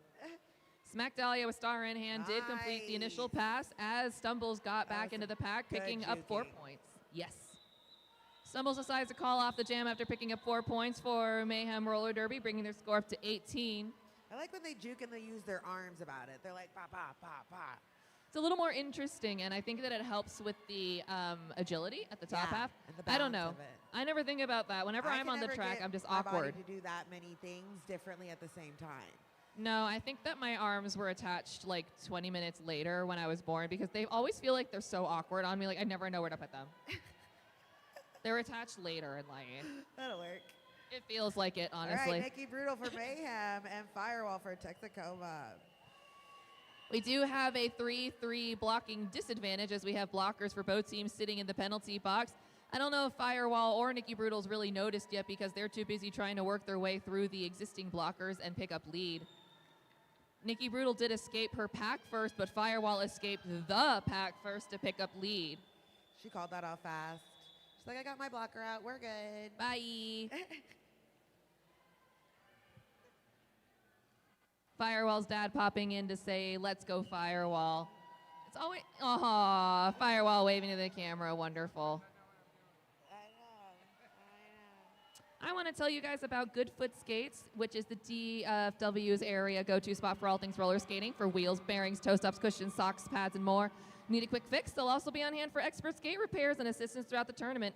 Plus, in support of the Governor's Cup, Goodfoot generously purchased Fox 40 Pro whistles for officials to help keep the games running smoothly. Thank you, Goodfoot Skates, for your continued support of our skating community, including Mayhem Roller Derby and Texoma Roller Derby, who are currently playing. And we have lead assessed for Stranger Danger of Mayhem Roller Derby. And Dahlia's right out behind. Yeah, Smack Dahlia is giving chase. I saw the murder in her eyes. Call it off. Yep, she did. So we have someone's dad in the chat. It's Firewall's dad. Yeah. Oh my God, I love that. I do too. No matter how old you are, it's amazing when your parents still show up for you. Oh, it doesn't matter how old you are. No, If my they're parents still came to around, World watch. Cup and I screamed. Oh my God, I would cry. I did. I love that. You're never thanks too old. Firewall Daddy for watching. We appreciate Yes, thank you. Smack Dahlia was out and Irish and Sketchy says, there's my baby cakes again.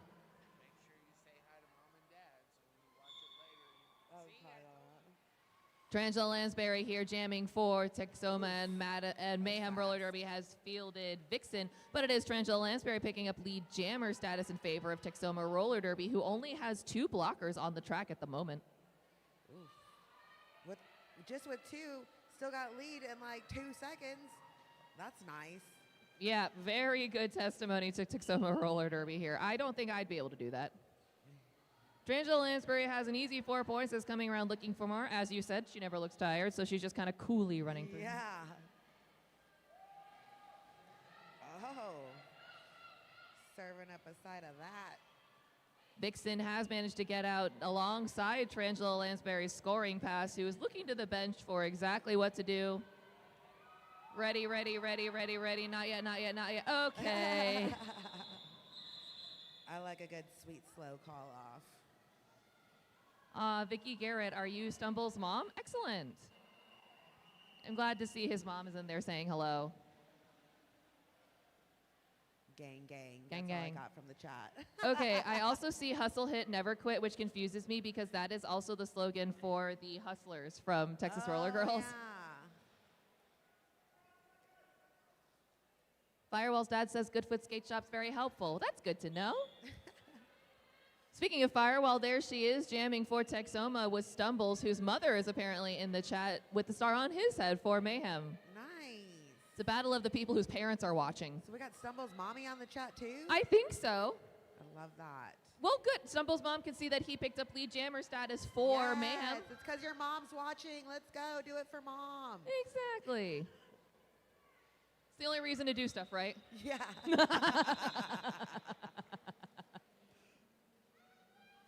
Speaking of mom, my daughter plays roller derby. She skates for Peace War at TXRJ. Yeah.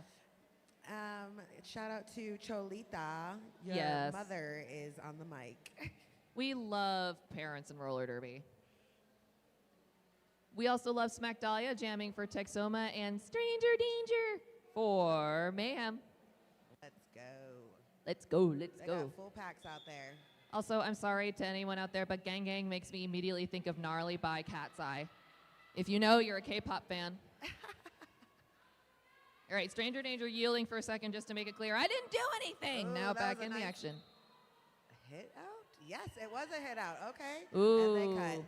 We're going to get a Bummer. penalty there on Smack Dahlia, is going to take a seat in the penalty box and think about exactly what she's done to deserve it. Meanwhile, Stranger Danger picking up that lead jammer status after the out of play was called, and we are going to see K-Beast reporting to the penalty box for her efforts on that. Sean Norton says, spouse support, go Shreddy Valentine. I'm living for all of this family support in the chat here. Is anyone here for Stranger Danger in the chat? Because Stranger Danger is absolutely killing it as the jammer of record right now for Mayhem Roller Derby. Opting to go ahead and call that one off there. Looking for the final call on points. That's 3 for Mayhem Roller Derby to bring their score up to 29. Texoma hanging out at 4. There is one in the box for Texoma. Some bum says that T-Pain's husband's there. Terrence Johnson says, let's go Rainbow, drop bows on them for Big Daddy. Irish and Sketchy says, who hit my baby? I want names. Tarantula Lansbury in around the outside around the inside actually for that lead Stumbles jammer is status. like 5 feet behind. Yeah, Stumbles did not stumble at all. At all. Just Let's go. straight on through Made there. that call off happen real fast. Gang Gang says stay out of the box, K-Beast. Oof, we got another one in there. Wah, wah. What? Two. Twofers. They needed company. We're going to have Stumbles right back on the line. Whenever I see that, I'm just kind of like, you're showing off. Where does it come from? I have no idea. Firewall saying a quick hello. Shirley Adcock is a teammate for Stranger and all of Mayhem. Oh. That was a big very old nice whack hit. there. Raleigh From Pop. Raleigh Pop? Okay. Raleigh Pop going to sit in the penalty box for that, but I think she's probably Is proud it of one of herself. those that where you go to the box and you're like, worth it? No, yeah. You're like, well, yeah. I mean, I've never done that. Never in my life. Firewall here, picking up lead jammer status. Vicky, Stumble's mom says that he has a tendency to just have energy. Oh my goodness. So good for him. Ooh! That was beautiful. Hit there. Trying to knock out Firewall, but Firewall was as impenetrable as a whelp firewall. Alexis Ball says, go Trangela Pran's proud wife watching. Why am I having trouble with words like this? I mean, for the longest, she only had 2 blockers with her, and she just kept going around. Firewall being recycled back here a little bit, but able to get back into the track and continue to attack for points. Stumbles has also rejoined the back and is in looking for points. Going to be 8 points, I believe, put up so far total in that jam by Firewall for Texoma to bring their score up to 48. Mayhem not able to capitalize in that jam, hanging out at 29, and we have about 10 minutes left in the first half. We got Smack Dahlia on the line for Texoma and Vixen on the line for Mayhem. Sorrel Miller says shout out to Blacktooth Grin from Mom. And I got a couple of shout outs for Mayhem Roller Derby. I love that. Me too. Have you ever played there? I The whole love this. city comes out. The I whole love this. city. I love Even this. This is reporters. so I'm like, cute. they got nothing else going on in Tyler. Oh, but it's so cute. It's so amazing. It's a beautiful vibe. Like strangers, neighbors, they all come out. I love it. Ooh, speaking of Mayhem Roller Derby, they have lead right now in the form of Vixen, who is approaching looking for points, but Smack Dahlia was right behind her and also able to score.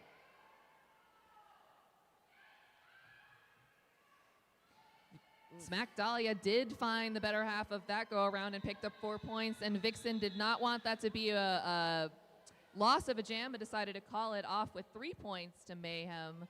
The 20-point jam with 32 for Mayhem Roller Derby and 52 for Texoma. Why did I say that?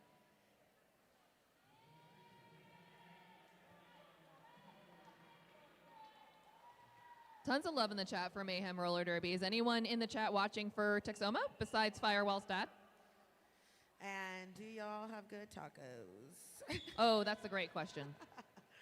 No, Texoma. We'll have to ask Trangela Lansbury when she's not so busy picking up lead jammer status. Stranger Danger, however, does have her number and decides, I am through with this.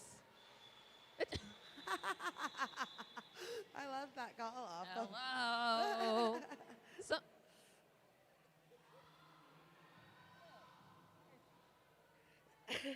scoreless jam here, and speaking of showing off, both of these jammers just decided that they haven't had quite enough, gonna come around and do it again. So we're gonna see Trangela Lansbury squaring up against Stranger Danger again. I like how Trangela starts right where she ended the jam. Yeah. She's like, I ended here, I'm gonna start right back there. Kathy says Coach Crow here for Texoma. We'll wonder what they'll do next. And Ray Out just wants both teams to have fun. Nice. Ooh, speaking of out, Trangela Lansbury taking a big hit to the outside, now recycling back in, but I do believe going to pick up a cut track penalty. Yep, a cut track penalty, unfortunately, going to be sending Trangela Lansbury to that penalty box, giving Stranger Danger and Mayhem Roller Derby an opportunity to capitalize on a power jam. Excellent job there obtaining lead jammer status there for Stranger Danger. Going to be enjoying a little bit of time as a solo jammer on track here. Decides to call it off here, wanting to have a longer power start in favor of a more exhausting power jam here. Those are fun. Have you seen Coco's dress? It's so pretty. There's an official review. I'm going to go find out what it's about. Saturday. Thank you.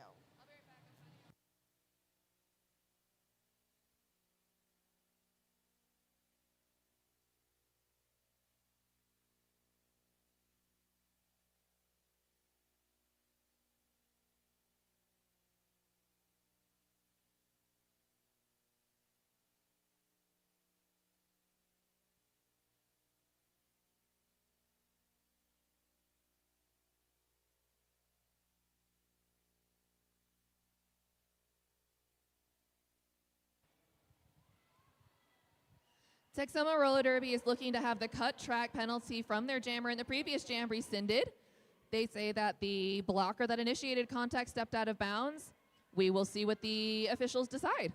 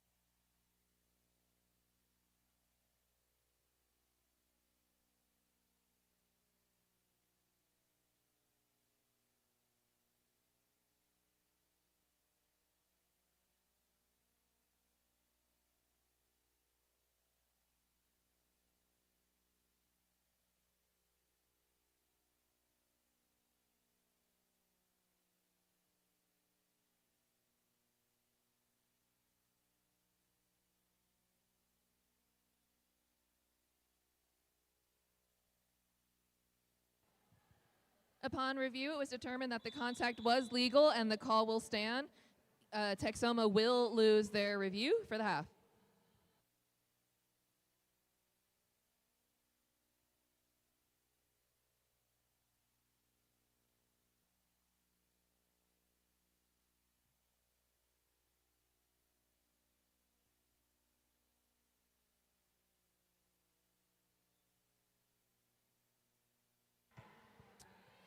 Jam is on, and we have Stumbles here jamming in favor of Mayhem Roller Derby while Trangela Lansbury is hanging out in that penalty box. Stumbles up in front of track, one to beat, able to get through.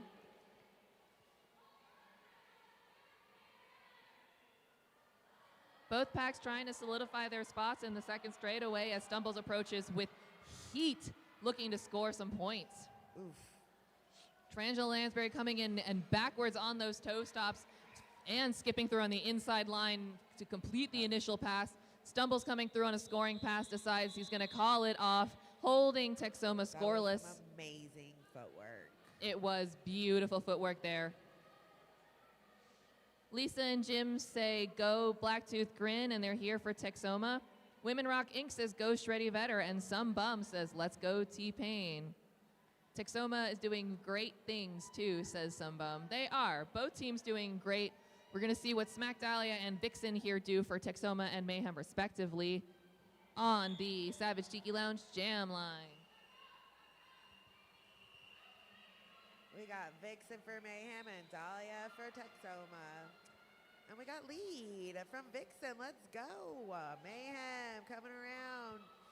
They're still holding down the other jammer. Oh, all right. The other one's out. Let's go, Smack Dahlia. Catch up. Picking up a penalty there as one of the Mayhem blockers for her troubles here, but Vixen is in and eligible to score. Looking to get around Texoma, but calling off the jam. 2 points picked up for each team, bringing their respective scores up to 38 for Mayhem Roller Derby and 54 for Texoma, as we have about 5.5 minutes left in this first half. I didn't realize that Texoma is on the border of Oklahoma. Oh, that makes sense. Yeah. No, I had no idea either. So now I'm interested in, like, what's the closest casino? Right? Because Oklahoma has casinos. Oh, probably. There's one that gets advertised to me in Austin constantly. There's the jam. We got Stranger Danger for Mayhem and Firewall for Texoma. It's going to be Firewall. Oh. Bet her dad's pretty happy whether or not you score points. Lead's still a good accomplishment. That was really close. I would have called it off, too. Oh, they're just going to reset up? I love that. Stranger Danger going to start with the star for Mayhem, and Firewall going to start again with the star for Texoma. Wasn't she just jamming? I think she was. They're like redo. They like to do that kind of stuff. They're sneaky like that. Sneaky. Action is on, and both packs starting on that Savage Tiki Lounge jam line. Opening up that outside line accidentally. Firewall finding the outside, and as everyone moves out, Stranger Danger finds the in. Both jammers loose. Firewall calls it off to prevent Mayhem from scoring. I want them to do it again. You know, three's a charm. One more 0-0. Come on, both of you. Get back out there. Aww. That is it. That is a good fight. Different jammers. We're going to have Trangela Lansbury jamming here for Texoma Roller Derby. And Tater jamming for Mayhem. Tater had a great game yesterday. I'll tell you what, she's about to make some mashed potatoes out there. I don't know, Strangler, this is going to be good. Trangela Lansbury tried to find that outside line, but Tater was in the way, now looking for the out. Trangela Lansbury is lead, but Tater putting in some absolutely brutalizing hits on Texoma. Wow! That looked like a freight train hit. That did. That was Gigi Shin Crusher may as well have weighed 2 pounds. Trangela Lansbury in the pack, getting the call to call it, goes ahead and does so. Yeah, I heard that from across the street. They're like, call it. Women Rock Inc. says that the casino you're looking for is the Choctaw Casino, and that's the one that gets advertised to me constantly in Austin. There's billboards for that one everywhere.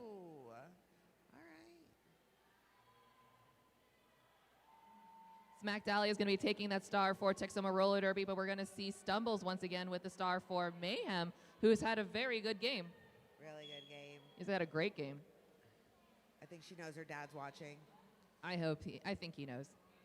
Both jammers did try initially for that outside line, but were unable to find their way through. With one more to beat in the front is Smack Dahlia. She does get through, but it is on a back block, not lead jammer like she hoped. So lead jammer is still open for grabs? Still open for Stumbles, who is through, and lead for Mayhem Roller Derby as Smack Dahlia sits in the penalty box. Nice. see Mayhem lining up in the back here to provide some offense for Stumbles, but it Perfect. Stumbles almost didn't need it there. She stumbled through. That was so cute.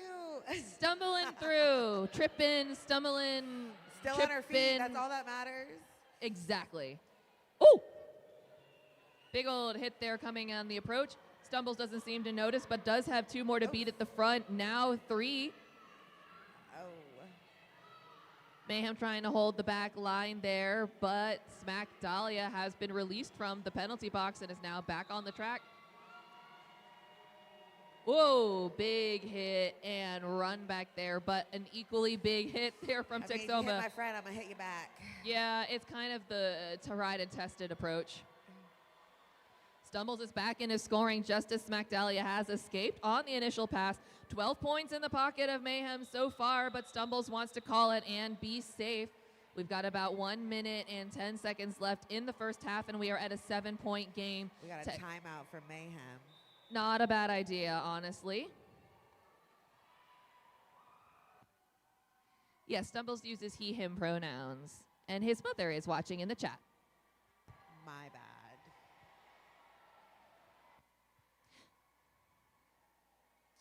Got the whole family here rooting for ya, says some bum. We getting this win, Mayhem. Let's go. Light Brights, last comments, something that I'm not allowed to say. It's not fun when you don't get to swear. That was my first thing. So I'm a very new announcer. Please have some grace with me. But my biggest worry was that I was going to cuss it out. I'm going to go see what the OR is about. I did not realize they called an OR. Perfect.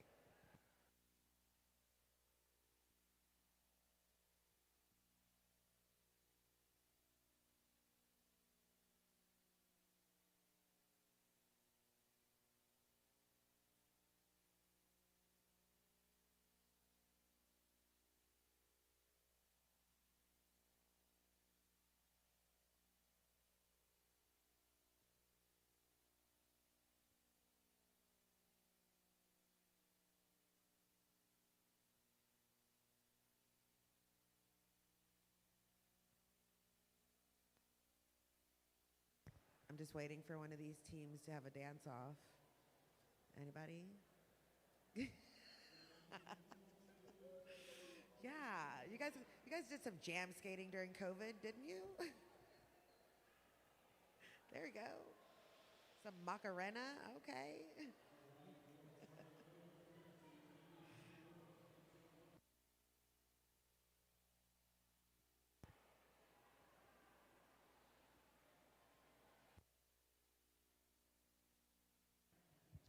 All right, so Mayhem Roller Derby is looking to have a cut penalty issued on the jammer from the last jam. After discussion, the officials decided that the contact did happen. A cut track penalty is going to be issued on the jammer from the last jam, and they will start in a power start in favor of Mayhem.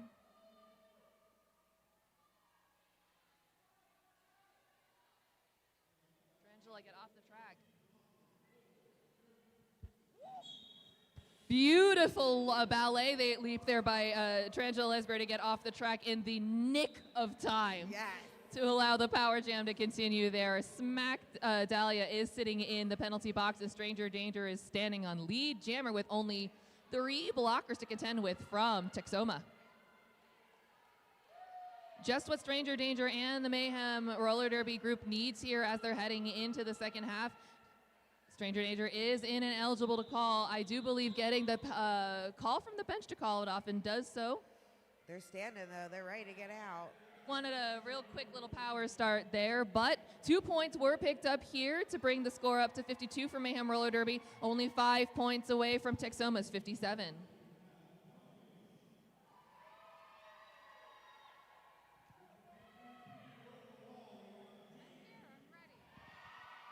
I was just in the center talking to Stumbles, and he was saying that he really loves that his mom watches the streaming games because she lives about an hour away from where he lives and can't always make it to games because for her it's almost a 3-hour trip. Oh, wow. Well, they picked the right jammer for a power Yeah. jam start. Official timeout now being called.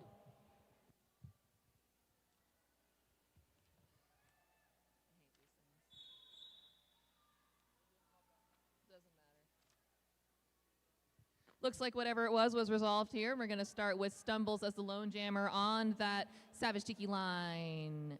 Jam line.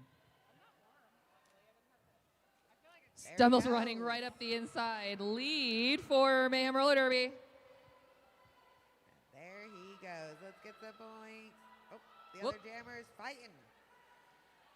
Smack Dahlia running into Nikki Brutal and then into Leviathan to complete that initial pass, but not quite legally, unfortunately. Going to be having a seat right back in the penalty box, and Stumbles has yet another opportunity to have a power jam for Mayhem Roller Derby, and we are now at a 1-point game with 56 points for Mayhem Roller Derby, 57 for Texoma. We are out of period time, running solely on jam time, and we are now going to have a lead change with Mayhem Roller Derby now at 60 points. Nice.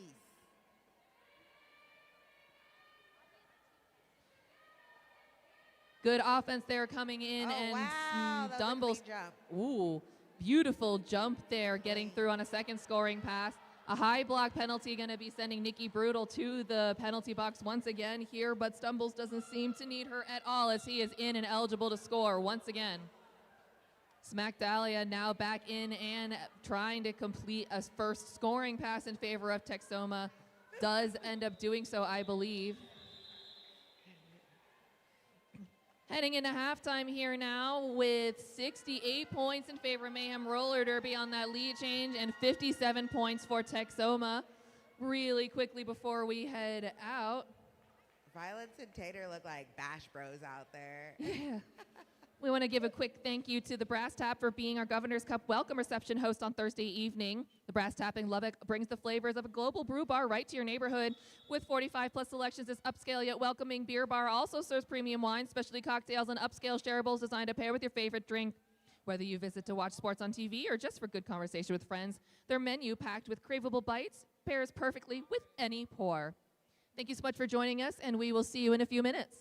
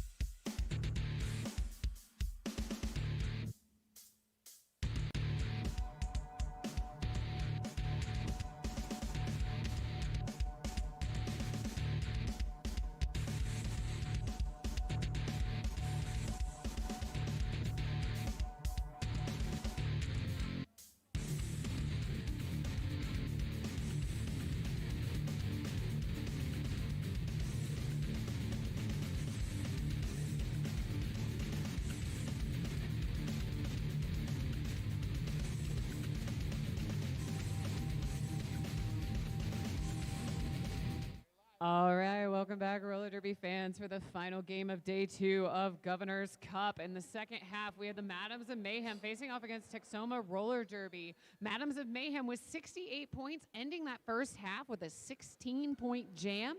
Texoma, 57 on the board. Still a very close game. It has been close the whole time. Yeah, I'm Huckleberry Jin. I've taken over for Nikki Savi, who was doing a great job covering for me while I was reffing on the other track. Lola is still here with me. I'm still here. Don't worry. And before we get started in this game, or the second half of this game, I want to talk about Tax's Red Light District. Step into Tax's Red Light District, where cutting-edge red light therapy meets the revolutionary power of LifeWave patches to ignite your wellness journey. Recharge, rejuvenate, and experience healing like never before. Your body will thank you. Have you tried red light before? I have not. Have you? I have. Ooh, is it good? Planet Fitness has them at their gym. Okay. So I'm like, I don't know what it's doing, but I'm standing in that little chamber. I don't know what it's doing, but it's probably working. I mean, if it's here and they paid for it here, I feel like it's doing something. Oh, absolutely. As we went into that second half, this might be a delayed thing, but I want to say that the chat's talking about that they are wanting to give the refs some love. So our zebras, and also we're going to give some love to our non-skating officials out there doing the Cthulhu's work on the track, making sure our skaters stay safe and that the game stays fair. We love our refs.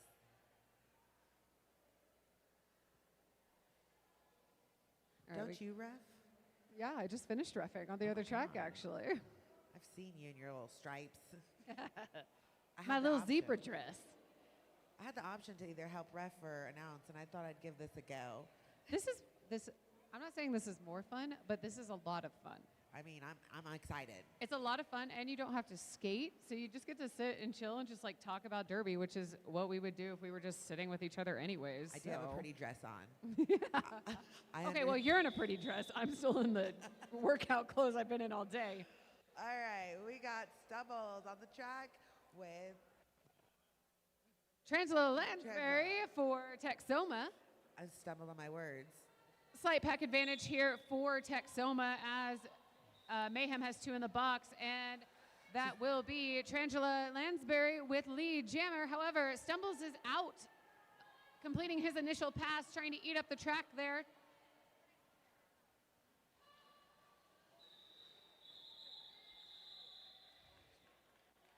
Trangela has gotten out in like 2 seconds every time. Yeah, Trangela has some long legs, and they seem to give her like a ton of speed every time.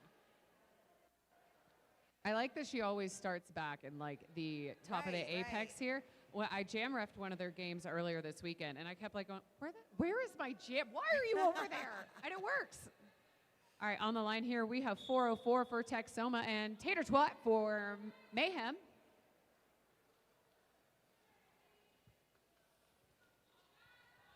They just started jamming Tater more, and it's been a good.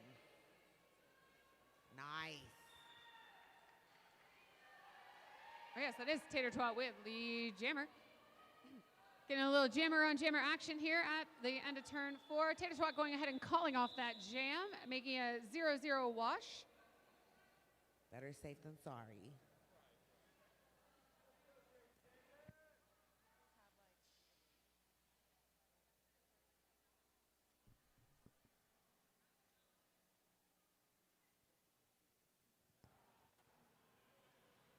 Looks like on the line here for Texoma, we have Smack Dahlia facing off against Stranger Danger for Mayhem.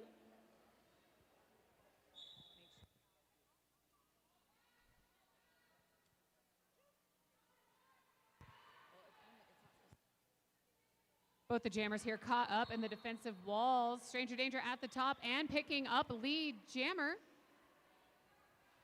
Looks like power jam. It is a power jam as Smack Dahlia reports to the box. She's been there a couple times recently. I mean, I think we all have to pay our dues at the box every once in a while, right? She's still smiling. She's okay with it. Yeah, so I think both of these teams actually played earlier today. I know Mayhem did for sure, but I believe Texoma did as well. I'm sure both of these groups of folks are just like, okay, Well, so when we're done with this, we can full go. levels of tired. Exactly. When we're done with this, we can go to the awesome after party They and are the last enjoy game the of the things. night.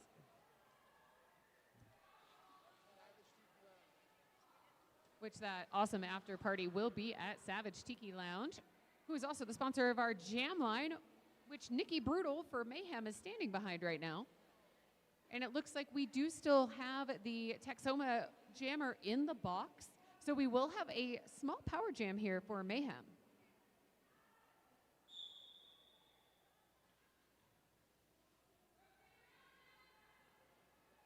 Shaking off a big hit there. Nikki Brutal will be your lead jammer. Just as Smack Dahlia is released to the box, ending that power jam. Smack Dahlia is still on her initial pass here as Nikki Brutal comes around trying to pick up some points, taking a big hit on the outside, being recycled all the way back into turn 2. Seen a couple whistles here, and we will lose a Mayhem blocker to the box. She's got whistle trauma. She's like, is it me? No. Me? It couldn't mean me. I'm innocent of all crimes. Never had a penalty in my life. Never. Never have I ever. Y'all are doing great. So it You looks got like this.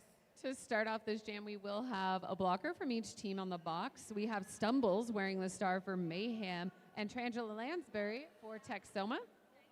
Stumbles, he has been a great point scorer for Mayhem. Quick toe stop work there on the outside line. Trangela out with lead first, but Stumbles hot on her heels.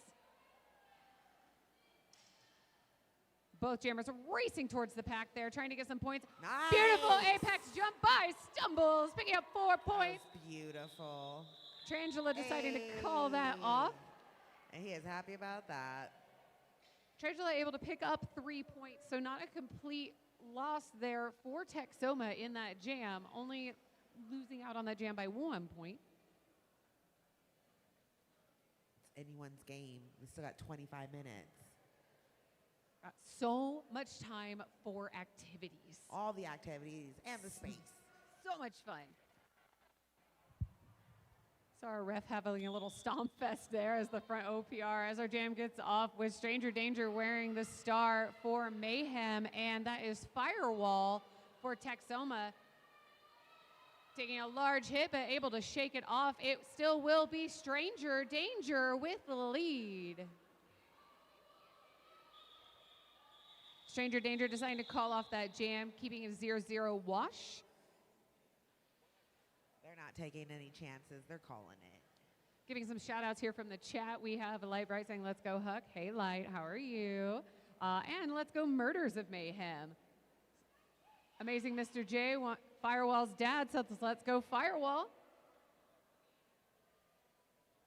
As we go into this next jam, that will be Nikki Brutal wearing the star for Mayhem. And I will tell you in just a moment, the Texoma jammer, I can't quite see the number. That is Tank Girl. I haven't seen Tank Girl jam. Yeah, I'm not sure if she has been out yet. I wasn't here for the first half. So this is probably, our producer just confirmed, her first time wearing the star this game. Nice. Seeing a plethora of whistles go off here, and we are going to lose a Texoma blocker to the box. I'm hearing more whistles, so things are certainly going to happen. We are seeing a high block assessed to Nikki Brutal, making a power jam for Tank Girl, and also Tank Girl is now out with lead jammer. Power jam. Brr, brr, brr, brr. Calls it. All right, set it up for your friend. Some bum says, T-Pain, keep up the good work. And Lisa Scott says, let's go, Tank. I don't know who invited me here, but I'm here. Let's go. Gonna see an official review here called by Mayhem Roller Derby. Our producer is heading out to the middle to get that information for us, and we'll report back shortly.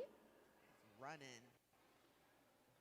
Look at that stylish coach from Texoma.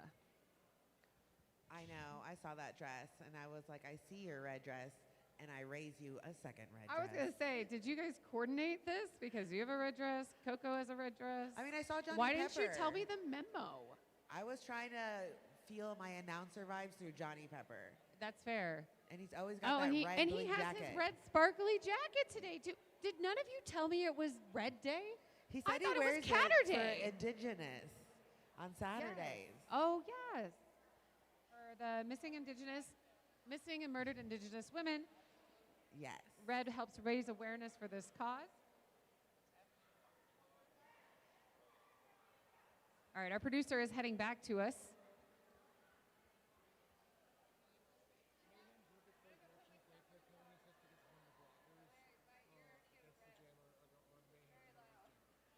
So it looks like Mayhem is looking for a direction of gameplay call from a Texoma blocker against a Mayhem jammer. Looks like our zebras are huddled in their pack over there discussing this. And we will let you know when we have an update soon.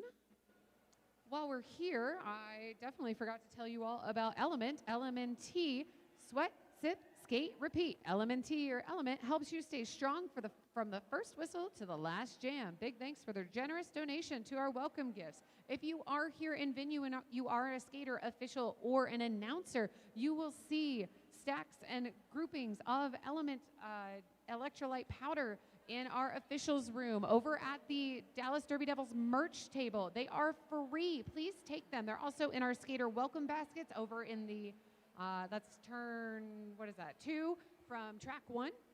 I tried some. It's pretty good.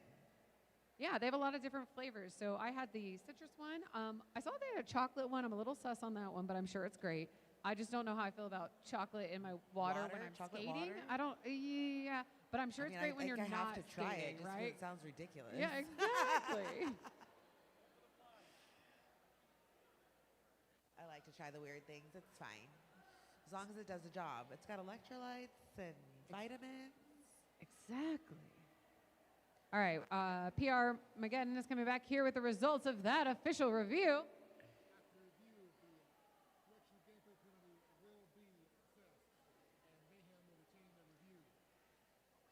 The result of that official review is that there will be a direction of gameplay penalty assessed to the Texoma blocker.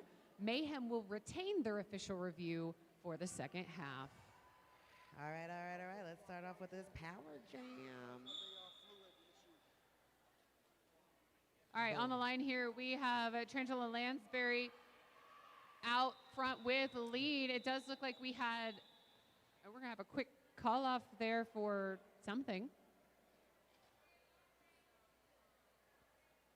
Now, that's sort of the jam. You may have noticed that there was a jammer from Mayhem in the box. There was a jammer swap. When we have blood on the track or blood on a skater, we have to make sure that that gets taken care of. Hit their head? They're checking, yeah.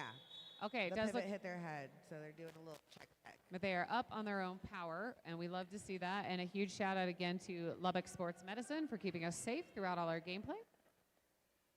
So Trangela Lansbury here recycling into this jam unopposed for a power start here out with Lee Jammer.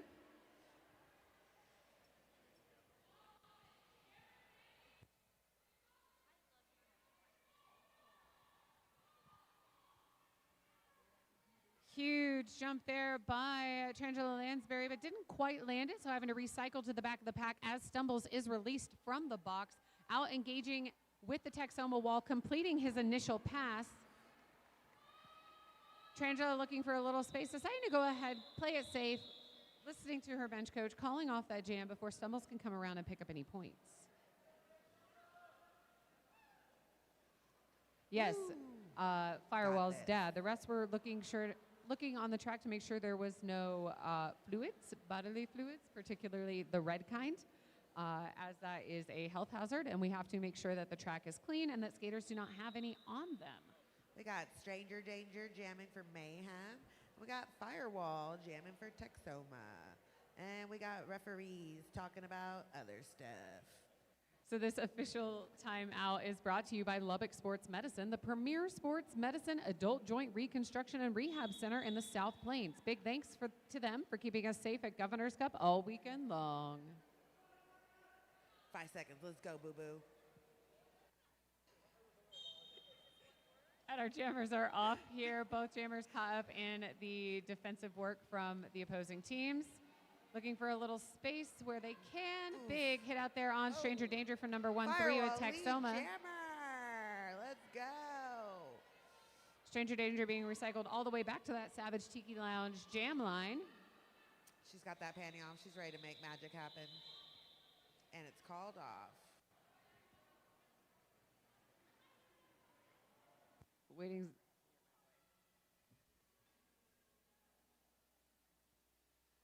That looks like a quick 0-0 jam. I'm waiting to see if any points go up there, but no, it looks like it's a 0-0. So our current score is 79 Mayhem, roller derby, 68 Texoma.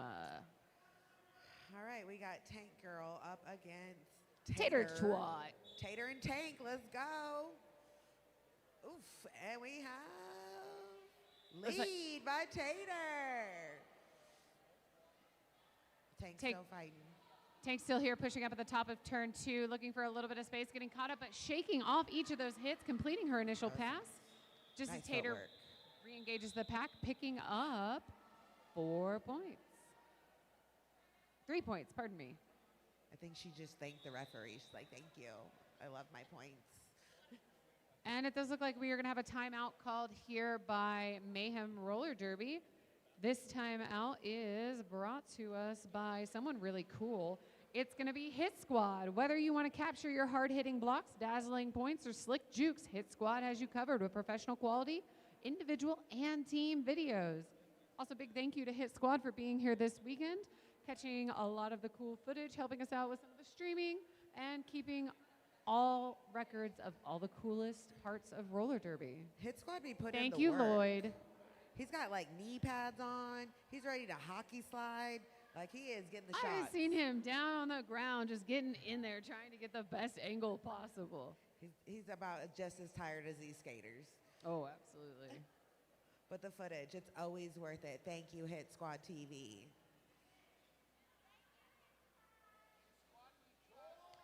In Hit Squad, we trust. In Hit Squad, we trust. Boom, boom, boom.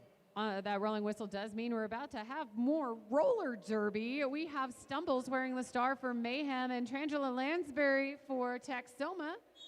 And the jam is on.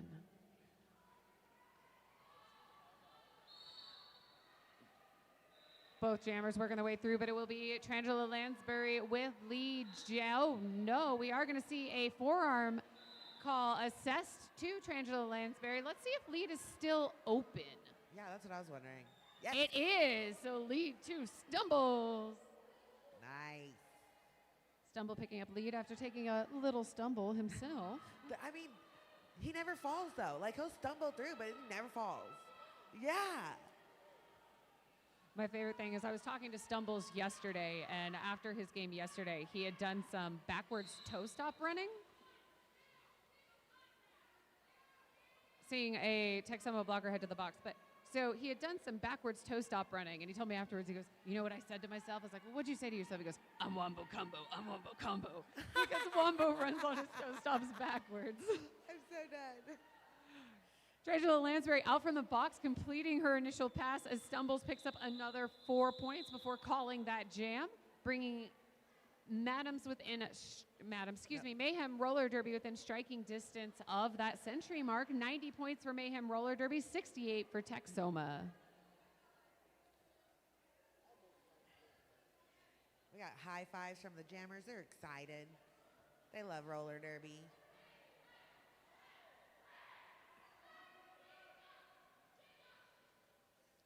A lot of vocalizations there from the bench. I could hear Coco from here. All right. Firewall wearing the star for Texoma, and that is Tater Twat wearing the star and getting lead jammer for Mayhem. I didn't see the first half, but every single time Tater has been out this half, she has gotten lead jammer. Well, she didn't jam a lot in the first half. Okay, so she may have high lead Yeah. percentage here. Yeah. Beautiful little edge work there to swoop around the wall, picking up 4 points for Mayhem. She was saving her grace for the second half. I don't know.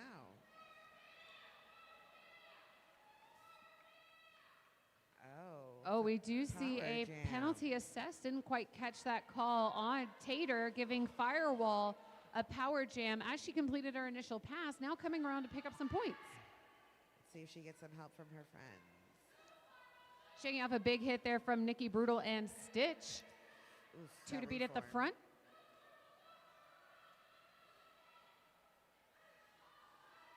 That reform, it just gets you every time.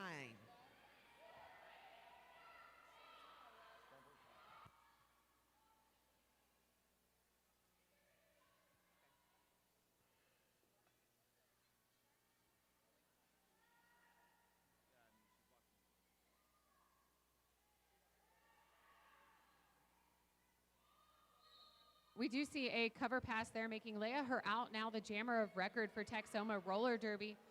Leia getting swallowed up here by the tripod from Mayhem. Something I learned about these panty passes, you cannot be out of bounds or on the ground. Correct. You have to be upright and inbounds to have a legal pass. Otherwise, you have to go all the way back, right? You have to redo it. Yeah. So you have to like give it back to your jammer and be like, okay, give it back to me now. Yeah, it was kind of embarrassing. Pass it. Yeah, like, oh, I messed up. My cover is oopsie. Leia her out, putting 4 points on the board there to at least stem the tide of the 8 points put up by Mayhem Roller Derby. We got 16 minutes left in this game. On the line for Mayhem is Stranger Danger up against Tank Girl for Texoma. Brr, brr, brr, brr.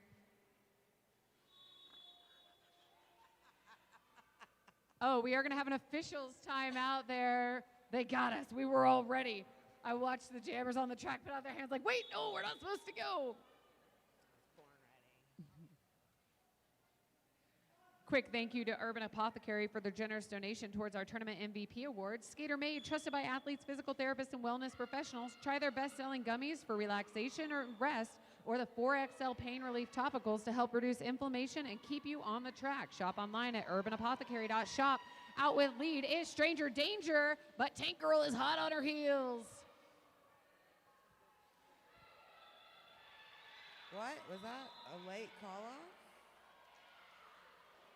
Is she allowed to call it off? A little bit of a kerfuffle there at the end of the jam. Stranger Danger able to call it off. Wasn't quite sure if she was getting a penalty there, but it looks like the penalty was assessed to I can't see who's in the box. The pivot from Mayhem. On the line here for Mayhem, we have Stumbles, who wanted me to make sure that his mom heard him say hi. Up against Trangela Lansbury. Trangela out, spinning around. Oh, big hit there on Stumbles. Taking a second to shake it off before he gets back up as Trangela picks up lead, coming around on a scoring pass. That's so nice that someone's got his mom and dad watching. I think my parents have been to one game. Oof. Stumbles out, maybe not realizing that the panty fell off. I didn't want to say it, but it happened. I don't know. So I had to wait till he actually had it physically back in his hands. But as Stumbles was coming through the pack, through natural gameplay movement, the star cover fell off of his helmet. Nice. Now, which isn't necessarily a problem because it happened naturally, but had he gone through the pack, he would not have scored any points because the star was over there. Yeah.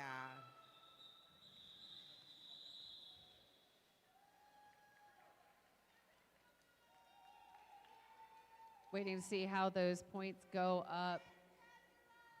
Stumbles, your mom says she loves you. That's so cute.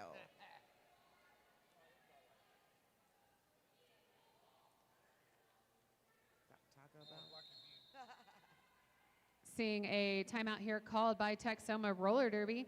This timeout is brought to you by all of you. A huge shout out and thank you to all of our skaters, officials, announcers, fans, volunteers, etc., who traveled to be here this weekend. Governor's Cup wouldn't be happening without you. And also a huge shout out to all of you tuning in from home. We love to see you in the chat. Tell us the skaters you want us to cheer on. We will do our best for you. And as I say that, I need to make sure that Kat knows she's been doing some nice hits and that she's making blocking look easy. Big thank you to our track maintenance crew who has spent the weekend laying layers and layers and layers of tape to make sure that those ropes don't come up and trip us up and that we can clearly see the boundary lines. I cross those a lot.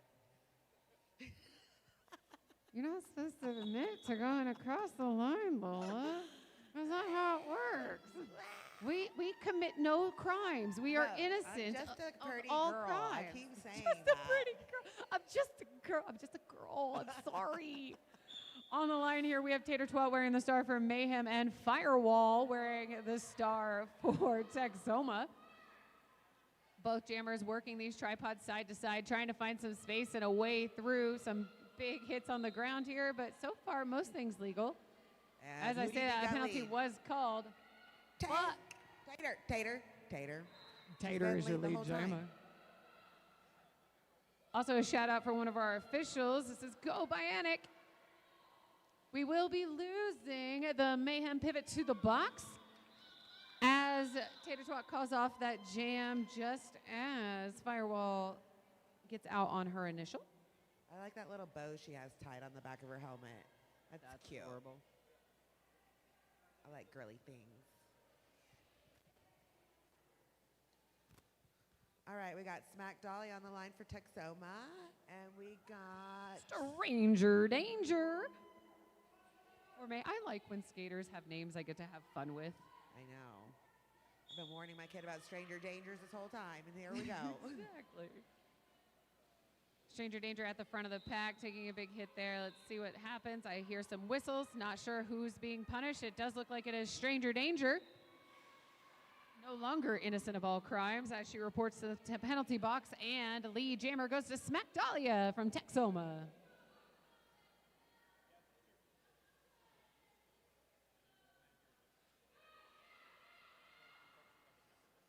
Beautiful patience there by Smack Dahlia, letting her offense do the work for her. That was nice.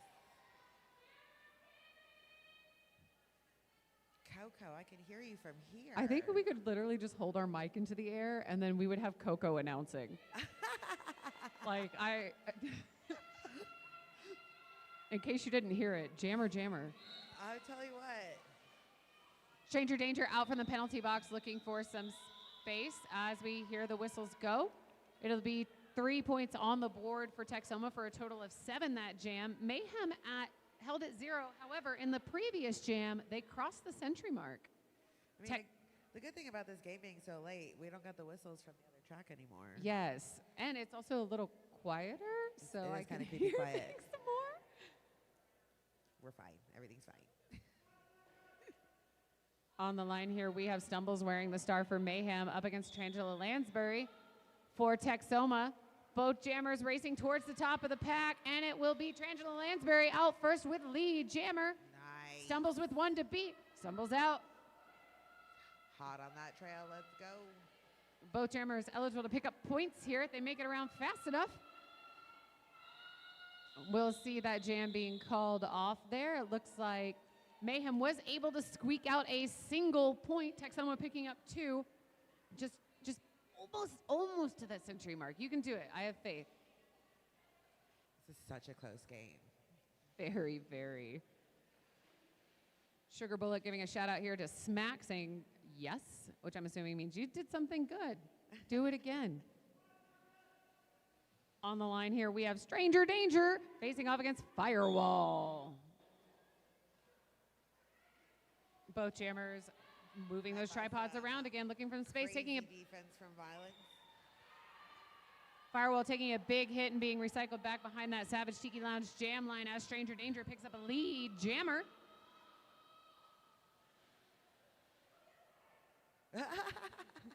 Heard that from the Stranger Danger came into that wall and her pivot goes, go the other way. Yeah. That's not where you should be. I feel that in my soul. Sometimes your jammer comes into you, you're like, why are you here? Yeah. No. Go. There's a whole other lane. Go to that. Yeah. I think they just like to follow the other jammer. They're like, maybe you can give me a chance. Yeah. You're not going to block me, right? No, it's fine. Stranger Danger picking up 4 points on the board while Firewall is still looking for some space here through the Mayhem defense.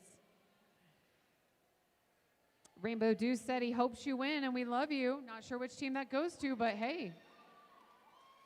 And Sugar Bullet wants Smack to stop getting penalties. Oof. That was a hard hit for violence. Choose violence. Oh, that is violence. I thought that saw was that. Nikki Yeah. earlier. My bad.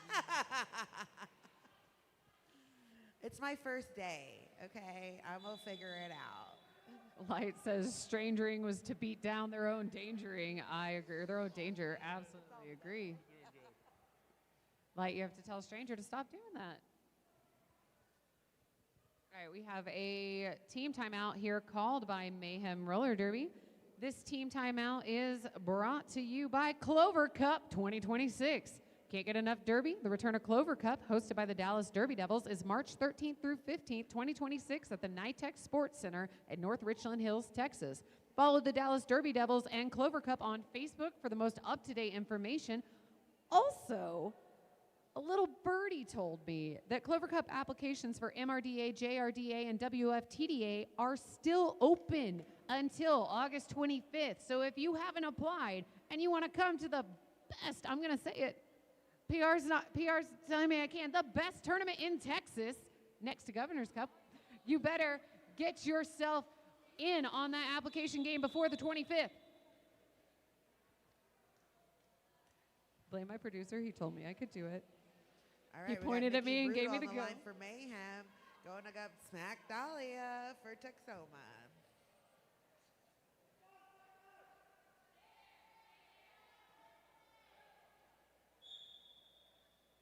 All right, our jammer's approaching the pack using caution and logic and a little bit of speed and a little bit of hitting. And See a who gets little out bit of first. crazy. Oh, a little bit of a tumble there at the top. We got And lead. it will be Smack Dahlia with lead jammer for Texoma. Nikki Brutal with one to beat at the top of the pack there. Oh, getting a little bit of recycling from the Texoma blockers. Beautiful defense. Oh, Nikki able to swing her hips around, completing her initial pass. We are going to see a high block call go to Smack Dahlia, making this a power jam. How will Mayhem use it? Nikki Brutal getting caught up there. However, her foot went out of bounds. Oh, maybe not. Maybe not. I see the jam ref signaling them to return. They were just a little confused. There's no penalty on Mayhem. They're going to keep going. Keep trucking along. Big hit at the top of turn 3 there. Nikki Brutal still looking for some space here to complete that scoring pass. All right, we got a little. With a cover pass to Leviathan. Oof. But she's out too, so let's go. Levi able to jump right back in since the initiator of that block did go out of bounds with that hit. Levi now the jammer of record for Mayhem Roller Derby, looking for some space on that outside Okay, line Levi. and getting it. Okay. She's just showing off now. She loves a jammer little heart out. Sugar Bullet would like me to tell you, Smack. I can't say that word, but I'll say, darn it, Smack. What did I say? No more penalties. I like All how right, we got a Levi- bunch of bodies on the floor over here. I'm not sure what's going on. Nice, Levi. Way to help your jammer. Beautiful 16-point jam total there, split between Nikki Brutal and Leviathan for Mayhem Roller Derby. 4 points on the board for Texoma, though, bringing them over that century mark. These two have been going at it all night. I agree. I think and I also think It is they've a been great paired pretty match, much the though. whole time. Yeah. Stumbles wearing the star here for Mayhem. Trangela Lansbury wearing the star Boom. for We have lead. Texoma. And Stumbles is with lead. Trangela hot on his heels, though, as Stumble eats up that track trying to get some points. Oh. We are going to see Stumbles report to the box for, maybe Nope. not. I heard A a little whistle. I think reset. Stumbles tried to put himself in timeout there. As Stumbles had slid into that blocker, there seemed to be no impact on that. The blocker didn't move, nobody fell, so Yeah. it's kind of like, you tripped. It's derby. It happens. The ghost blocker got you. Trangela able to put up 4 points so far on this board. 8 points. So this jam went in favor of Texoma, 8-4, bringing our score 130. 8-6. They always do that as soon as I say it. I should just wait. They only had one blocker out there. I would have called it off too. Like, Oh, yeah. I'm tired of this. No. Tired, Grandpa. Well, that's too darn bad. Got squeakers? Johnny, how many dang stuffed animals do you have? Johnny's his own Toys R Us. Stranger Danger wearing the star for Mayhem Roller Derby. Firewall wearing the star for Texoma. Matchup we've seen a couple times here. Stranger being run back here by Tank Girl.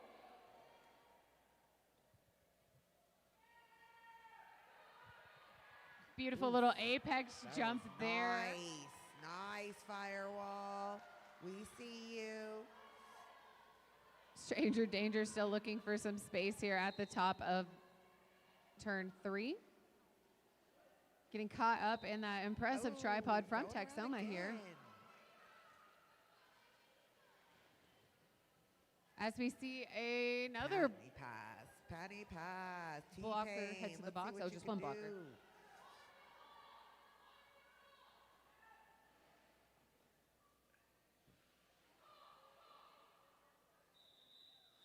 Firewall deciding to call off that jam after potentially picking up points. But we are going to see the pivot from Texoma, who went to the box, receive a second penalty.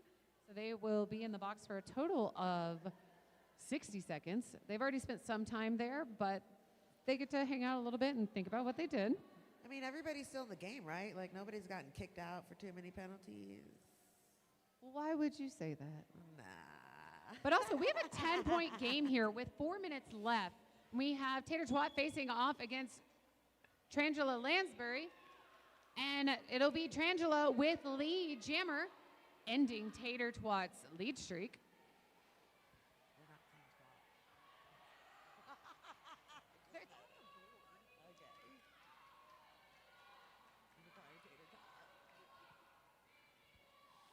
Oh my God, they're racing. She's gonna catch you. Tater looking back at Trangela like, no, don't do it, don't do it. Oh, they're both through. They're both picking up 4 points. I'm so dead. This is great. Texoma bench signaling to run it. So Trangela coming back in, looking to pick up some more points as Tater also re-engages the pack, saying, no, no, no, no. Let me catch up. I want to come too. Give me points too. And Tater shall have those points too. 4 more points go on the board for each team. Right now, a 12-8 jam in favor of Texoma, and it is a very close game. That's very small numbers, but I can't math. Looks like we're gonna have 4 more points go up on the board for Texoma, making this a 2-point game. Could y'all not? Oh my God, we only have 2 minutes and 40 seconds left. There's timeouts. That's a good idea. Timeout White.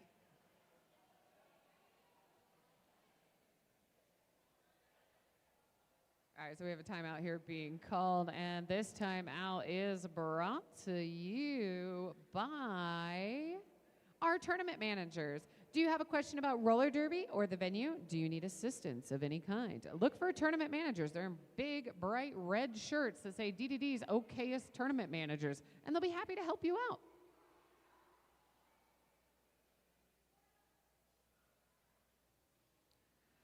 I have to say in the chat, there seems to be a momentum to have Hoff the Chain jam.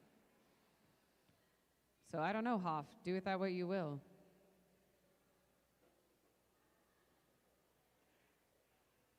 Light Bright saying, let's go Stumbles.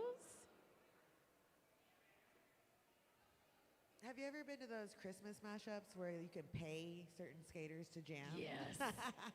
Those are my favorite. Like Troller Derby that's pay by. Oh my goodness. It's a great way to fundraise. All right, on the line here we have Firewall wearing the star for Texoma and Stranger Danger for Mayhem. Both jammers off, engaging the pack. Big hit out there by Cat on Firewall, trying to contain that jammer. Stranger Danger pushing towards the top of the pack, almost there in the top of turn 2, but it will be Firewall with lead. Stranger Danger hot on her heels. Firewall deciding to call off that jam, trying to get another one in there. We have a little bit of time left. We have about 2 minutes left in this game. This could be the last jam. There could be 2 jams. I don't know. Sugar Bullet, we are also losing our minds over here. I don't like when games get this close. I start sitting on the edge of my seat and I start talking too much. Johnny with your beautiful red blinged out jacket. That's nice. Nice. Timeout called by Texoma Roller Derby. This timeout brought to you by Unforgiven Resurrected Roller Derby's fashion raffle. Do you like fashion? Maybe interested in a purse? Check out the raffle for a Louis Vuitton-inspired purse and handbag. Every dollar raised helps support DC Dogo's Rescue. DC Dogo's Rescue is a possum nonprofit dedicating to rescuing and educating about the amazing Dojo Argentino breed. They help home and foster dojos all over the U.S., so make sure you check out that raffle. Wearing the star for the first time this half, potentially this game, for Mayhem is Vixen, facing off against Trangela Lansbury. I think she wore it one time before, and she got out. And she was really excited, though, because she was like, I don't normally do this. And I got out, and I got you guys some points. So Absolutely. So apparently they didn't forget about it. All right, here we go. We got lots of shout-outs in the chat, both for Hold'em Mayhem and You Can Do It Texoma. The seat's got to do a job, too, which is keeping me in it, apparently. Papa Rex says, you go, girl, Orville Rec. Oof. Both out, and it will be Drangela Lansbury with lead jammer for Texoma. Vixen still looking for some space here as Drangela Lansbury comes in, looking to score some points. Vixen out. Initial pass completed. Drangela Lansbury completing a scoring pass, putting 4 on the board for Texoma. That is a lead change. Both jammers coming in eligible to score points. Drangela more or less untouched, shaking off a hit from stumbles there, putting 4 more points on the board for Texoma Roller Derby. Vixen still looking for some space through here on her scoring pass. Taking a big hit out there by number 311. That is Hoff the Chain, who didn't jam, but still seems to be doing a good job.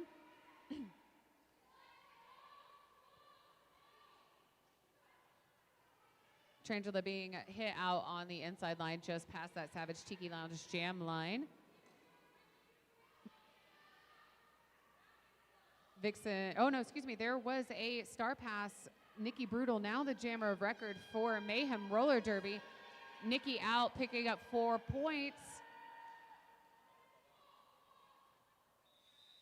We're going to have another jam. This is a 143, 145. There's still 20 seconds left.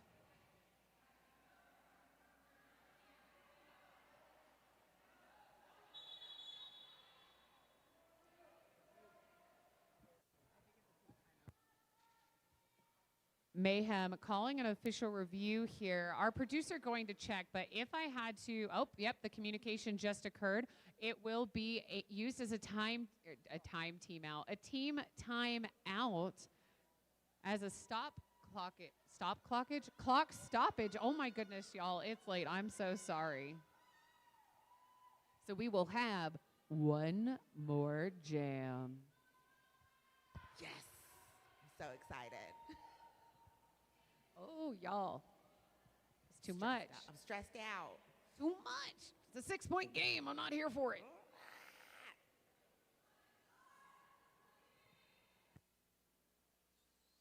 It seems like we decided to have a discussion while we were here, even though I believe it was signaled as a team timeout. Maybe they changed their mind. And they're like, wait, no, actually, we do have a review. Who's up there? Who y'all waving to? Are we doing the wave up there? Let's Lots start of love to both sets of skaters there. PR again running out to the middle to see if this is actually an official review, what is happening. This official review is brought to us by our merch tables and vendor village. They are closed right now, but they will be here tomorrow, open with so much fun stuff. They have stickers, we have gear, we have shirts. If you pre-ordered Governor's Cup swag, it can be picked up at any time throughout the tournament. And there's also still a limited supply of Governor Cups items for sales. We have t-shirts, tanks, tops, patches, stickers. Mayhem is asking for a track cut on the jammer in that last jam. We are waiting as the officials discuss I know. You see me and him and Coco. to see what the outcome of this will be. Coco with her red dress. PR Armageddon showing off what seems to be a favored shirt by Mayhem here. It says, "Not today." Yeah, I'll take one. I'll hang out here then. Okay, cool.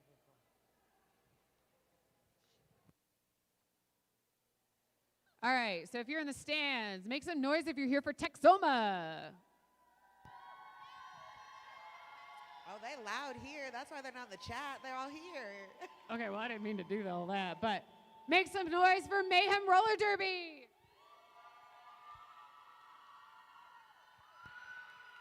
We got some screamers over there. So it looks like a track cut will be assessed to Trangela Lansbury, giving a power jam for Mayhem Roller Derby to start the final jam of this game. Stumbles wearing the star for Mayhem Roller Derby. My heart cannot take this. Ah! I'm so excited. That was my thought too, Glitter. What is happening? And here we go. Stumbles fighting his way through the pack here, looking to get out. Does so, picks up lead jammer. So he needs a couple passes here to at least be able to tie this, hopefully before Trangela gets out of the box. Stumbles in, looking to pick up some points. 2 to beat at the top as they're approaching the Savage Tiki Lounge jam line. Taking a big hit out there. However, we are going to see a track cut assessed. How dare you do this to my heart? Stumbles reporting to the box just as Trangela Lansbury returns to the track, now giving Trangela a power jam.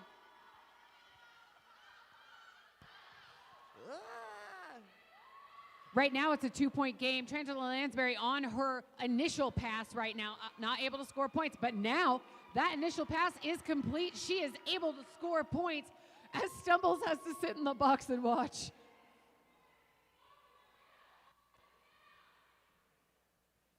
Trangela coming through, picking up some points, but taking a big hit out there by Nikki Brutal. But Nikki Brutal also fell, allowing Trangela to come back in, putting 4 points on the board for Texoma. Just as Stumbles returns to the track, we have 36 seconds left in this jam. Stumbles out, picking up 4 points. Right now, still a 2-point game, 151 Mayhem, 153 Texoma. Stumbles tearing down that track, trying to get some points on the board in the remaining 20 seconds, and he's able to get out.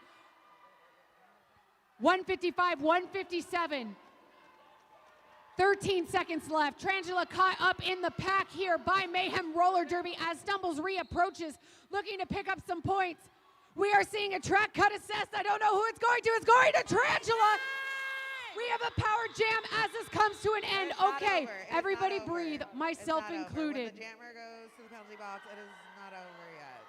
There were points in the pocket. There were points in the pocket. We are confirming. Right now we have an unofficial score, 158 Mayhem, 160 Texoma, but it's not over until we hear that swooping whistle.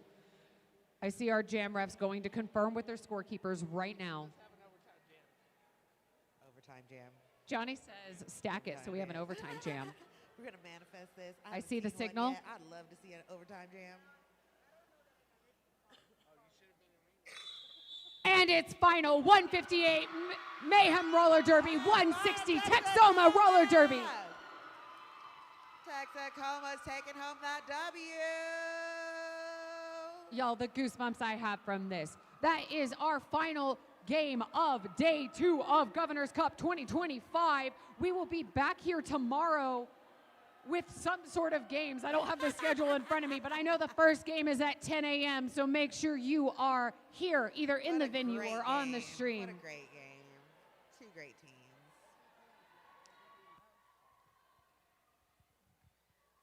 Thank you all for joining us today.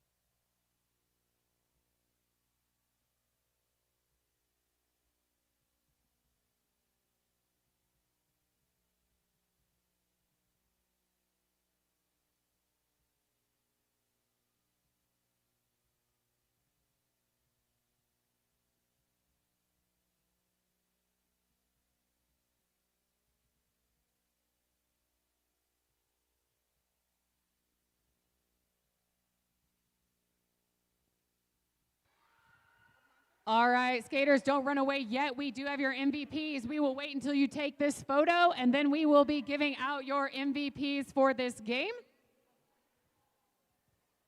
Just don't run over my tootsies once you do.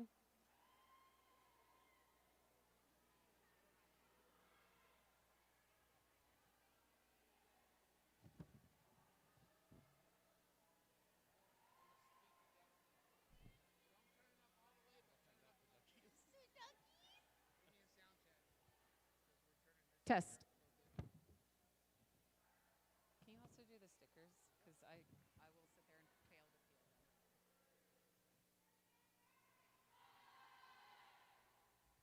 All right, our MVP jammer for Texoma Roller Derby is Trangela Lansbury.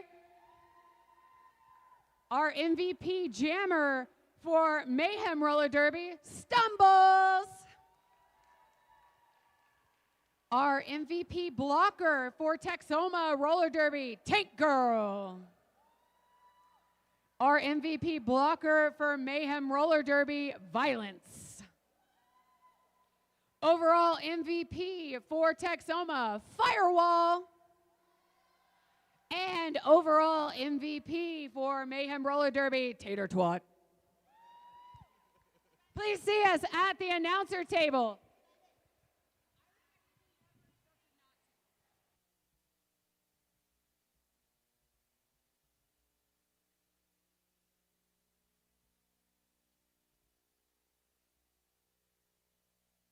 All right, in case you didn't hear it, we'll do Mayhem's MVPs again. Overall MVP, Tater, Jammer, Stumbles, Blocker, Violence, Texoma, Blocker, Tank Girl, Jammer, Trangela, overall, Firewall.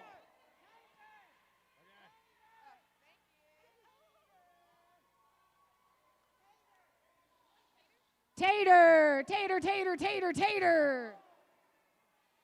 Tater, you are an MVP. Come get your sticker and your ducky.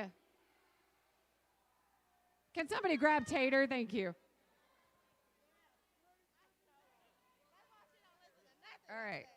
Tater, you are over here as MVP. He has your sticker and your ducky. All right, y'all, you don't have to go home, but you can't stay here. You better be at that after party at the Savage Tiki Lounge. See you soon.